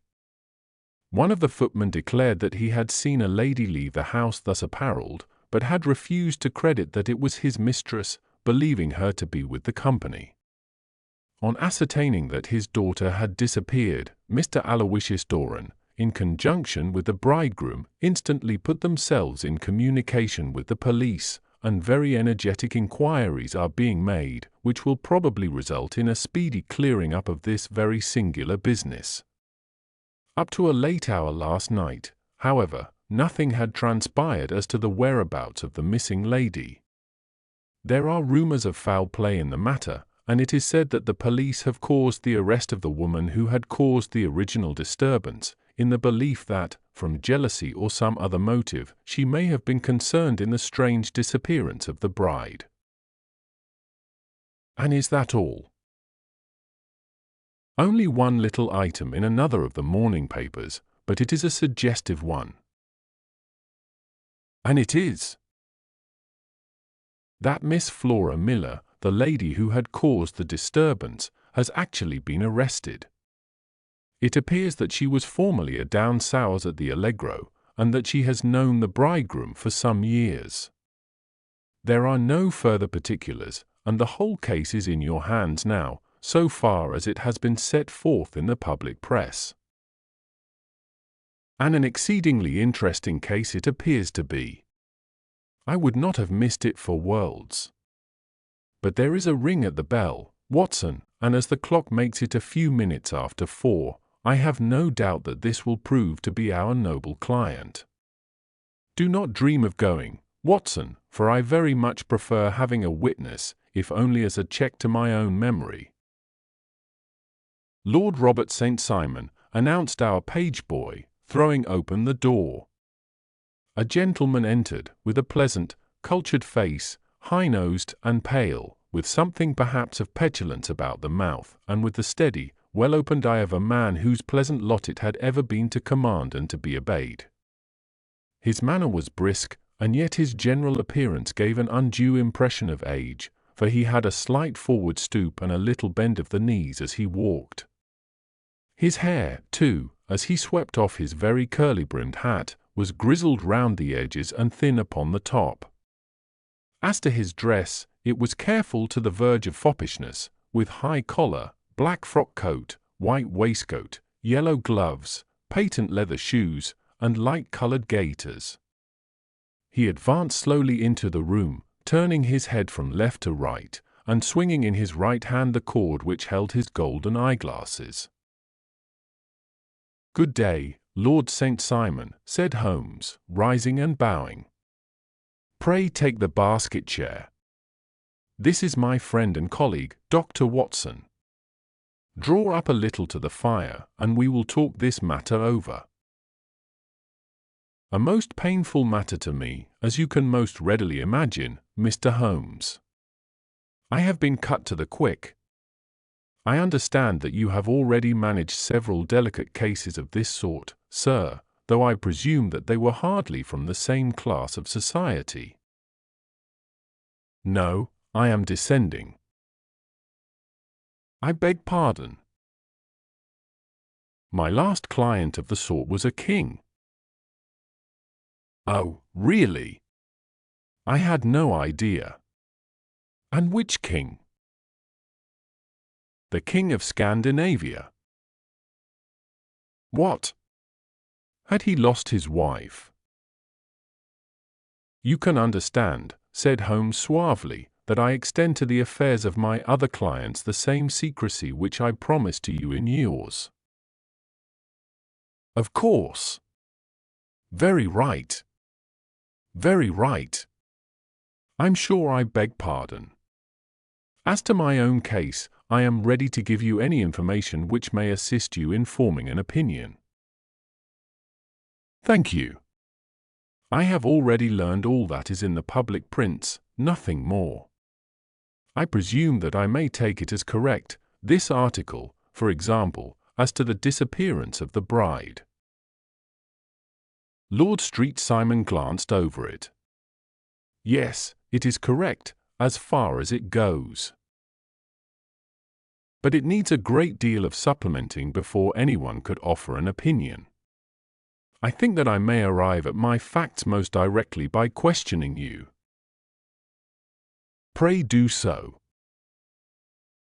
When did you first meet Miss Hattie Doran? In San Francisco, a year ago. You were traveling in the States? Yes. Did you become engaged then? No. But you were on a friendly footing. I was amused by her society, and she could see that I was amused. Her father is very rich. He is said to be the richest man on the Pacific slope. And how did he make his money? In mining. He had nothing a few years ago. Then he struck gold, invested it, and came up by leaps and bounds. Now, what is your own impression as to the young lady's, your wife's character? The nobleman swung his glasses a little faster and stared down into the fire. You see, Mr. Holmes, said he, my wife was 20 before her father became a rich man. During that time she ran free in a mining camp and wandered through woods or mountains, so that her education has come from nature rather than from the schoolmaster.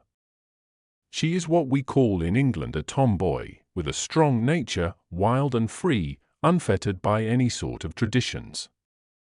She is impetuous, volcanic, I was about to say. She is swift in making up her mind and fearless in carrying out her resolutions. On the other hand, I would not have given her the name which I have the honor to bear, he gave a little stately cough, had I not thought her to be at bottom a noble woman. I believe that she is capable of heroic self-sacrifice and that anything dishonorable would be repugnant to her. Have you her photograph?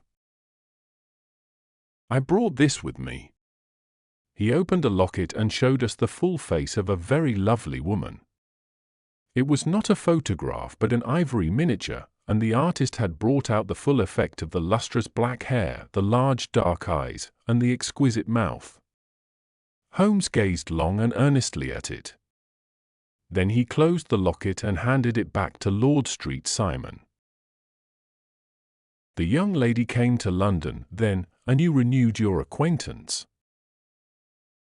Yes, her father brought her over for this last London season. I met her several times, became engaged to her, and have now married her. She brought, I understand, a considerable dowry. A fair dowry. Not more than is usual in my family. And this, of course, remains to you, since the marriage is a fait accompli. I really have made no inquiries on the subject. Very naturally not. Did you see Miss Doran on the day before the wedding? Yes. Was she in good spirits? Never better. She kept talking of what we should do in our future lives. Indeed. That is very interesting. And on the morning of the wedding? She was as bright as possible, at least until after the ceremony. And did you observe any change in her then? Well, to tell the truth, I saw then the first signs that I had ever seen that her temper was just a little sharp. The incident, however, was too trivial to relate and can have no possible bearing upon the case. Pray let us have it, for all that. Oh, it is childish. She dropped her bouquet as we went towards the vestry. She was passing the front pew at the time, and it fell over into the pew. There was a moment's delay, but the gentleman in the pew handed it up to her again, and it did not appear to be the worse for the fall. Yet when I spoke to her of the matter, she answered me abruptly, and in the carriage, on our way home, she seemed absurdly agitated over this trifling cause. Indeed. You say that there was a gentleman in the pew. Some of the general public were present, then? Oh, yes.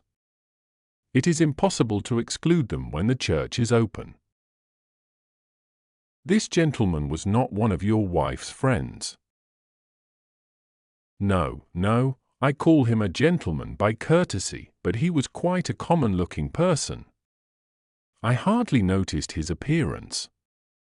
But really I think that we are wandering rather far from the point. Lady St. Simon, then, returned from the wedding in a less cheerful frame of mind than she had gone to it. What did she do on re-entering her father's house?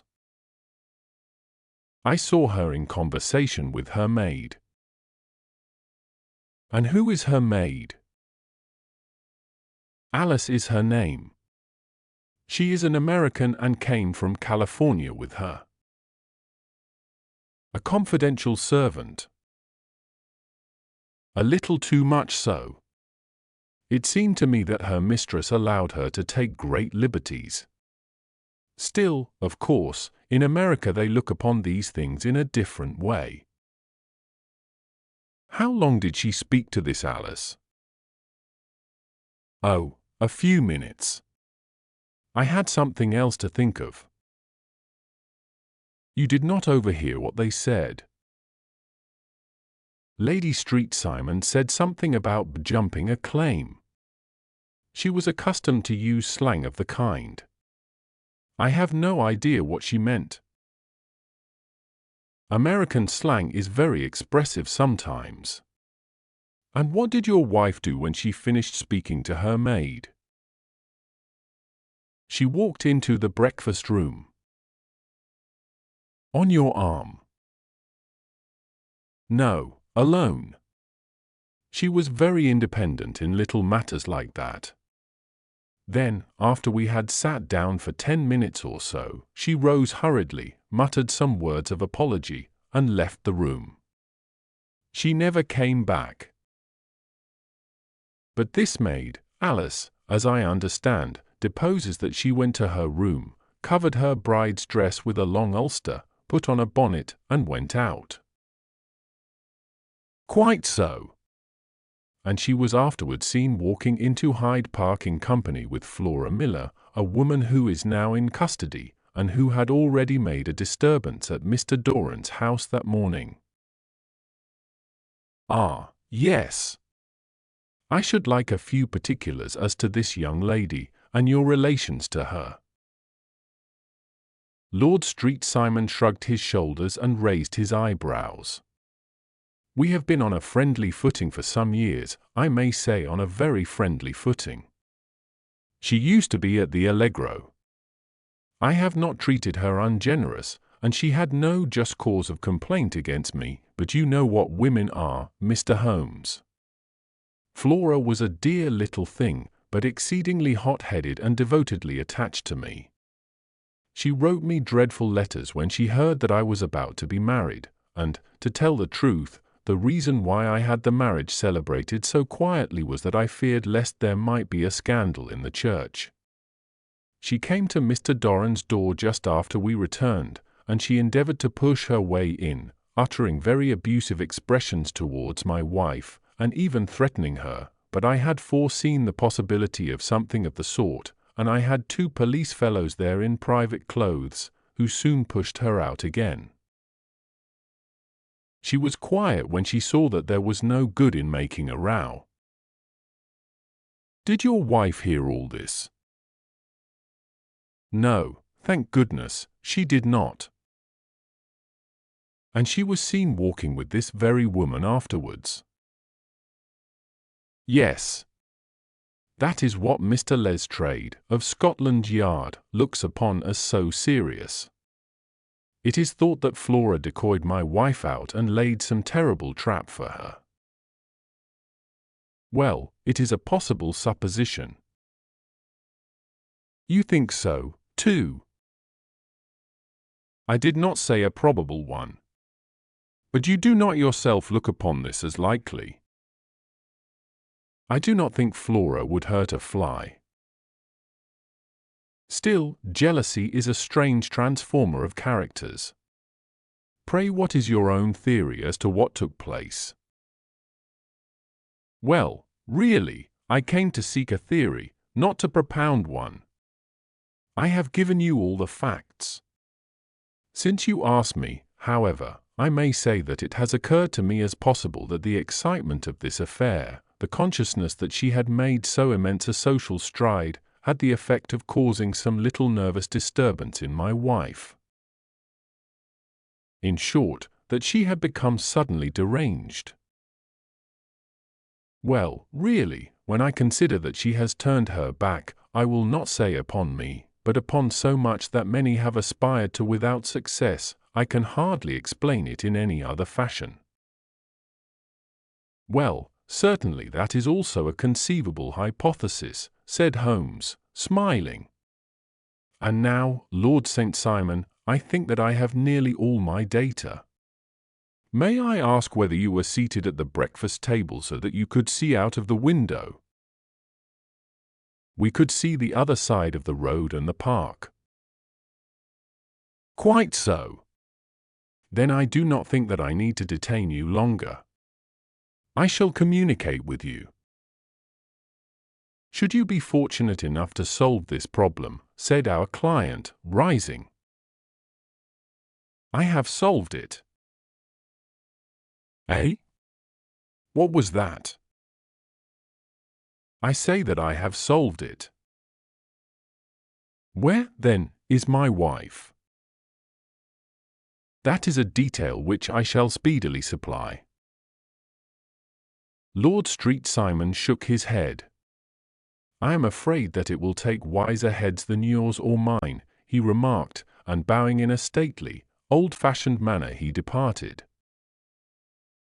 It is very good of Lord St. Simon to honour my head by putting it on a level with his own, said Sherlock Holmes, laughing. I think that I shall have a whisky and soda and a cigar after all this cross-questioning. I had formed my conclusions as to the case before our client came into the room. My dear Holmes, I have notes of several similar cases, though none, as I remarked before, which were quite as prompt. My whole examination served to turn my conjecture into a certainty. Circumstantial evidence is occasionally very convincing, as when you find a trout in the milk, to quote Thoreau's example. But I have heard all that you have heard. Without, however, the knowledge of pre-existing cases which serves me so well. There was a parallel instance in Aberdeen some years back, and something on very much the same lines at Munich the year after the Franco-Prussian War. It is one of these cases, but, hullo, here is Lestrade. Good afternoon, Lestrade. You will find an extra tumbler upon the sideboard, and there are cigars in the box." The official detective was attired in a pea jacket and cravat, which gave him a decidedly nautical appearance, and he carried a black canvas bag in his hand. With a short greeting he seated himself and lit the cigar which had been offered to him. "What's up, then?" he asked Holmes with a twinkle in his eye. "You look dissatisfied." "And I feel dissatisfied. It is this infernal Street Simon marriage case. I can make neither head nor tail of the business." "Really? You surprise me. Who ever heard of such a mixed affair? Every clue seems to slip through my fingers. I have been at work upon it all day." "And very wet it seems to have made you," said Holmes, laying his hand upon the arm of the pea jacket. "Yes, I have been dragging the Serpentine." "In heaven's name, what for?" "In search of the body of Lady Street Simon." Sherlock Holmes leaned back in his chair and laughed heartily. "Have you dragged the basin of Trafalgar Square fountain?" he asked. "Why? What do you mean?" "Because you have just as good a chance of finding this lady in the one as in the other." Lestrade shot an angry glance at my companion. "I suppose you know all about it," he snarled. "Well, I have only just heard the facts, but my mind is made up." "Oh, indeed. Then you think that the Serpentine plays no part in the matter?" "I think it very unlikely." "Then perhaps you will kindly explain how it is that we found this in it." He opened his bag as he spoke, and tumbled onto the floor a wedding dress of watered silk, a pair of white satin shoes and a bride's wreath and veil, all discolored and soaked in water. "There," said he, putting a new wedding ring upon the top of the pile. "There is a little nut for you to crack." "Master Holmes." "Oh, indeed," said my friend, blowing blue rings into the air. "You dragged them from the Serpentine?" "No. They were found floating near the margin by a park keeper. They have been identified as her clothes, and it seemed to me that if the clothes were there the body would not be far off. By the same brilliant reasoning, every man's body is to be found in the neighborhood of his wardrobe. And pray what did you hope to arrive at through this?" "At some evidence implicating Flora Miller in the disappearance." "I am afraid that you will find it difficult." "Are you, indeed, now?" cried Lestrade with some bitterness. "I am afraid, Holmes, that you are not very practical with your deductions and your inferences. You have made 2 blunders in as many minutes. This dress does implicate Miss Flora Miller." "And how?" "In the dress is a pocket. In the pocket is a card case. In the card case is a note. And here is the very note." He slapped it down upon the table in front of him. "Listen to this, you will see me when all is ready. Come at once. F. H. Lem." Now my theory all along has been that Lady Street Simon was decoyed away by Flora Miller, and that she, with confederates, no doubt, was responsible for her disappearance. Here, signed with her initials, is the very note which was no doubt quietly slipped into her hand at the door and which lured her within their reach. "Very good, Lestrade," said Holmes, laughing. "You really are very fine indeed. Let me see it." He took up the paper in a listless way, but his attention instantly became riveted, and he gave a little cry of satisfaction. "This is indeed important," said he. "Ha! You find it so? Extremely so. I congratulate you warmly. Lestrade rose in his triumph and bent his head to look. "Why," he shrieked, "you're looking at the wrong side. On the contrary, this is the right side." "The right side? You're mad. Here is the note written in pencil over here. And over here is what appears to be the fragment of a hotel bill, which interests me deeply. There's nothing in it." "I looked at it before," said Lestrade. "October 4th, rooms 8s, breakfast 2s. 6D, cocktail 1s, lunch 2s. 6D, glass sherry, 8D. I see nothing in that." "Very likely not. It is most important, all the same. As to the note, it is important also, or at least the initials are, so I congratulate you again." "I've wasted time enough," said Lestrade, rising. "I believe in hard work and not in sitting by the fire spinning fine theories. Good day, Mr. Holmes, and we shall see which gets to the bottom of the matter first." He gathered up the garments, thrust them into the bag, and made for the door. "Just one hint to you, Lestrade," drawled Holmes before his rival vanished. "I will tell you the true solution of the matter. Lady Street Simon is a myth. There is not, and there never has been, any such person." Lestrade looked sadly at my companion. Then he turned to me, tapped his forehead 3 times, shook his head solemnly, and hurried away. He had hardly shut the door behind him when Holmes rose to put on his overcoat.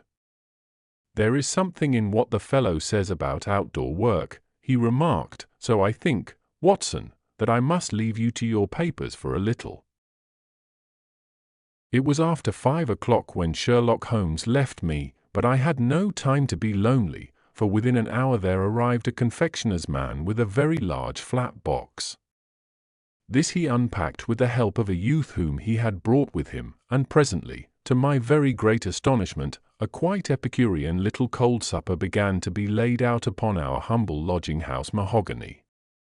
There were a couple of brace of cold woodcock, a pheasant, a pâté de foie gras pie with a group of ancient and cobwebby bottles.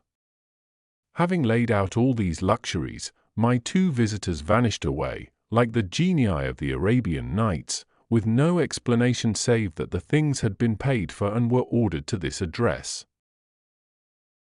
Just before 9 o'clock Sherlock Holmes stepped briskly into the room.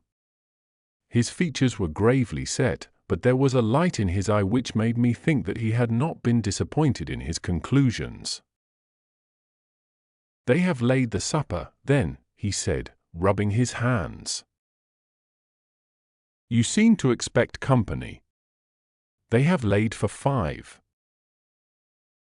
"Yes, I fancy we may have some company dropping in," said he.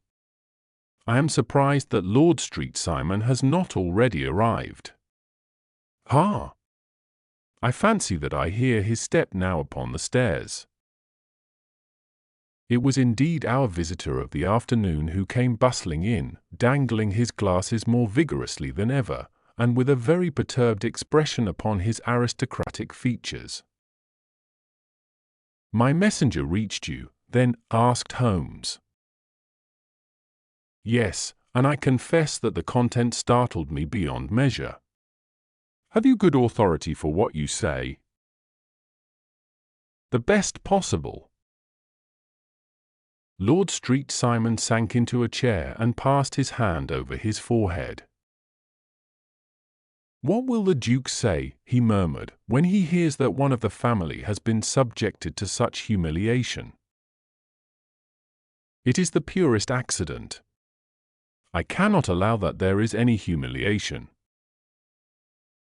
"Ah, you look on these things from another standpoint."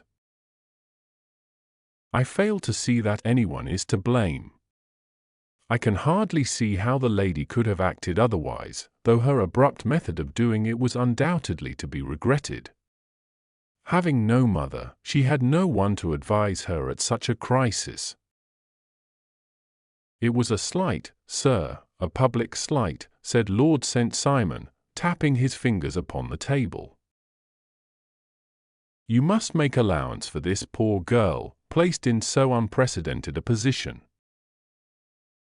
I will make no allowance. I am very angry indeed, and I have been shamefully used. I think that I heard a ring, said Holmes. Yes, there are steps on the landing. If I cannot persuade you to take a lenient view of the matter, Lord St. Simon, I have brought an advocate here who may be more successful. He opened the door and ushered in a lady and gentleman. Lord St. Simon, said he, allow me to introduce you to Mr. and Mrs. Francis Hay Moulton. The lady, I think, you have already met. At the sight of these newcomers our client had sprung from his seat and stood very erect, with his eyes cast down and his hand thrust into the breast of his frock coat, a picture of offended dignity. The lady had taken a quick step forward and had held out her hand to him, but he still refused to raise his eyes. It was as well for his resolution, perhaps, for her pleading face was one which it was hard to resist. You're angry, Robert, said she. Well, I guess you have every cause to be. Pray make no apology to me, said Lord St. Simon bitterly. Oh, yes, I know that I have treated you real bad and that I should have spoken to you before I went, but I was kind of rattled, and from the time when I saw Frank here again I just didn't know what I was doing or saying. I only wonder I didn't fall down and do a faint right there before the altar. Perhaps, Mrs. Moulton, you would like my friend and me to leave the room while you explain this matter. If I may give an opinion, remarked the strange gentleman, we've had just a little too much secrecy over this business already. For my part, I should like all Europe and America to hear the rights of it. He was a small, wiry, sunburnt man, clean-shaven, with a sharp face and alert manner. Then I'll tell our story right away, said the lady. Frank here and I met in '84, in McQuire's camp, near the Rockies, where Pa was working a claim.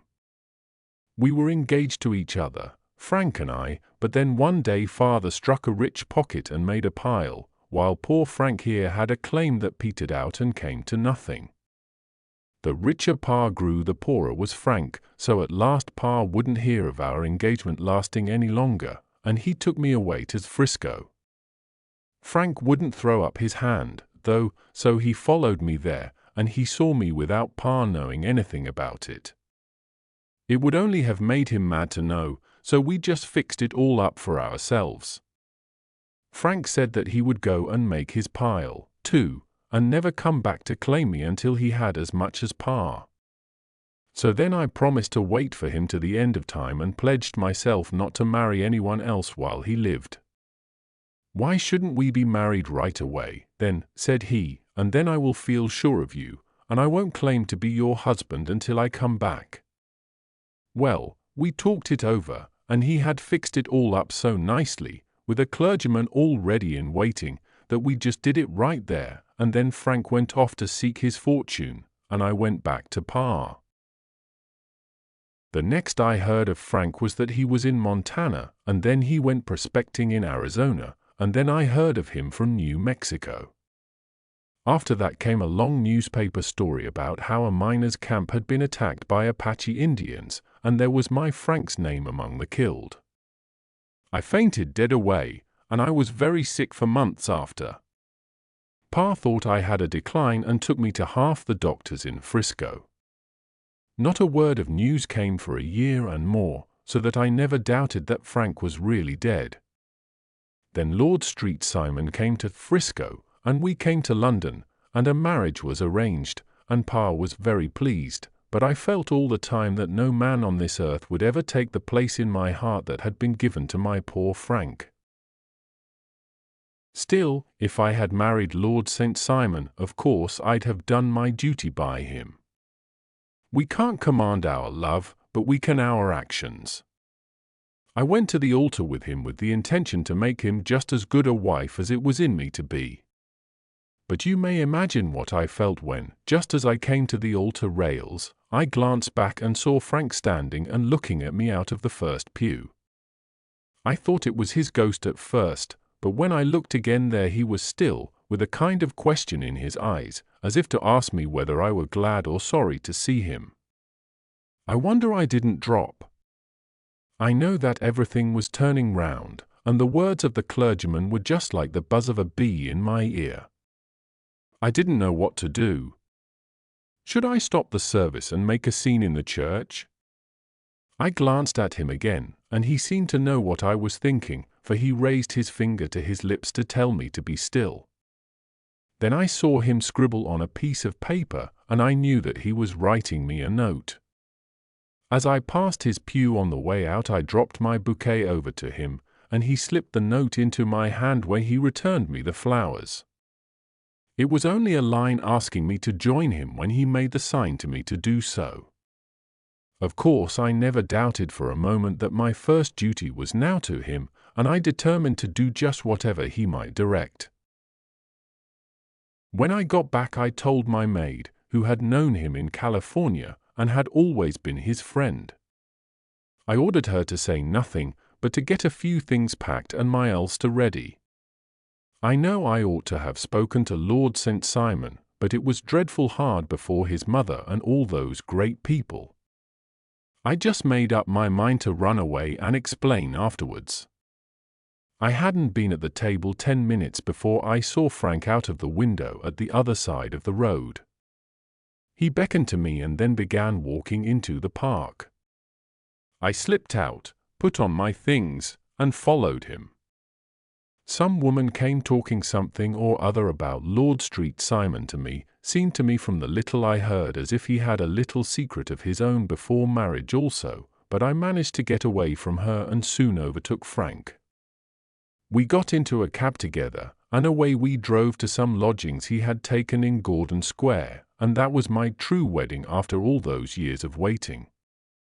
Frank had been a prisoner among the Apaches, had escaped, came on to Frisco, found that I had given him up for dead and had gone to England, followed me there, and had come upon me at last on the very morning of my second wedding. I saw it in a paper, explained the American. It gave the name and the church but not where the lady lived. Then we had a talk as to what we should do, and Frank was all for openness, but I was so ashamed of it all that I felt as if I should like to vanish away and never see any of them again, just sending a line to Pa, perhaps, to show him that I was alive. It was awful to me to think of all those lords and ladies sitting round that breakfast table and waiting for me to come back. So Frank took my wedding clothes and things and made a bundle of them, so that I should not be traced, and dropped them away somewhere where no one could find them. It is likely that we should have gone on to Paris tomorrow, only that this good gentleman, Mr. Holmes, came round to us this evening, though how he found us is more than I can think, and he showed us very clearly and kindly that I was wrong and that Frank was right, and that we should be putting ourselves in the wrong if we were so secret. Then he offered to give us a chance of talking to Lord St. Simon alone, and so we came right away round to his rooms at once. Now, Robert, you have heard it all, and I am very sorry if I have given you pain, and I hope that you do not think very meanly of me. Lord St. Simon had by no means relaxed his rigid attitude, but had listened with a frowning brow and a compressed lip to this long narrative. "Excuse me," he said, "but it is not my custom to discuss my most intimate personal affairs in this public manner." "Then you won't forgive me? You won't shake hands before I go?" "Oh, certainly, if it would give you any pleasure." He put out his hand and coldly grasped that which she extended to him. "I had hoped," suggested Holmes, "that you would have joined us in a friendly supper." "I think that there you ask a little too much," responded his lordship. "I may be forced to acquiesce in these recent developments, but I can hardly be expected to make merry over them. I think that with your permission I will now wish you all a very good night." He included us all in a sweeping bow and stalked out of the room. "Then I trust that you at least will honor me with your company," said Sherlock Holmes. "It is always a joy to meet an American, Mr. Moulton, for I am one of those who believe that the folly of a monarch and the blundering of a minister in far-gone years will not prevent our children from being some day citizens of the same world-wide country under a flag which shall be a quartering of the Union Jack with the stars and stripes." "The case has been an interesting one," remarked Holmes when our visitors had left us, "because it serves to show very clearly how simple the explanation may be of an affair which at first sight seems to be almost inexplicable. Nothing could be more natural than the sequence of events as narrated by this lady, and nothing stranger than the result when viewed, for instance, by Mr. Lestrade of Scotland Yard." "You were not yourself at fault at all, then?" "From the first, two facts were very obvious to me, the one that the lady had been quite willing to undergo the wedding ceremony, the other that she had repented of it within a few minutes of returning home. Obviously something had occurred during the morning, then, to cause her to change her mind. What could that something be? She could not have spoken to anyone when she was out, for she had been in the company of the bridegroom. Had she seen someone, then?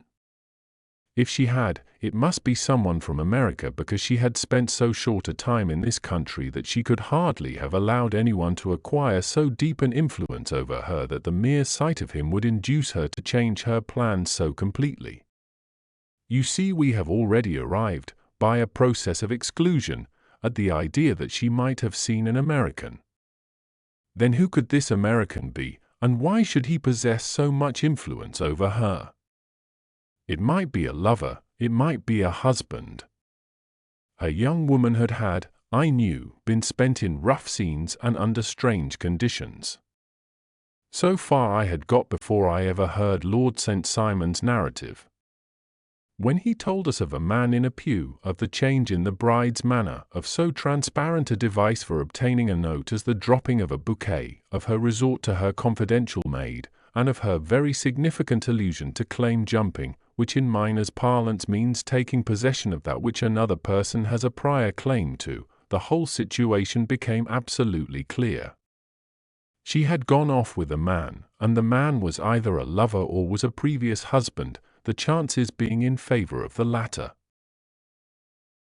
And how in the world did you find them? It might have been difficult, but friend Lestrade held information in his hands the value of which he did not himself know. The initials were, of course, of the highest importance, but more valuable still was it to know that within a week he had settled his bill at one of the most select London hotels. How did you deduce the select? By the select prices. 8 shillings for a bed and 8pence for a glass of sherry pointed to one of the most expensive hotels. There are not many in London which charge at that rate. In the second one which I visited in Northumberland Avenue, I learned by an inspection of the book that Francis H. Moulton, an American gentleman, had left only the day before, and on looking over the entries against him, I came upon the very items which I had seen in the duplicate bill. His letters were to be forwarded to 226 Gordon Square, so thither I travelled, and being fortunate enough to find the loving couple at home, I ventured to give them some paternal advice and to point out to them that it would be better in every way that they should make their position a little clearer both to the general public and to Lord St. Simon in particular. I invited them to meet him here, and, as you see, I made him keep the appointment. But with no very good result, I remarked. His conduct was certainly not very gracious. "Ah, Watson," said Holmes, smiling, "perhaps you would not be very gracious either, if, after all the trouble of wooing and wedding, you found yourself deprived in an instant of wife and of fortune. I think that we may judge Lord Street Simon very mercifully and thank our stars that we are never likely to find ourselves in the same position. Draw your chair up and hand me my violin, for the only problem we have still to solve is how to while away these bleak autumnal evenings." The Adventure of the Beryl Coronet. "Holmes," said I as I stood one morning in our bow window looking down the street, "here is a madman coming along. It seems rather sad that his relatives should allow him to come out alone." My friend rose lazily from his armchair and stood with his hands in the pockets of his dressing gown, looking over my shoulder. It was a bright, crisp February morning, and the snow of the day before still lay deep upon the ground, shimmering brightly in the wintry sun. Down the centre of Baker Street it had been ploughed into a brown crumbly band by the traffic, but at either side and on the heaped-up edges of the footpaths it still lay as white as when it fell. The grey pavement had been cleaned and scraped, but was still dangerously slippery, so that there were fewer passengers than usual. Indeed, from the direction of the Metropolitan Station no one was coming save the single gentleman whose eccentric conduct had drawn my attention. He was a man of about 50, tall, portly, and imposing, with a massive, strongly marked face and a commanding figure. He was dressed in a sombre yet rich style, in black frock coat, shining hat, neat brown gaiters, and well-cut pearl-grey trousers. Yet his actions were in absurd contrast to the dignity of his dress and features, for he was running hard, with occasional little springs, such as a weary man gives who is little accustomed to set any tax upon his legs. As he ran he jerked his hands up and down, waggled his head, and writhed his face into the most extraordinary contortions. "What on earth can be the matter with him?" I asked. "He is looking up at the numbers of the houses." "I believe that he is coming here," said Holmes, rubbing his hands. "Here?" "Yes, I rather think he is coming to consult me professionally. I think that I recognize the symptoms." "Ha! Did I not tell you?" As he spoke, the man, puffing and blowing, rushed at our door and pulled at our bell until the whole house resounded with the clanging. A few moments later he was in our room, still puffing, still gesticulating, but with so fixed a look of grief and despair in his eyes that our smiles were turned in an instant to horror and pity. For a while he could not get his words out, but swayed his body and plucked at his hair like one who has been driven to the extreme limits of his reason. Then, suddenly springing to his feet, he beat his head against the wall with such force that we both rushed upon him and tore him away to the centre of the room. Sherlock Holmes pushed him down into the easy chair and, sitting beside him, patted his hand and chatted with him in the easy, soothing tones which he knew so well how to employ. "You have come to me to tell your story, have you not?" said he. "You are fatigued with your haste. Pray wait until you have recovered yourself, and then I shall be most happy to look into any little problem which you may submit to me." The man sat for a minute or more with a heaving chest, fighting against his emotion. Then he passed his handkerchief over his brow, set his lips tight, and turned his face towards us. "No doubt you think me mad," said he. "I see that you have had some great trouble," responded Holmes. "God knows I have. A trouble which is enough to unseat my reason, so sudden and so terrible is it. Public disgrace I might have faced, although I am a man whose character has never yet borne a stain. Private affliction also is the lot of every man, but the two coming together, and in so frightful a form, have been enough to shake my very soul. Besides, it is not I alone. The very noblest in the land may suffer unless some way be found out of this horrible affair. Pray compose yourself, sir, said Holmes, and let me have a clear account of who you are and what it is that has befallen you. My name, answered our visitor, is probably familiar to your ears. I am Alexander Holder, of the banking firm of Holder and Stevenson, of Threadneedle Street. The name was indeed well known to us as belonging to the senior partner in the second largest private banking concern in the City of London.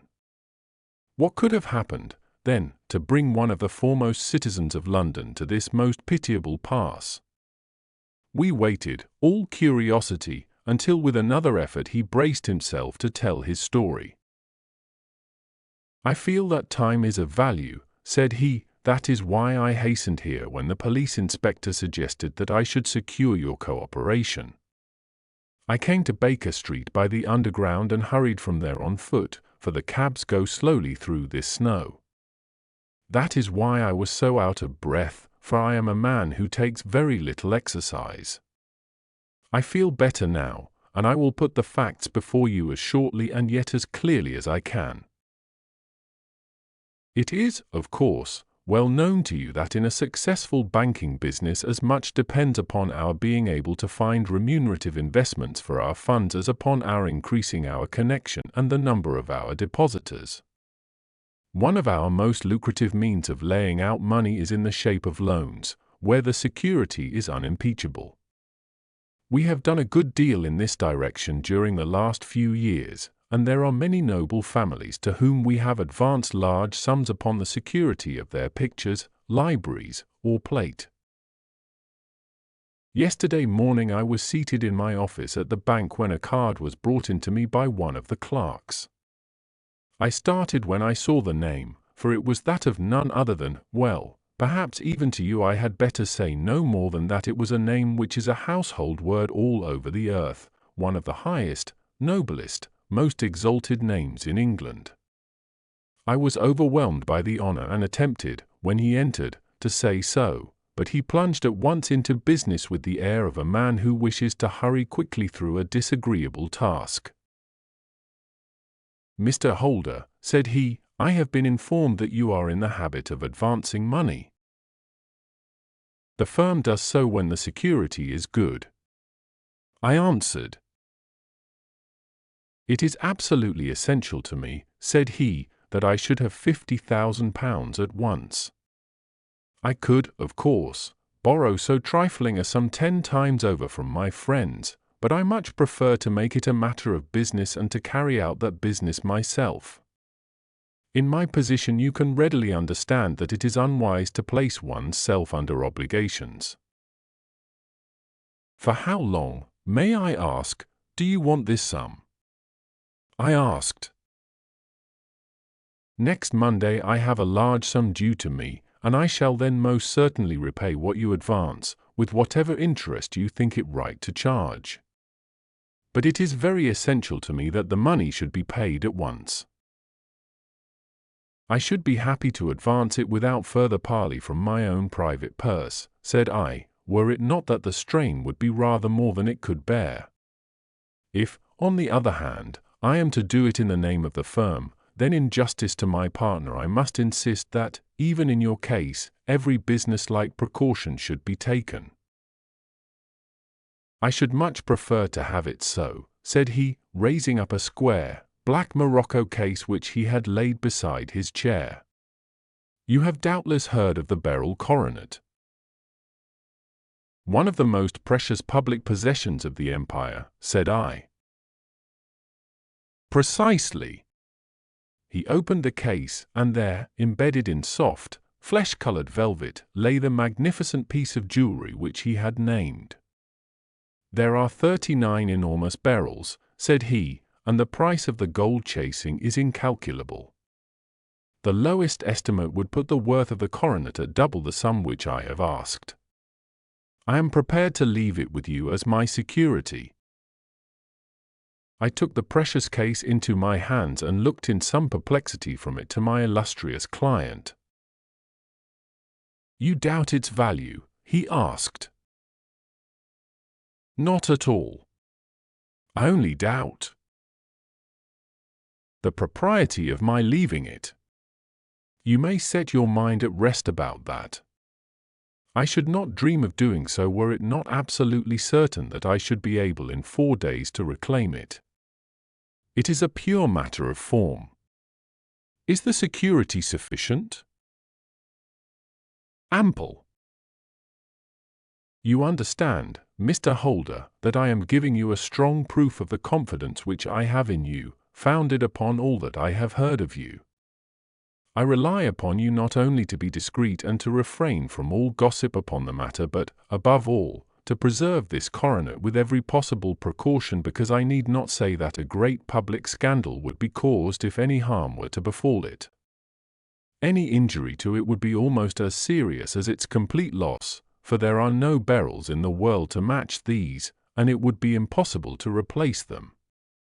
I leave it with you, however, with every confidence, and I shall call for it in person on Monday morning." Seeing that my client was anxious to leave, I said no more, but, calling for my cashier, I ordered him to pay over £51,000 notes. When I was alone once more, however, with the precious case lying upon the table in front of me, I could not but think with some misgivings of the immense responsibility which it entailed upon me. There could be no doubt that, as it was a national possession, a horrible scandal would ensue if any misfortune should occur to it. I already regretted having ever consented to take charge of it. However, it was too late to alter the matter now, so I locked it up in my private safe and turned once more to my work.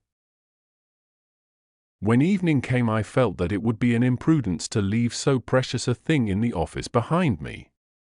Bankers' safes had been forced before now, and why should not mine be? If so, how terrible would be the position in which I should find myself? I determined, therefore, that for the next few days I would always carry the case backward and forward with me, so that it might never be really out of my reach. With this intention, I called a cab and drove out to my house at Streatham, carrying the jewel with me. I did not breathe freely until I had taken it upstairs and locked it in the bureau of my dressing-room. And now a word as to my household, Mr. Holmes, for I wish you to thoroughly understand the situation. My groom and my page sleep out of the house, and may be set aside altogether. I have 3 maidservants who have been with me a number of years and whose absolute reliability is quite above suspicion. Another, Lucy Parr, the second waiting maid, has only been in my service a few months. She came with an excellent character, however, and has always given me satisfaction. She is a very pretty girl and has attracted admirers who have occasionally hung about the place. That is the only drawback which we have found to her, but we believe her to be a thoroughly good girl in every way. So much for the servants. My family itself is so small that it will not take me long to describe it. I am a widower and have an only son, Arthur. He has been a disappointment to me, Mr. Holmes, a grievous disappointment. I have no doubt that I am myself to blame. People tell me that I have spoiled him. Very likely I have. When my dear wife died, I felt that he was all I had to love. I could not bear to see the smile fade even for a moment from his face. I have never denied him a wish. Perhaps it would have been better for both of us had I been sterner, but I meant it for the best. It was naturally my intention that he should succeed me in my business, but he was not of a business turn. He was wild, wayward, and, to speak the truth, I could not trust him in the handling of large sums of money. When he was young he became a member of an aristocratic club, and there, having charming manners, he was soon the intimate of a number of men with long purses and expensive habits. He learned to play heavily at cards and to squander money on the turf, until he had again and again to come to me and implore me to give him an advance upon his allowance, that he might settle his debts of honor. He tried more than once to break away from the dangerous company which he was keeping, but each time the influence of his friend, Sir George Burnwell, was enough to draw him back again. And, indeed, I could not wonder that such a man as Sir George Burnwell should gain an influence over him, for he has frequently brought him to my house, and I have found myself that I could hardly resist the fascination of his manner. He is older than Arthur, a man of the world to his fingertips, one who had been everywhere, seen everything, a brilliant talker, and a man of great personal beauty. Yet when I think of him in cold blood, far away from the glamour of his presence, I am convinced from his cynical speech and the look which I have caught in his eyes that he is one who should be deeply distrusted. So I think, and so, too, thinks my little Mary, who has a woman's quick insight into character. And now there is only she to be described. She is my niece, but when my brother died 5 years ago and left her alone in the world, I adopted her, and have looked upon her ever since as my daughter. She is a sunbeam in my house, sweet, loving, beautiful, a wonderful manager and housekeeper, yet as tender and quiet and gentle as a woman could be. She is my right hand. I do not know what I could do without her. In only one matter has she ever gone against my wishes. Twice my boy has asked her to marry him, for he loves her devotedly, but each time she has refused him. I think that if anyone could have drawn him into the right path it would have been she, and that his marriage might have changed his whole life, but now, alas! It is too late, forever too late. Now, Mr. Holmes, you know the people who live under my roof, and I shall continue with my miserable story. When we were taking coffee in the drawing-room that night after dinner, I told Arthur and Mary my experience, and of the precious treasure which we had under our roof, suppressing only the name of my client. Lucy Parr, who had brought in the coffee, had, I am sure, left the room, but I cannot swear that the door was closed. Mary and Arthur were much interested and wished to see the famous coronet, but I thought it better not to disturb it. "Where have you put it?" asked Arthur. "In my own bureau." "Well, I hope to goodness the house won't be burgled during the night," said he. "It is locked up," I answered. "Oh, any old key will fit that bureau.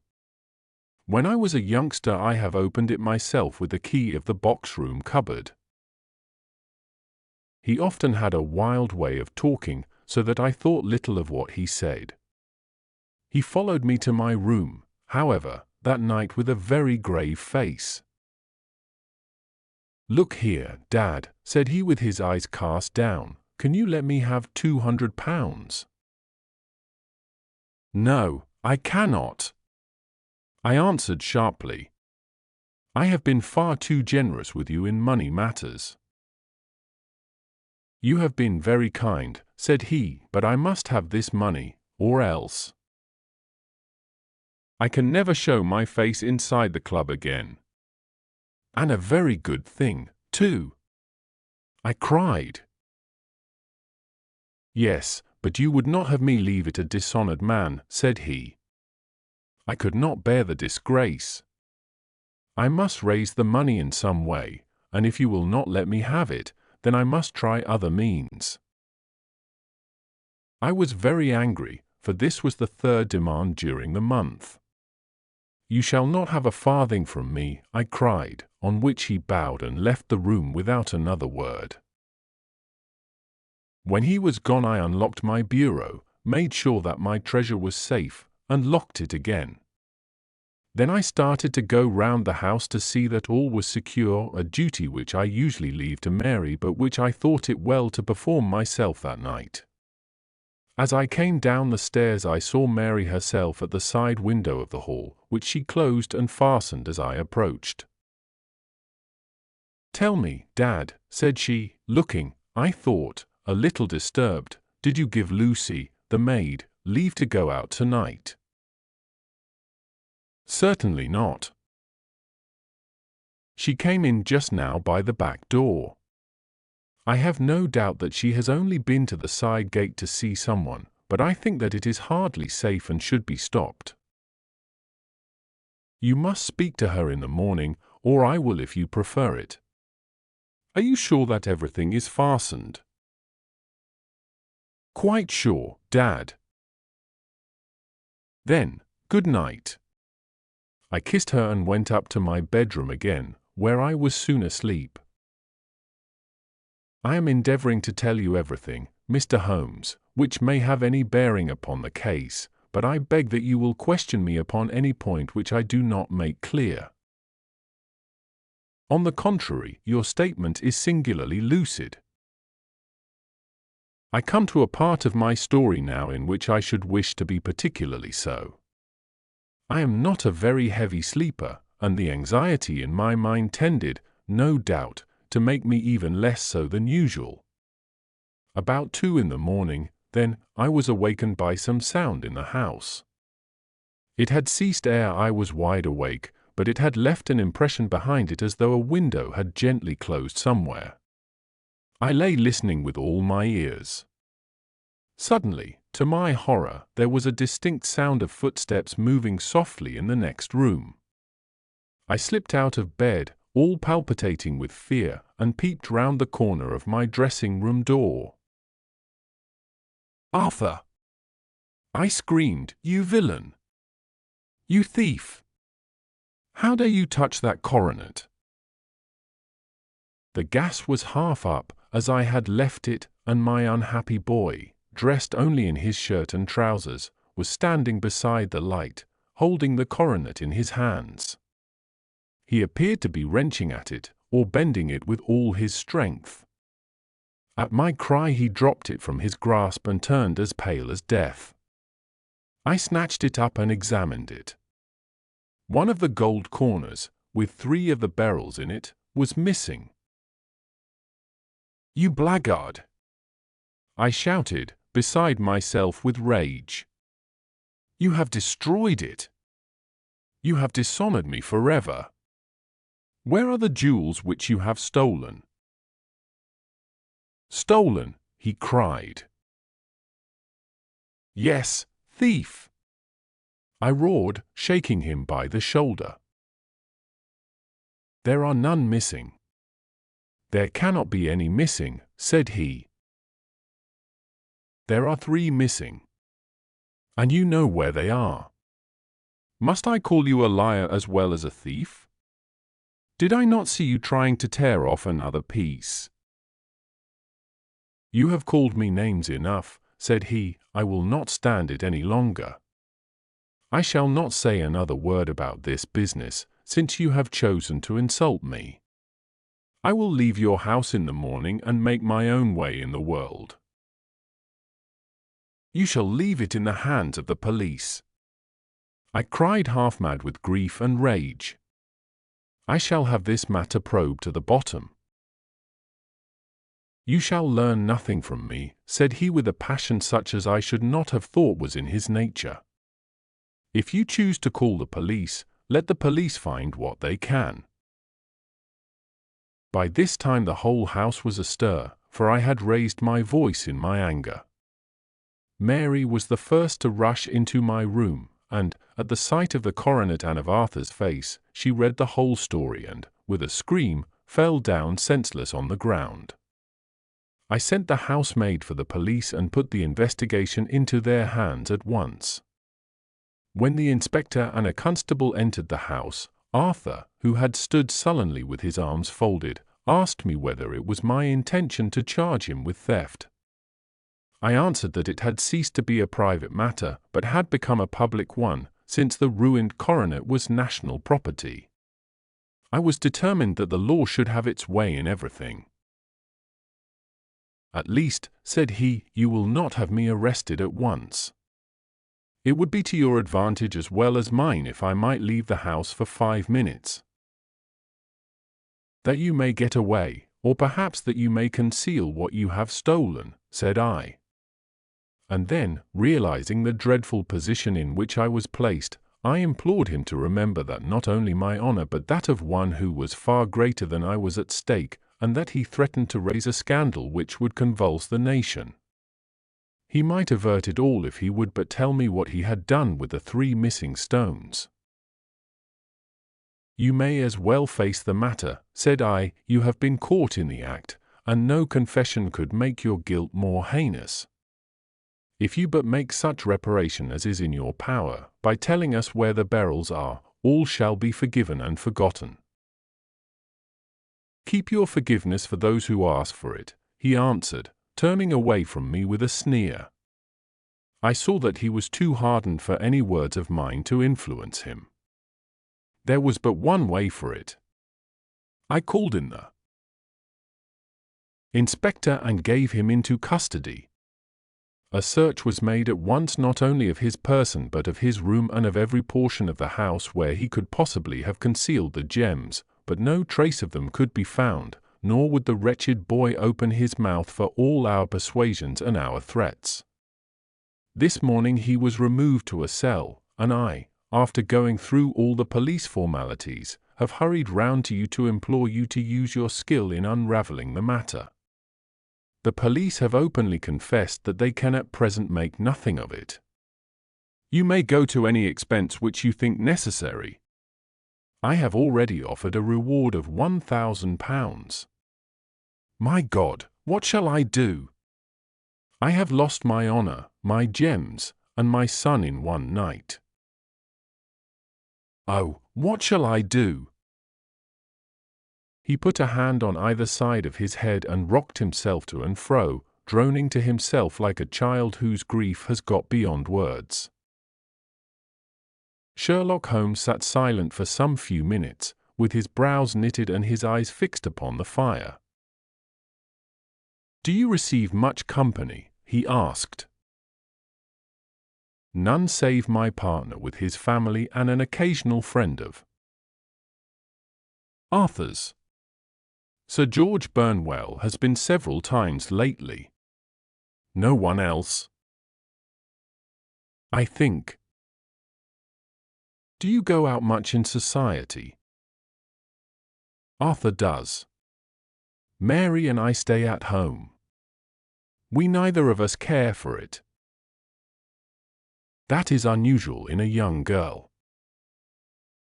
"She is of a quiet nature. Besides, she is not so very young. She is 4–20. This matter, from what you say, seems to have been a shock to her also." "Terrible. She is even more affected than I."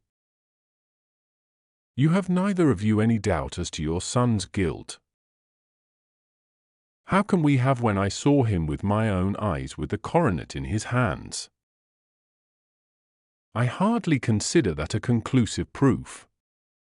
Was the remainder of the coronet at all injured?" "Yes, it was twisted." "Do you not think, then, that he might have been trying to straighten it?" "God bless you! You are doing what you can for him and for me. But it is too heavy a task.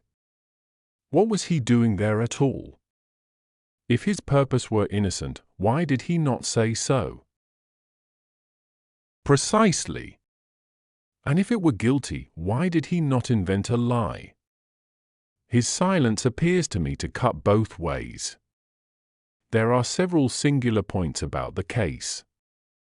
What did the police think of the noise which awoke you from your sleep?" "They considered that it might be caused by Arthur's closing his bedroom door." "A likely story!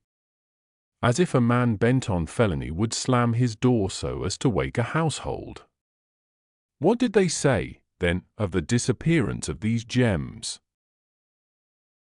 They are still sounding the planking and probing the furniture in the hope of finding them.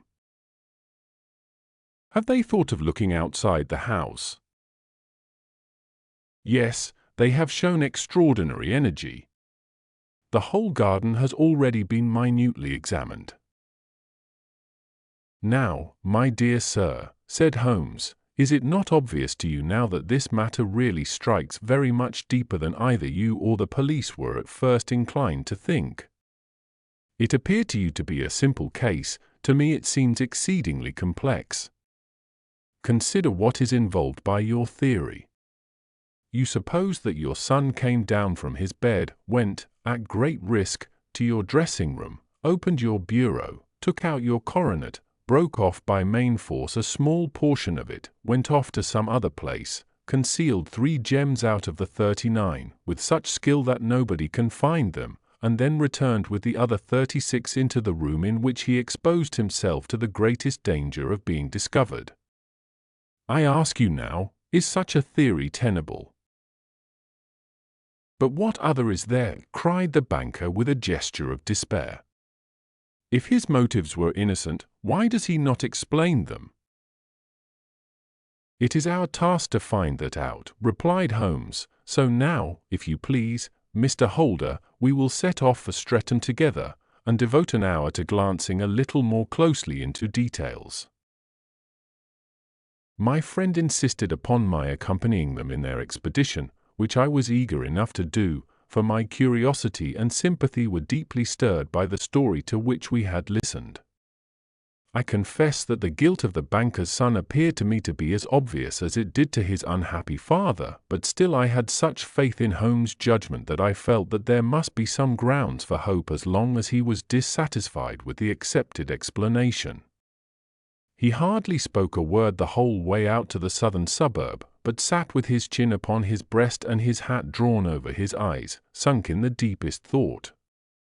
Our client appeared to have taken fresh heart at the little glimpse of hope which had been presented to him, and he even broke into a desultory chat with me over his business affairs. A short railway journey and a shorter walk brought us to Fairbank, the modest residence of the great financier. Fairbank was a good-sized square house of white stone, standing back a little from the road. A double carriage sweep, with a snow-clad lawn, stretched down in front to 2 large iron gates which closed the entrance. On the right side was a small wooden thicket, which led into a narrow path between 2 neat hedges stretching from the road to the kitchen door, and forming the tradesman's entrance. On the left ran a lane which led to the stables, and was not itself within the grounds at all, being a public, though little used, thoroughfare. Holmes left us standing at the door and walked slowly all round the house, across the front, down the tradesman's path, and so round by the garden behind into the stable lane. So long was he that Mr. Holder and I went into the dining-room and waited by the fire until he should return. We were sitting there in silence when the door opened and a young lady came in. She was rather above the middle height, slim, with dark hair and eyes, which seemed the darker against the absolute pallor of her skin. I do not think that I have ever seen such deadly paleness in a woman's face. Her lips, too, were bloodless, but her eyes were flushed with crying. As she swept silently into the room she impressed me with a greater sense of grief than the banker had done in the morning, and it was the more striking in her as she was evidently a woman of strong character, with immense capacity for self-restraint. Disregarding my presence, she went straight to her uncle and passed her hand over his head with a sweet womanly caress. "You have given orders that Arthur should be liberated, have you not, Dad?" she asked. No, no, my girl, the matter must be probed to the bottom. But I am so sure that he is innocent. You know what woman's instincts are. I know that he has done no harm and that you will be sorry for having acted so harshly. Why is he silent, then, if he is innocent? Who knows? Perhaps because he was so angry that you should suspect him. How could I help suspecting him when I actually saw him with the coronet in his hand? Oh, but he had only picked it up to look at it. Oh, do take my word for it that he is innocent. Let the matter drop and say no more. It is so dreadful to think of our dear Arthur in prison. I shall never let it drop until the gems are found, never, Mary. Your affection for Arthur blinds you as to the awful consequences to me. Far from hushing the thing up, I have brought a gentleman down from London to inquire more deeply into it. This gentleman, she asked, facing round to me. No, his friend. He wished us to leave him alone. He is round in the stable lane now. The stable lane. She raised her dark eyebrows. What can he hope to find there? Ah! This, I suppose, is he. I trust, sir, that you will succeed in proving, what I feel sure is the truth, that my cousin Arthur is innocent of this crime. I fully share your opinion, and I trust, with you, that we may prove it, returned Holmes, going back to the mat to knock the snow from his shoes. I believe I have the honor of addressing Miss Mary Holder. Might I ask you a question or two? Pray do, sir, if it may help to clear this horrible affair up. You heard nothing yourself last night? Nothing, until my uncle here began to speak loudly. I heard that, and I came down. You shut up the windows and doors the night before. Did you fasten all the windows? Yes. Were they all fastened this morning? Yes. You have a maid who has a sweetheart? I think that you remarked to your uncle last night that she had been out to see him. Yes, and she was the girl who waited in the drawing-room, and who may have heard uncle's remarks about the coronet. I see. You infer that she may have gone out to tell her sweetheart, and that the two may have planned the robbery. But what is the good of all these vague theories, cried the banker impatiently, when I have told you that I saw Arthur with the coronet in his hands? Wait a little, Mr. Holder. We must come back to that. About this girl. Miss Holder. You saw her return by the kitchen door, I presume? Yes, when I went to see if the door was fastened for the night, I met her slipping in. I saw the man, too, in the gloom. Do you know him? Oh, yes. He is the greengrocer who brings our vegetables round. His name is Francis Prosper. He stood, said Holmes, to the left of the door, that is to say, farther up the path than is necessary to reach the door. Yes, he did. And he is a man with a wooden leg. Something like fear sprang up in the young lady's expressive black eyes. Why, you are like a magician, said she. How do you know that? She smiled, but there was no answering smile in Holmes' thin, eager face. I should be very glad now to go upstairs, said he. I shall probably wish to go over the outside of the house again.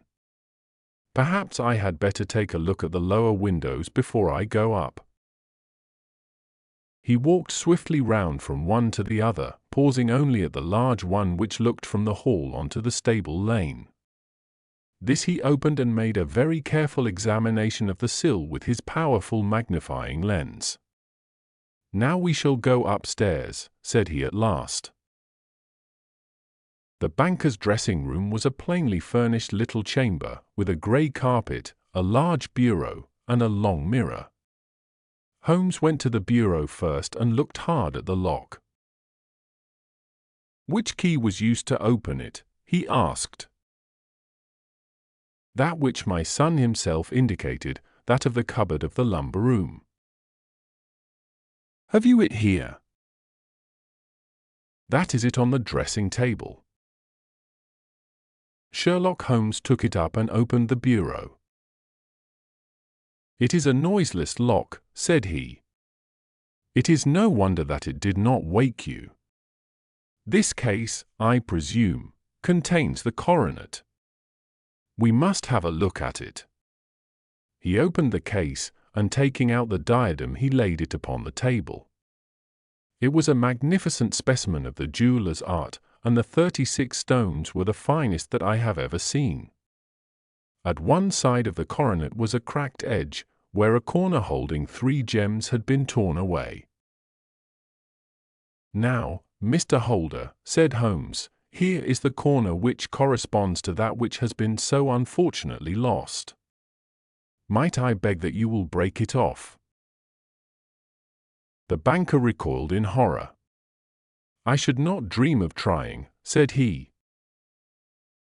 Then I will. Holmes suddenly bent his strength upon it, but without result.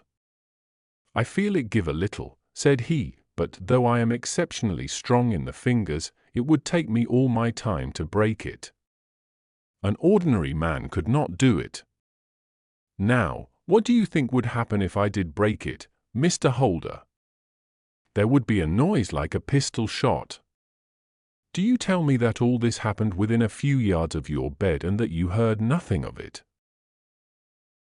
I do not know what to think. It is all dark to me. But perhaps it may grow lighter as we go. What do you think, Miss Holder? I confess that I still share my uncle's perplexity. Your son had no shoes or slippers on when you saw him.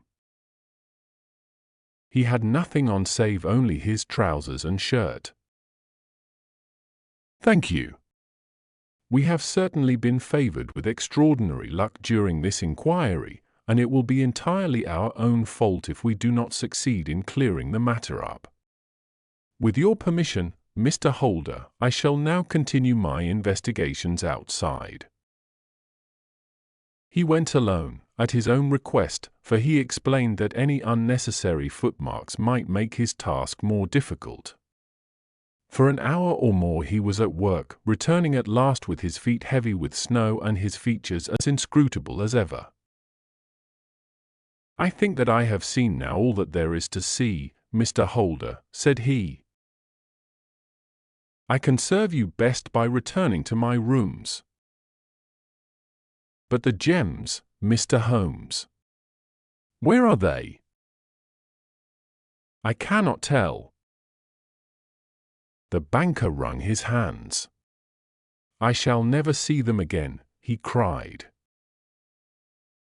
And my son? You give me hopes. My opinion is in no way altered. Then, for God's sake, what was this dark business which was acted in my house last night? If you can call upon me at my Baker Street rooms tomorrow morning between 9 and 10, I shall be happy to do what I can to make it clearer. I understand that you give me carte blanche to act for you, provided only that I get back the gems, and that you place no limit on the sum I may draw. I would give my fortune to have them back. Very good. I shall look into the matter between this and then. Goodbye. It is just possible that I may have to come over here again before evening. It was obvious to me that my companion's mind was now made up about the case, although what his conclusions were was more than I could even dimly imagine. Several times during our homeward journey I endeavored to sound him upon the point, but he always glided away to some other topic, until at last I gave it over in despair. It was not yet 3 when we found ourselves in our rooms once more. He hurried to his chamber and was down again in a few minutes dressed as a common loafer. With his collar turned up, his shiny, seedy coat, his red cravat, and his worn boots, he was a perfect sample of the class. "I think that this should do," said he, glancing into the glass above the fireplace. "I only wish that you could come with me, Watson, but I fear that it won't do. I may be on the trail in this matter, or I may be following a will-o'-the-wisp, but I shall soon know which it is. I hope that I may be back in a few hours." He cut a slice of beef from the joint upon the sideboard, sandwiched it between 2 rounds of bread, and thrusting this rude meal into his pocket, he started off upon his expedition. I had just finished my tea when he returned, evidently in excellent spirits, swinging an old elastic-sided boot in his hand. He chucked it down into a corner and helped himself to a cup of tea. "I only looked in as I passed," said he. "I am going right on." "Where to?" "Oh, to the other side of the West End. It may be some time before I get back. Don't wait up for me in case I should be late." "How are you getting on?" "Oh, so. Nothing to complain of. I have been out to Streatham since I saw you last, but I did not call at the house. It is a very sweet little problem, and I would not have missed it for a good deal. However, I must not sit gossiping here, but must get these disreputable clothes off and return to my highly respectable self." I could see by his manner that he had stronger reasons for satisfaction than his words alone would imply. His eyes twinkled, and there was even a touch of color upon his sallow cheeks. He hastened upstairs, and a few minutes later I heard the slam of the hall door, which told me that he was off once more upon his congenial hunt. I waited until midnight, but there was no sign of his return, so I retired to my room. It was no uncommon thing for him to be away for days and nights on end when he was hot upon a scent, so that his lateness caused me no surprise. I do not know at what hour he came in, but when I came down to breakfast in the morning there he was with a cup of coffee in one hand and the paper in the other, as fresh and trim as possible. "You will excuse my beginning without you, Watson," said he, "but you remember that our client has rather an early appointment this morning." "Why, it is after 9 now," I answered. "I should not be surprised if that were he. I thought I heard a ring." It was, indeed, our friend the financier. I was shocked by the change which had come over him, for his face, which was naturally of a broad and massive mould, was now pinched and fallen in, while his hair seemed to me at least a shade whiter. He entered with a weariness and lethargy which was even more painful than his violence of the morning before, and he dropped heavily into the armchair which I pushed forward for him. "I do not know what I have done to be so severely tried," said he. "Only 2 days ago I was a happy and prosperous man, without a care in the world. Now I am left to a lonely and dishonored age. One sorrow comes close upon the heels of another. My niece, Mary, has deserted me." "Deserted you?" "Yes. Her bed this morning had not been slept in, her room was empty, and a note for me lay upon the hall table. I had said to her last night, in sorrow and not in anger, that if she had married my boy all might have been well with him. Perhaps it was thoughtless of me to say so. It is to that remark that she refers in this note. My dearest uncle, I feel that I have brought trouble upon you, and that if I had acted differently this terrible misfortune might never have occurred. I cannot, with this thought in my mind, ever again be happy under your roof, and I feel that I must leave you forever. Do not worry about my future, for that is provided for, and, above all, do not search for me, for it will be fruitless labor and an ill service to me. In life or in death, I am ever your loving Mary. What could she mean by that note, Mr. Holmes? Do you think it points to suicide? No, no, nothing of the kind. It is perhaps the best possible solution. I trust, Mr. Holder, that you are nearing the end of your troubles. Ah! You say so. You have heard something, Mr. Holmes, you have learned something. Where are the gems? You would not think £1,000 apiece an excessive sum for them. I would pay 10. That would be unnecessary. 3,000 will cover the matter. And there is a little reward, I fancy. Have you your cheque-book? Here is a pen. Better make it out for £4,000. With a dazed face the banker made out the required cheque. Holmes walked over to his desk, took out a little triangular piece of gold with 3 gems in it, and threw it down upon the table. With a shriek of joy our client clutched it up. "You have it," he gasped. "I am saved! I am saved!" The reaction of joy was as passionate as his grief had been, and he hugged his recovered gems to his bosom. "There is one other thing you owe, Mr. Holder," said Sherlock Holmes rather sternly. "Oh!" He caught up a pen. "Name the sum, and I will pay it." "No, the debt is not to me. You owe a very humble apology to that noble lad, your son, who has carried himself in this matter as I should be proud to see my own son do, should I ever chance to have one." "Then it was not Arthur who took them?"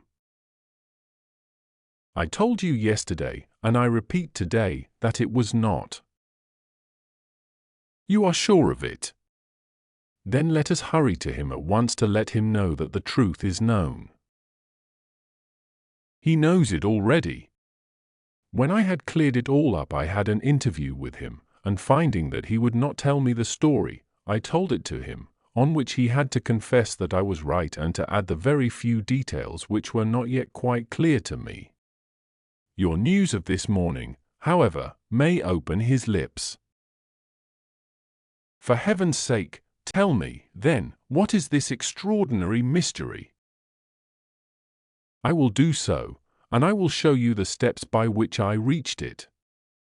And let me say to you, first, that which it is hardest for me to say and for you to hear, there has been an understanding between Sir George Burnwell and your niece Mary. They have now fled together." "My Mary?" "Impossible." "It is unfortunately more than possible, it is certain. Neither you nor your son knew the true character of this man when you admitted him into your family circle.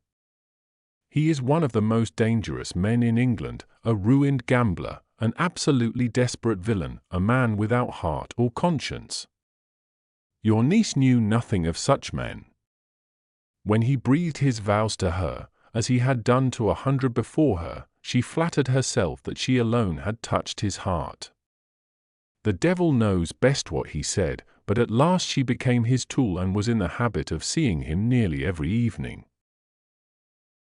"I cannot, and I will not, believe it," cried the banker with an ashen face. "I will tell you, then, what occurred in your house last night. Your niece, when you had, as she thought, gone to your room, slipped down and talked to her lover through the window which leads into the stable lane. His footmarks had pressed right through the snow, so long had he stood there. She told him of the coronet. His wicked lust for gold kindled at the news, and he bent her to his will.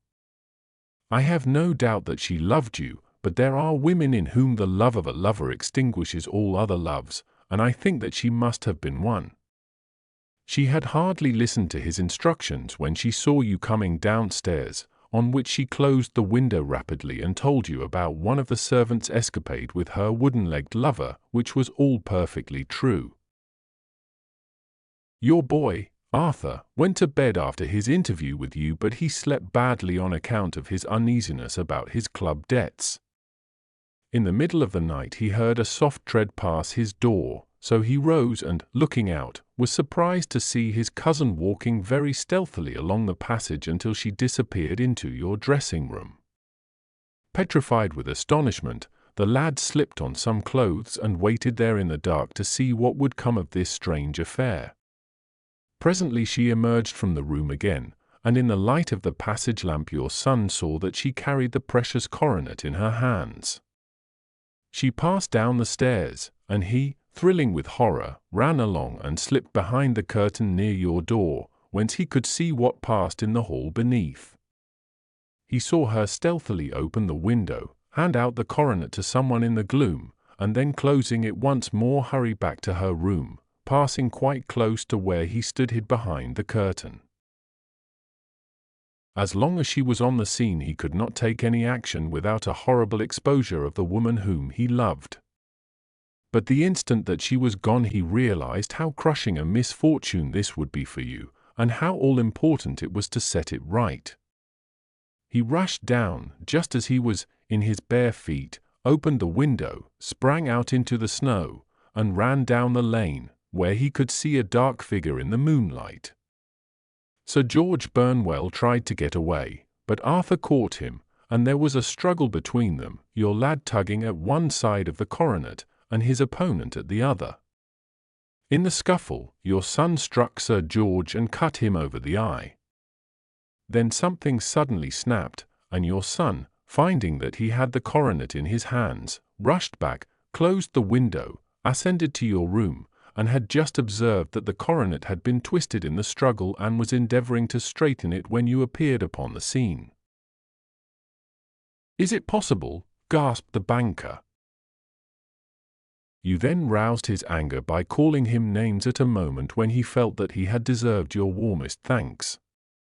He could not explain the true state of affairs without betraying one who certainly deserved little enough consideration at his hands. He took the more chivalrous view, however, and preserved her secret. "And that was why she shrieked and fainted when she saw the coronet," cried Mr. Holder. "Oh, my God! What a blind fool I have been! And he's asking to be allowed to go out for 5 minutes. The dear fellow wanted to see if the missing piece were at the scene of the struggle. How cruelly I have misjudged him!" "When I arrived at the house," continued Holmes, "I at once went very carefully round it to observe if there were any traces in the snow which might help me. I knew that none had fallen since the evening before, and also that there had been a strong frost to preserve impressions. I passed along the tradesman's path, but found it all trampled down and indistinguishable. Just beyond it, however, at the far side of the kitchen door, a woman had stood and talked with a man, whose round impressions on one side showed that he had a wooden leg. I could even tell that they had been disturbed, for the woman had run back swiftly to the door, as was shown by the deep toe and light heel marks, while wooden leg had waited a little, and then had gone away. I thought at the time that this might be the maid and her sweetheart, of whom you had already spoken to me, and inquiry showed it was so. I passed round the garden without seeing anything more than random tracks, which I took to be the police, but when I got into the stable lane a very long and complex story was written in the snow in front of me. There was a double line of tracks of a booted man, and a second double line which I saw with delight belonged to a man with naked feet. I was at once convinced from what you had told me that the latter was your son. The first had walked both ways, but the other had run swiftly, and as his tread was marked in places over the depression of the boot, it was obvious that he had passed after the other. I followed them up and found they led to the hall window, where Boots had worn all the snow away while waiting. Then I walked to the other end, which was 100 yards or more down the lane. I saw where Boots had faced round, where the snow was cut up as though there had been a struggle, and, finally, where a few drops of blood had fallen, to show me that I was not mistaken. Boots had then run down the lane, and another little smudge of blood showed that it was he who had been hurt. When he came to the high road at the other end, I found that the pavement had been cleared, so there was an end to that clue. On entering the house, however, I examined, as you remember, the sill and framework of the hall window with my lens, and I could at once see that someone had passed out. I could distinguish the outline of an instep where the wet foot had been placed in coming in.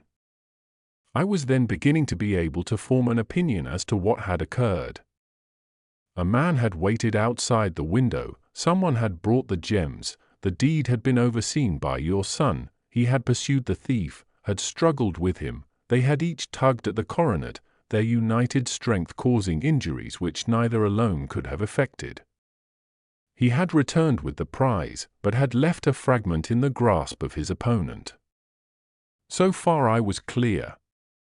The question now was, who was the man, and who was it brought him the coronet? It is an old maxim of mine that when you have excluded the impossible, whatever remains, however improbable, must be the truth. Now, I knew that it was not you who had brought it down, so there only remained your niece and the maids.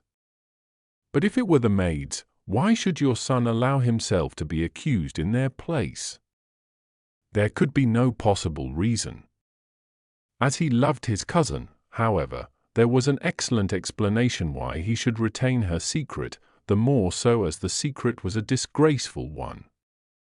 When I remembered that you had seen her at that window, and how she had fainted on seeing the coronet again, my conjecture became a certainty. And who could it be who was her confederate? A lover evidently, for who else could outweigh the love and gratitude which she must feel to you? I knew that you went out little, and that your circle of friends was a very limited one. But among them was Sir George Burnwell. I had heard of him before as being a man of evil reputation among women. It must have been he who wore those boots and retained the missing gems. Even though he knew that Arthur had discovered him, he might still flatter himself that he was safe, for the lad could not say a word without compromising his own family. Well, your own good sense will suggest what measures I took next. I went in the shape of a loafer to Sir George's house, managed to pick up an acquaintance with his valet, learned that his master had cut his head the night before, and, finally, at the expense of 6 shillings, made all sure by buying a pair of his cast-off shoes. With these I journeyed down to Streatham and saw that they exactly fitted the tracks. I saw an ill-dressed vagabond in the lane yesterday evening, said Mr. Holder. Precisely. It was I. I found that I had my man, so I came home and changed my clothes. It was a delicate part which I had to play then, for I saw that a prosecution must be avoided to avert scandal, and I knew that so astute a villain would see that our hands were tied in the matter. I went and saw him. At first, of course, he denied everything. But when I gave him every particular that had occurred, he tried to bluster and took down a life-preserver from the wall. I knew my man, however, and I clapped a pistol to his head before he could strike. Then he became a little more reasonable. I told him that we would give him a price for the stones he held, £1,000 apiece. That brought out the first signs of grief that he had shown. "Why, dash it all," said he, "I've let them go at 600 for the 3. I soon managed to get the address of the receiver who had them, on promising him that there would be no prosecution. Off I set to him, and after much chaffering I got our stones at £1,000 apiece. Then I looked in upon your son, told him that all was right, and eventually got to my bed about 2 o'clock, after what I may call a really hard day's work. A day which has saved England from a great public scandal," said the banker, rising. "Sir, I cannot find words to thank you, but you shall not find me ungrateful for what you have done. Your skill has indeed exceeded all that I have heard of it. And now I must fly to my dear boy to apologize to him for the wrong which I have done him. As to what you tell me of poor Mary, it goes to my very heart. Not even your skill can inform me where she is now. I think that we may safely say, returned Holmes, that she is wherever Sir George Burnwell is. It is equally certain, too, that whatever her sins are, they will soon receive a more than sufficient punishment. The Adventure of the Copper Beeches. To the man who loves art for its own sake, remarked Sherlock Holmes, tossing aside the advertisement sheet of the Daily Telegraph, it is frequently in its least important and lowliest manifestations that the keenest pleasure is to be derived. It is pleasant to me to observe, Watson, that you have so far grasped this truth that in these little records of our cases which you have been good enough to draw up, and, I am bound to say, occasionally to embellish, you have given prominence not so much to the many causes célèbres and sensational trials in which I have figured, but rather to those incidents which may have been trivial in themselves, but which have given room for those faculties of deduction and of logical synthesis which I have made my special province. And yet, said I, smiling, I cannot quite hold myself absolved from the charge of sensationalism which has been urged against my records. You have erred, perhaps, he observed, taking up a glowing cinder with the tongs and lighting with it the long cherrywood pipe which was wont to replace his clay when he was in a disputatious rather than a meditative mood. You have erred perhaps in attempting to put color and life into each of your statements instead of confining yourself to the task of placing upon record that severe reasoning from cause to effect which is really the only notable feature about the thing. It seems to me that I have done you full justice in the matter, I remarked with some coldness, for I was repelled by the egotism which I had more than once observed to be a strong factor in my friend's singular character. No, it is not selfishness or conceit, said he, answering, as was his wont, my thoughts rather than my words. If I claim full justice for my art, it is because it is an impersonal thing, a thing beyond myself. Crime is common. Logic is rare. Therefore it is upon the logic rather than upon the crime that you should dwell. You have degraded what should have been a course of lectures into a series of tales. It was a cold morning of the early spring, and we sat after breakfast on either side of a cheery fire in the old room at Baker Street. A thick fog rolled down between the lines of dun-coloured houses, and the opposing windows loomed like dark, shapeless blurs through the heavy yellow reeds. Our gas was lit and shone on the white cloth and glimmer of china and metal, for the table had not been cleared yet. Sherlock Holmes had been silent all the morning, dipping continuously into the advertisement columns of a succession of papers until at last, having apparently given up his search, he had emerged in no very sweet temper to lecture me upon my literary shortcomings.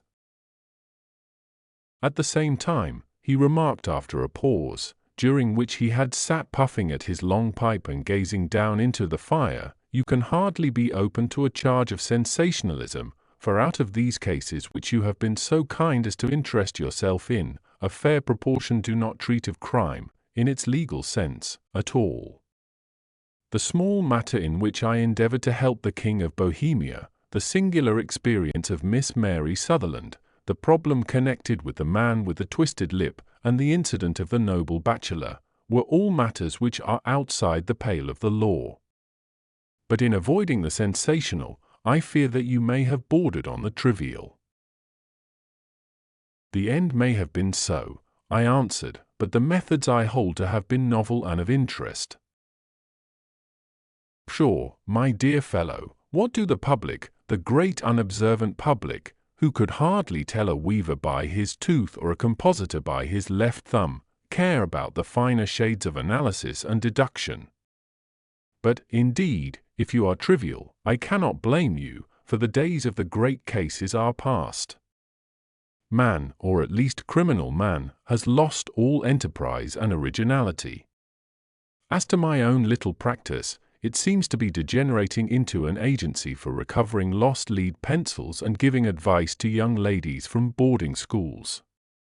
I think that I have touched bottom at last, however. This note I had this morning marks my 0 point, I fancy. Read it. He tossed a crumpled letter across to me. It was dated from Montague Place upon the preceding evening, and ran thus. Dear Mr. Holmes, I am very anxious to consult you as to whether I should or should not accept a situation which has been offered to me as governess. I shall call at 10:30 tomorrow if I do not inconvenience you. Yours faithfully, Violet Hunter. Do you know the young lady? I asked. Not I. It is 10:30 now. Yes, and I have no doubt that is her ring. It may turn out to be of more interest than you think. You remember that the affair of the blue carbuncle, which appeared to be a mere whim at first, developed into a serious investigation. It may be so in this case, also. Well, let us hope so. But our doubts will very soon be solved, for here, unless I am much mistaken, is the person in question. As he spoke, the door opened and a young lady entered the room. She was plainly but neatly dressed, with a bright, quick face, freckled like a plover's egg, and with the brisk manner of a woman who has had her own way to make in the world. You will excuse my troubling you, I am sure, said she, as my companion rose to greet her, but I have had a very strange experience, and as I have no parents or relations of any sort from whom I could ask advice, I thought that perhaps you would be kind enough to tell me what I should do. Pray take a seat, Miss Hunter. I shall be happy to do anything that I can to serve you. I could see that Holmes was favorably impressed by the manner and speech of his new client. He looked her over in his searching fashion, and then composed himself, with his lids drooping and his fingertips together, to listen to her story. I have been a governess for 5 years, said she, in the family of Colonel Spence Munro, but 2 months ago the Colonel received an appointment at Halifax, in Nova Scotia, and took his children over to America with him, so that I found myself without a situation. I advertised, and I answered advertisements, but without success. At last the little money which I had saved began to run short, and I was at my wits' end as to what I should do.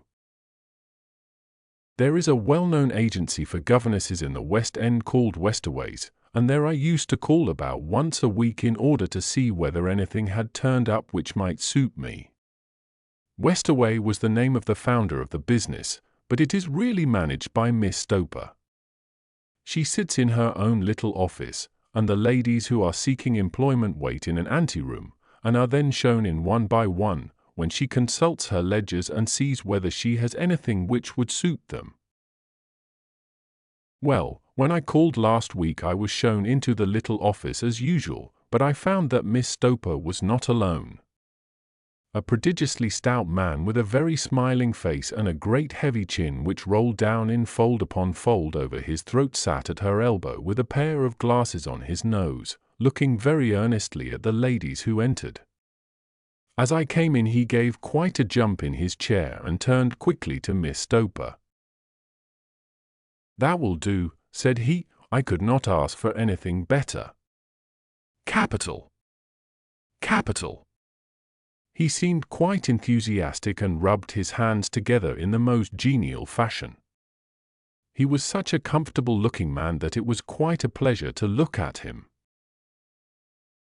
"You are looking for a situation, miss?" he asked. "Yes, sir."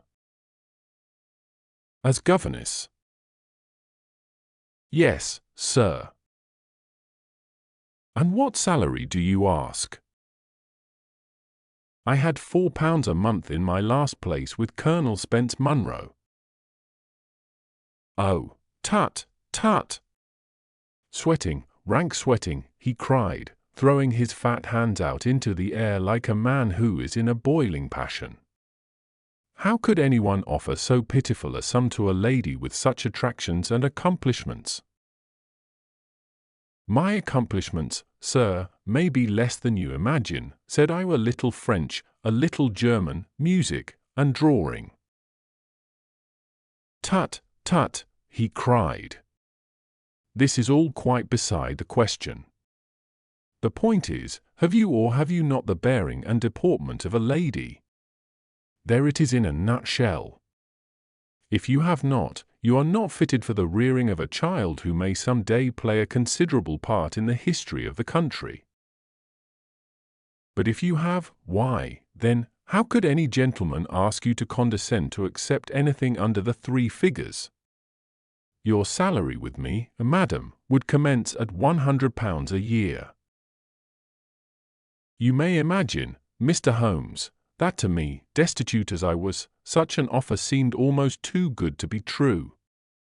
The gentleman, however, seeing perhaps the look of incredulity upon my face, opened a pocket-book and took out a note.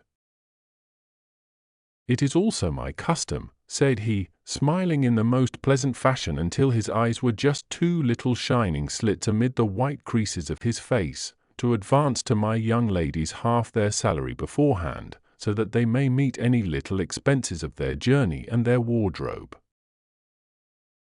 It seemed to me that I had never met so fascinating and so thoughtful a man.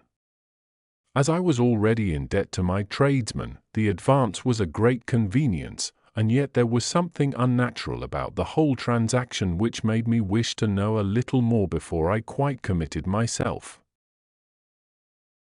"May I ask where you live, sir?" said I. "Hampshire. Charming rural place. The Copper Beeches, 5 miles on the far side of Winchester. It is the most lovely country, my dear young lady, and the dearest old country house." "And my duties, sir?" "I should be glad to know what they would be." "One child, one dear little romper just 6 years old. Oh, if you could see him killing cockroaches with a slipper. Smack! Smack! Smack! 3 gone before you could wink."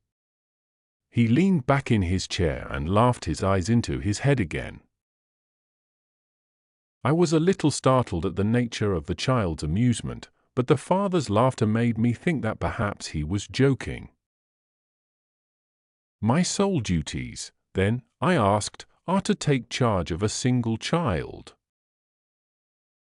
"No, no, not the sole, not the sole, my dear young lady," he cried. "Your duty would be, as I am sure your good sense would suggest, to obey any little commands my wife might give, provided always that they were such commands as a lady might with propriety obey. You see no difficulty, here. I should be happy to make myself useful." "Quite so. In dress now, for example. We are faddy people, you know, faddy but kind-hearted. If you were asked to wear any dress which we might give you, you would not object to our little whim." "Eh?" "No," said I, considerably astonished at his words. "Or to sit here, or sit there, that would not be offensive to you." "Oh, no." "Or to cut your hair quite short before you come to us." I could hardly believe my ears. As you may observe, Mr. Holmes, my hair is somewhat luxuriant, and of a rather peculiar tint of chestnut. It has been considered artistic. I could not dream of sacrificing it in this offhand fashion. "I am afraid that that is quite impossible," said I. He had been watching me eagerly out of his small eyes, and I could see a shadow pass over his face as I spoke. I am afraid that it is quite essential," said he. "It is a little fancy of my wife's, and ladies' fancies, you know, madam, ladies' fancies must be consulted." "And so you won't cut your hair?" "No, sir, I really could not," I answered firmly. "Ah, very well, then that quite settles the matter. It is a pity, because in other respects you would really have done very nicely. In that case, Miss Stoper, I had best inspect a few more of your young ladies." The manageress had sat all this while busy with her papers without a word to either of us, but she glanced at me now with so much annoyance upon her face that I could not help suspecting that she had lost a handsome commission through my refusal. "Do you desire your name to be kept upon the books?" she asked. "If you please, Miss Stoper." "Well, really, it seems rather useless, since you refuse the most excellent offers in this fashion," said she sharply. "You can hardly expect us to exert ourselves to find another such opening for you. Good day to you, Miss Hunter." She struck a gong upon the table, and I was shown out by the page. Well, Mr. Holmes, when I got back to my lodgings and found little enough in the cupboard, and 2 or 3 bills upon the table, I began to ask myself whether I had not done a very foolish thing. After all, if these people had strange fads and expected obedience on the most extraordinary matters, they were at least ready to pay for their eccentricity. Very few governesses in England are getting £100 a year. Besides, what use was my hair to me? Many people are improved by wearing it short, and perhaps I should be among the number. Next day I was inclined to think that I had made a mistake, and by the day after I was sure of it. I had almost overcome my pride so far as to go back to the agency and inquire whether the place was still open when I received this letter from the gentleman himself. I have it here and I will read it to you. The Copper Beeches, near Winchester. Dear Miss Hunter, Miss Stoper has very kindly given me your address, and I write from here to ask you whether you have reconsidered your decision. My wife is very anxious that you should come, for she has been much attracted by my description of you. We are willing to give £30 a quarter, or £120 a year, so as to recompense you for any little inconvenience which our fads may cause you. They are not very exacting, after all. My wife is fond of a particular shade of electric blue and would like you to wear such a dress indoors in the morning. You need not, however, go to the expense of purchasing one, as we have one belonging to my dear daughter Alice, now in Philadelphia, which would, I should think, fit you very well. Then, as to sitting here or there, or amusing yourself in any manner indicated, that need cause you no inconvenience. As regards your hair, it is no doubt a pity, especially as I could not help remarking its beauty during our short interview, but I am afraid that I must remain firm upon this point, and I only hope that the increased salary may recompense you for the loss. Your duties, as far as the child is concerned, are very light. Now do try to come, and I shall meet you with the dog-cart at Winchester. Let me know your train. Yours faithfully, Jeffro Rucastle. That is the letter which I have just received, Mr. Holmes, and my mind is made up that I will accept it. I thought, however, that before taking the final step I should like to submit the whole matter to your consideration. Well, Miss Hunter, if your mind is made up, that settles the question, said Holmes, smiling. But you would not advise me to refuse. I confess that it is not the situation which I should like to see a sister of mine apply for. What is the meaning of it all, Mr. Holmes? I have no data. I cannot tell. Perhaps you have yourself formed some opinion. Well, there seems to me to be only one possible solution. Mr. Rucastle seemed to be a very kind, good-natured man. Is it not possible that his wife is a lunatic, that he desires to keep the matter quiet for fear she should be taken to an asylum, and that he humors her fancies in every way in order to prevent an outbreak? That is a possible solution. In fact, as matters stand, it is the most probable one. But in any case it does not seem to be a nice household for a young lady. But the money, Mr. Holmes, the money! Well, yes, of course the pay is good, too good. That is what makes me uneasy. Why should they give you £120 a year when they could have their pick for £40? There must be some strong reason behind. I thought that if I told you the circumstances you would understand afterwards if I wanted your help. I should feel so much stronger if I felt that you were at the back of me. Oh, you may carry that feeling away with you. I assure you that your little problem promises to be the most interesting which has come my way for some months. There is something distinctly novel about some of the features. If you should find yourself in doubt or in danger. Danger? What danger do you foresee? Holmes shook his head gravely. It would cease to be a danger if we could define it, said he. But at any time, day or night, a telegram would bring me down to your help.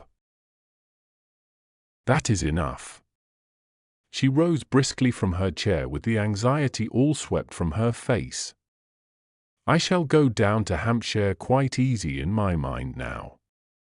I shall write to Mr. Rucastle at once, sacrifice my poor hair tonight, and start for Winchester tomorrow.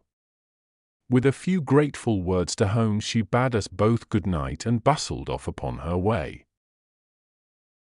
At least, said I as we heard her quick, firm steps descending the stairs. She seems to be a young lady who is very well able to take care of herself. And she would need to be, said Holmes gravely. I am much mistaken if we do not hear from her before many days are past. It was not very long before my friend's prediction was fulfilled. A fortnight went by, during which I frequently found my thoughts turning in her direction and wondering what strange side alley of human experience this lonely woman had strayed into.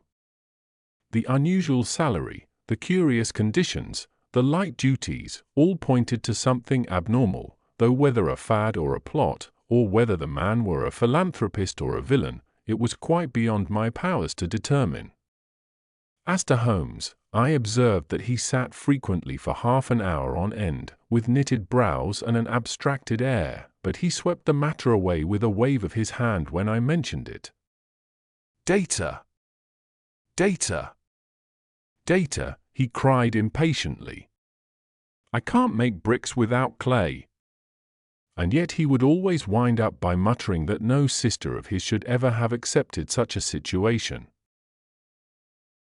The telegram which we eventually received came late one night just as I was thinking of turning in and Holmes was settling down to one of those all-night chemical researches which he frequently indulged in, when I would leave him stooping over a retort and a test tube at night and find him in the same position when I came down to breakfast in the morning. He opened the yellow envelope, and then, glancing at the message, threw it across to me. Just look up the trains in Bradshaw, said he, and turned back to his chemical studies. The summons was a brief and urgent one. Please be at the Black Swan Hotel at Winchester at midday tomorrow, it said. Do come. I am at my wit's end. Hunter. Will you come with me? Asked Holmes, glancing up. I should wish to. Just look it up, then. There is a train at 9:30, said I, glancing over my Bradshaw. It is due at Winchester at 11:30. That will do very nicely. Then perhaps I had better postpone my analysis of the acetones, as we may need to be at our best in the morning. By 11 o'clock the next day we were well upon our way to the old English capital. Holmes had been buried in the morning papers all the way down, but after we had passed the Hampshire border he threw them down and began to admire the scenery. It was an ideal spring day, a light blue sky, flecked with little fleecy white clouds drifting across from west to east. The sun was shining very brightly, and yet there was an exhilarating nip in the air, which set an edge to a man's energy.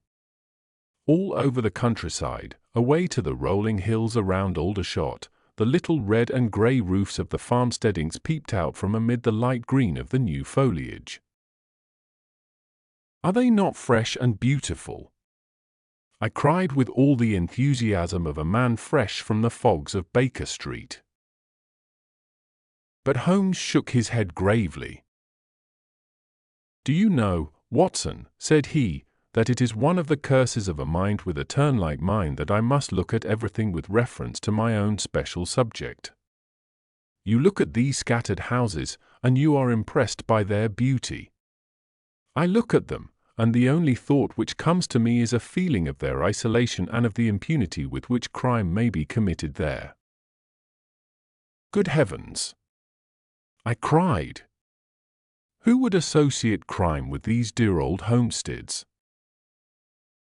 They always fill me with a certain horror.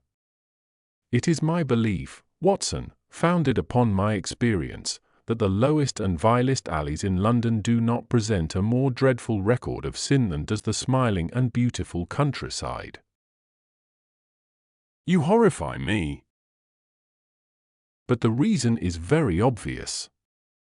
The pressure of public opinion can do in the town what the law cannot accomplish. There is no lane so vile that the scream of a tortured child, or the thud of a drunkard's blow, does not beget sympathy and indignation among the neighbors, and then the whole machinery of justice is ever so close that a word of complaint can set it going, and there is but a step between the crime and the dock. But look at these lonely houses, each in its own fields, filled for the most part with poor ignorant folk who know little of the law. Think of the deeds of hellish cruelty, the hidden wickedness which may go on, year in, year out, in such places, and none the wiser. Had this lady who appeals to us for help gone to live in Winchester, I should never have had a fear for her. It is the 5 miles of country which makes the danger. Still, it is clear that she is not personally threatened. No. If she can come to Winchester to meet us, she can get away." "Quite so. She has her freedom." "What can be the matter, then? Can you suggest no explanation?" "I have devised 7 separate explanations, each of which would cover the facts as far as we know them. But which of these is correct can only be determined by the fresh information which we shall no doubt find waiting for us. Well, there is the tower of the cathedral, and we shall soon learn all that Miss Hunter has to tell. The Black Swan is an inn of repute in the High Street, at no distance from the station, and there we found the young lady waiting for us. She had engaged a sitting room, and our lunch awaited us upon the table. "I am so delighted that you have come," she said earnestly. "It is so very kind of you both, but indeed I do not know what I should do. Your advice will be altogether invaluable to me. Pray tell us what has happened to you." "I will do so, and I must be quick, for I have promised Mr. Rucastle to be back before 3. I got his leave to come into town this morning, though he little knew for what purpose. Let us have everything in its due order." Holmes thrust his long thin legs out towards the fire and composed himself to listen. In the first place, I may say that I have met, on the whole, with no actual ill treatment from Mr. and Mrs. Rucastle. It is only fair to them to say that.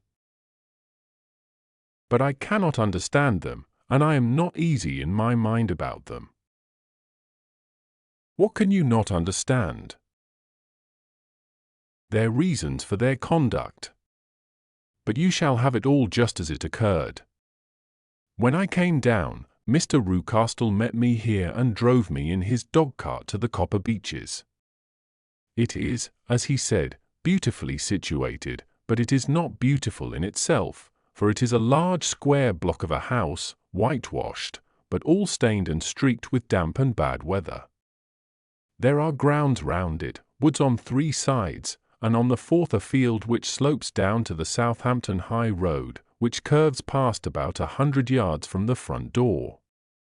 This ground in front belongs to the house, but the woods all round are part of Lord Southerton's preserves. A clump of copper beeches immediately in front of the hall door has given its name to the place.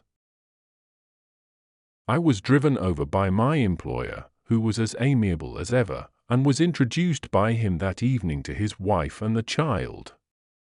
There was no truth, Mr. Holmes, in the conjecture which seemed to us to be probable in your rooms at Baker Street. Mrs. Rucastle is not mad.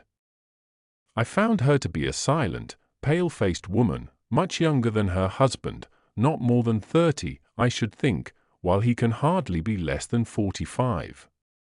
From their conversation I have gathered that they have been married about 7 years, that he was a widower, and that his only child by the first wife was the daughter who has gone to Philadelphia.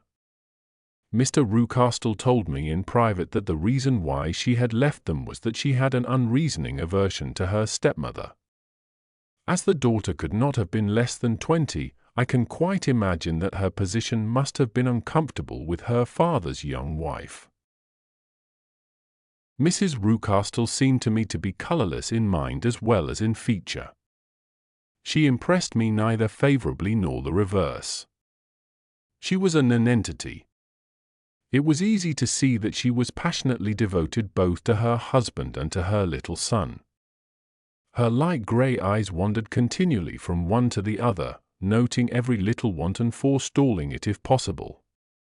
He was kind to her also in his bluff, boisterous fashion, and on the whole they seemed to be a happy couple.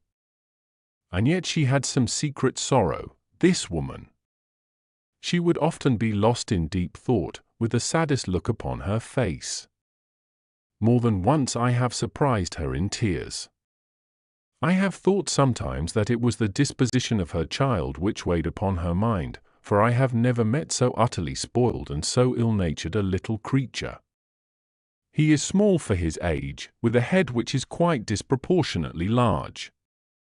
His whole life appears to be spent in an alternation between savage fits of passion and gloomy intervals of sulking. Giving pain to any creature weaker than himself seems to be his one idea of amusement, and he shows quite remarkable talent in planning the capture of mice, little birds, and insects. But I would rather not talk about the creature, Mr. Holmes, and, indeed, he has little to do with my story. I am glad of all details, remarked my friend, whether they seem to you to be relevant or not. I shall try not to miss anything of importance. The one unpleasant thing about the house, which struck me at once, was the appearance and conduct of the servants. There are only 2, a man and his wife. Toller, for that is his name, is a rough, uncouth man, with grizzled hair and whiskers, and a perpetual smell of drink. Twice since I have been with them he has been quite drunk, and yet Mr. Rucastle seemed to take no notice of it. His wife is a very tall and strong woman with a sour face, as silent as Mrs. Rucastle and much less amiable. They are a most unpleasant couple, but fortunately I spend most of my time in the nursery and my own room, which are next to each other in one corner of the building. For 2 days after my arrival at the Copper Beeches my life was very quiet, On the third, Mrs. Rucastle came down just after breakfast and whispered something to her husband. "Oh, yes," said he, turning to me, "we are very much obliged to you, Miss Hunter, for falling in with our whims so far as to cut your hair. I assure you that it has not detracted in the tiniest iota from your appearance. We shall now see how the electric blue dress will become you. You will find it laid out upon the bed in your room, and if you would be so good as to put it on, we should both be extremely obliged." The dress which I found waiting for me was of a peculiar shade of blue. It was of excellent material, a sort of beige, but it bore unmistakable signs of having been worn before. It could not have been a better fit if I had been measured for it. Both Mr. and Mrs. Rucastle expressed a delight at the look of it, which seemed quite exaggerated in its vehemence. They were waiting for me in the drawing-room, which is a very large room, stretching along the entire front of the house, with 3 long windows reaching down to the floor. A chair had been placed close to the central window, with its back turned towards it. In this I was asked to sit, and then Mr. Rucastle, walking up and down on the other side of the room, began to tell me a series of the funniest stories that I have ever listened to. You cannot imagine how comical he was, and I laughed until I was quite weary. Mrs. Rucastle, however, who has evidently no sense of humor, never so much as smiled, but sat with her hands in her lap, and a sad, anxious look upon her face. After an hour or so, Mr. Rucastle suddenly remarked that it was time to commence the duties of the day, and that I might change my dress and go to little Edward in the nursery. 2 days later this same performance was gone through under exactly similar circumstances. Again I changed my dress, again I sat in the window, and again I laughed very heartily at the funny stories of which my employer had an immense repertoire, and which he told inimitably. Then he handed me a yellow-backed novel, and moving my chair a little sideways, that my own shadow might not fall upon the page, he begged me to read aloud to him. I read for about 10 minutes, beginning in the heart of a chapter, and then suddenly, in the middle of a sentence, he ordered me to cease and to change my dress. You can easily imagine, Mr. Holmes, how curious I became as to what the meaning of this extraordinary performance could possibly be. They were always very careful, I observed, to turn my face away from the window, so that I became consumed with the desire to see what was going on behind my back. At first it seemed to be impossible, but I soon devised a means. My hand mirror had been broken, so a happy thought seized me, and I concealed a piece of the glass in my handkerchief. On the next occasion, in the midst of my laughter, I put my handkerchief up to my eyes, and was able with a little management to see all that there was behind me. I confess that I was disappointed. There was nothing. At least that was my first impression. At the second glance, however, I perceived that there was a man standing in the Southampton Road, a small bearded man in a grey suit, who seemed to be looking in my direction. The road is an important highway, and there are usually people there. This man, however, was leaning against the railings which bordered our field and was looking earnestly up. I lowered my handkerchief and glanced at Mrs. Rucastle to find her eyes fixed upon me with a most searching gaze. She said nothing, but I am convinced that she had divined that I had a mirror in my hand and had seen what was behind me. She rose at once. "Jeffro," said she, "there is an impertinent fellow upon the road there who stares up at Miss Hunter." "No friend of yours, Miss Hunter?" he asked. "No, I know no one in these parts." "Dear me! How very impertinent! Kindly turn round and motion to him to go away. Surely it would be better to take no notice." "No, no, we should have him loitering here always. Kindly turn round and wave him away like that." I did as I was told, and at the same instant Mrs. Rucastle drew down the blind. That was a week ago, and from that time I have not sat again in the window, nor have I worn the blue dress, nor seen the man in the road. "Pray continue," said Holmes. "Your narrative promises to be a most interesting one." "You will find it rather disconnected, I fear, and there may prove to be little relation between the different incidents of which I speak. On the very first day that I was at the Copper Beeches, Mr. Rucastle took me to a small outhouse which stands near the kitchen door. As we approached it, I heard the sharp rattling of a chain, and the sound as of a large animal moving about. "Look in here," said Mr. Rucastle, showing me a slit between two planks. "Is he not a beauty?" I looked through and was conscious of two glowing eyes, and of a vague figure huddled up in the darkness. "Don't be frightened," said my employer, laughing at the start which I had given. "It's only Carlo, my mastiff. I call him mine, but really old Tola, my groom, is the only man who can do anything with him. We feed him once a day, and not too much then, so that he is always as keen as mustard. Tola lets him loose every night, and God help the trespasser whom he lays his fangs upon. For goodness sake, don't you ever on any pretext set your foot over the threshold at night, for it's as much as your life is worth." The warning was no idle one, for 2 nights later I happened to look out of my bedroom window about 2 o'clock in the morning. It was a beautiful moonlight night, and the lawn in front of the house was silvered over and almost as bright as day. I was standing, wrapped in the peaceful beauty of the scene, when I was aware that something was moving under the shadow of the Copper Beeches. As it emerged into the moonshine, I saw what it was. It was a giant dog, as large as a calf, tawny tinted, with hanging jowl, black muzzle, and huge projecting bones. It walked slowly across the lawn and vanished into the shadow upon the other side. That dreadful sentinel sent a chill to my heart which I do not think that any burglar could have done. And now I have a very strange experience to tell you. I had, as you know, cut off my hair in London, and I had placed it in a great coil at the bottom of my trunk.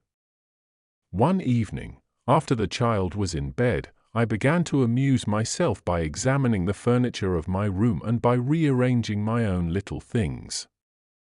There was an old chest of drawers in the room, the 2 upper ones empty and open, the lower one locked.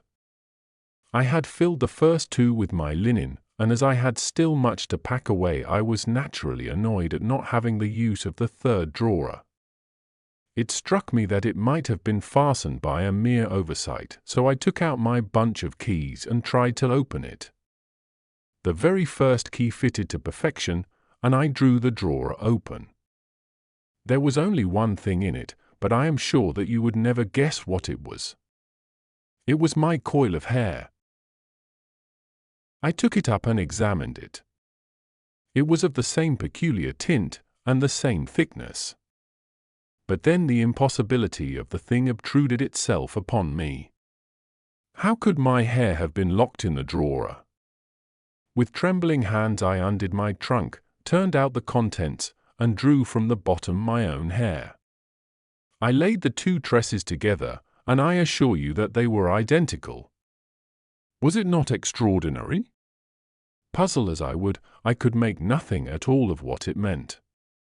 I returned the strange hair to the drawer, and I said nothing of the matter to the Rucastles, as I felt that I had put myself in the wrong by opening a drawer which they had locked.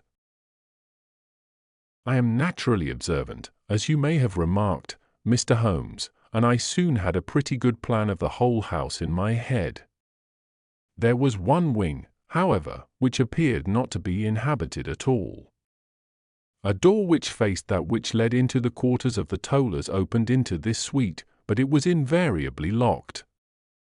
One day, however, as I ascended the stair, I met Mr. Rucastle coming out through this door, his keys in his hand, and a look on his face which made him a very different person to the round, jovial man to whom I was accustomed. His cheeks were red, his brow was all crinkled with anger, and the veins stood out at his temples with passion. He locked the door and hurried past me without a word or a look. This aroused my curiosity, so when I went out for a walk in the grounds with my charge, I strolled round to the side from which I could see the windows of this part of the house. There were 4 of them in a row, 3 of which were simply dirty, while the 4th was shuttered up. They were evidently all deserted. As I strolled up and down, glancing at them occasionally, Mr. Rucastle came out to me, looking as merry and jovial as ever. "Ah," said he, "you must not think me rude if I passed you without a word, my dear young lady. I was preoccupied with business matters." I assured him that I was not offended. "By the way," said I, "you seem to have quite a suite of spare rooms up there, and one of them has the shutters up." He looked surprised and, as it seemed to me, a little startled at my remark. "Photography is one of my hobbies," said he. "I have made my dark room up there. But, dear me, what an observant young lady we have come upon! Who would have believed it? Who would have ever believed it?" He spoke in a jesting tone, but there was no jest in his eyes as he looked at me. I read suspicion there and annoyance, but no jest. "Well, Mr. Holmes, from the moment that I understood that there was something about that suite of rooms which I was not to know, I was all on fire to go over them. It was not mere curiosity, though I have my share of that. It was more a feeling of duty, a feeling that some good might come from my penetrating to this place. They talk of woman's instinct, perhaps it was woman's instinct which gave me that feeling. At any rate, it was there, and I was keenly on the lookout for any chance to pass the forbidden door. It was only yesterday that the chance came. I may tell you that, besides Mr. Rucastle, both Toller and his wife find something to do in these deserted rooms, and I once saw him carrying a large black linen bag with him through the door. Recently he has been drinking hard, and yesterday evening he was very drunk, and when I came upstairs there was the key in the door. I have no doubt at all that he had left it there. Mr. and Mrs. Rucastle were both downstairs, and the child was with them, so that I had an admirable opportunity. I turned the key gently in the lock, opened the door, and slipped through. There was a little passage in front of me, unpapered and uncarpeted, which turned at a right angle at the farther end. Round this corner were 3 doors in a line, the first and third of which were open. They each led into an empty room, dusty and cheerless, with 2 windows in the one and one in the other, so thick with dirt that the evening light glimmered dimly through them. The centre door was closed, and across the outside of it had been fastened one of the broad bars of an iron bed, padlocked at one end to a ring in the wall, and fastened at the other with stout cord. The door itself was locked as well, and the key was not there. This barricaded door corresponded clearly with the shuttered window outside, and yet I could see by the glimmer from beneath it that the room was not in darkness. Evidently there was a skylight which let in light from above. As I stood in the passage gazing at the sinister door and wondering what secret it might veil, I suddenly heard the sound of steps within the room and saw a shadow pass backward and forward against the little slit of dim light which shone out from under the door. A mad, unreasoning terror rose up in me at the sight, Mr. Holmes. My overstrung nerves failed me suddenly, and I turned and ran as though some dreadful hand were behind me clutching at the skirt of my dress. I rushed down the passage, through the door, and straight into the arms of Mr. Rucastle, who was waiting outside. "So," said he, smiling, "it was you, then?" I thought that it must be when I saw the door open. Oh, I am so frightened! I panted. My dear young lady! My dear young lady! You cannot think how caressing and soothing his manner was, and what has frightened you, my dear young lady. But his voice was just a little too coaxing. He overdid it. I was keenly on my guard against him. I was foolish enough to go into the empty wing, I answered. But it is so lonely and eerie in this dim light that I was frightened and ran out again. Oh, it is so dreadfully still in there. Only that, said he, looking at me keenly. Why, what did you think? I asked. Why do you think that I locked this door? I am sure that I do not know. It is to keep people out who have no business there. Do you see? He was still smiling in the most amiable manner. I am sure if I had known. Well, then, you know now.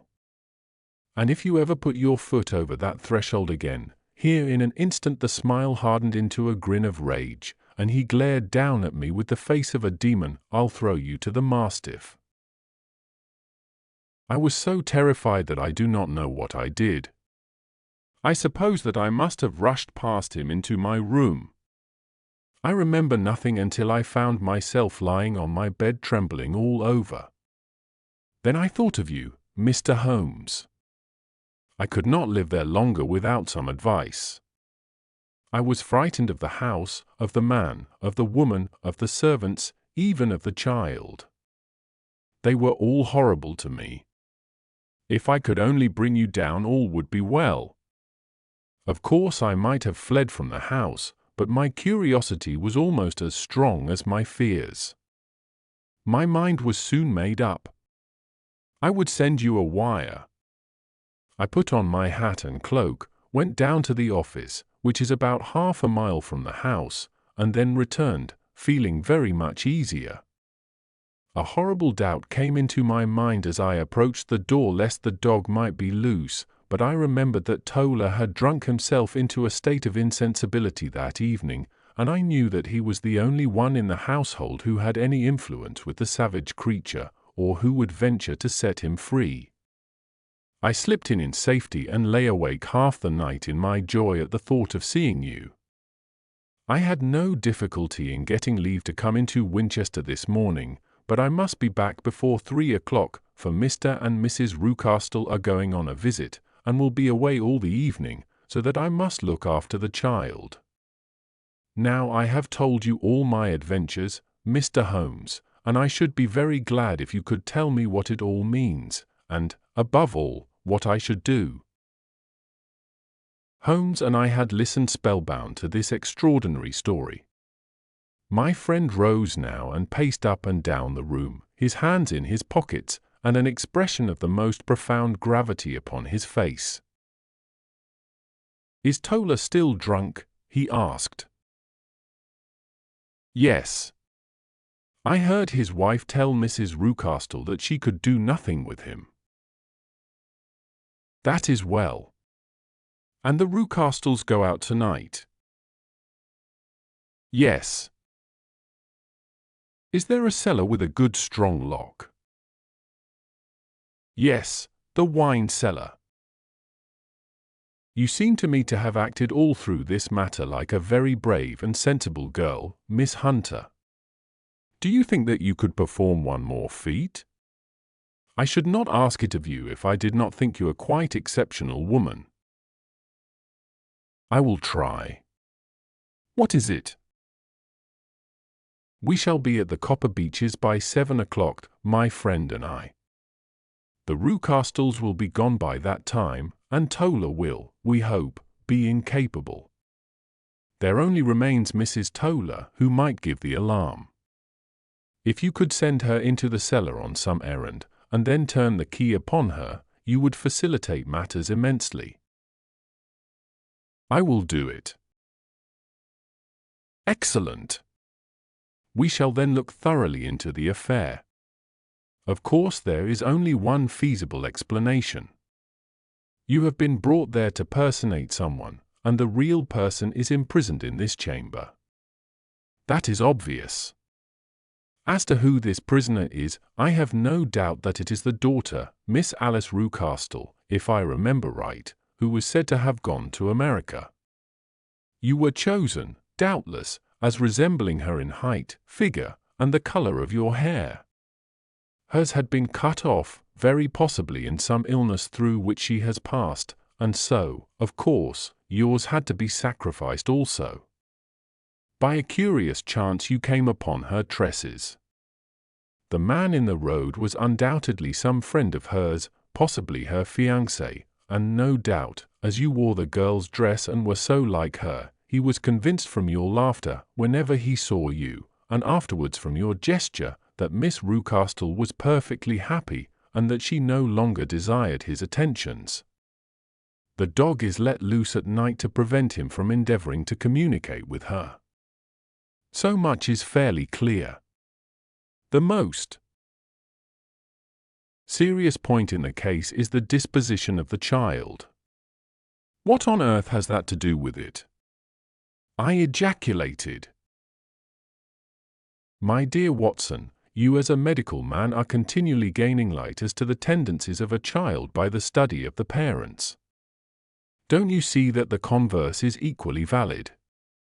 I have frequently gained my first real insight into the character of parents by studying their children. This child's disposition is abnormally cruel, merely for cruelty's sake, and whether he derives this from his smiling father, as I should suspect, or from his mother, it bodes evil for the poor girl who is in their power. I am sure that you are right, Mr. Holmes, cried our client. 1,000 things come back to me which make me certain that you have hit it. Oh, let us lose not an instant in bringing help to this poor creature. We must be circumspect, for we are dealing with a very cunning man. We can do nothing until 7 o'clock. At that hour we shall be with you, and it will not be long before we solve the mystery. We were as good as our word, for it was just 7 when we reached the Copper Beeches, having put up our trap at a wayside public house. The group of trees, with their dark leaves shining like burnished metal in the light of the setting sun, were sufficient to mark the house even had Miss Hunter not been standing smiling on the doorstep. "Have you managed it?" asked Holmes. A loud thudding noise came from somewhere downstairs. "That is Mrs. Toller in the cellar," said she. "Her husband lies snoring on the kitchen rug. Here are his keys, which are the duplicates of Mr. Rucastle's." "You have done well indeed," cried Holmes with enthusiasm. "Now lead the way, and we shall soon see the end of this black business." We passed up the stair, unlocked the door, followed on down a passage, and found ourselves in front of the barricade which Miss Hunter had described. Holmes cut the cord and removed the transverse bar. Then he tried the various keys in the lock, but without success. No sound came from within, and at the silence Holmes' face clouded over. "I trust that we are not too late," said he. "I think, Miss Hunter, that we had better go in without you. Now, Watson, put your shoulder to it, and we shall see whether we cannot make our way in." It was an old rickety door and gave at once before our united strength. Together we rushed into the room. It was empty. There was no furniture save a little pallet bed, a small table, and a basketful of linen. The skylight above was open, and the prisoner gone. "There has been some villainy here," said Holmes. "This beauty has guessed Miss Hunter's intentions and has carried his victim off." "But how?" "Through the skylight." We shall soon see how he managed it. He swung himself up onto the roof. Ah, yes, he cried, here's the end of a long light ladder against the eaves. That is how he did it. But it is impossible, said Miss Hunter, the ladder was not there when the Rucastles went away. He has come back and done it. I tell you that he is a clever and dangerous man. I should not be very much surprised if this were he whose step I hear now upon the stair. I think, Watson, that it would be as well for you to have your pistol ready. The words were hardly out of his mouth before a man appeared at the door of the room, a very fat and burly man, with a heavy stick in his hand. Miss Hunter screamed and shrunk against the wall at the sight of him, but Sherlock Holmes sprang forward and confronted him. "You villain," said he, "where's your daughter?" The fat man cast his eyes round, and then up at the open skylight. "It is for me to ask you that," he shrieked, "you thieves! Spies and thieves! I have caught you, have I? You are in my power. I'll serve you." He turned and clattered down the stairs as hard as he could go. "He's gone for the dog," cried Miss Hunter. "I have my revolver," said I. "Better close the front door," cried Holmes, and we all rushed down the stairs together. We had hardly reached the hall when we heard the baying of a hound, and then a scream of agony, with a horrible worrying sound which it was dreadful to listen to.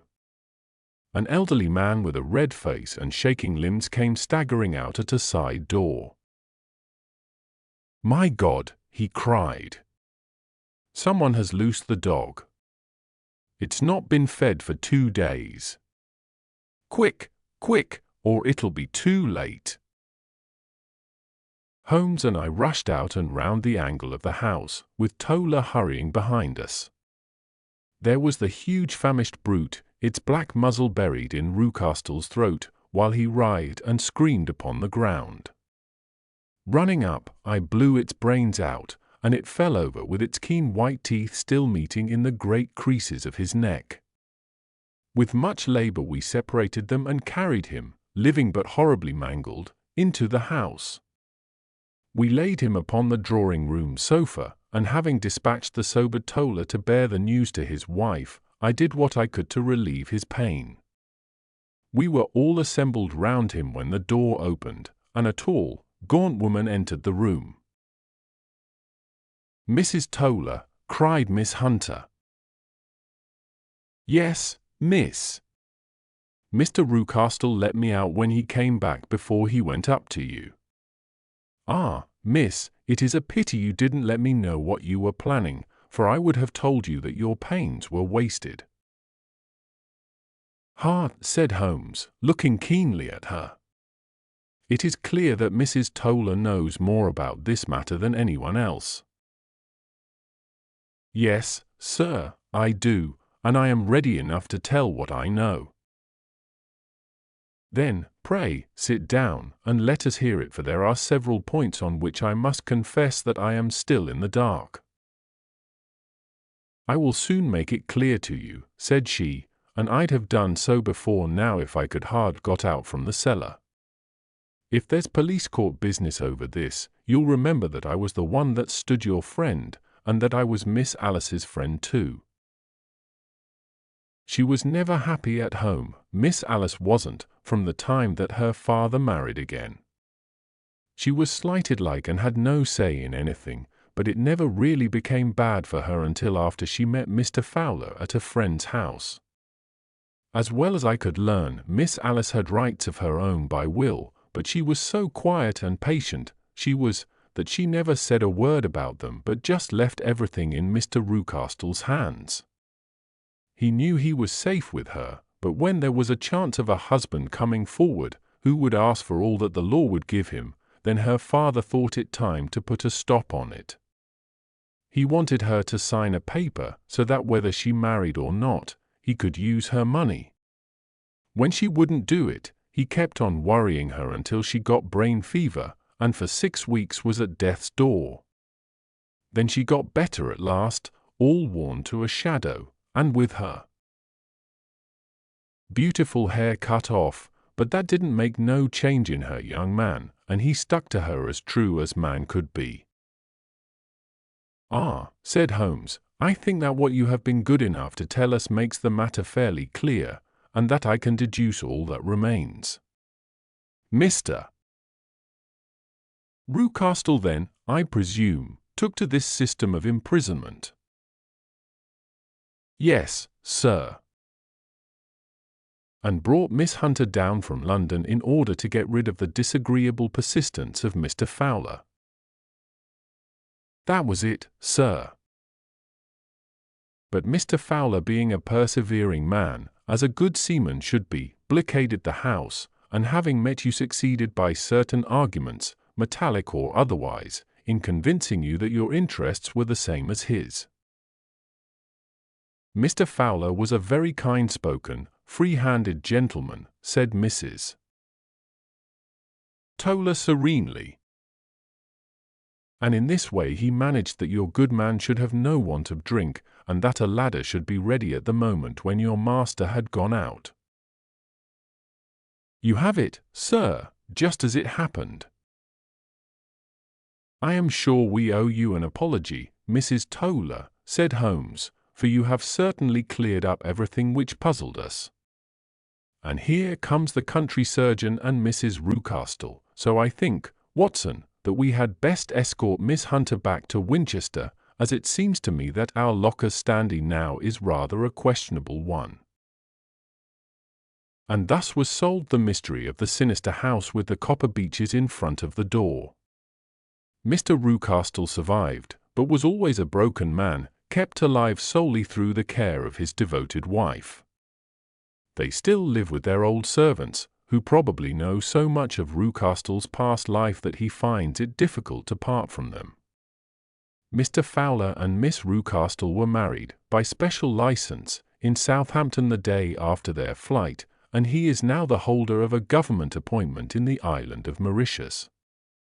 As to Miss Violet Hunter, my friend Holmes, rather to my disappointment, manifested no further interest in her when once she had ceased to be the centre of one of his problems, and she is now the head of a private school at Walsall, where I believe that she has met with considerable success.